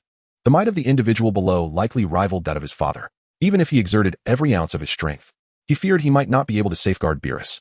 However, he recalled Beerus had mentioned in a dream that they would meet the Omni King again. Since that event had yet to unfold, it was highly probable they would encounter no danger. Thus, with hearts laden with trepidation, the two individuals gradually emerged from their spacecraft. Li Lin, upon catching sight of the two familiar figures, felt a sudden tightening in his chest, silently whispering to himself, they have arrived. Both parties were engulfed in palpable tension, each wary of the potential threats posed by the other. Soon, Beerus and Whis descended onto the ground where Li Lin stood. Android 18, with her large, curious eyes, scrutinized the enigmatic duo. Beerus, somewhat discomforted by her gaze, pondered why he, a formidable god of destruction, was being regarded as if he were a mere monkey. He contemplated reprimanding her, but refrained, remembering the inscrutable Li Lin. Consequently, neither side uttered a word. Although puzzled by the silence, Li Lin understood the principle of remaining motionless when faced with an unmoving adversary. As they chose to remain mute, he too maintained his silence. Whis, observing Li Lin's calm demeanor, inwardly nodded in approval. This young man was indeed remarkable. Even in the presence of two powerful beings, he retained his composure, exuding the essence of a true warrior. Had Li Lin been aware of Whis's thoughts, he might have laughed aloud, for he was, in truth, too intimidated to speak. Far from the lofty image Whis held of him. After an indeterminate duration, Whis cleared his throat gently, breaking the silence as he spoke first. You must be Mr. Li Lin, correct? Upon hearing this address, Li Lin's eyelids fluttered. Could it be? Such courtesy? Mr. Li Lin? The use of Mr. was unexpected. Surely, they wouldn't resort to such formalities before engaging in battle? Though these thoughts raced through his mind, he maintained an impassive expression, recognizing that in this moment, composure was paramount. One must preserve their dignity, for it might afford a semblance of grace in the face of demise. Whis, smiling kindly, continued, I have long admired your esteemed name. And today, meeting you in person, You truly embody the essence of excellence among men. While Li Lin feigned calmness, internally, he was a tempest of confusion. Long admired my name? My strength is merely at the Super Saiyan 3 level at best. In the eyes of Whis and a god of destruction, such power is hardly noteworthy. What merit is there in such admiration? Though perplexed, he chose to remain silent, unaware of their true purpose for visiting. Beerus, observing from the sidelines, rolled his eyes at Whis's flattery. It was evident that Whis had a knack for sycophancy. Why had he never bestowed such compliments upon him? How may I assist you, esteemed Whis and Lord Beerus, on this visit from afar? Li Lin inquired directly. Whis and Beerus exchanged glances, confirming their suspicions that Li Lin was indeed aware of their identities. Whis retained his friendly demeanor, replying, "Oh, it's nothing of great consequence. We merely heard that a prodigy has emerged from Universe 7, and we wish to pay a visit." Li Lin's intrigue deepened at this revelation. They had come to see him? While he considered himself quite capable, it was hard to believe that these two esteemed beings had journeyed so far merely to observe him. Nonetheless, acknowledging their statement, Li Lin tactfully queried, "Oh, is that so? Have you found what you were looking for?" Whis and Beerus simultaneously nodded. Upon hearing Mr. Lin's dismissal, Beerus did not react with anger. Instead, he experienced a sense of relief. He quickly gestured to Whis, indicating that it was time for them to depart. Whis, however, shook his head, signaling him to remain calm. There was an important matter that required his attention. Beerus felt a tinge of dissatisfaction but refrained from vocalizing his complaints. Whis, undeterred by his discontent, smiled and addressed Mr. Lin. "Please do not be in haste, Mr. Lin. I believe there is still another matter to discuss." Mr. Lin's heart sank. He had anticipated this outcome. He was well aware that the visit of these two individuals to Earth was not merely a casual visit. It remained uncertain whether the forthcoming developments would be favorable or unfavorable. Should it be a boon, he would gladly accept it. If it were a misfortune, he would also acquiesce, for there was little room for choice in the presence of such formidable figures. "What is it? Speak freely," Mr. Lin replied slowly. Despite the trepidation brewing within him, he endeavored to maintain an air of composure. Upon hearing Mr. Lin's words, Whis's lips curved into a broad smile, and he sincerely declared, "Mr. Lin, I sense that our temperaments are remarkably alike. We are akin to kindred spirits.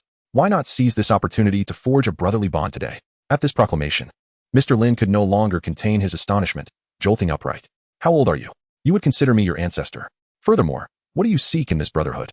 What merit do I possess that warrants such an honor?" Whis, with simplicity in mind, responded, "Surely, you intend to pledge brotherhood with my father in the future and thus become my uncle? I propose we establish this bond now, and you shall be my brother. In due course, you will be regarded as my junior in the presence of my father.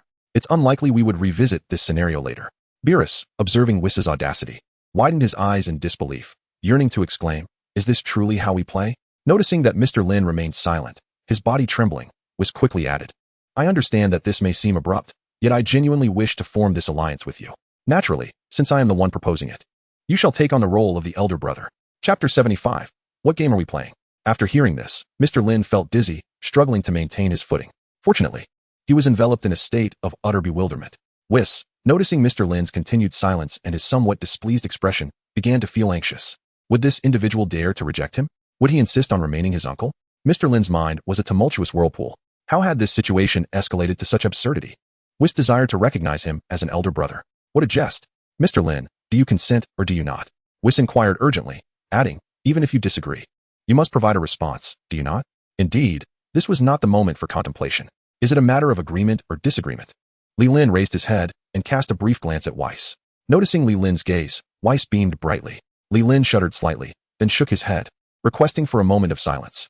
After saying this, he grasped the hand of number 18 and turned towards the castle behind them. Before long, the silhouettes of the two faded from Whis's view. As he spoke, he gave a thumbs up. Truly, being an old fox for so long has sharpened his wits. Alas, Whis sighed helplessly, realizing he had no choice. He couldn't be certain of the other's agreement without seeing him. Suddenly, an idea struck him, and he mischievously grinned at the nearby Beerus, saying, "Lord Beerus, if this person consents, you will also benefit from it." Beerus, momentarily taken aback, curiously inquired, "What benefit would I gain?" Whis shook his head with a smile. "If he becomes my brother, wouldn't you have to address him as uncle or master uncle? Clearly, that would elevate your status, wouldn't it?" Upon hearing this, Beerus's eyes widened in surprise. However, as the formidable god of destruction, he could not simply submit to another. "Whis, do not forget, although you have taught me and are my master, in a practical sense, you are an angel, my servant. I am the god of destruction, and my status surpasses yours. Moreover, Colin is your brother. Would he dare to have me call him master uncle? And the grand priest is your father. Would he have me call him grandfather?" Beerus stated with righteous indignation, his mind racing with examples. Yet, the truth remained that while the god of destruction may not possess the utmost power in the divine realm, his standing is undeniably superior. Their appointments and fates are directly overseen by the Omni King. Regardless of how powerful an angel may be, they can only file reports and dare not openly oppose a god of destruction. Even the Grand Priest must respectfully address him as Lord Beerus upon meeting. Hearing Beerus's grandiloquent discourse, Weiss chuckled and nodded in agreement. He acknowledged the validity of Beerus's statements, but he seemed to overlook the most critical point. Lord Beerus, the individuals you mentioned are all angels of the divine realm, whose status is beneath yours, hence they would naturally refrain from overstepping. However, Li Lin is different.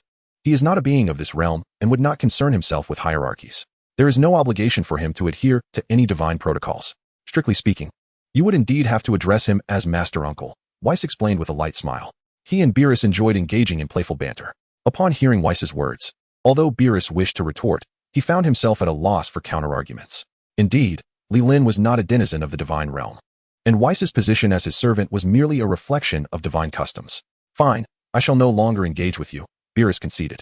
Recognizing he could not win the argument, and chose to dismiss his annoyance, Weiss maintained his smile, seemingly unaffected by his previous remarks, and continued to jab at Beerus. Please, Lord Beerus, when Leelyn emerges shortly, do offer him some advice. After all, addressing him as uncle is far preferable to grandfather. Beerus's face flushed crimson with indignation, leaving him at a loss for words. Weiss recognized that he had riled Beerus considerably, and sensing that matters might escalate, he wisely decided to remain silent. Meanwhile, within the castle, as Leelyn entered, he collapsed onto the floor, appearing almost in a trance as he muttered, "Oh my goodness, Weiss wants me to be his brother."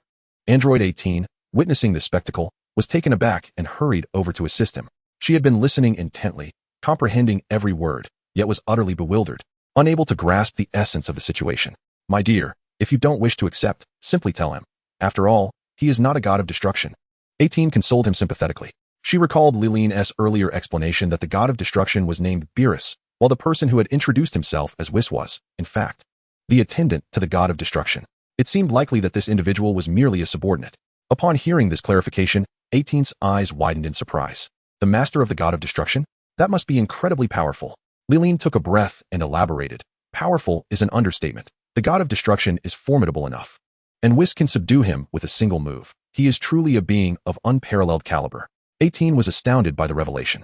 Is there truly someone so powerful in this world? But wait, if he is so extraordinary, why would he want to recognize you as his brother? Leelyn shrugged helplessly. How should I know? To be honest, I'm still trying to wrap my head around it. I was contently living on this little island with my wife when suddenly, an angel and a god of destruction arrive, claiming they want me as a brother. Furrowing her brow, 18 then relaxed slightly and said to Leelyn, "If you can't make sense of it, then don't dwell on it. If he wishes for you to be his brother, then so be it." Upon hearing this, Leelyn's expression shifted slightly. It made sense. Contemplating this matter ad infinitum would yield no clarity. Perhaps this was merely a quirk of his, an inclination to seek out brothers wherever he goes. The original text had not elaborated on such peculiarities. At this juncture, there were no other options, so he might as well embrace this new role. Rubbing his chin, Leelyn mused, "If I have Weiss as my brother, who would dare to challenge me in the future? Aside from a few deities, I could navigate this world with ease. Should any difficulties arise, I could simply call upon my little brother to resolve them." In another realm, on King Kai's planet, the North Kai was fervently wiping the sweat from his brow with a handkerchief. Yet, no matter how much he scrubbed, the perspiration seemed relentless. What on earth is this madness? He pondered, his gaze fixed on the events unfolding on Earth, equally bewildered by the circumstances as Leelyn.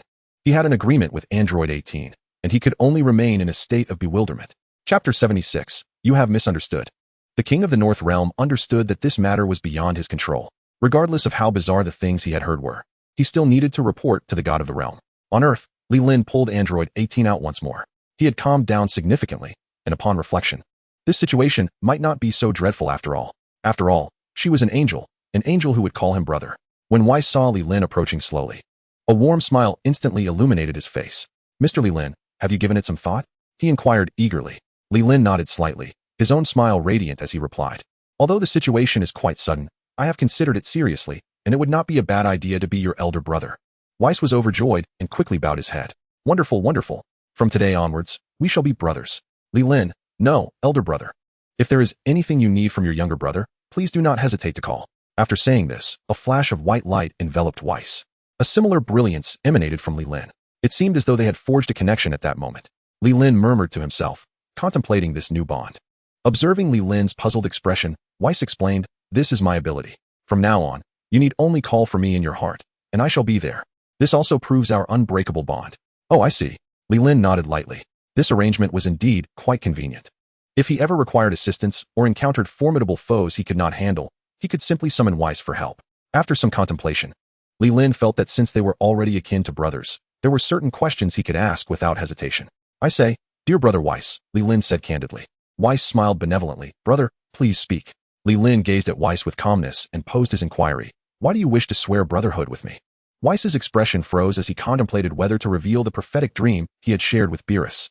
He turned to Beerus, for the god of destruction's approval was necessary. Beerus, however, was indifferent, stating nonchalantly, "If he wishes to know, then you may share it with him." With Beerus's consent, Weiss looked at Li Lin and gradually recounted the details of the prophetic dream. Li Lin listened with astonishment. Although he knew his future accomplishments would be significant, the notion of surpassing the god of destruction and standing shoulder to shoulder with the grand priest elicited an involuntary gasp from him. "Are you certain you are not being overly sensitive? Will I truly achieve such heights in the future?" Li Lin could not help but ask. If he did not fulfill the expectations set by Beerus's dream, it would be a disservice to them. Upon hearing this, both Weiss and Beerus were taken aback momentarily. Beerus was the first to respond. "Your current achievements are already commendable. Without even lifting a finger, one could send a person flying, leaving even deities of destruction and angels perplexed. Such an accomplishment is virtually unparalleled across the vast cosmos." At this moment, Li Lin furrowed his brow. His achievements were indeed commendable, yet they seemed insignificant in the presence of these two. Nevertheless, he slowly nodded, for it had taken him merely over a year to ascend from an ordinary individual to his current state of prowess. His accomplishments were indeed remarkable in their own right. Weiss, noticing Li Lin's silence, curiously inquired, "Brother, to what realm has your strength ascended? I find it inscrutable." Li Lin was momentarily taken aback. His cheeks tinged with a faint blush. "If you are asking that, it becomes rather difficult for me to articulate. Indeed, I too am curious. Pray, enlighten us." Beerus interjected with renewed enthusiasm. After all, he was a member of Universe 7, and it would be delightful to showcase their strength before other universes. Clearing his throat, Li Lin coughed lightly. The more they pressed, the more embarrassed he felt. This level of power, though formidable on Earth, seemed trivial in the eyes of these two beings. Weiss, sensing Li Lin's discomfort, softly asked, "Brother, is it inconvenient for you to share?" He understood that some formidable beings preferred not to flaunt their strength in front of others. However, they were now brothers. Could they still be considered outsiders? Observing the eager expressions of his companions, Li Lin decided against concealing the truth. After all, they had shared their prophetic dreams with him. And what was there to hide about his own strength? Besides, he was now Weiss's brother. What did it matter if his power was somewhat lacking? "There is nothing inconvenient about it. It is merely that my strength pales in comparison to yours," Li Lin replied with a wry smile. He recalled the time Beerus first visited the King of Worlds and effortlessly dispatched Son Goku, who was in his Super Saiyan 3 form, with a mere flick of his finger, rendering him incapable of further combat. If a confrontation were to arise now, he suspected his own fate would not be much better. Both Weiss and Beerus exchanged puzzled glances. What did that mean? Was he being modest? "Brother, how can your strength be less than ours? Do not jest." "We witnessed your encounter with Gula from the spaceship," Weiss remarked, leaning closer with a smile. He found it hard to believe that Li Lin's strength could be inferior to his own or even to Beerus's. Li Lin, observing their incredulous expressions, realized they had misconstrued his meaning. They had mistakenly regarded him as an unparalleled powerhouse. So that is why these two seemed different from my recollections, he mused inwardly. While it might be amusing to let them maintain this misunderstanding, the truth would inevitably surface, and it was best to clarify the matter. It was quite likely that this was a charade of his own making. Initially, he too had been in the dark. Li Lin earnestly explained, unperturbed by the potential ire of the two individuals before him. After all, Weiss had already proclaimed him to be his brother. How could he possibly overstep such a bond? Furthermore, their assumptions were entirely their own, and he had not misled them in any way. Upon hearing this, Beerus furrowed his brow and gravely remarked that the situation was not as they had envisioned. Indeed, Li Lin nodded earnestly, affirming that they must have misunderstood. Weiss was now utterly dumbfounded. Had he overthought the matter? Misunderstood? He had pledged allegiance to one whose strength paled in comparison to his own, accepting him as a brother? Chapter 77. Regret. Weiss's face twitched as he clung to a glimmer of hope, inquiring about Li Lin's current strength. Although he deemed it insignificant, Li Lin proudly declared, "To put it bluntly, in this universe, aside from you and Lord Beerus, there should be no one capable of challenging me." His assertion was not an exaggeration. Despite the formidable Majin View yet to appear in the future, he could confidently proclaim his invincibility at present. Weiss felt a slight alleviation upon hearing this. Then, in comparison to Lord Beerus, could you defeat him? Beerus, upon hearing this, felt a twinge of discontent. What did that imply? He was a god of destruction. How could he be compared so casually? Yet, he refrained from voicing his thoughts, curiosity piquing regarding the true extent of Li Lin's power. After a moment's hesitation, Li Lin slowly responded. In comparison to Lord Beerus, there remains a slight gap. A slight gap? Weiss murmured. That shouldn't pose much of a problem. Beerus's interest was piqued as he scrutinized Li Lin, wondering if this young man was truly that formidable, merely a hair's breadth away from his own strength. Li Lin paused momentarily before continuing. Unless unforeseen circumstances arise, Lord Beerus could likely dispatch me with a mere finger. Weiss was utterly astounded by this remark, his mouth agape, feeling as though the blood coursing through his veins might erupt at any moment. Beerus, initially taken aback, then erupted into laughter. Ha ha ha, you're killing me. Absolutely hilarious. Weiss, with a grim expression, chose not to engage in banter with Beerus. The reality was far from his expectations, and he was undoubtedly seething with frustration. This vexation soon morphed into a simmering rage, as he berated himself for being so foolish, for having been intimidated for so long by someone he now perceived as insignificant. Observing Weiss's troubled demeanor, Beerus's smile widened even further. You, Weiss stammered, pointing at Li Lin, yet you have failed to elucidate your reasoning all this time. He yearned to unleash a torrent of invective, to seize Li Lin by the collar and demand how he could assert such a minuscule disparity when a mere finger could seal his fate. His original intent was to approach Li Lin and forge a brotherly bond, thereby circumventing any awkwardness that might arise in the future. Initially, his intention was to assume the role of an elder brother, with Li Lin as the younger sibling. However, to his dismay, his plan backfired, and he found himself in the position of the younger brother instead. Before he could voice his thoughts, Li Lin hastily pulled away with the individual designated as number 18, exclaiming, "You wouldn't reconsider, would you?" At that moment, it was prudent to maintain a distance from him. Although Weiss appeared amiable, who could predict what impulsive actions he might take in such a predicament? What if he resorted to drastic measures to eliminate him? Sighing helplessly, Weiss reassured Li Lin. "You need not worry. We angels are quite trustworthy. 1 is 1, and 2 is 2. This misfortune is mine for not conducting a thorough investigation. But since the words have been spoken, you shall remain my elder brother." Upon hearing this, Li Lin felt a wave of relief wash over him. He feared that if the other party were to become petulant, it would be more than a mere change of heart. He could very well lose his life to preserve his own dignity. "Come now, Weiss, do not speak so solemnly," interjected Beerus with a sardonic tone. He was aware that Weiss had just established a connection with the lad using his divine power, akin to a vow. Should he retract his words, the backlash would be severe. With a smug huff, Beerus continued leisurely. "Who told you to provoke me on a whim? Now, should you dare to speak ill of me again, I will use this lad to retaliate against you. Moreover, I shall broadcast this incident across other universes. Imagine the thoughts of your siblings." Weiss was rendered speechless by Beerus's taunts. Although he usually maintained his composure, he was still concerned about his reputation. If this matter were to spread, he would surely become the subject of ridicule. "Dear brother Weiss, calm your anger. Did you not say that I would one day rival the Grand Minister? I am a potential asset, though I may be somewhat weak now. In the future, I will undoubtedly exceed expectations as your brother." Li Lin stepped forward, offering words of comfort with a smile.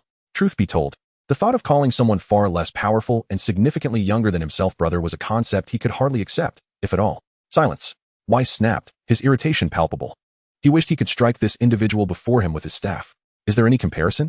Are you even aware of your current strength? I have always referred to you as brother, but if this were to leak, how could I possibly maintain my standing in the celestial realm?"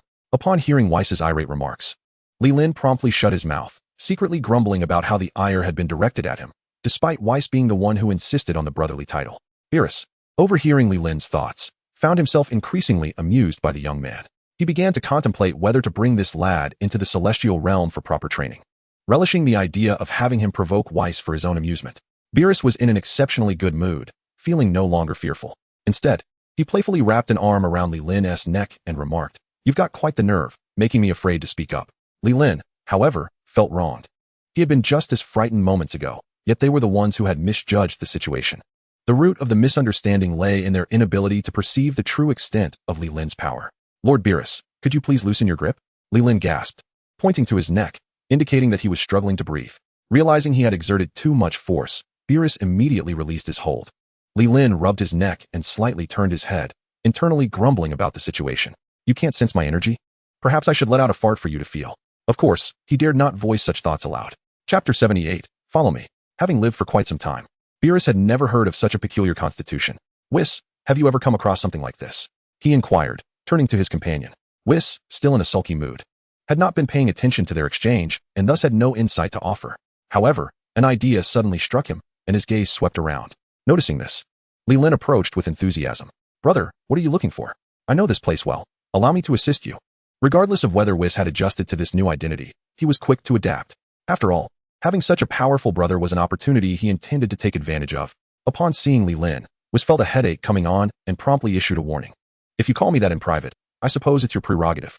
However, should you dare to address me thus in front of other deities, do not expect me to be gracious. Li Lin, recognizing the seriousness in Whis's tone, nodded earnestly. Whis then cast a narrowed gaze toward the distant shattered mountain. With a slow wave of his staff, the debris began to levitate. Among the rubble, the seemingly lifeless Gula felt his body suddenly lose control and began to float alongside the surrounding stones. Beerus, noticing the rising figure, cast a quick glance at Whis, pondering the implications of impending retribution. Ultimately, the current predicament stemmed not only from their overthinking, but primarily from Gula himself. Had he not engaged in deceitful tactics that misled their judgments, the situation would not have escalated to this point. What is happening? Gula thought, keeping his eyes tightly shut and pretending to be dead, while his mind raced with activity. Suddenly, a clear voice pierced through his thoughts. How much longer do you intend to keep up this charade? Heart racing, Gula realized his ruse had been uncovered. He coughed violently, expelling a considerable amount of purple blood. With great difficulty, he managed to crack open his eyelids, appearing as though he were gravely wounded and on the brink of death. Phew, he gasped, his voice weak. Where am I? Is this the underworld? Beerus and Leelyn observed the individual who was still attempting to feign innocence. Unable to suppress a chuckle, Whis approached him slowly and remarked nonchalantly, this is not hell. Oh, that's a relief. Guldo feigned a sense of relief. Yet, the very next moment, a single statement rendered him as rigid as if struck by lightning. However, your end is imminent. Whis stated in a tone devoid of emotion.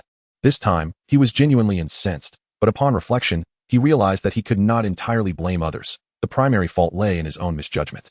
Nevertheless, it was essential to instill a modicum of fear in the one responsible for his error. After all, as an angel, he was forbidden from interfering with anyone's life or death.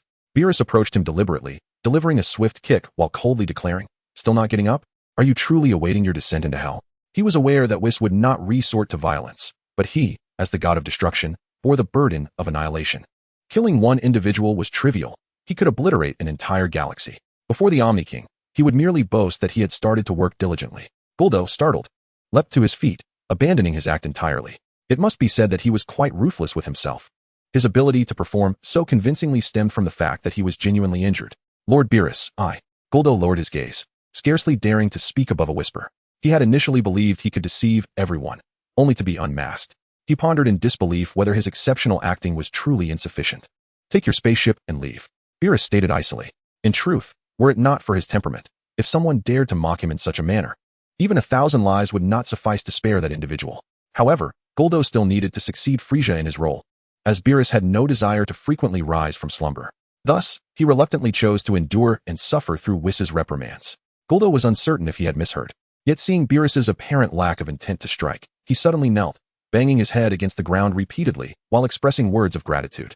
Thus, Guldo piloted his spaceship away from Earth. Whis, we should take our leave as well, Beerus stated matter-of-factly. They had lingered on Earth for too long, and he was beginning to feel drowsy. Whis, however, felt a twinge of guilt over the incident. It was not a matter of being petty or lacking generosity. Rather, throughout history, had there ever been an angel who behaved in such a manner? If word spread, he would find it impossible to hold his head high. Unacceptable, Whis suddenly exclaimed. Beerus was taken aback, glancing at Whis in confusion, uncertain of his intentions. Whis pointed at Leelyn and calmly declared, you shall accompany us. Leelyn, caught off guard by the sudden summons, expressed his bewilderment. However, before he could inquire further, Android 18, unable to remain passive, immediately stepped in front of Leelyn, exclaiming, on what grounds? Why should he go with you? Beerus tugged at Whis's sleeve, murmuring, Whis, that should suffice. Their relationship had spanned a considerable length of time, embodying both mentorship and camaraderie. He genuinely feared that Whis might embark on some reckless endeavor, leading to an unsatisfactory conclusion. Furthermore, Beerus held a relatively favorable perception of Leelyn. Perhaps it was due to a dream in which Leelyn declined the position of god of destruction offered by the Omni King, evoking a sense of gratitude within him. He found Leelyn rather agreeable. My lord Beerus, I am well aware, Whis replied with nonchalance. He understood his responsibilities thoroughly, and having already wielded his divine powers to establish a connection with this individual, it was inconceivable for him to jeopardize his own foundation and future. After addressing Beerus, Whis turned his gaze to Leelyn, stating, the reason I have invited you to accompany me is for training purposes. He then glanced at Android 18, adding, "Of course, if you wish to join us, you are more than welcome." Without waiting for their consent, he waved his staff towards the void, causing their bodies to float uncontrollably. In an instant, the surroundings transformed rapidly, as if traversing a temporal corridor.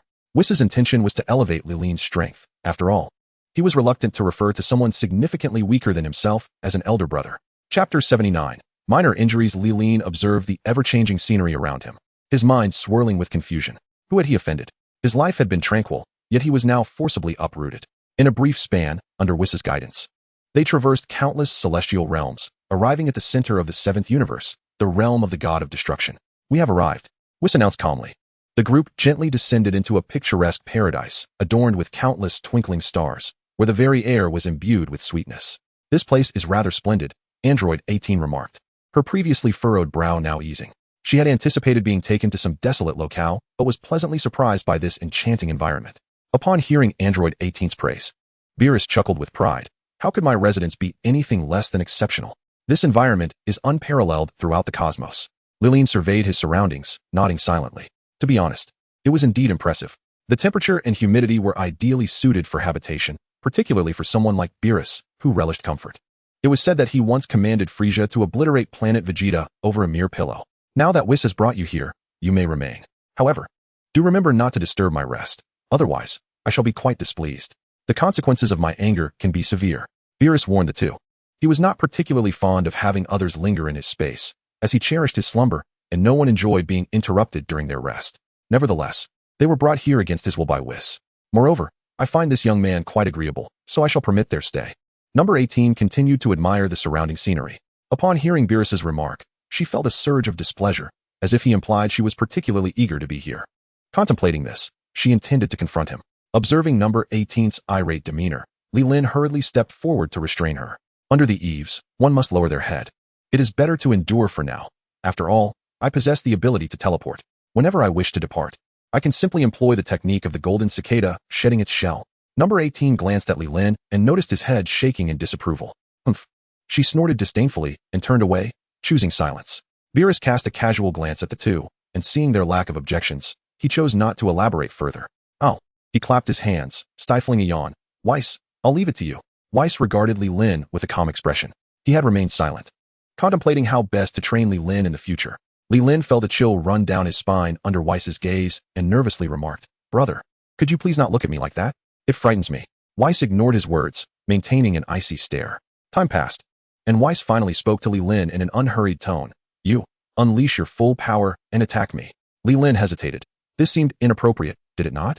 He was not worried about injuring Weiss, but rather feared the possibility of Weiss accidentally harming him. What is inappropriate about this? It is entirely normal for brothers to spar with one another, is it not? Besides, you do not think I brought you here merely for amusement, do you? Weiss replied coolly. He had previously stated that he needed to assist Li Lin in his training and elevate his strength. To aid Li Lin in his advancement, it was essential to first understand the extent of his abilities. To be honest, even now, he was still unaware of the precise level of Li Lin's strength. Li Lin was momentarily taken aback by Weiss's words, but soon regained his composure, nodding in agreement. "All right, I understand." After all, there was no escaping at this moment. It would be better to engage in some sparring with Weiss. Given his innate talent, perhaps battling Weiss would significantly enhance his prowess. No sooner had he finished speaking than Li Lin instantaneously appeared before Weiss, raising his right hand and launching a punch towards him.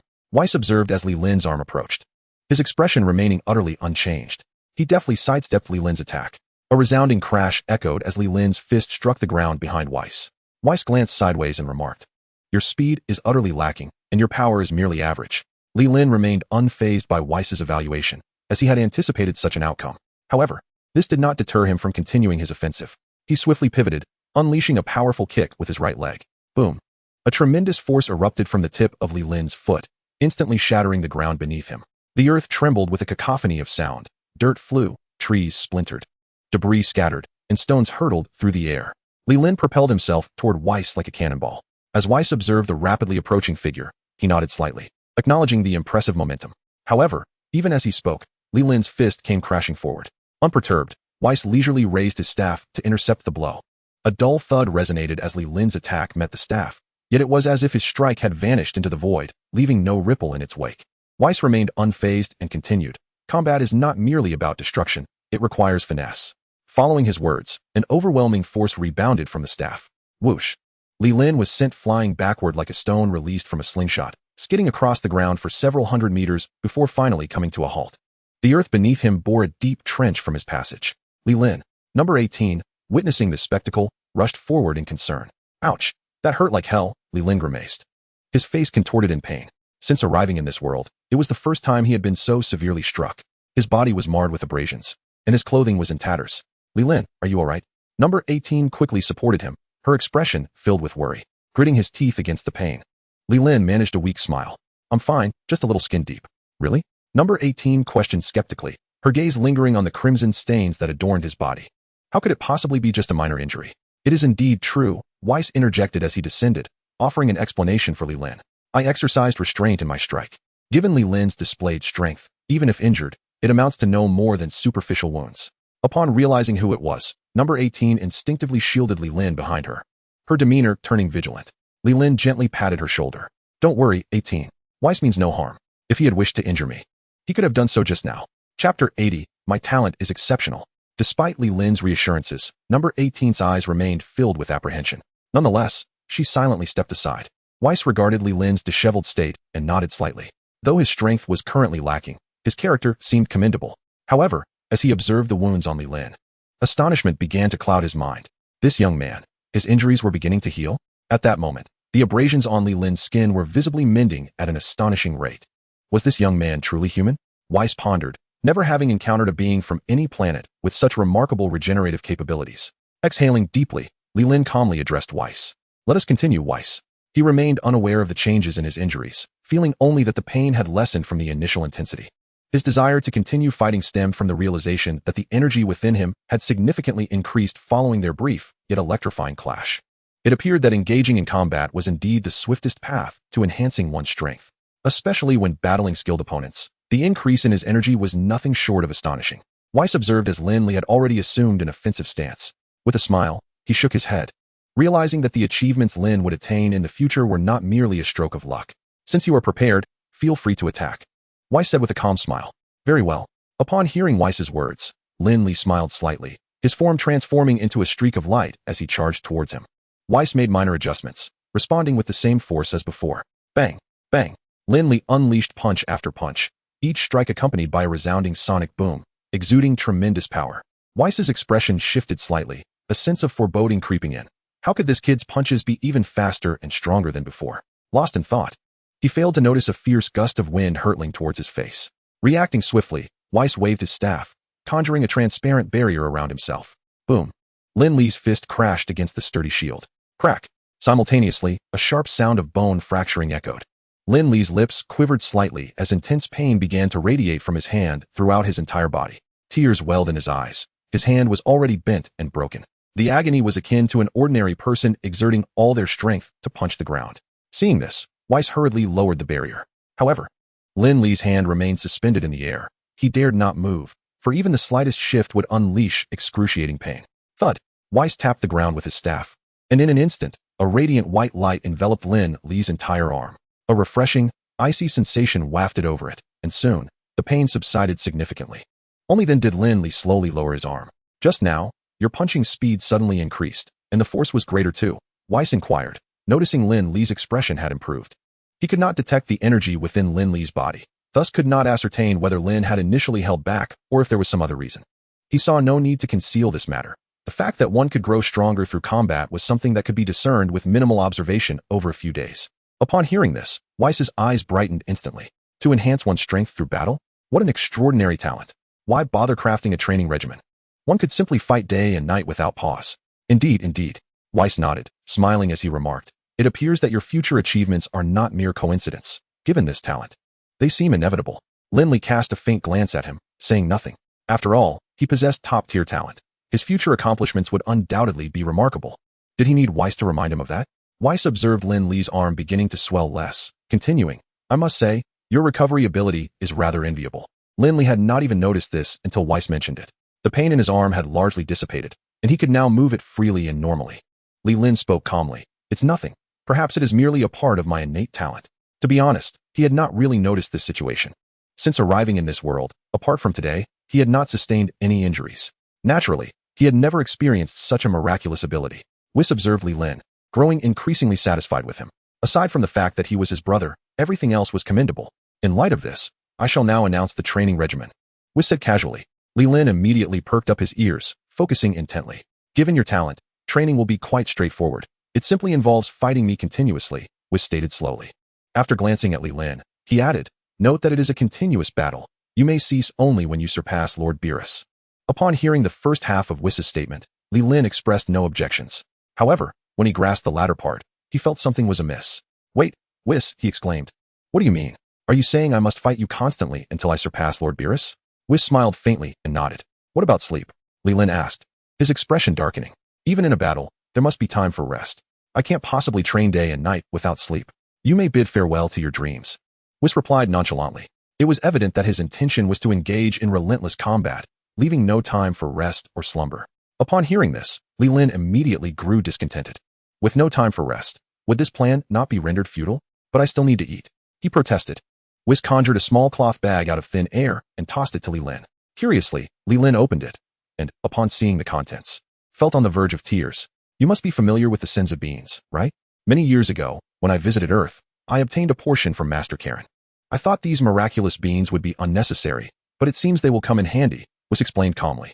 Li Lin shook the bag in his hand. Those senza beans would last him at most 2 months. Whis seemed to perceive Li Lin's thoughts and continued, rest assured, I have kept a portion as seeds. In no time, they will sprout anew. Chapter 81, The Commencement of Training. Upon seeing this, Li Lin felt as though he might collapse in despair. This preparation seemed excessively thorough, leaving him no avenue for respite. He had realized that as soon as he began battling Whis, there would be no stopping until he reached Beerus's level. No, I still need to sleep when I am tired. What if I were to suddenly perish? Li Lin insisted. In truth, his concern about fleeing was secondary. As a regular person, sleep was an essential necessity for rest. Even though his physical condition was now extraordinary, prolonged wakefulness still posed a risk of sudden death. With a smile, Whis shook his head and declared, I have said it, from now on. You can bid farewell to your dreams. With that, he waved his staff. Li Lin felt as though a tempest had swept through his mind. Suddenly invigorated, he became acutely alert, as if under the influence of a stimulant. Li Lin, sensing the surge of energy in his head, wished to say something further, but found himself at a loss for words. It appeared that Whis had indeed prepared thoroughly for this moment. Is there anything else you wish to express? Whis inquired further. Li Lin pondered briefly. It was not that he was unwilling to accept Whis' training. However, this method of cultivation was unbearable for anyone. May I request a day to rest? I would like to adjust my mindset and commence training tomorrow, Li Lin tentatively asked. He could not endure such a life. If he could secure just one day, he would flee with number 18 under the cover of night and then vanish on Earth. Whis contemplated for a moment, deeming Li Lin's reasoning sound. Today has already been quite eventful. A slight adjustment is indeed reasonable. Very well, I shall grant you a day to prepare. Whis replied with understanding. A slight smile crept onto Li Lin's lips. It seemed his scheme had borne fruit. However, in the next moment, his smile froze on his face. With a single wave of his hand, a transparent barrier emerged in the air. As the barrier fully enclosed the space, the surrounding cacophony abruptly vanished. After completing this action, Whis turned to Li Lin and remarked, I do this to prevent your escape. I trust you do not mind? Internally, Li Lin was filled with expletives, his face wearing a forced smile. Mind? Or is it that you simply do not trust me? Such words, dear brother, how could I possibly doubt you? Whis responded. Yet another barrier materialized in the sky, as if fearing that Li Lin might attempt to flee at any moment. Li Lin's face twitched in irritation. Ah, he sighed, resigned to his fate. Then, he posed one last question, where shall we reside? Whis contemplated, and, in a spacious clearing, several beams of light appeared. In an instant, colossal stones seemed to come alive, arranging themselves in perfect order. Before long, a magnificent castle stood before them. This is my home? Li Lin gazed at the familiar structure, perplexed. Whis nodded and smiled. Indeed, look how thoughtful I am, having constructed it in the style of your own house. Rest well. Remember to rise early for training tomorrow, Whis added before vanishing into thin air. Li Lin watched Whis disappear, shaking his head in resignation. Turning to number 18, who had come to his side, he said apologetically, Dear, I am sorry. It seems we may not be able to leave this wretched place for the time being. Number 18 smiled and shook her head, reassuring him, It's all right. As long as you are with me, it matters not where we are. Li Lin smiled back, feeling a sense of warmth. Two individuals, hand in hand, stepped into their familiar yet foreign abode. The following morning, Li Lin rose early, eagerly awaiting the arrival of Whis. After a night of contemplation, he had come to a resolution. As the saying goes, since one has arrived, one should settle down. There was no escaping now. Since departure was not an option, it would be better to devote himself to cultivation. Once he achieved the level of a destroyer god, his freedom would naturally follow. Moreover, this endeavor would enhance his own strength, allowing him to spar with Weiss, a privilege that many would envy. With this perspective, it could indeed be considered a fortuitous opportunity. On the 18th, she lingered beneath a nearby tree, ensuring that Li Lin remained within her sight at all times. Her concern for her beloved's safety weighed heavily on her heart. Just then, Weiss appeared, descending from the sky in the same manner as the previous day. "Good morning, brother." Li Lin greeted him with a smile. Weiss, surprised by Li Lin's early arrival, nodded and replied, "Indeed, a promising student. If Lord Beerus had your enthusiasm back in the day, his accomplishments would have surpassed the current ones." Li Lin, taken aback by Weiss's remark, felt a sense of incredulity. How had society become so pragmatic? In the past, he had called Weiss brother without knowing his true strength, yet now, while training together, he was referred to as a promising student. It was a rather realistic world they inhabited. "Are you ready?" Weiss inquired with a faint smile. Li Lin stretched his neck, appearing relaxed as he responded, "Let us dispense with the pleasantries. If I weren't prepared, I wouldn't be here waiting for you." "Very well, let us begin." Before Weiss could finish his sentence, Li Lin surged forward like a bolt of lightning. "Ha." Weiss chuckled, unfazed. His combat experience was far superior. When Beerus employed this technique, he had been far more adept than Li Lin. Weiss remained calm, leaping into the air. Li Lin darted beneath him, his speed showing some improvement, yet still lacking. "You've made a bit of progress, but it's still too slow," Weiss remarked, floating gracefully in the air. Li Lin quickly stabilized himself, pushing off the ground with force, sending clouds of dust billowing up, and shot towards Weiss like a rocket. Bang, bang, bang. Without hesitation, Li Lin unleashed a flurry of punches. For an average person, even a single blow would likely prove fatal. However, Weiss was different. Although Li Lin's strikes were swift, Weiss's body seemed to meld with the air, swaying effortlessly. The two figures danced through the sky and back to the ground, with Li Lin continuously attacking. His seemingly ferocious punches, however, often met only empty air. Weiss evaded with grace, each movement appearing effortless and fluid, like a ballet in the sky. In stark contrast, Li Lin's attacks seemed rigid and clumsy, a stark reminder of the disparity in their capabilities. Chapter 82, The Blossoming of Spring. Li Lin's attacks proved to be rather ineffectual, his phantom-like fists landing only upon the surrounding air near Weiss. Observing that his offensive had reached its limit, Weiss ceased his passive evasion and prepared to counterattack. Bang, bang, bang. A series of dull thuds echoed as Li Lin, with a bruised face, collapsed to the ground. "Ouch!" he whimpered, clutching his face and grimacing in pain. As the saying goes, one should not strike the face. Yet, Weiss had made an exception, landing all his blows there. Number 18, leaning against a grand tree, felt a surge of anxiety upon witnessing Li Lin fall and immediately stood up, concerned that he might be in grave danger. Her constant presence was to ensure his safety. However, when she saw him rise again, a sigh of relief washed over her. Li Lin, visibly disgruntled, remarked that although he now had a partner and was less concerned about his appearance, he never anticipated the prospect of walking down the street with a disfigured face. "Heh." Weiss replied with a faint smile, "I will take care to avoid that next time." With Weiss's assurance, Li Lin gathered his resolve and charged forward once more. Hiya. The rain of attacks resumed, but Weiss continued to nimbly evade. Internally, he mused that the boy was indeed truthful. Through combat, his strength was undeniably augmenting. The force and velocity of his strikes had markedly improved from before. Yet, despite this progress, the outcome remained unchanged. Thud, thud, thud. Another series of dull impacts sent Li Lin hurtling away once more. Number 18's heart tightened at the sight, but having witnessed the previous events, she refrained from displaying excessive agitation. Upon seeing him rise again, she felt the weight lift from her heart. Hiya. Li Lin, undeterred, charged forward again to strike. Over time, his prowess began to exhibit explosive growth. Although he was repeatedly sent flying, Weiss never struck with excessive force, merely inflicting minor injuries. These small wounds, thanks to his extraordinary constitution, healed rapidly. Number 18 had grown accustomed to this spectacle, reassured by the fact that Li Lin always managed to rise to his feet. Days passed, and thus, the two had been training together for 3 full days. "Phew, I can't go on any longer. Let's take a break." "Weiss," Li Lin exclaimed, bending over and waving his hand in protest. For 3 days, he had fought relentlessly, without a moment's sleep or a proper meal. Hadn't they agreed that rest was not permissible until surpassing Lord Beerus? Weiss, with an air of indifference, regarded him, her demeanor unchanged from 3 days prior. Upon hearing this, Li Lin felt tears well up. He was utterly exhausted, and if this continued, he feared he might lose his sanity. "It is not that I cannot persevere, but vs. our physical constitutions differ. I truly require rest." Li Lin lamented helplessly. If only he possessed the constitution of an angel, he would not be so insistent upon taking a break. After all, While his body could endure such strain indefinitely, his mind might spiral into disarray. Oh, I see now. VES replied nonchalantly. With a casual wave of his hand, a radiant light enveloped Li Lin, instantly alleviating his fatigue and drowsiness. As the refreshing sensation coursed through his mind, Li Lin, on the verge of a mental breakdown, clutched his hair and exclaimed, "My dear brother, it is not merely fatigue or sleepiness. I require psychological relaxation. Do you comprehend?" His current feelings mirrored those of factory workers from his past life, trapped in a monotonous cycle of drudgery. Short spells of such toil could be bearable, but prolonged exposure could lead to grave consequences.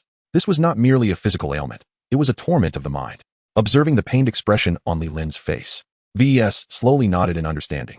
Over the past 3 days, Li Lin's progress had been astonishing, far exceeding his expectations. There was no need for such rigorous training methods. Very well, you may take a day to recuperate. We shall resume tomorrow, VES stated calmly. With that, he vanished into thin air, leaving the space empty. Sighing deeply, Li Lin collapsed onto the ground. Upon seeing him seated there, number 18 hurried over to console him. Are you all right? Though she had spent these days by his side, she found herself rather uneventful in this place. Yes, number 18 affirmed, assisting Li Lin as they slowly made their way back to their quarters. Once inside, Li Lin wasted no time and lay down on the bed. For reasons unknown, despite having no desire to sleep, he relished the sensation of lying down. It was a fitting embodiment of the adage, running is inferior to walking, walking to standing, standing to sitting, and sitting to lying. After resting for a short while, he noticed number 18 still standing nearby, not having departed. With a mischievous grin, he teased, "Look at how hard I'm working. Why not come and comfort me?" Astutely perceptive, number 18 instantly grasped his implication. A blush swiftly crept across her cheeks as she shyly nodded in assent. Really? Li Lin's eyes widened in surprise at her affirmation, and he sprang up with newfound energy. Throughout their time together, they had never crossed that delicate boundary, and he had not anticipated that this jest would be met with agreement. What a delightful surprise it was. Yes, number 18 replied in a barely audible whisper. Despite their lengthy companionship, discussing such matters still rendered her exceedingly bashful. The reason she acquiesced to Li Lin's request today was primarily out of concern for him. After spending so much time together, she too was curious about the sensations that such intimacy might evoke. After receiving a response, Li Lin eagerly approached her. Though joy filled his heart, impatience lingered within him. He decided that a gentler approach would be more fitting. With arms outstretched, he embraced her tenderly. The two shared a kiss, gradually moving onto the expansive bed behind them. In an instant, the room's temperature soared, resembling a scene brimming with the vitality of spring. Chapter 83. 3 years later, approximately an hour later, the once impassioned sounds within the spacious room began to fade, replaced by the steady rhythm of their breathing. They lay side by side on the plush bed, their bodies glistening with sweat as if they had just emerged from a bath. "My dear, when do you think we can leave this place?" Number 18 inquired softly, nestled against Li Lin's chest. Although the scenery here was exquisite and ideal for residing, the atmosphere felt excessively desolate, devoid of any trace of human warmth. Li Lin, cradling number 18 with one arm, gently caressed her smooth back. A wave of emotions surged within him, accompanied by a sense of guilt. He tenderly kissed her forehead and softly spoke. Resolving to diligently train in hopes of soon transcending the realm of the destruction god, determined to shield number 18 from any grievances or unhappiness. Number 18 nodded slightly. Li Lin closed his eyes in contemplation for a moment before reopening them, a mischievous smile gracing his lips. "Darling, the night is still young. Shall we indulge once more?" Upon hearing this, number 18 momentarily froze, and before she could respond, Li Lin pounced upon her like a ravenous tiger. Number 18 attempted to articulate something, but Li Lin's lips sealed hers. The night had barely begun, and after extensive training, Li Lin was filled with an alarming vigor. Throughout that night, they remained awake, reveling in ecstasy countless times. The following morning, as dawn's light began to pierce the horizon, their passionate escapade finally came to an end. Number 18 lay utterly exhausted, her energy depleted, drifting into a blissful slumber within moments. Li Lin, having experienced a release of burdens, felt an unprecedented sense of refreshment, save for a slight ache in his lower back. Chuckling to himself, Li Lin observed the sleeping number 18 and felt an urge to awaken her, suggesting they find another place to rest. The bed had become somewhat disheveled after their nocturnal activities, and lying there would hardly be comfortable. Yet, he couldn't bear to disturb her rest, and instead tenderly covered her with a blanket before quietly exiting the room. Li Lin made his way to the training field, watching as the sun gradually emerged from the horizon. Suddenly, as if conjured from thin air, Weiss appeared beside him. "Good morning, Weiss," Li Lin greeted with a smile. Although he felt a touch fatigued from the night's events, the experience had invigorated his spirit. However, his spirit was undeniably vibrant. When he noticed Li Lin sporting two prominent dark circles under his eyes, he curiously inquired, "What happened to your eyes? Did you not sleep?" Li Lin, with a delighted grin, nodded and then mysteriously shook his head. If he claimed to have slept, it would be true that he had indeed fought through the night. Conversely, if he asserted he had not slept, it would also hold some truth. The connotations of these two statements, however, diverged slightly. Naturally, he would not divulge this to Weiss. As he cheerfully remarked, "You needn't concern yourself with that." Weiss regarded him with a detached gaze, deciding not to press further. He then addressed Li Lin. "Let us commence today's training." With a casual flick of his finger, he beckoned Li Lin to attack. Not rushing into action, Li Lin smiled and said, "Weiss, could you perform that fatigue-relieving technique you used on me yesterday?" Upon hearing Li Lin's request, Weiss raised an eyebrow, questioning, "What for? You appear to be in quite good spirits." Li Lin's demeanor indeed radiated greater positivity compared to the previous day. Despite the heavy dark circles, they should not hinder his training. "My spirit is indeed quite buoyant, but physically, I feel somewhat drained, as if my body has been hollowed out." Li Lin replied with a smile. Weiss instantly grasped the underlying meaning of Li Lin's words, casting a knowing glance at him. "Oh, so that's why those dark circles are so pronounced. I see. You intend to use my abilities as if they were a power-enhancing elixir, correct?" Weiss remarked nonchalantly. Li Lin chuckled awkwardly. "It's not about any elixir. I simply aspire to undergo better training." Weiss, hearing this, furrowed his brow slightly and shook his head in resignation. To be honest, he felt a twinge of envy towards Li Lin, for he had yet to experience the exhilarating sensation Li Lin had felt the previous night. Weiss said nothing more, waving his hand as a radiant light enveloped Li Lin, restoring him to the state he was in the previous day. "Excellent," Li Lin exclaimed, feeling the emptiness dissipate, his overall condition reaching its peak. After a couple of light jumps in place, he turned to Weiss and declared, "Brother, take this." In a flash, he transformed into a streak of black lightning, charging toward Weiss. Weiss, as he usually did during their sparring sessions, effortlessly evaded Li Lin's strikes. Their battles continued, with each session comprising 3 days of relentless training, followed by one night for Li Lin to recuperate. Thus, day after day, year after year, 3 years swiftly passed. On this particular day, Li Lin, as was his custom, unleashed his full potential against Weiss. "Hiya!" he roared, unleashing an unmatched force that caused the surrounding air to tremble. Li Lin's form moved like a bolt of pitch-black lightning, his speed reaching an astonishing, almost terrifying level. With a single step, it appeared as though he had teleported. His fist, propelled by a howling wind, struck forth. Weiss's expression shifted, for over the past 3 years, he had witnessed Li Lin's strength ascend like a rocket. The current Li Lin could no longer evade with the same composure and grace as before. A dull thud resonated through the air as Li Lin and Weiss clashed, the former being sent staggering backward while the latter stood resolute. Weiss stepped forward, the ground beneath him fracturing, his legs propelling him like an arrow released from a bowstring. Li Lin felt a jolt of clarity, his fists clenched tightly. Suppressing the urge to spew forth blood, he let out a furious shout and charged at his opponent. The collision of their fists produced a deafening sound that echoed through the air. Li Lin was propelled backward, landing 10 meters away, while Weiss remained unyielding, as steadfast as a mountain. Chapter 84, Audacious Thoughts. Coughing, Li Lin collapsed to the ground, blood gushing forth in torrents. The verdant grass was instantly stained crimson. 18 watched this unfold, her heart aching.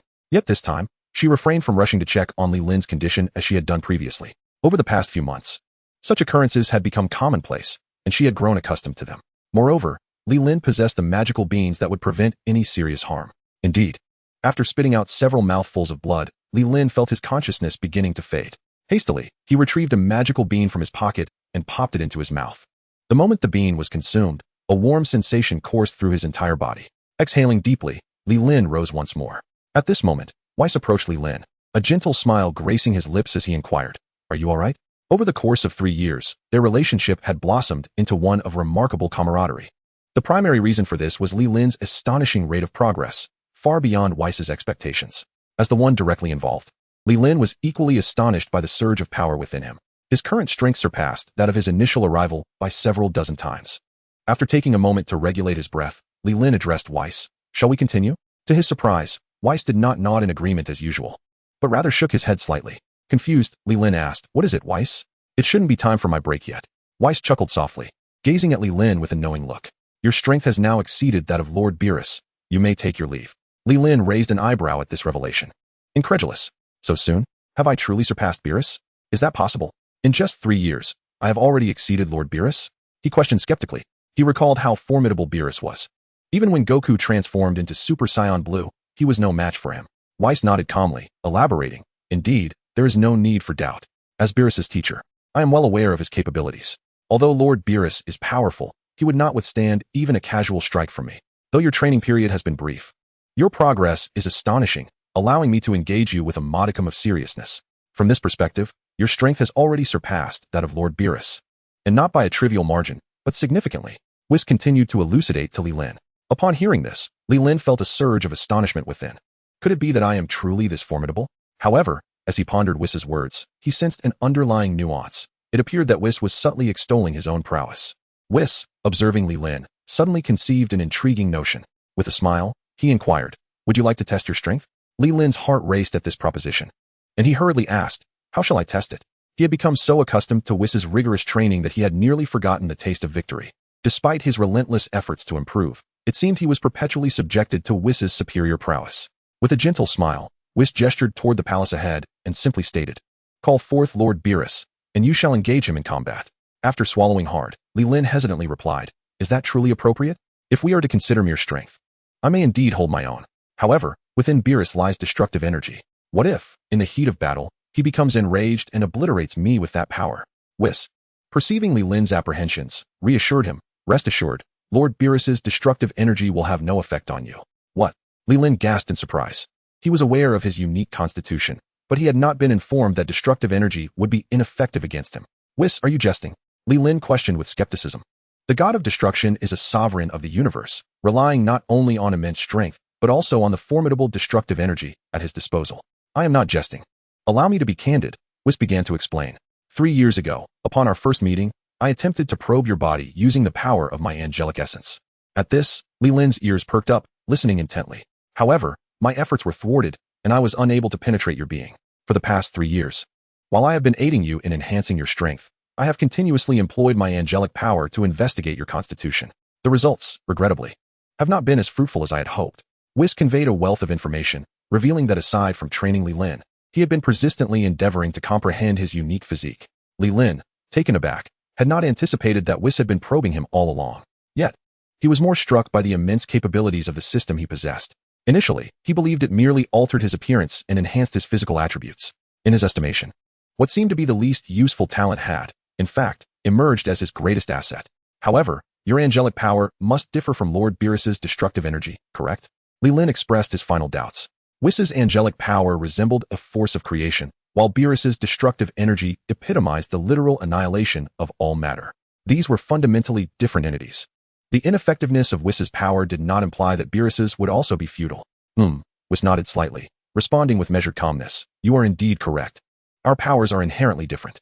However, the precedence of angelic power surpasses that of destructive energy. Were it otherwise, some hot-tempered gods of destruction would have long since eradicated their accompanying angels." At this juncture, Whis appeared to recall his initial teachings to Beerus. This fellow, born with an innate laziness and a rebellious spirit, had attempted on more than one occasion to use his destructive energy against Whis himself. Alas, upon discovering its ineffectiveness, he resigned himself to obediently follow his training. With this thought, Whis smiled wryly. "If angelic power holds no sway over you, then destructive energy will prove even less effective." Upon hearing Whis's words, Li Lin felt a slight easing of his concerns. However, a bold thought soon crossed his mind. "Whis, does the Omni King's authority have any effect on me?" Chapter 85, The Wrath of Beerus in Battle. The smile on Whis's face gradually faded, replaced by a solemn expression. In truth, he had not contemplated this matter before. It should have some effect," Whis pondered briefly before responding. "The power of the Omni King is indeed formidable. With a mere wave of his hand, he could erase the entire universe. To date, no one has been observed to possess immunity to the Omni King's abilities." "Oh, is that so?" Li Lin murmured quietly, feeling no disappointment, merely inquiring further.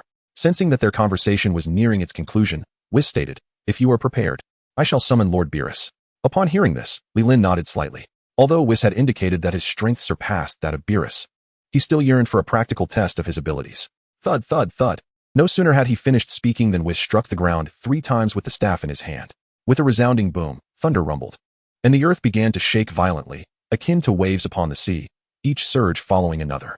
Li Lin stood firm, swaying with the tremors of the ground, astonished at the profound depth of Whis's power.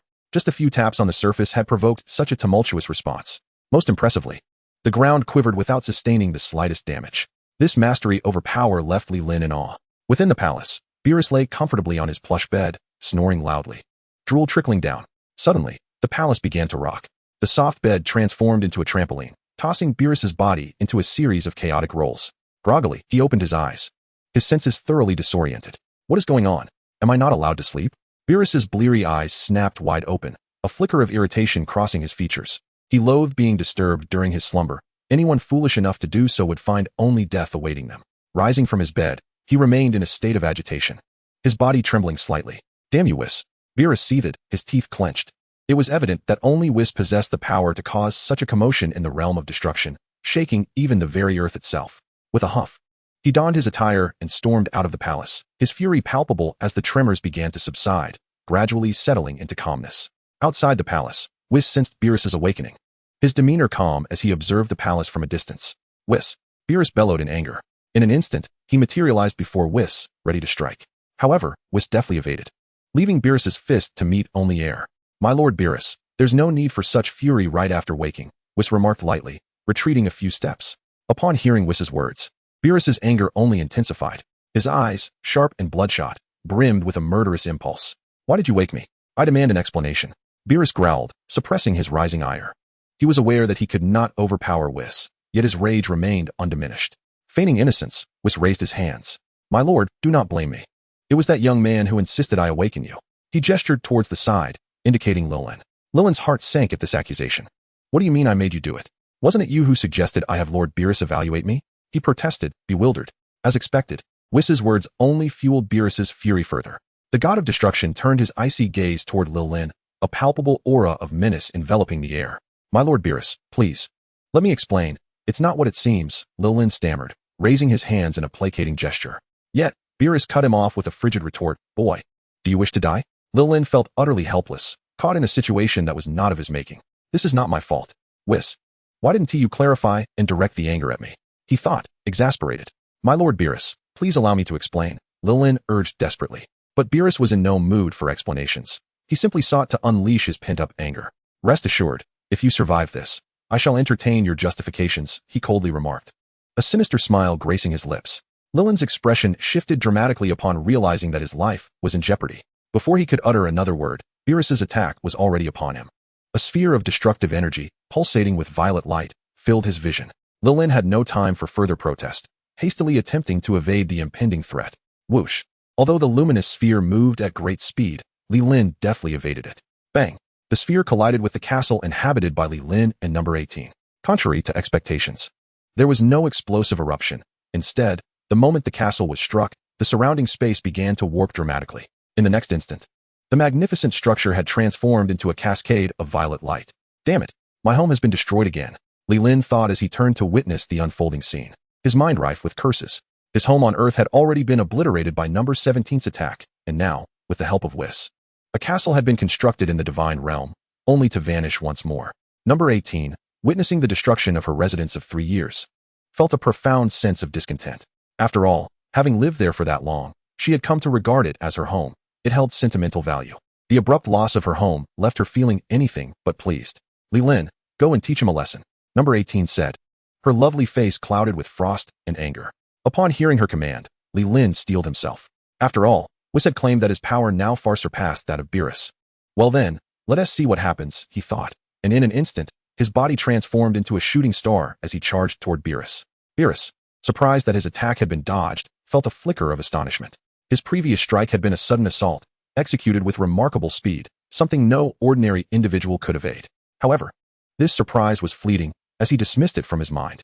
Hearing number 18 urging Li Lin to strike him, he felt a tinge of disdain. Strike me? Beerus scoffed, his tone brimming with arrogance.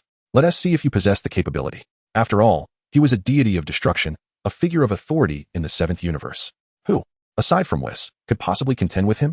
With that, he spread his slender arms wide, addressing the oncoming Li Lin. If you can force me back even a single step, I shall concede. Chapter 86, A Swift Victory. Bang! Li Lin's iron fist crashed mercilessly into Beerus's face, abruptly interrupting his words. This is impossible, Beerus exclaimed, his features contorted from the blow, spittle flying. After rolling on the ground for what felt like an eternity, he finally came to a halt. He had never anticipated that Li Lin's punch would carry such immense weight. Not only had it shaken his form, but it had also sent him tumbling. Well done, Li Lin, number 18 cheered, throwing a punch in celebration. Li Lin gave her a thumbs up, his face beaming with joy. He too had not expected to send Beerus flying so effortlessly. It appeared that Whis had spoken the truth. His strength had indeed surpassed that of Beerus.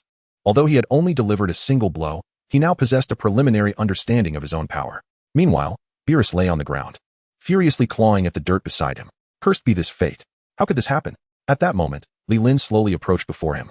His expression tinged with a hint of remorse as he spoke. I apologize, Lord Beerus. I had no idea my power could be so immense. I may have exerted a bit too much force. Upon hearing Li Lin's words, Beerus became even more enraged. To his ears, these statements sounded like a provocation, sharp and piercing as a needle. As a proud god of destruction, he had never endured such an indignity. You insolent wretch, do not become too complacent, he barked, suddenly rising to his feet. With a sweeping gesture of his hand, a sphere of purple energy materialized and hurtled towards Li Lin, understanding the extent of his own strength. As Vados had assessed, Li Lin faced the energy sphere imbued with destructive power without fear. His countenance remained unchanged as he steadied his breath. Just as the attack was about to strike him, he slightly shifted his body. With a vigorous flick of his right hand, he sent the energy sphere soaring away. A dull thud echoed as the sphere collided with a distant planet, instantly reducing it to a cloud of purple dust that vanished into the void. What? Beerus exclaimed, his heart racing in astonishment. How could his attack, infused with destructive energy, be so easily deflected? Seeing this, Li Lin felt a surge of joy. It seemed Vados had not deceived him. The destructive energy indeed had little effect on him. Lord Beerus, do you wish to continue? Li Lin inquired nonchalantly. Aware of his own strength, he no longer felt intimidated. If Beerus sought to pursue him relentlessly, he would not cower. After all, with power came confidence. You insolent brat. Do not let your pride blind you. Beerus roared, his body erupting with purple flames, the overwhelming aura transforming the surroundings into a dark violet hue. Vados glanced up. Murmuring to himself, it appears Lord Beerus is truly serious now. As Li Lin felt the tempestuous energy swirling around him, he marveled inwardly. Truly, as a god of destruction, this force could likely obliterate a planet, were they not in the realm of destruction itself. If that is the case, I shall not hold back, Li Lin thought resolutely. A deep, resonant shout erupted. A white aura surged forth as if taking on substance, rising skyward and intertwining with the purple energy. In an instant, the dark violet tones brightened significantly. Is this Li Lin's energy? It is my first time experiencing it, Vados remarked in astonishment. Having spent considerable time together, he had never before sensed Li Lin's energy. Due to Li Lin's unique constitution, unless he deliberately unleashed his aura, even an angel like Vados would be unable to detect it. Beerus, his eyes glowing crimson, stared at Li Lin's burgeoning aura, astonishment coursing through him. He had not anticipated that this individual possessed such formidable energy. A sense of trepidation began to take root within Beerus.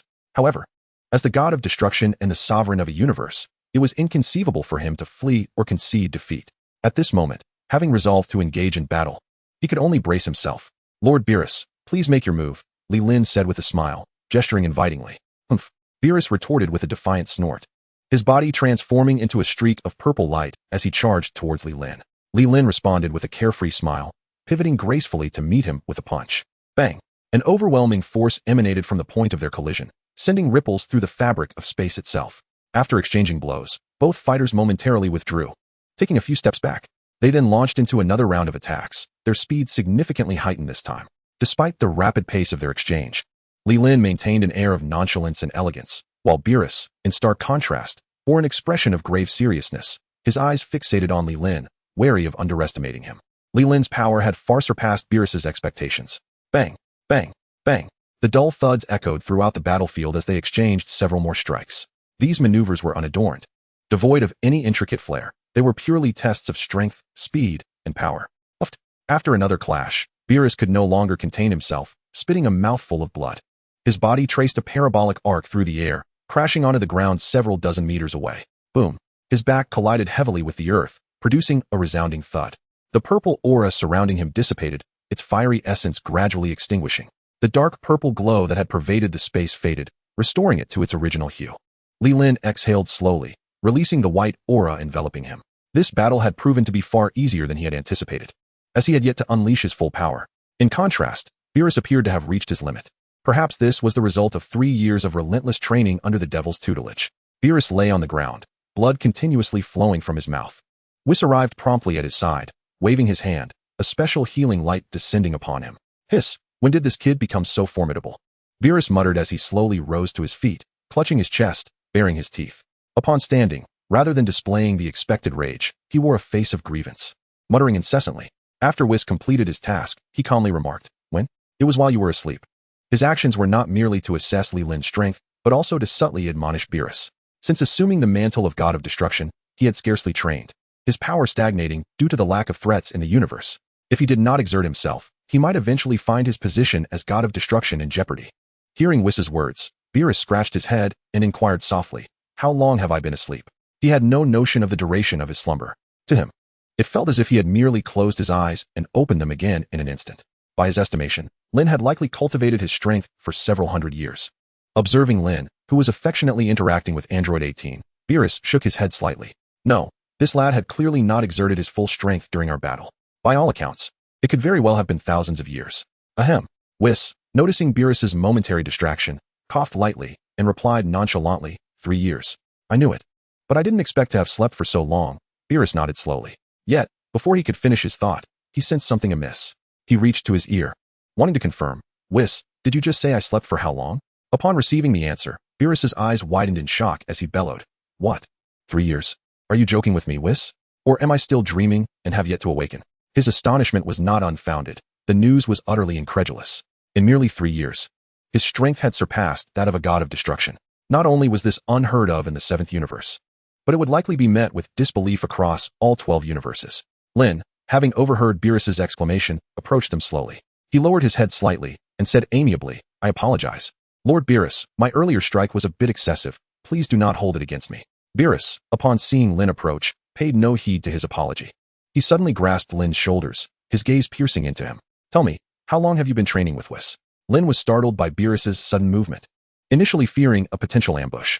Upon realizing Beerus had no intention of attacking, he exhaled in relief. 3 years, Lord Beerus. Didn't Whis mention it? Lin replied calmly. To be honest, those 3 years had indeed been transformative for him. Each day felt like an eternity, yet having Android 18 by his side made it bearable. Without her, his spirit would surely have crumbled. Upon hearing Lin's words, Beerus's grip on his shoulders gradually loosened, his expression becoming vacant. Lin observed Beerus's silence with curiosity, but refrained from asking questions. After what felt like an eternity, Beerus finally spoke. How on earth did you train? Why have you surpassed me in just 3 years? It was evident that he still struggled to accept this reality. According to Lin's earlier claims, a mere finger from him could defeat Beerus.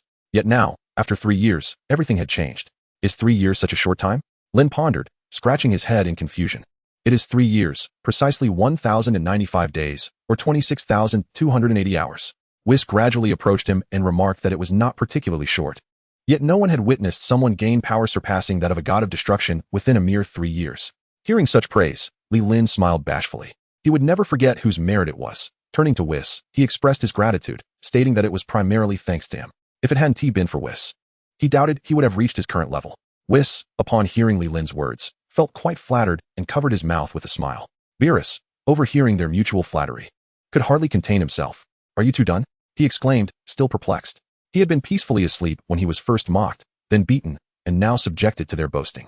Was there anyone more unfortunate than him? Upon hearing Beerus' voice, the two promptly fell silent. Beerus turned to Li Lin, speaking in a serious tone. He was reluctant to continue his ire, as he was aware that he could not best either of them present. Whis nodded slightly at Beerus' bravado, noting that a little provocation was indeed effective. All right, Li Lin responded decisively, then teased, I just hope that day doesn't take too long to arrive. Beerus, unfazed by this comment, merely shook his head. Whis then addressed Li Lin, cautioning him not to underestimate Lord Beerus, as his talent was quite extraordinary. Oh. Li Lin raised an eyebrow, all ears. He understood that to become a god of destruction, one must be no ordinary individual. Each was a genius within their respective universe, gradually achieving the esteemed position of a god of destruction. Lord Beerus' talent ranks among the very best among the gods of destruction. In fact, it could be said to be the finest. However, he is notoriously lazy and has scarcely trained at all. If Lord Beerus were to earnestly dedicate himself to training, he would surpass you in merely half a month, leaving you far behind, Whis explained with a gentle smile. In truth, Beerus' talent was top tier. Had it not been for his own disposition, had he diligently trained from the start until now, surpassing Whis would not have been impossible. Yet, this fellow was simply too fond of sleep, spending 9/10 of his life in dreams. Upon hearing Whis praise him, a proud expression appeared on Beerus' face. And he even boastfully remarked, Am I really that remarkable? Modesty, modesty. Li Lin was inwardly astonished. He was acutely aware of his own strength, and the notion that Beerus could surpass him in just half a month was truly hard to fathom, prompting an awkward smile to surface on his face. Then why did Lord Beerus react so surprised just now? Leelyn couldn't help but inquire, while secretly pondering whether he was merely putting on an act. I was merely astonished that you surpassed me so easily. I had yet to come to terms with it, Beerus replied nonchalantly. According to his speculation, surpassing oneself would require several hundred or even 1,000 years of cultivation. Who would have guessed that after merely 3 years of training, even with exceptional talent, one could exceed their own psychological expectations, leaving them astonished? The group engaged in casual conversation for a brief moment. As Beerus sensed the discussion nearing its conclusion, he stifled a yawn, preparing to resume his slumber. After all, the matter of cultivation could be postponed. There was no need to rush. Furthermore, based on his prophetic dreams, he knew that Li Lin would eventually surpass him, whether it was a day sooner or later. With this thought in mind, he felt a wave of relief and settled back into his restful state. Whis, however, felt a profound sense of helplessness. It appeared that Li Lin's earlier admonishment had little effect, barely making a dent. After all, with the house in disarray, it was impossible to find a proper place to sleep. Frankly, after spending 3 years here, the prospect of leaving was somewhat bittersweet, particularly for Whis. As all his strength had been imparted by Li Lin, he wished to express his gratitude, yet Li Lin lacked for nothing. Suddenly, a spark of inspiration ignited in Li Lin's mind. Whis, would you care to join me on a visit to Earth? There are numerous delicacies, and I would be delighted to treat you. After all, we are like family. Chapter 88. A bowl of expired instant noodles. Indeed, upon the mention of culinary delights, Whis's expression shifted slightly, revealing a glimmer of longing in his eyes. Beerus, too, halted in his tracks at that moment, swiftly turning to face Li Lin. Is it true? Are there delicacies on Earth? He inquired with palpable urgency. Despite his penchant for sleep, his love for exquisite food remained undiminished. If there were delightful dishes to savor, he would willingly sacrifice his precious sleeping hours. Absolutely true, and there are countless delicious options. Each day offers a different taste. Moreover, the portions are generous, allowing you to indulge as you please. Li Lin's words were no exaggeration. The culinary treasures of the human realm were indeed innumerable, with any ingredient capable of being transformed into dozens, if not hundreds, of delectable variations. Upon hearing this, Beerus swallowed slightly. Throughout his long existence, he had sampled innumerable gourmet offerings. The notion of experiencing different flavors daily with ample portions was enticing, and he had never encountered anyone bold enough to boast so grandly before him. You should know that my standards for food are exceedingly high, Beerus stated, his voice slightly muffled as he continued to salivate. His appetite had been piqued, and even if the food turned out to be subpar, he felt compelled to try it. Rest assured, I can guarantee you will not be disappointed, Li Lin replied with a serene smile. He recalled that neither Beerus nor Whis had truly savored any remarkable dishes. Not to mention the extravagant delicacies of Earth. Even a simple bowl of instant noodles accompanied by a sausage would suffice to satisfy them. Seeing Li Lin's earnest commitment, Beerus's cravings intensified, making it nearly impossible for him to resist. Whis, he turned to his companion, inquiring. After hearing this, Whis slowly nodded. Li Lin's words stirred a restless excitement within him. His passion for exquisite cuisine rivaled that of Beerus, perhaps even surpassing it. Since you are so insistent, we shall reluctantly accompany you, Whis stated with an air of elegance, striving to maintain his composure. Li Lin beamed with joy upon seeing their acceptance of his invitation. His intentions were purely to express gratitude for Whis' guidance. Although he understood that such culinary delights were not extraordinary, for those like them who had seldom tasted fine food, it was a rare treasure indeed. Very well, let us depart, Li Lin said with a gentle smile, taking the hand of Android 18 and walking beside Whis. With a flourish of Whis' staff, their forms transformed into a kaleidoscope of colors and vanished from the realm of destruction. Approximately 5 minutes later, their figures reappeared on Earth, precisely at the same location they had visited 3 years prior, on the very island where Li Lin and Android 18 resided. The four descended gracefully, embracing the refreshing sea breeze that greeted them. Li Lin extended his arms wide, allowing the wind to envelop him. Android 18, walking beside him, felt a wave of nostalgia wash over her. Though the surroundings did not possess the ethereal beauty of the realm of destruction, it was, after all, home, a rather pleasant place overall. Hey, Li Lin, where's the gourmet food you mentioned? Beerus exclaimed impatiently as he landed, eager for a taste. Yes, Li Lin. Do hurry and present it, Whis chimed in, unable to maintain his calm demeanor, his desire to savor the delicacies palpable. Li Lin, noticing the urgency in their eyes, offered an awkward smile. He then leaned closer to Android 18 and whispered, Is there anything to eat at home? None, she replied with a resigned shake of her head. We had nothing left when we left, and we haven't had the chance to shop.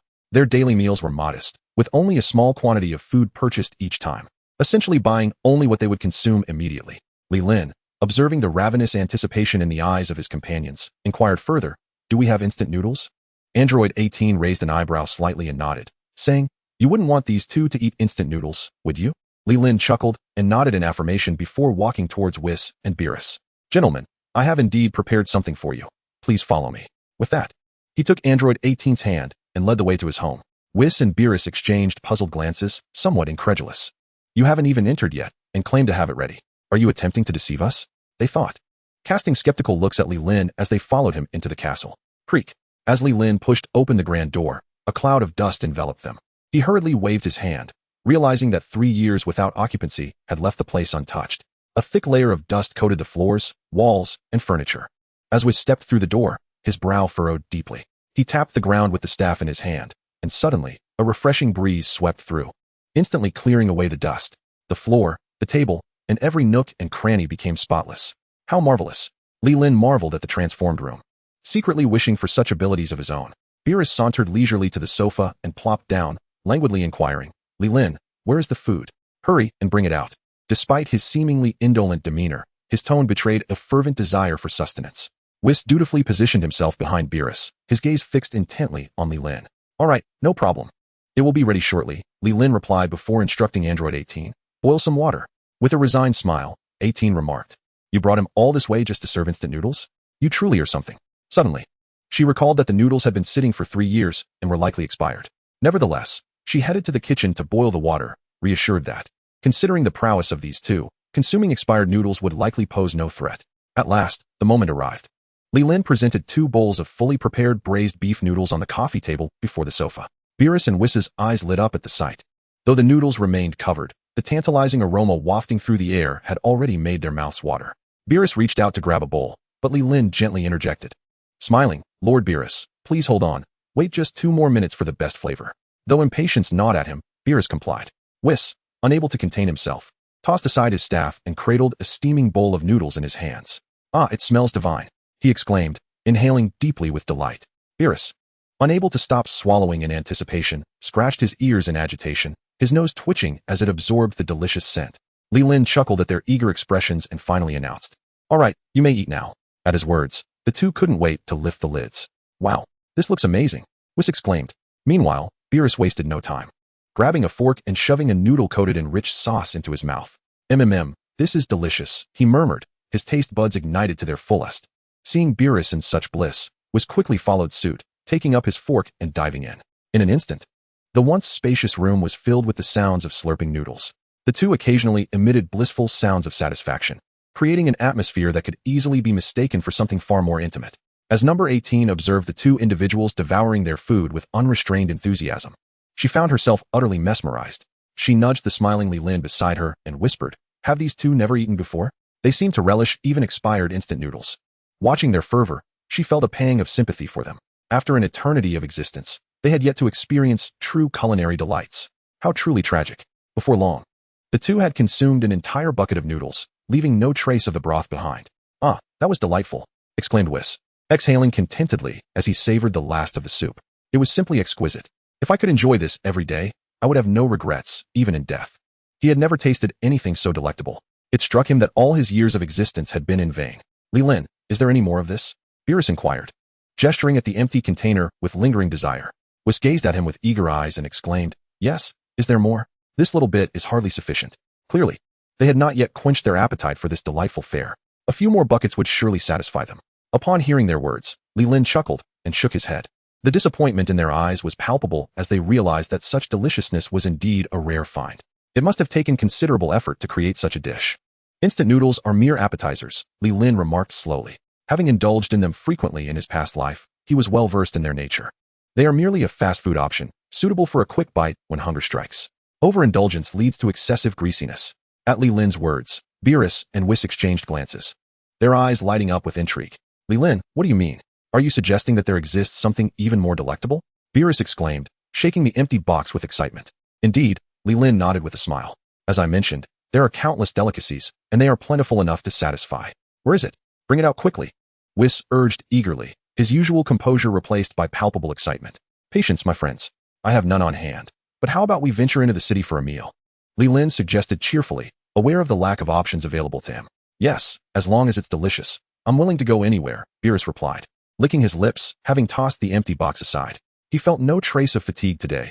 All he desired was to indulge in exquisite cuisine. However, Just as they were about to set off, a sudden commotion erupted outside. Thuds echoed ominously, accompanied by a rumble that made the very island they stood upon tremble. Waves crashed relentlessly against the shore. "What is happening?" Number 18 exclaimed, leaping into Li Lin's embrace. She feared that Cell had returned, for such tremors could only signify great disturbance. Li Lin attentively sensed the surroundings and suddenly discovered two familiar auras several thousand miles away. Could it be? It was Sun Wukong and Vegeta? After a brief assessment, Li Lin immediately recognized the identities of these two auras. Although 3 years had passed, rendering their auras somewhat unfamiliar, he still accurately identified them. "Oh, Vegeta," Beerus remarked, a spark of interest igniting within him, and he inquired of Li Lin. "Is it the son of King Vegeta, the Saiyan Vegeta?" Upon hearing his question, Li Lin turned to him and slowly nodded. Indeed, it was he who played a pivotal role in the destruction of planet Vegeta. Humph. After confirming, Beerus snorted coldly and remarked indifferently, "Frieza is utterly incompetent. It's a shame he met his demise, or else I would not have spared him." He had already learned about Vegeta from Gula long ago. However, he had not paid much attention to it at the time. Now that fate had brought them together, he thought it only fitting to meet this once young acquaintance. Who was the one fighting alongside him? Beerus continued to question Li Lin. He could sense that Vegeta's current aura was immensely powerful. While it was not remarkable in his eyes, its combat prowess was already among the elite in the universe. Yet, what astonished him even more was that the individual battling Vegeta possessed an aura even stronger than that of Vegeta himself. As far as he knew, Earth was a low-level planet, not typically a cradle for formidable talents. Sun Wukong, originally named Kakarot, is also a Saiyan. However, he has lived on Earth since childhood and initially believed himself to be an Earthling, Li Lin explained with a calm demeanor. There was little to conceal, after all. The god of destruction of Universe 7 could easily uncover an individual's identity if he so desired. Beerus chuckled coldly. It seems this race has considerable potential. Having produced two such formidable individuals, Li Lin furrowed his brow, pondering curiously how Sun Wukong and Vegeta had come to blows. If it were merely a sparring match, the intensity of their auras seemed excessively violent, akin to a battle to the death. Could it be Majin Buu? Li Lin silently contemplated. He recalled that following the saga of Cell, Majin Buu would emerge. Having resided in this world for several years, the intricacies of the plot had begun to blur. Majin Buu was supposed to appear 7 or 8 years after Cell's demise. Yet, regardless of whether it was 7 or 8 years, only a little over 3 years had elapsed. Li Lin shook his head. The narrative must have altered. Perhaps Majin Buu had manifested earlier than expected. "Lord Beerus, would you like to see for yourself?" Whis inquired softly, his yearning for delicacies temporarily subdued by the sudden surge of power. "Humph, there's no rush. I shall attend to it after I have feasted," Beerus replied dismissively, for his primary purpose in coming to Earth was to indulge in culinary delights. Although other performances have emerged, he remains acutely aware of the priorities at hand. Weiss smiled faintly and nodded in agreement. This was indeed quite satisfactory.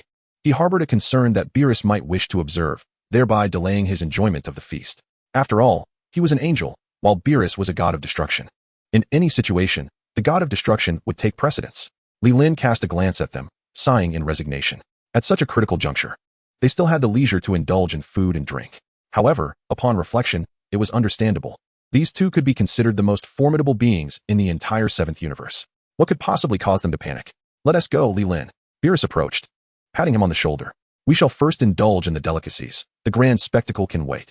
Indeed, Weiss concurred, nodding in agreement.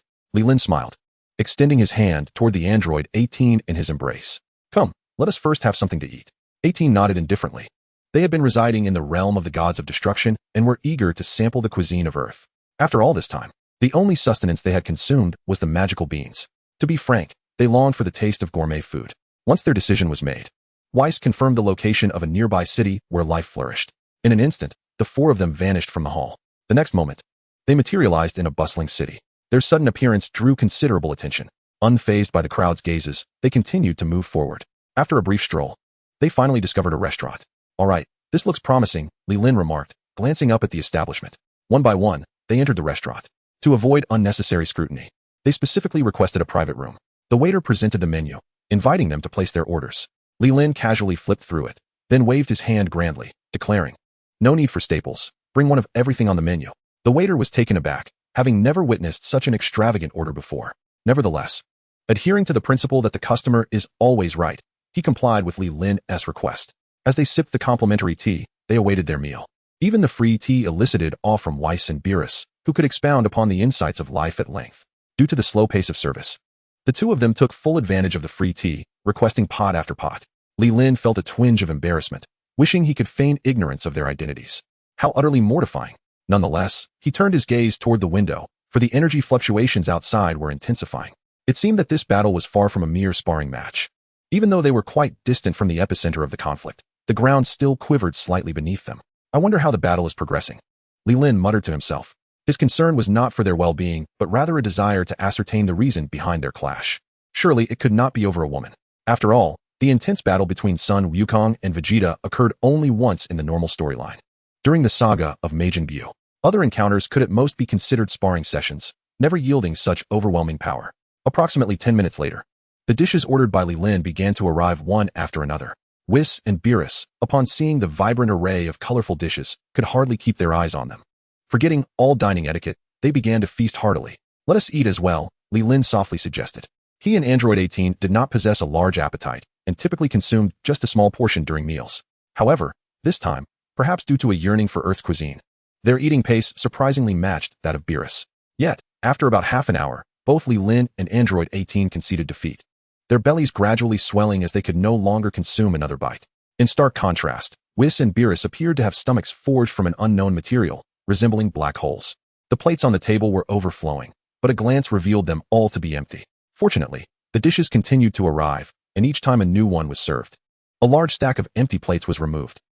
Li Lin let out a satisfied burp, patting his stomach in contentment. Just as they were delightfully enjoying their meal, the ground suddenly began to tremble, and a mushroom cloud slowly rose. The restaurant's windows shattered, and debris rained down from the ceiling. "Damn it, can't one enjoy a meal in peace?" Beerus bellowed, watching the debris fall into his soup, ruining his dining experience. Whis elegantly took out a handkerchief to wipe the remnants from his mouth and remarked, "Lord Beerus, perhaps it is time to stop. You have already indulged sufficiently today." Upon hearing this, Beerus's mood soured, and he retorted, "Don't pretend here. At least 2/3 of that food has gone into your stomach." As the two continued their banter, a dark and malevolent aura suddenly erupted in the sky. Li Lin gazed out the window, momentarily lost in thought. This energy was unfamiliar, yet boundlessly vast, and overwhelmingly evil. If he were not mistaken, this must be the aura of Majin Buu. Additionally, he detected a divine presence alongside this ominous energy, yet it was pathetically weak compared to that of Sun Wukong, Vegeta, or Majin Buu. Whis and Beerus clearly sensed this presence as well. They ceased their quarrel and exchanged glances. It seems our visit today was not in vain. The Kaioshin is actually on Earth. How intriguing. Beerus muttered with a hint of disdain. Chapter 91. The Battle of Sun Wukong and Vegeta. Upon hearing Beerus's words, Li Lin suddenly recalled. Indeed, within the narrative of Majin Buu, the plot involving the Supreme Kai unfolds. It becomes evident that this divine aura emanates from him. Beerus, casually wiping his mouth with a tablecloth, remarked nonchalantly, "Let us proceed to investigate." Li Lin nodded, unable to contain his anticipation any longer. Had he not been waiting for the two of them, he would have already utilized instant transmission to arrive. After all, meals can be consumed at any time. Yet performances are not always available for viewing. Should a delay occur, a replay would not be granted. With the Supreme Kai arriving on Earth, it seems a significant crisis looms.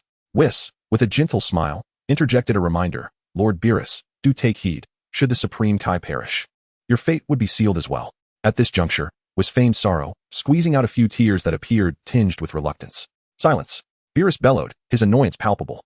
Were it not for sensing the Supreme Kai's presence, he would have disregarded the trivialities of Earth. His greatest fear was that this individual might suddenly meet his demise, dragging him into the abyss alongside. After scolding, he stood up, ready to depart.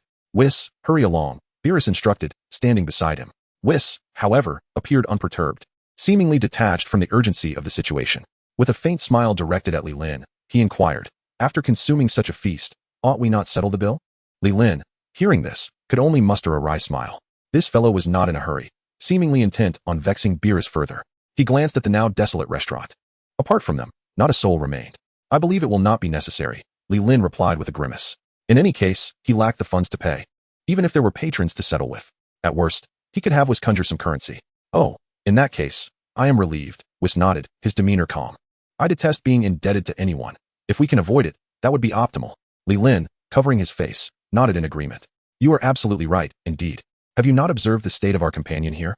He appears as though he might burst from anxiety." At that moment, veins bulged on Beerus's forehead, his frustration mounting. Whis seemed intent on provoking him. The pleasant mood he had derived from the delectable cuisine had vanished without a trace. "Are you planning to linger any longer?" Beerus seethed. Seeing Beerus in such a flustered state, Whis chuckled and nodded. With a grand flourish of his hand, he exclaimed, "Let us depart." In an instant, their figures transformed into beams of light. The next moment, they materialized atop a mountain on the battlefield. Li Lin gazed in astonishment at Whis' display of power. This speed rivaled his instant transmission. However, considering the distance from the god of destruction's realm to Earth, it had taken only 5 minutes to arrive. Now, given the proximity, it was merely a fraction of a moment. Boom, boom, boom. The sounds of collisions echoed across the battlefield as the earth split open, forming a vast chasm. Dust billowed in waves, and towering mountains gradually crumbled into ruin. In midair, two figures danced like phantoms, engaged in an unrelenting battle. Vegeta truly holds nothing back, mused Li Lin, observing the intense skirmish. The combatants were none other than Son Goku and Vegeta, their clash reverberating like the very heavens themselves were collapsing. Vegeta delivered lethal strikes, while Goku deftly parried, both appearing evenly matched. However, with Li Lin's current prowess, he discerned that this parity was merely fleeting. For Goku had yet to unleash his true strength, still holding back in his confrontation with Vegeta.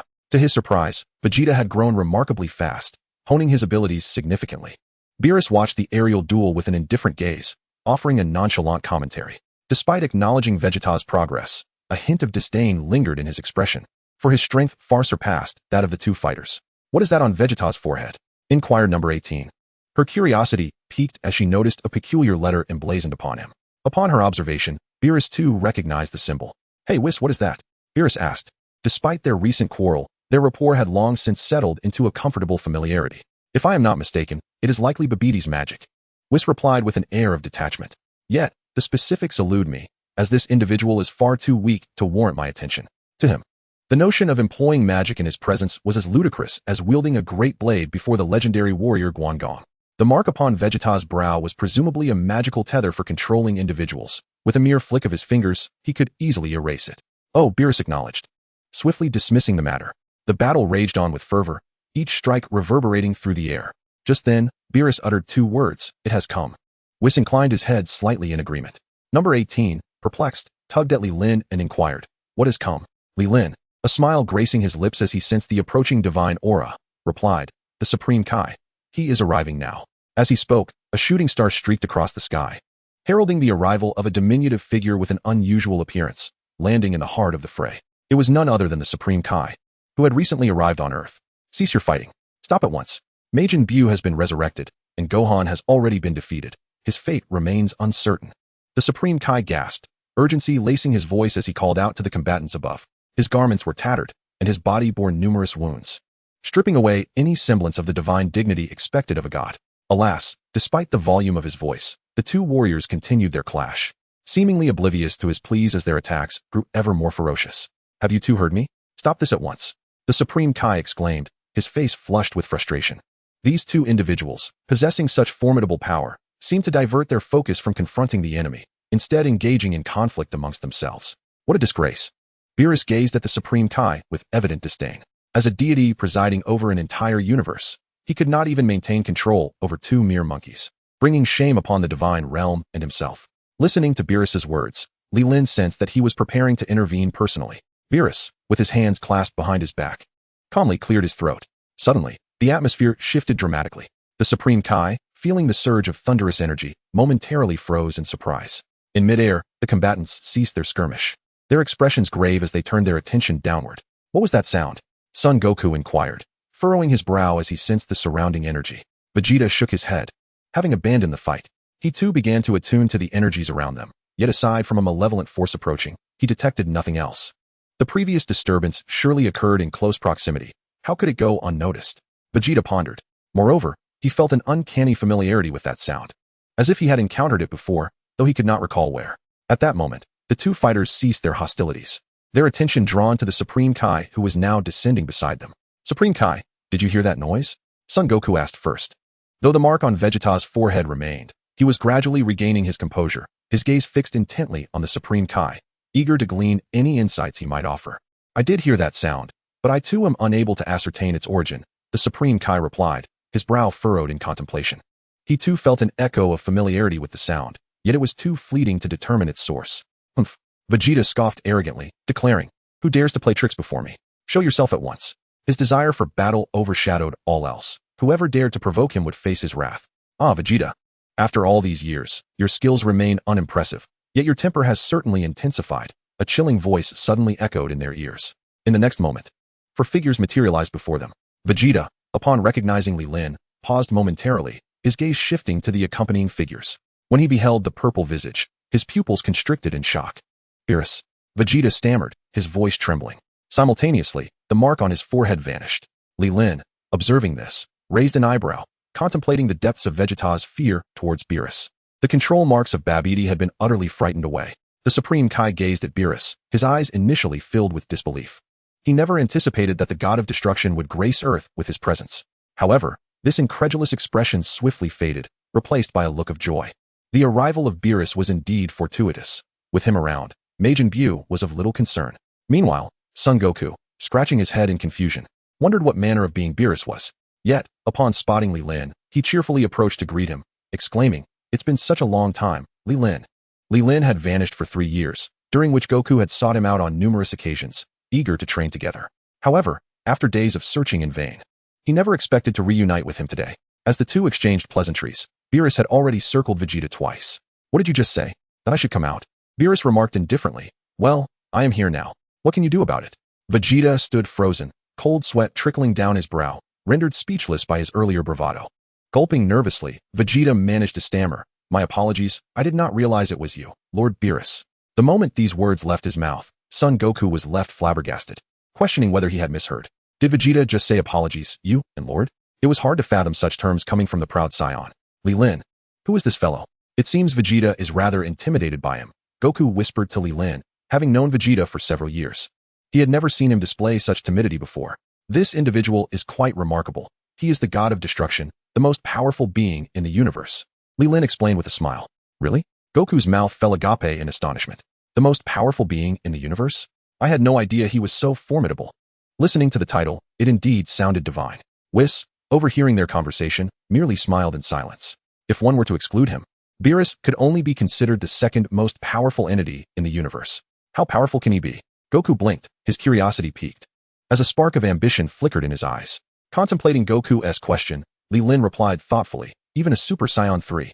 One who has mastered that form for many years could be defeated by Beerus with a mere flick of his finger.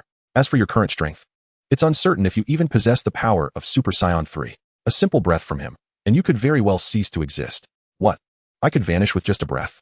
Is it really that exaggerated? Goku's eyes widened in disbelief. Before Li Lin could elaborate further, the Supreme Kai approached them. Beerus, the god of destruction, wields the power of obliteration. Regardless of his actual strength, the destructive energy within him has the capacity to annihilate all matter in the universe. The Supreme Kai explained with a smile. At this moment, he felt an immense sense of tranquility. After all, with Beerus present, he no longer had to fear Majin Buu. He was utterly unconcerned about whether Beerus would intervene, for he understood that their fates were interlinked. If he were to perish, so too would Beerus. It had been a while since he last saw Whis. After explaining, he turned to Whis with a smile. Goku, astonished by Beerus's strength, tugged on Lin's sleeve and continued to inquire, "Who is this?" "He's Lord Beerus's teacher, my younger brother," Lin explained with a smile. Whis, overhearing their exchange, could only shake his head in resignation. However, he did not correct Lin, as what he said was indeed factual. Moreover, Lin's power had surpassed that of Beerus, so boasting was of little consequence. What? Goku felt as though he had been utterly stunned. This individual was not only Beerus's teacher, but also Lin's younger brother? What did that even mean? However, upon hearing Lin's words, the Supreme Kai furrowed his brow and warned Lin sternly, "Young man, one must not speak so carelessly. Whis is an angel of the divine realm. How could he be your younger brother? Speak such nonsense again, and you may face divine retribution." Chapter 93, One Strike to Annihilate Majin Buu. Upon hearing the Supreme Kai's reprimand, Lin could only shrug helplessly. Whis, observing Lin's demeanor, smiled gently, and then slowly addressed the Supreme Kai, saying, "Supreme Kai, Lin has not spoken incorrectly. I truly am his younger brother, and he is also my elder brother." The Supreme Kai's expression turned incredulous upon hearing Whis' clarification. What on earth is happening here? Whis was the son of the Grand Minister. Nominally a servant of the god of destruction, yet in reality, he acted as a supervisor overseeing the duties of the god of destruction, alongside the Supreme Kai. But now, there seemed to be an additional brother in the mix. Did the North Supreme Kai not inform you of the events that transpired on Earth 3 years ago? Whis inquired, perplexed. The North Supreme Kai was under the Supreme Kai's command, and logically, he should have reported such matters promptly. Oh, so it was then. The Supreme Kai seemed to recall, his expression becoming peculiar. I thought the North Supreme Kai was merely speaking nonsense and paid it no mind. I never imagined it to be true. He reflected on 3 years ago when the North Supreme Kai had reported that Whis had acknowledged a human from Earth as his brother. He had dismissed it outright and scolded him harshly. As time passed, he had forgotten about it, only to discover now that it was indeed the case. My apologies. It was my oversight, the Supreme Kai quickly admitted, bowing his head towards Lin. After all, to be Whis' brother suggested extraordinary qualities. Such a person was not one to be offended by a mere Supreme Kai. Perhaps he was even the illegitimate child of the Grand Minister. During his travels on Earth, he might have fallen in love at first sight with a beautiful human maiden. Yet, due to his status, he refrained from pursuing further affections. However, this maiden bore him a child. Upon learning of the situation, the high priest felt a pang of remorse for the mother and child, thus feigning a bond with Weiss. Indeed, the logic appears sound. No matter, Lord of the Kais. Li Lin waved his hand with a smile, deeming it a trifling matter not worth dwelling upon. However, had he been privy to the thoughts currently swirling in the mind of the Lord of the Kais, he would undoubtedly have admired his imagination. Meanwhile, Beerus continued to circle around Vegeta. You, my child, have been this way since your youth, so much like your father. Had he been a trifle more humble, he might have avoided the fate of planetary destruction. Beerus lamented incessantly, resembling a mentor imparting wisdom to a wayward disciple. Vegeta was drenched in cold sweat, inwardly scoffing. At that time, my father was utterly taken aback by you. Was that not humble enough? Nevertheless, from Beerus's words, he gleaned that the destruction of planet Vegeta was not solely due to Frieza's fear of the Saiyans, but rather, there was a shadow of Beerus behind it all. Yet, those were bygone matters, and he had no desire to delve into them. Moreover, even if he wished to pursue this inquiry, he needed the capability to do so. You see, I have come all the way to Earth, and though I did not enjoy a good meal, that is forgivable. Yet, I find myself berated by you. What shall we do about today's events? Beerus approached him, speaking coldly. Vegeta's expression was at its most dire, although he harbored a deep-seated fear of Beerus. After being lectured for so long, even a clay Buddha would be roused to anger. He recalled the one time he had encountered Beerus as a child. When he was young and weak, times had changed. He could now transform into a Super Saiyan second form. Perhaps, Beerus's strength was not as formidable as his own at this moment. With newfound courage, he lifted his gaze to meet Beerus's eyes. What? Do you wish to fight me? Beerus regarded him with a nonchalant expression. Suddenly, a malevolent aura streaked across the horizon. Turning his head, he called out, Lord Beerus, Majin Buu has arrived. Humph. Beerus scoffed disdainfully upon hearing the shout. With a flick of his wrist, he unleashed a key blast toward the source of the disturbance. At that moment, Babidi had managed to coax Majin Buu, who was now soaring towards them. Upon spotting the Lord of the Kais, he shouted, Quick, eliminate him. Despite the presence of several unfamiliar faces, as long as Majin Buu was there, he felt invincible. Unfortunately, before he could reach his destination, a purple energy sphere hurtled toward him. Majin Buu blinked his small eyes, ready to catch it with his hands. However, the moment he made contact with the energy sphere, he immediately regretted his decision. Majin Buu let out a chilling scream as his plump form began to contort. Babidi, still uncomprehending of the situation, found his own body twisting alongside Buu's. No, Babidi shouted in despair, feeling his life force ebb away. He had painstakingly revived Majin Buu and had finally managed to make him obey. The current situation diverges significantly from my expectations. Accompanied by two anguished cries. The figures of Majin Buu and Babidi gradually transformed into mere specks of light. Thus, they met their end under the casual energy wave unleashed by Beerus. How astonishing! Goku was rendered speechless. He could sense Buu's immense power, which was undoubtedly stronger than his own. Yet, to witness such a formidable being fall in a single blow was utterly bewildering. The Supreme Kai, witnessing the vanishing of his nightmare, could not help but raise his fist in exhilaration. Truly, as the god of destruction, Beerus was formidable. A profound sense of relief washed over him, with Majin Buu's demise. He no longer faced any threats to his existence. He could finally cease worrying for his very survival. Leelyn observed quietly from the sidelines, fully aware that such an outcome had long been anticipated. After all, given Beerus's power, taking down a mere Majin Buu was but a trivial task. Now, it was time to deal with you. Vegeta stared in astonishment at the unfolding scene, his throat involuntarily tightening. Reflecting on his previous thoughts, he recognized how foolish he had been to entertain the notion of competing with Beerus. What a reckless desire. Lord Beerus, I beg your forgiveness. I meant no offense. Vegeta murmured, his head bowed, beads of sweat cascading down his face like pearls. Goku, undeterred by the overwhelming presence before him, rushed forward without a second thought. Hey Goku, what are you doing? The Supreme Kai exclaimed, a sense of foreboding rising within him. This fool, could he possibly be contemplating a challenge against Beerus? Chapter 94, His Brother. Li Lin observed Goku's frantic demeanor and sensed his intentions. This fellow genuinely seemed intent on confronting the god of destruction. How intriguing. Whis, standing nearby, spoke with a faint smile. The Supreme Kai was now on edge. Goku was proving to be a source of constant concern. Although their acquaintance had been brief, they had fought side by side before. Whis, could you perhaps speak to Lord Beerus? Convince him not to eliminate Goku. He is merely a bit too eager for combat. The Supreme Kai said anxiously to Whis. As the Supreme Kai of Universe 7, he bore the responsibility of considering the universe's welfare. A powerhouse like Goku would be an invaluable asset in the future. It would be a tremendous loss if he were to perish at Beerus's hands. Fear not. Whis replied with a calm smile. While Lord Beerus is indeed the god of destruction, his destructive tendencies are typically limited to obliterating planets. Unless provoked, he would not initiate violence against others. Having served as Beerus's guardian angel for an extended period, Whis had a profound understanding of his temperament. Leelyn pondered this momentarily before nodding slowly. It seemed that Beerus had never directly taken a life. The only time it seemed to occur was during the encounter with Black Goku and Zamasu. At other times, such a confrontation had not been witnessed. Meanwhile, Vegeta was drenched in cold sweat, utterly at a loss. Suddenly, Goku dashed fervently before Beerus, shielding Vegeta behind him. With a loud clap of his hands, he earnestly requested, Lord Beerus, might you engage in battle with me just once? Goku's expression was one of sincere enthusiasm. It was indeed the first time he had encountered someone of such formidable strength. It would be a grave disappointment not to exchange blows at least once. This fool. Vegeta thought bitterly as he listened to Goku's words from behind. Is he seeking his own demise? Has he not seen how effortlessly Beerus annihilated Majin Buu?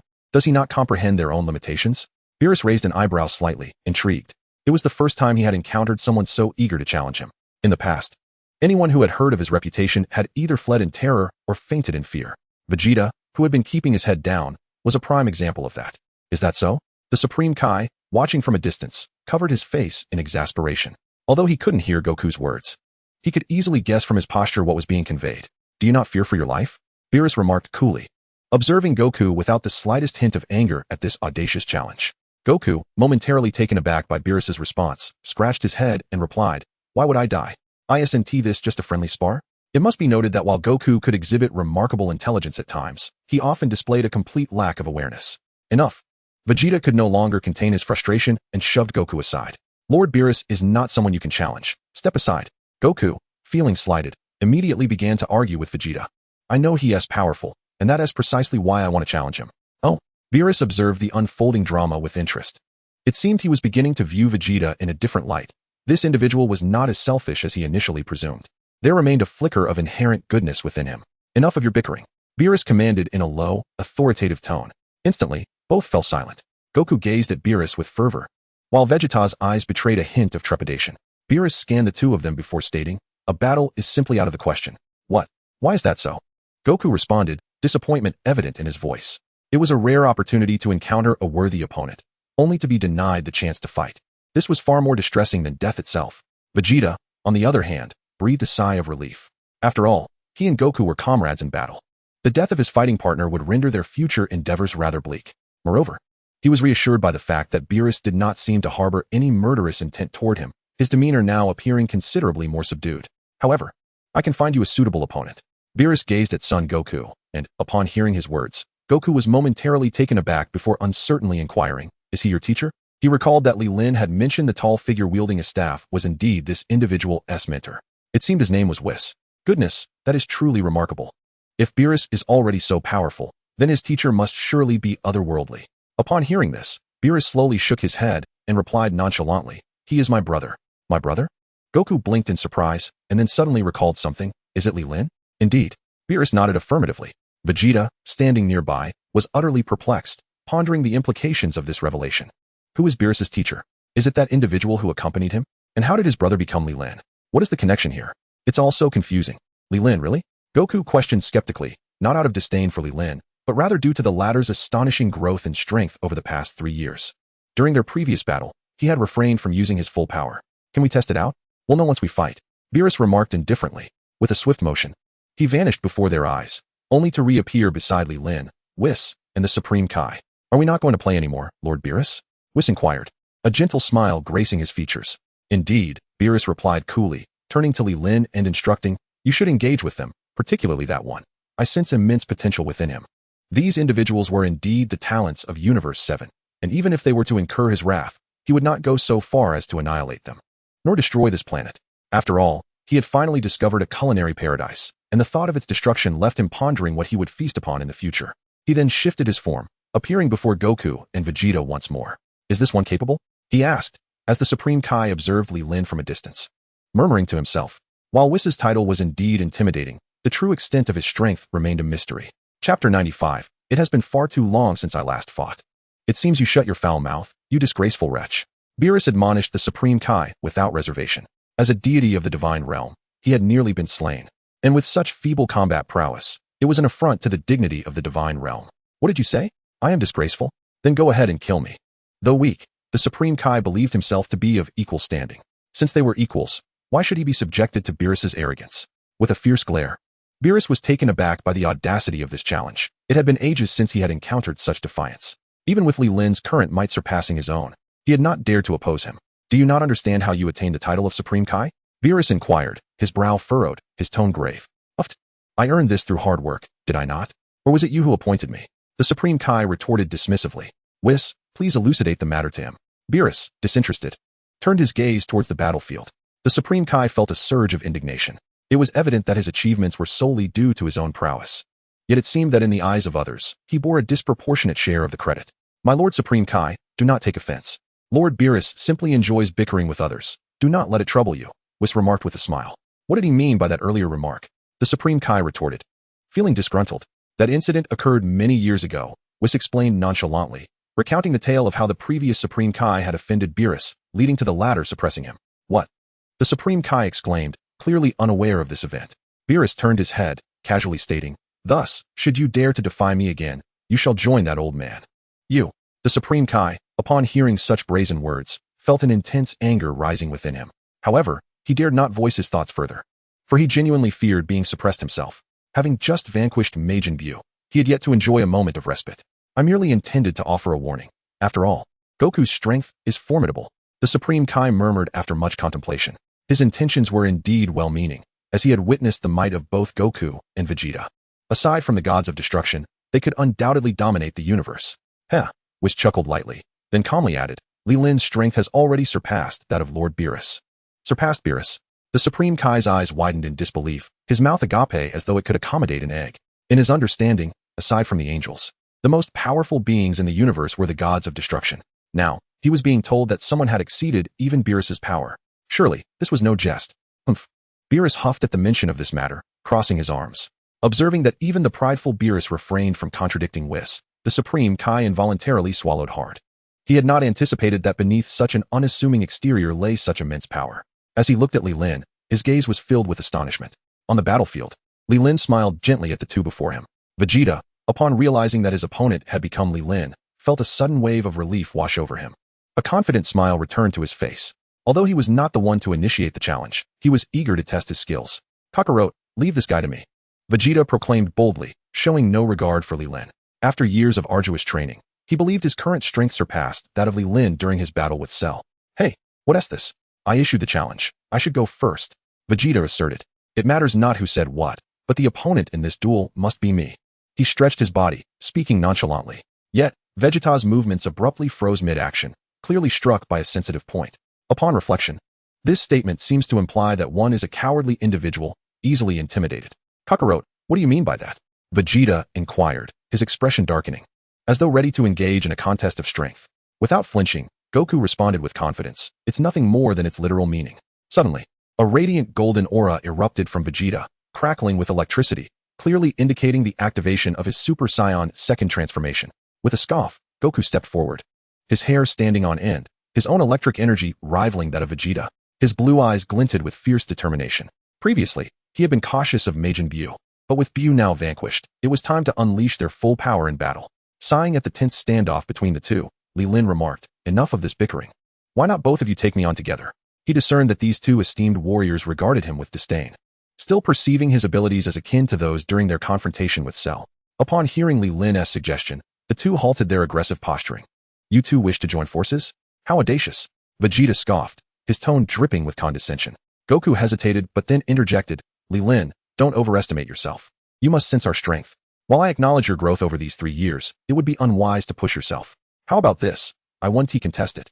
Let Vegeta challenge you first." He was acutely aware of their combined might. Few could withstand such power. To prevent any harm to Li Lin, he consciously repressed his battle fervor. Li Lin chuckled at Goku's words, bemused by their underestimation of his capabilities. Very well, he conceded, shaking his head in resignation. It seems you have forgotten the fear of being dominated. With that, he gestured for Vegeta to commence his attack. Chapter 96. The chasm of disparity. Upon hearing Li Lin's words, Vegeta's expression shifted slightly, as if recalling the previous encounters where he had been continuously thwarted by Li Lin. Humph, merely a battle of wits, Vegeta scoffed, his voice steady. Since you've brought it up, I shall settle both old scores and new. Without further ado, he launched himself forward, a golden flash hurtling through the air. Huh, he shouted, a deep roar accompanying a punch that tore through the fabric of space. Crackling with thunderous energy, aimed directly at Li Lin. Bang! The sound of impact resonated as the punch connected with Li Lin's face, yet his body remained eerily still, as if frozen in time. What? Vegeta exclaimed in astonishment. This punch, while not fueled by his utmost strength, was powerful enough to obliterate a towering mountain. Yet, why did the strikes against Li Lin yield no effect whatsoever? Huh? Li Lin yawned languidly, nonchalantly remarking, put some effort into it.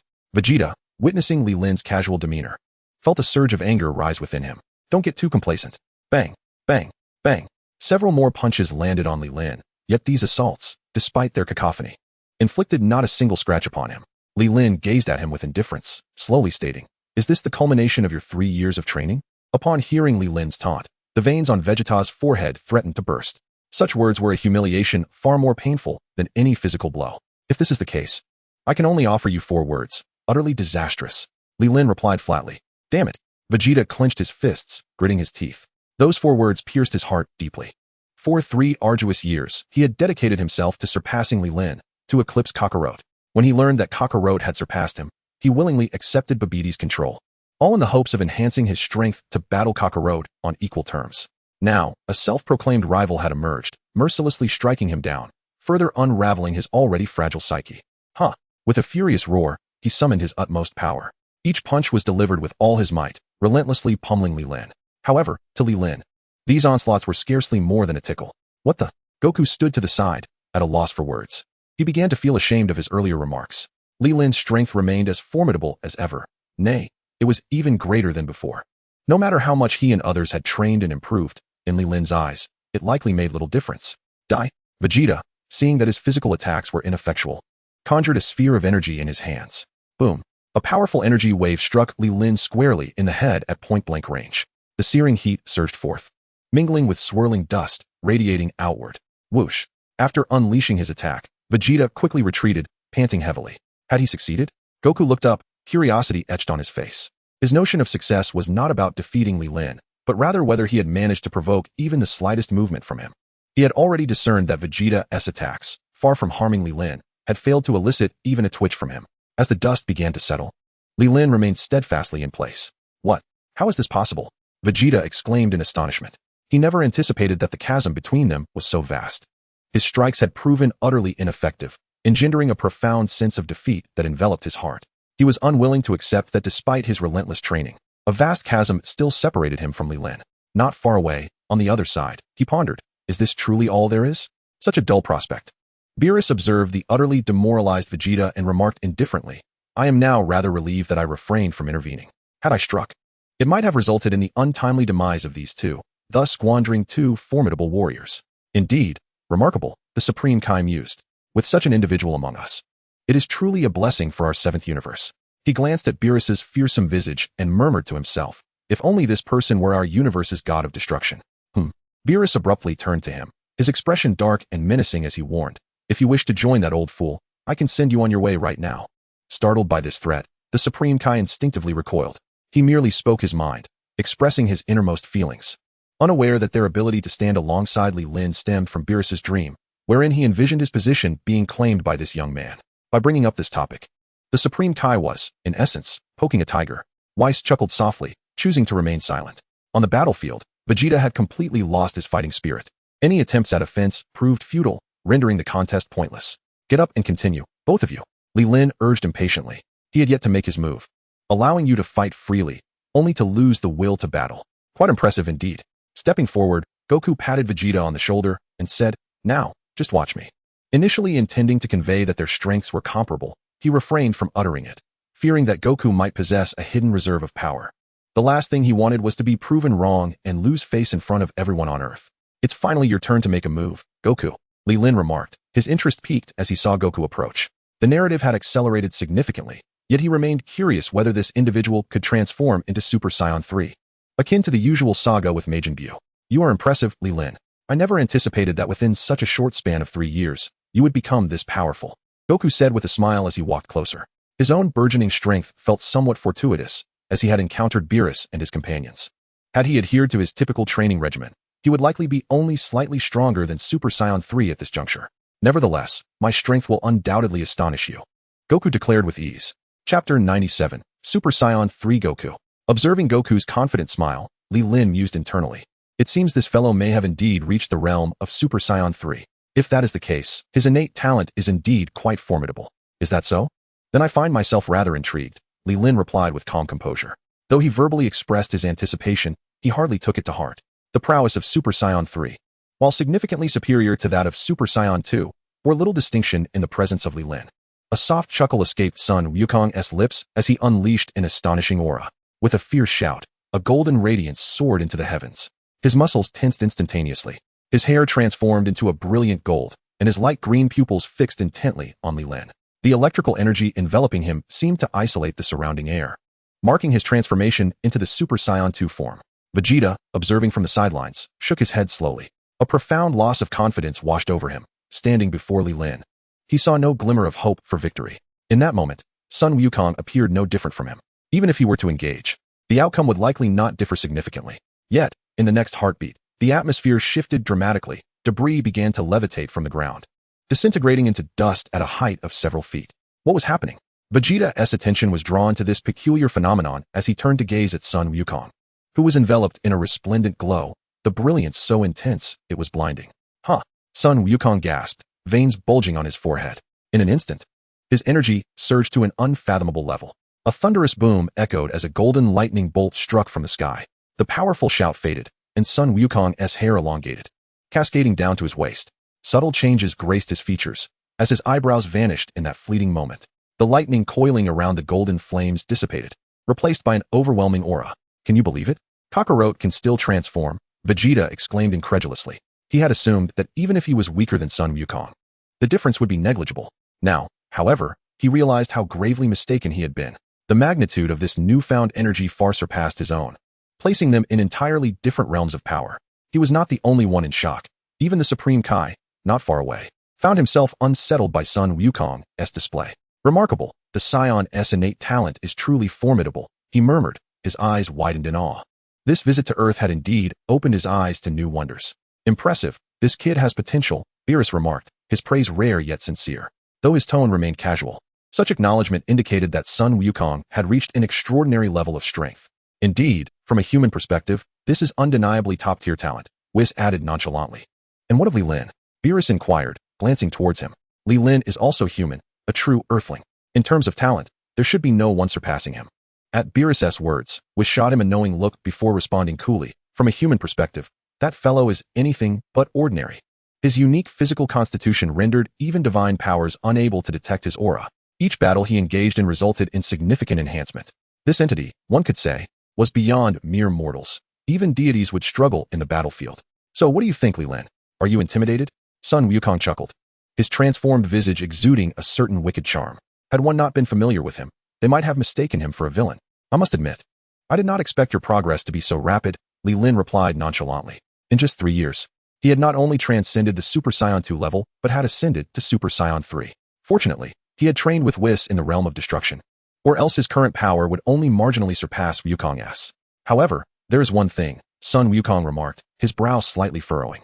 This enhancement was indeed monumental. Vegeta, sensing the energy radiating from Wukong, was filled with bitterness. Despite his arduous training, he found himself still the weakest among them. Suddenly, without any warning, Sun Wukong appeared directly in front of Li Lin. Haha, catch this. He sought to deny Li Lin any chance to react, launching a powerful punch. The impact resounded as his fist connected with Li Lin's face, creating a tremendous noise. The ground beneath them crumbled instantly, forming a vast crater. Yet they floated effortlessly in midair. Not bad, not bad. I'm starting to feel it, Li Lin said with a faint smile. Sun Wukong slowly withdrew his fist, astonished. His attack had seemingly had no effect whatsoever. Come on, Continue, Li Lin beckoned, opening his arms wide in invitation. Sun Wukong, still in shock for a few seconds, soon adopted a serious expression. Seeing Li Lin's open stance, devoid of any defensive posture, he held nothing back. Thud, thud, thud.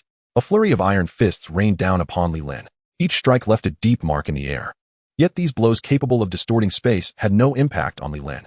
His body stood firm as a boulder, while Wukong's onslaught fell upon him like mere raindrops. No matter how torrential the downpour, it could not shake the steadfast rock. Is this a trick? Sun Wukong's astonishment grew with every punch. His full-force assault left him drenched in sweat. Witnessing this spectacle, Vegeta's heart sank further into dread. Was this truly a human? Even Kakarot's formidable attacks failed to yield a single result. Yet, after a fleeting moment of fear, he found some solace in the realization that he was not the only one in an awkward position. Even if Kakarot had surpassed him, he was still powerless before Li Lin. It's time to conclude this, Wukong. I shall now show my true strength, Li Lin stated calmly, declaring that such sparring held no further significance. His prowess utterly eclipsed that of the two. Upon hearing Li Lin's words, Sun Wukong promptly ceased his assault, raising his hands defensively before him. If he were to launch an attack, he would not only risk his life, but also sustain grievous injuries. Boom! An immense shockwave erupted from Li Lin, shattering Sun Wukong's defenses in an instant. His hands seemed uncontrollable, unable to remain steady in front of him. He could only endure the fierce onslaught that assailed his body. Sun Wukong felt his blood and internal organs being relentlessly compressed. Before long, a trickle of blood began to seep from the corner of his mouth. Rumble.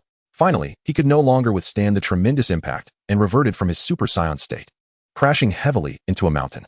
Chapter 98. A shared request. The energy was astonishingly potent. Vegeta, feeling the energy in the air, was filled with awe. At this moment, Sun Wukong had already reverted from his Super Saiyan state. Although he had sustained some injuries, they were not severe enough to prevent him from standing. However, the shock in his heart overshadowed the pain in his body. The mere force emanating from Li Lin had sent him flying. This disparity could not be bridged by mere levels. Impressive, truly worthy of being Whis' brother. He indeed possesses remarkable power, the Kaioshin remarked, swallowing hard in astonishment. He had finally witnessed what transcending a god of destruction looked like. Such strength was unattainable, even with hundreds of years of training, due to the limitations of innate talent. At last it is over. Li Lin is incredibly slow, Beerus remarked while picking his nose. Heh. Whis smiled lightly and said, since it has concluded, let us proceed. We still have to let Li Lin treat us to a meal later.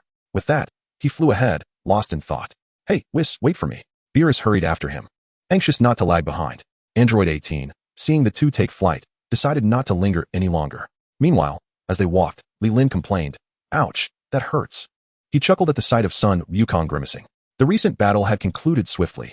In truth, if it had continued, Sun Wukong could have further enhanced his combat prowess. After all, he still had the Kaioken technique at his disposal. The combination of Super Saiyan and Kaioken could elevate his fighting capacity to an entirely new level. Are you alright? Li Lin asked with a smile. Sun Wukong shook his head with a wry smile. He had trained diligently, believing he had surpassed Li Lin. Yet he found that the gap between them had not only remained, but had widened. It was truly disheartening. Li Lin, how on earth have you trained? It's utterly abnormal. Sun Wukong inquired, touching his chest in curiosity. Vegeta, hearing this question, promptly joined in. Just then, Whis and his companions flew over. Li Lin pointed at Whis and said, this time, it's all thanks to him. For the past 3 years, he has been assisting me in my training. Upon hearing Li Lin speak of him, Whis nodded politely with a smile. Sun Wukong and Vegeta suddenly found their spirits lifted, their minds beginning to strategize. If Li Lin could cultivate to such formidable strength, surely he would not lag behind if he were to take on the challenge himself. Hey, are we done yet? I'm starving. The impatient voice of Beerus echoed from behind the group. Vegeta, sensing an opportunity, immediately approached with a beaming smile. All right, Lord Beerus, it's all ready. What are you doing? Beerus regarded Vegeta's overly solicitous demeanor with discomfort. Frankly, not even Li Lin could suppress his unease upon witnessing Vegeta's behavior. Is this truly our proud Saiyan Prince? How has he come to this? Lord Beerus, aren't you hungry? Come dine at my home. Allow me to treat you properly. Vegeta said with an ingratiating expression. Beerus, observing his sycophantic manner, chose to remain silent. With the group's decision made, they proceeded to the Capsule Corporation, for none wished to share a meal with Beerus. Naturally, Beerus showed no particular reaction to Vegeta's departure. The gathering reconvened at Bulma's residence. After an extensive battle, Sun Wukong found himself ravenous and, upon seeing the feast laid out before him, began to eat without a care for decorum. Whis and Beerus were equally unrestrained, diving into the spread with fervor. Li Lin and Android 18, having already dined, opted to recline on the sofa and watch television instead. Vegeta, however, was unusually industrious in the kitchen. bustling about like a devoted housewife, promptly replenishing the empty dishes on the table. The meal persisted for over an hour. When it came to feasting, Beerus, and son Wukong displayed astonishing prowess, devouring the entire spread with aplomb, accompanied by several large jugs of tea and fruit juice. Once sated, prepared to escort Beerus away, expressing their intent to revisit the delightful planet of Earth whenever time permitted. Just as they were about to depart, Vegeta appeared before them. What is it? Do you have something to discuss? Beerus asked nonchalantly, having softened his disdain for Vegeta in light of the recent meal. Could I possibly train with you? Vegeta inquired, his face adorned with a broad smile. He had busied himself to the point of neglecting his own meal, all for this moment, still donning his apron. Train with me? Beerus raised an eyebrow, a hint of amusement in his voice. So, you've been waiting for me all along. Haha. Vegeta maintained his cheerful facade. The remarkable growth of Li Lin had sparked a twinge of envy within him. Setting aside the ambition to surpass Li Lin, he would be content merely to outshine that cockroach fellow. Having satisfied his hunger, son Wukong lay motionless on the ground. However, upon hearing the news of training in the God realm, he immediately perked up and sprang to his feet. I want to go too. I want to go too. Son Wukong exclaimed excitedly as he rushed to Beerus. He secretly harbored the desire to train in the realm of destruction, but was unsure of how to voice it. Now that Vegeta had brought it up, he certainly could not let him have all the glory. Kakarot, it was I who suggested it. So you can take a back seat.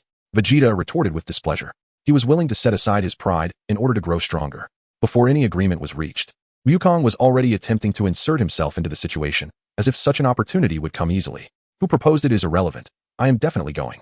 Son Wukong said calmly, hands behind his head. There was no way he would back down. To do so would be more painful than death itself. Upon hearing this, Vegeta's anger flared once more, and the two began their endless bickering. Beerus furrowed his brow and turned to Whis. What do you think? While both of them sought his opinion, Beerus had no intention of interfering with their training plans. After all, he had more pressing matters at hand, namely, his sleep. Thus, it would fall upon Whis to entertain the two bickering individuals. You may decide. I have no strong feelings about it, Whis replied, raising his hands in a gesture of indifference. He was not opposed to imparting knowledge, as spending time alone in the God of Destruction's realm could be rather dull. The prospect of having company thrilled him. Chapter 99, The Resurgence of Frieza. Observing Whis' nonchalance, Beerus felt similarly unconcerned. Nurturing a few talents for Universe 7 would be a burden. Enough of your squabbling. I permit you both to enter the God of Destruction's realm for training.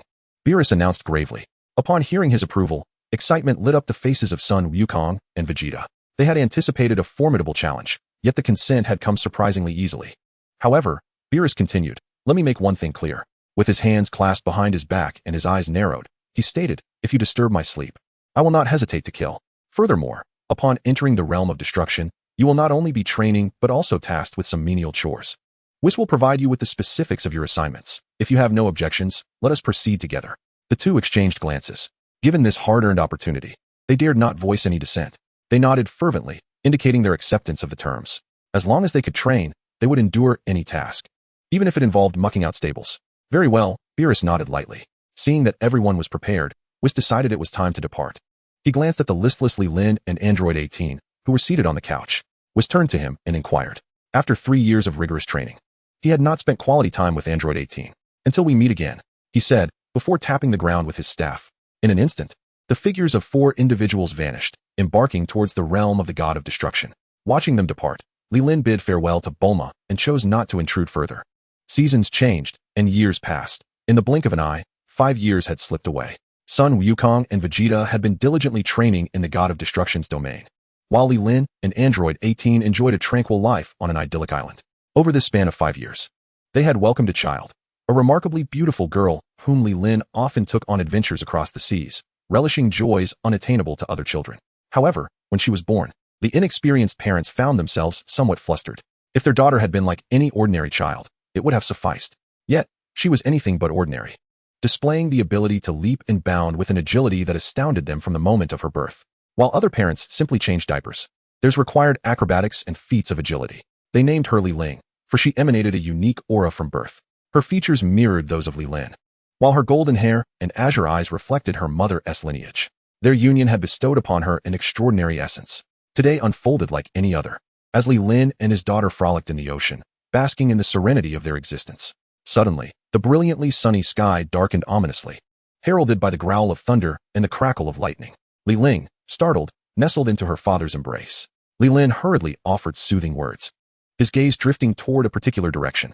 Could it be the Dragon Balls? He pondered uncertainly, for such a celestial phenomenon could not merely be attributed to natural weather patterns.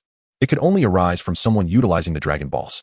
Who could it be? Wrapping his arms protectively around his child, he furrowed his brow in contemplation. Given that the Dragon Balls were scattered across the earth, it was exceedingly challenging for an ordinary person to gather them all, unless aided by a dragon radar, which Bulma kept securely. She would only use it under extraordinary circumstances. As he mused, the ominous darkness dissipated, allowing light to once again grace the earth. A spaceship, moving at an improbable velocity, soared beyond the atmosphere into the vastness of space.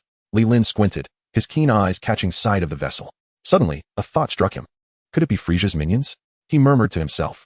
Yet, such speculation remained unproven, and he shook his head, deciding not to dwell on it. Even if it were likely Frieza, what of it? Though his own strength had grown slowly, he was confident that no one in the universe could pose a threat to him.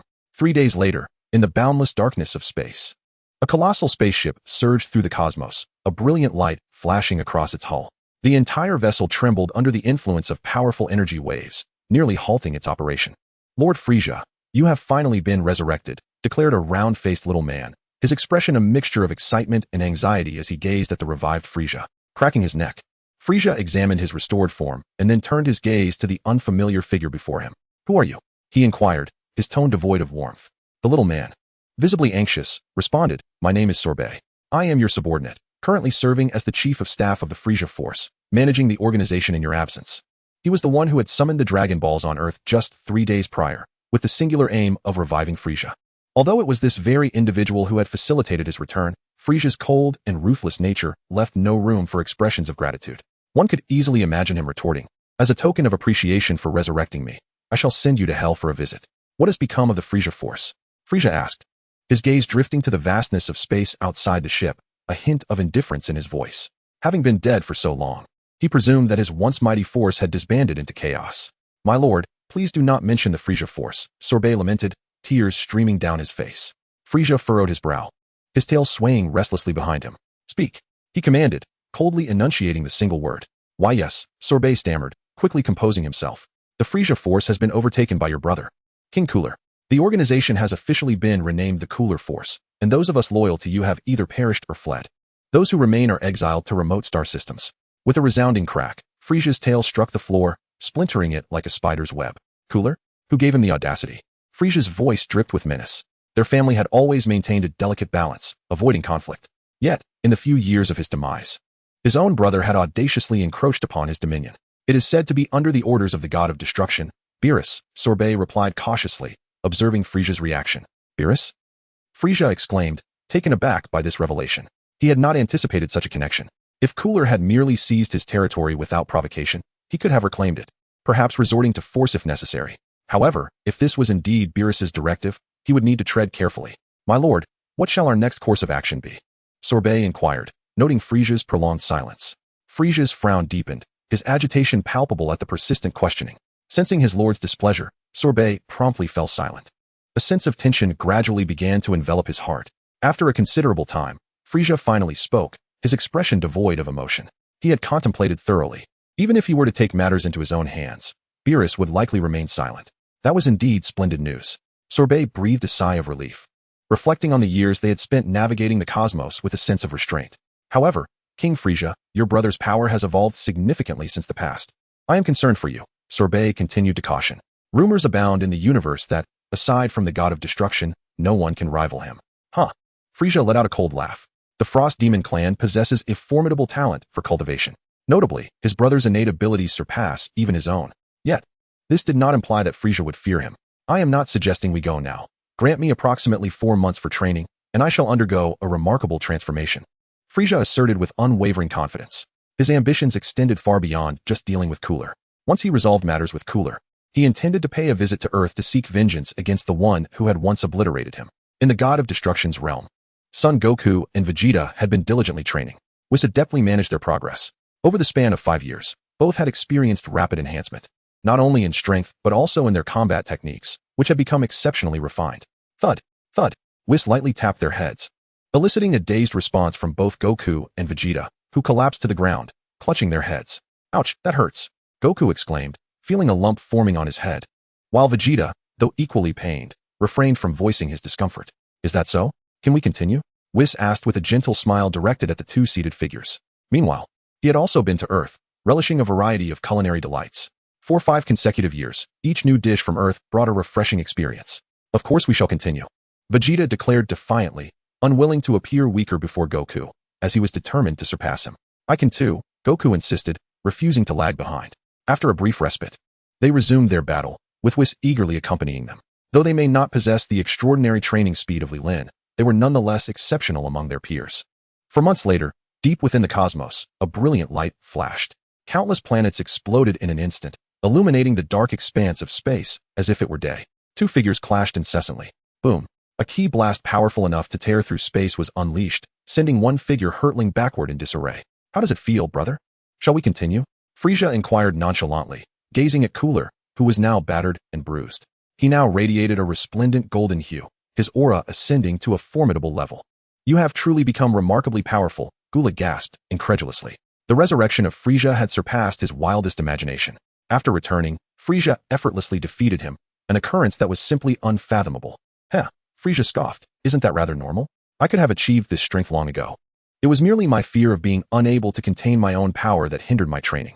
Now, after 4 months of development, I have fully unleashed my potential. Having lost to you, I have no words left. The Legion and territory are yours once more. Gula replied nonchalantly. In truth, he realized that his concerns were futile. He could not compete with the current Frieza. Given time, he would undoubtedly match Frieza's prowess, but the present circumstances were not in his favor. At least you were sensible. Frieza remarked indifferently. Despite being brothers, there was no semblance of brotherly affection between them. Should the other dare to prattle on, he would not hesitate to eliminate him. However, since Gula demonstrated prudence, he would refrain from resorting to violence. If there is nothing further, I shall take my leave, Gula stated solemnly. Having ruled the 7th universe for many years, he had grown weary of the life of a cosmic sovereign. Do as you wish, Frieza replied nonchalantly, adding, I intend to visit Earth to deal with the one who killed me. If you are interested, you may observe. Now, his focus was solely on vengeance, a thought that had consumed him from the moment of his death until his resurrection. Finally, that goal was within reach. If someone were present to witness, it would undoubtedly enhance his sense of accomplishment. Heh, Gula scoffed dismissively. No need for that. I shall not intrude. He was acutely aware of the identity of the one who had slain Frieza, someone even Beerus would treat with utmost respect. The notion of Frieza seeking revenge was utterly ludicrous. He referred to Li Lin, clearly still fixated on his first visit to Earth. Chapter 101. The Reunion of Earth's Inhabitants. With that, Gula transformed into a shooting star, soaring into the boundless depths of space. What a pity, Frieza murmured to himself, watching Gula depart. He believed his strength was formidable enough. That individual on Earth was certainly no match for him. It was time to vent the suffering he had endured in the afterlife. Time passed swiftly. Ever since the dragon had been summoned, peace reigned on Earth. Li Lin continued to explore every corner of the planet with his daughter. He now possessed an abundance of time and intended to treasure this hard-won life of ease. Li Lin, come to dinner. On the 18th, at the entrance, one hand grasping a shovel and the other raised in exclamation, a family of 3 gathered around a table, indulging in a delightful feast, exuding warmth and comfort. However, this serene atmosphere was abruptly shattered by an overwhelming presence. It unmistakably belonged to Frieza. Li Lin set down his bowl and lifted his gaze towards the window. Frieza? Are you saying that Frieza has arrived? The 18th inquired with curiosity. She was familiar only with Frieza's infamous name and had never encountered him in person. Li Lin slowly nodded in affirmation. He was certain that this aura could not be misidentified. It was indeed Frieza. But didn't you kill Frieza long ago? The 18th continued to question. Perhaps he has been resurrected. This energy is tremendously vast. It seems he has come prepared, Li Lin remarked with a faint smile. Although the narrative had altered in parts, it still adhered to its general trajectory. Are you going to confront him? The 18th asked, her brows furrowed. Frieza's arrival likely had Li Lin as its target, considering it was Li Lin who had previously vanquished him, prompting Frieza's resurrection and return to Earth, presumably for revenge. Yes, Li Lin replied calmly. He had no choice but to confront him. No one on Earth could rival Frieza. Goku and Vegeta were training in the realm of the gods. If Frieza could not find him, he might recklessly annihilate Earth, which would be disastrous. While Li Lin could survive in space, he had a wife and daughter to protect. He could not allow them to come to harm, so he had no choice but to hope for Frieza's demise once more. Please be careful, the 18th expressed her concern, knowing well that Li Lin could handle the situation, yet her heart could not quell the worry for her beloved. Do not worry, he is not a significant threat, Li Lin reassured her. With that, he pivoted and vanished from the 18th's sight using instant transmission. The 18th shook her head helplessly and resumed her meal at the table. Li Lin, meanwhile, arrived ahead of time at the location where Frieza intended to descend. At that moment, the Earth's formidable warriors simultaneously sensed the suffocating energy. They instinctively hurried toward Li Lin's position. Before long, familiar faces appeared within Li Lin's view. Piccolo, noticing Li Lin already awaiting his arrival, descended beside him. "Looks like you arrived quite early," Piccolo remarked with a smile. He had assumed that a calm and composed warrior like Li Lin would only intervene in dire circumstances.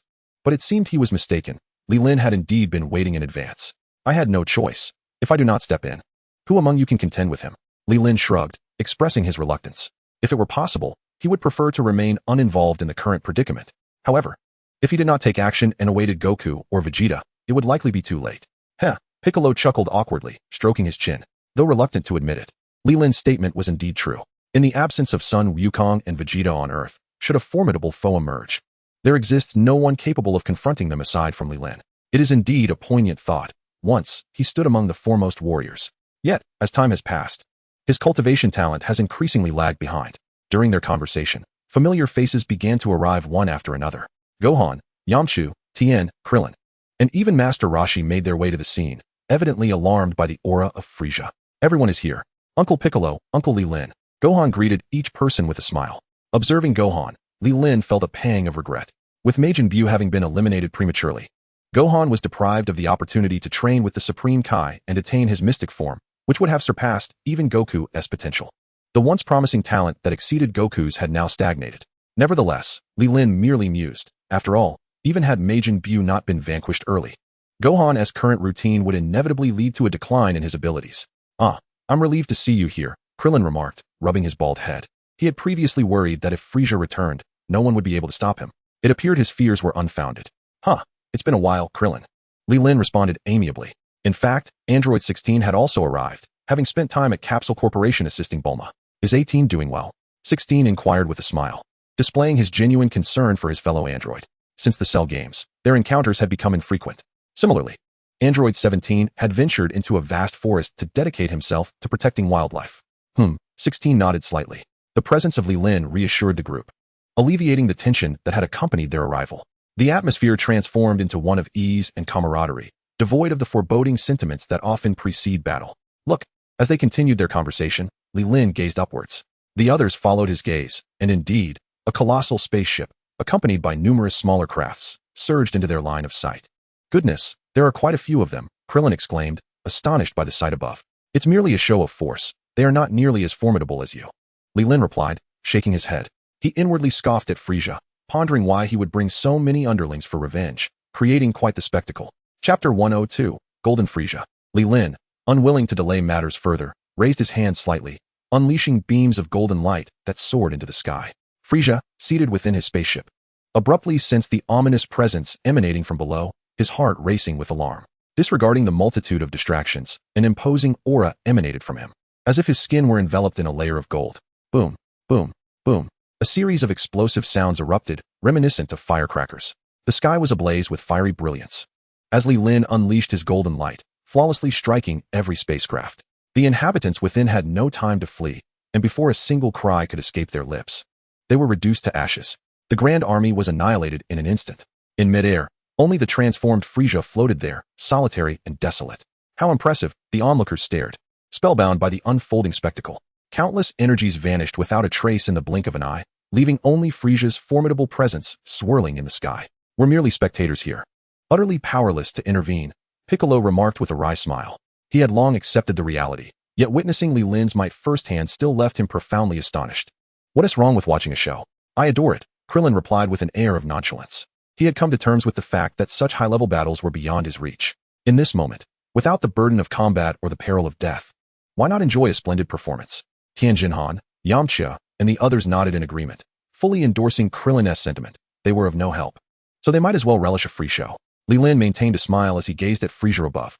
Frieza, gritting his teeth, glared fiercely at Li Lin. He had brought so many warriors, intending to conquer Earth and annihilate its inhabitants. Little did he expect that before even setting foot on the ground, his forces had already been obliterated. How could he not harbor resentment? "Stop staring and come down. Don't think for a moment that I don't recognize you just because you've changed your appearance." Li Lin waved dismissively, urging him to descend.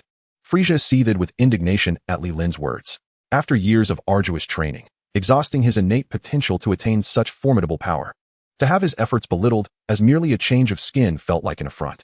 He descended slowly, striving to maintain his composure while suppressing the fury within. At last, "We meet again," Frieza said coldly, his gaze piercing like that of a venomous serpent, wishing to strike down the one who had subjected him to such torment.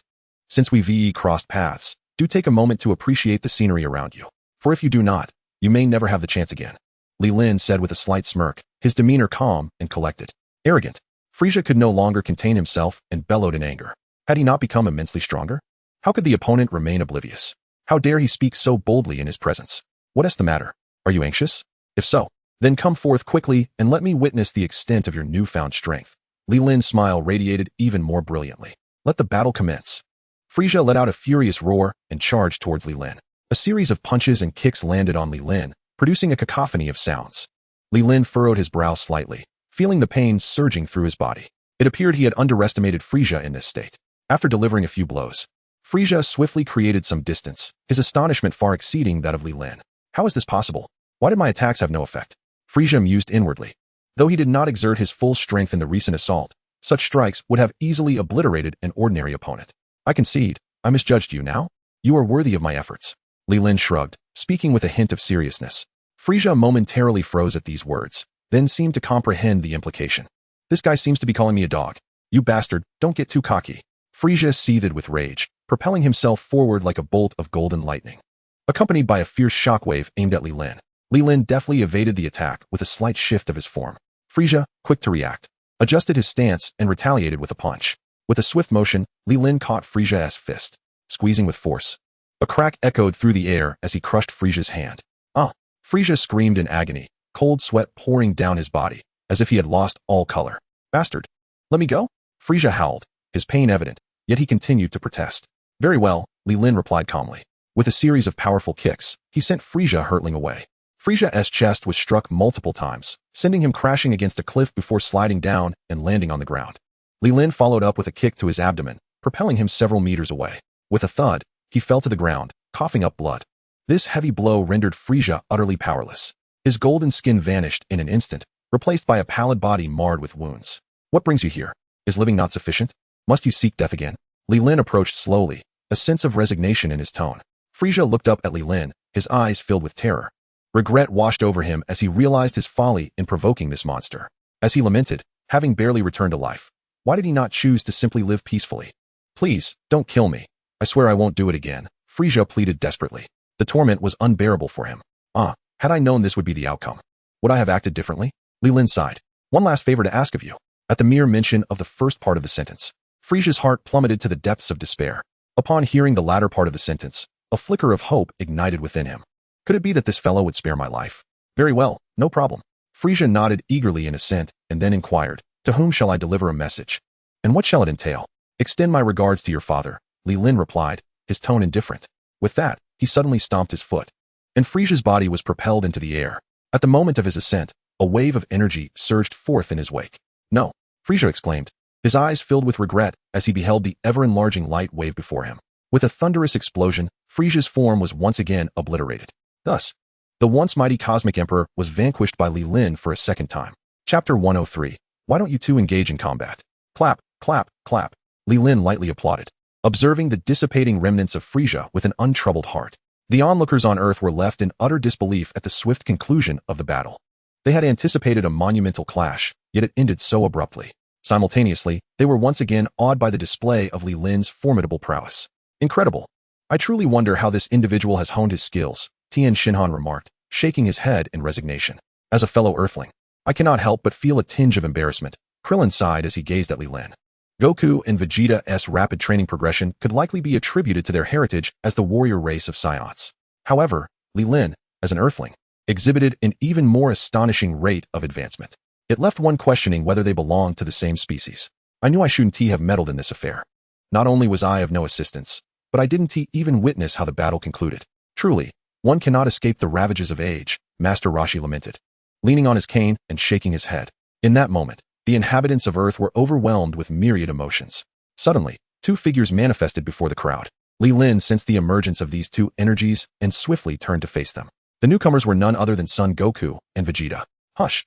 Let us not raise a commotion," They may not even have arrived yet, and your loud calls will go unheard, Vegeta observed, scanning the surroundings for any sign of Frieza.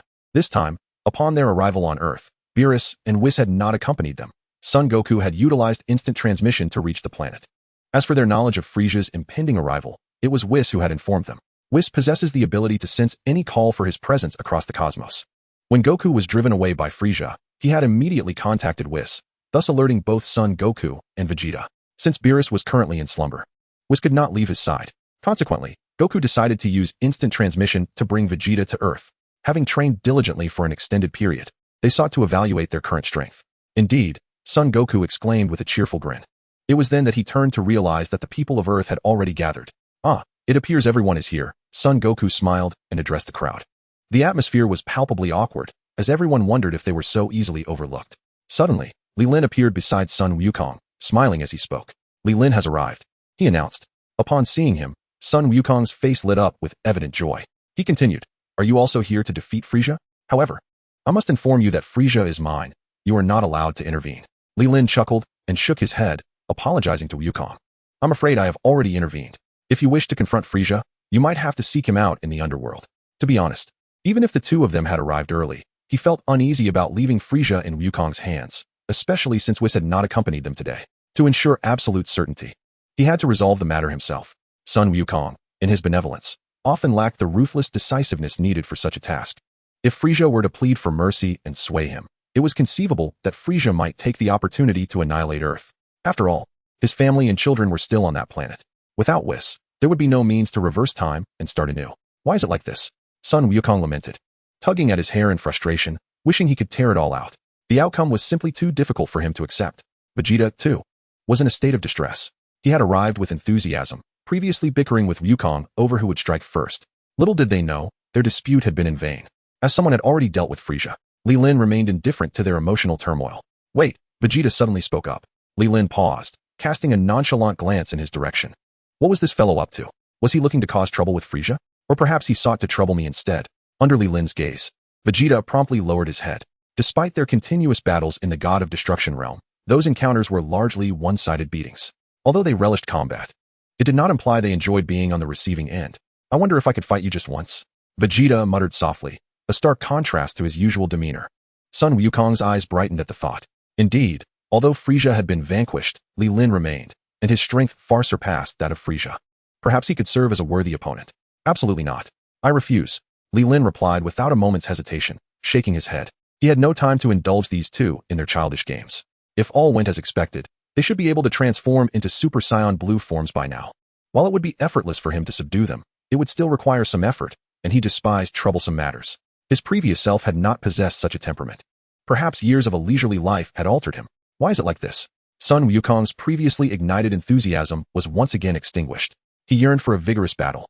Yet it seemed almost impossible. Observing their despondent expressions, Li Lin furrowed his brow slightly. "Since you both crave battle so much, why not face each other?" Li Lin inquired with curiosity.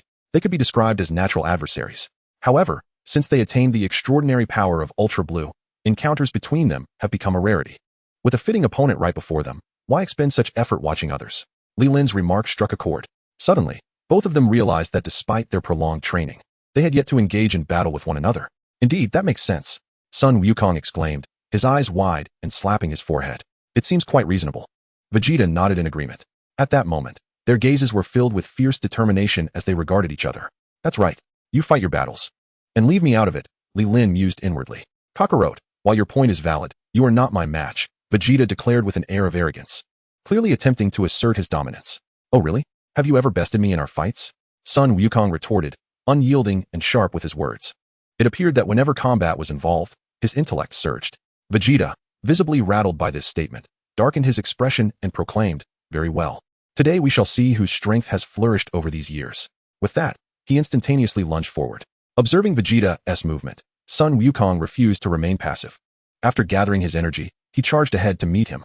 The clash commenced with thunderous impacts, causing the ground to tremble as the two warriors officially engaged in battle. Meanwhile, Li Lin had mysteriously vanished without notice.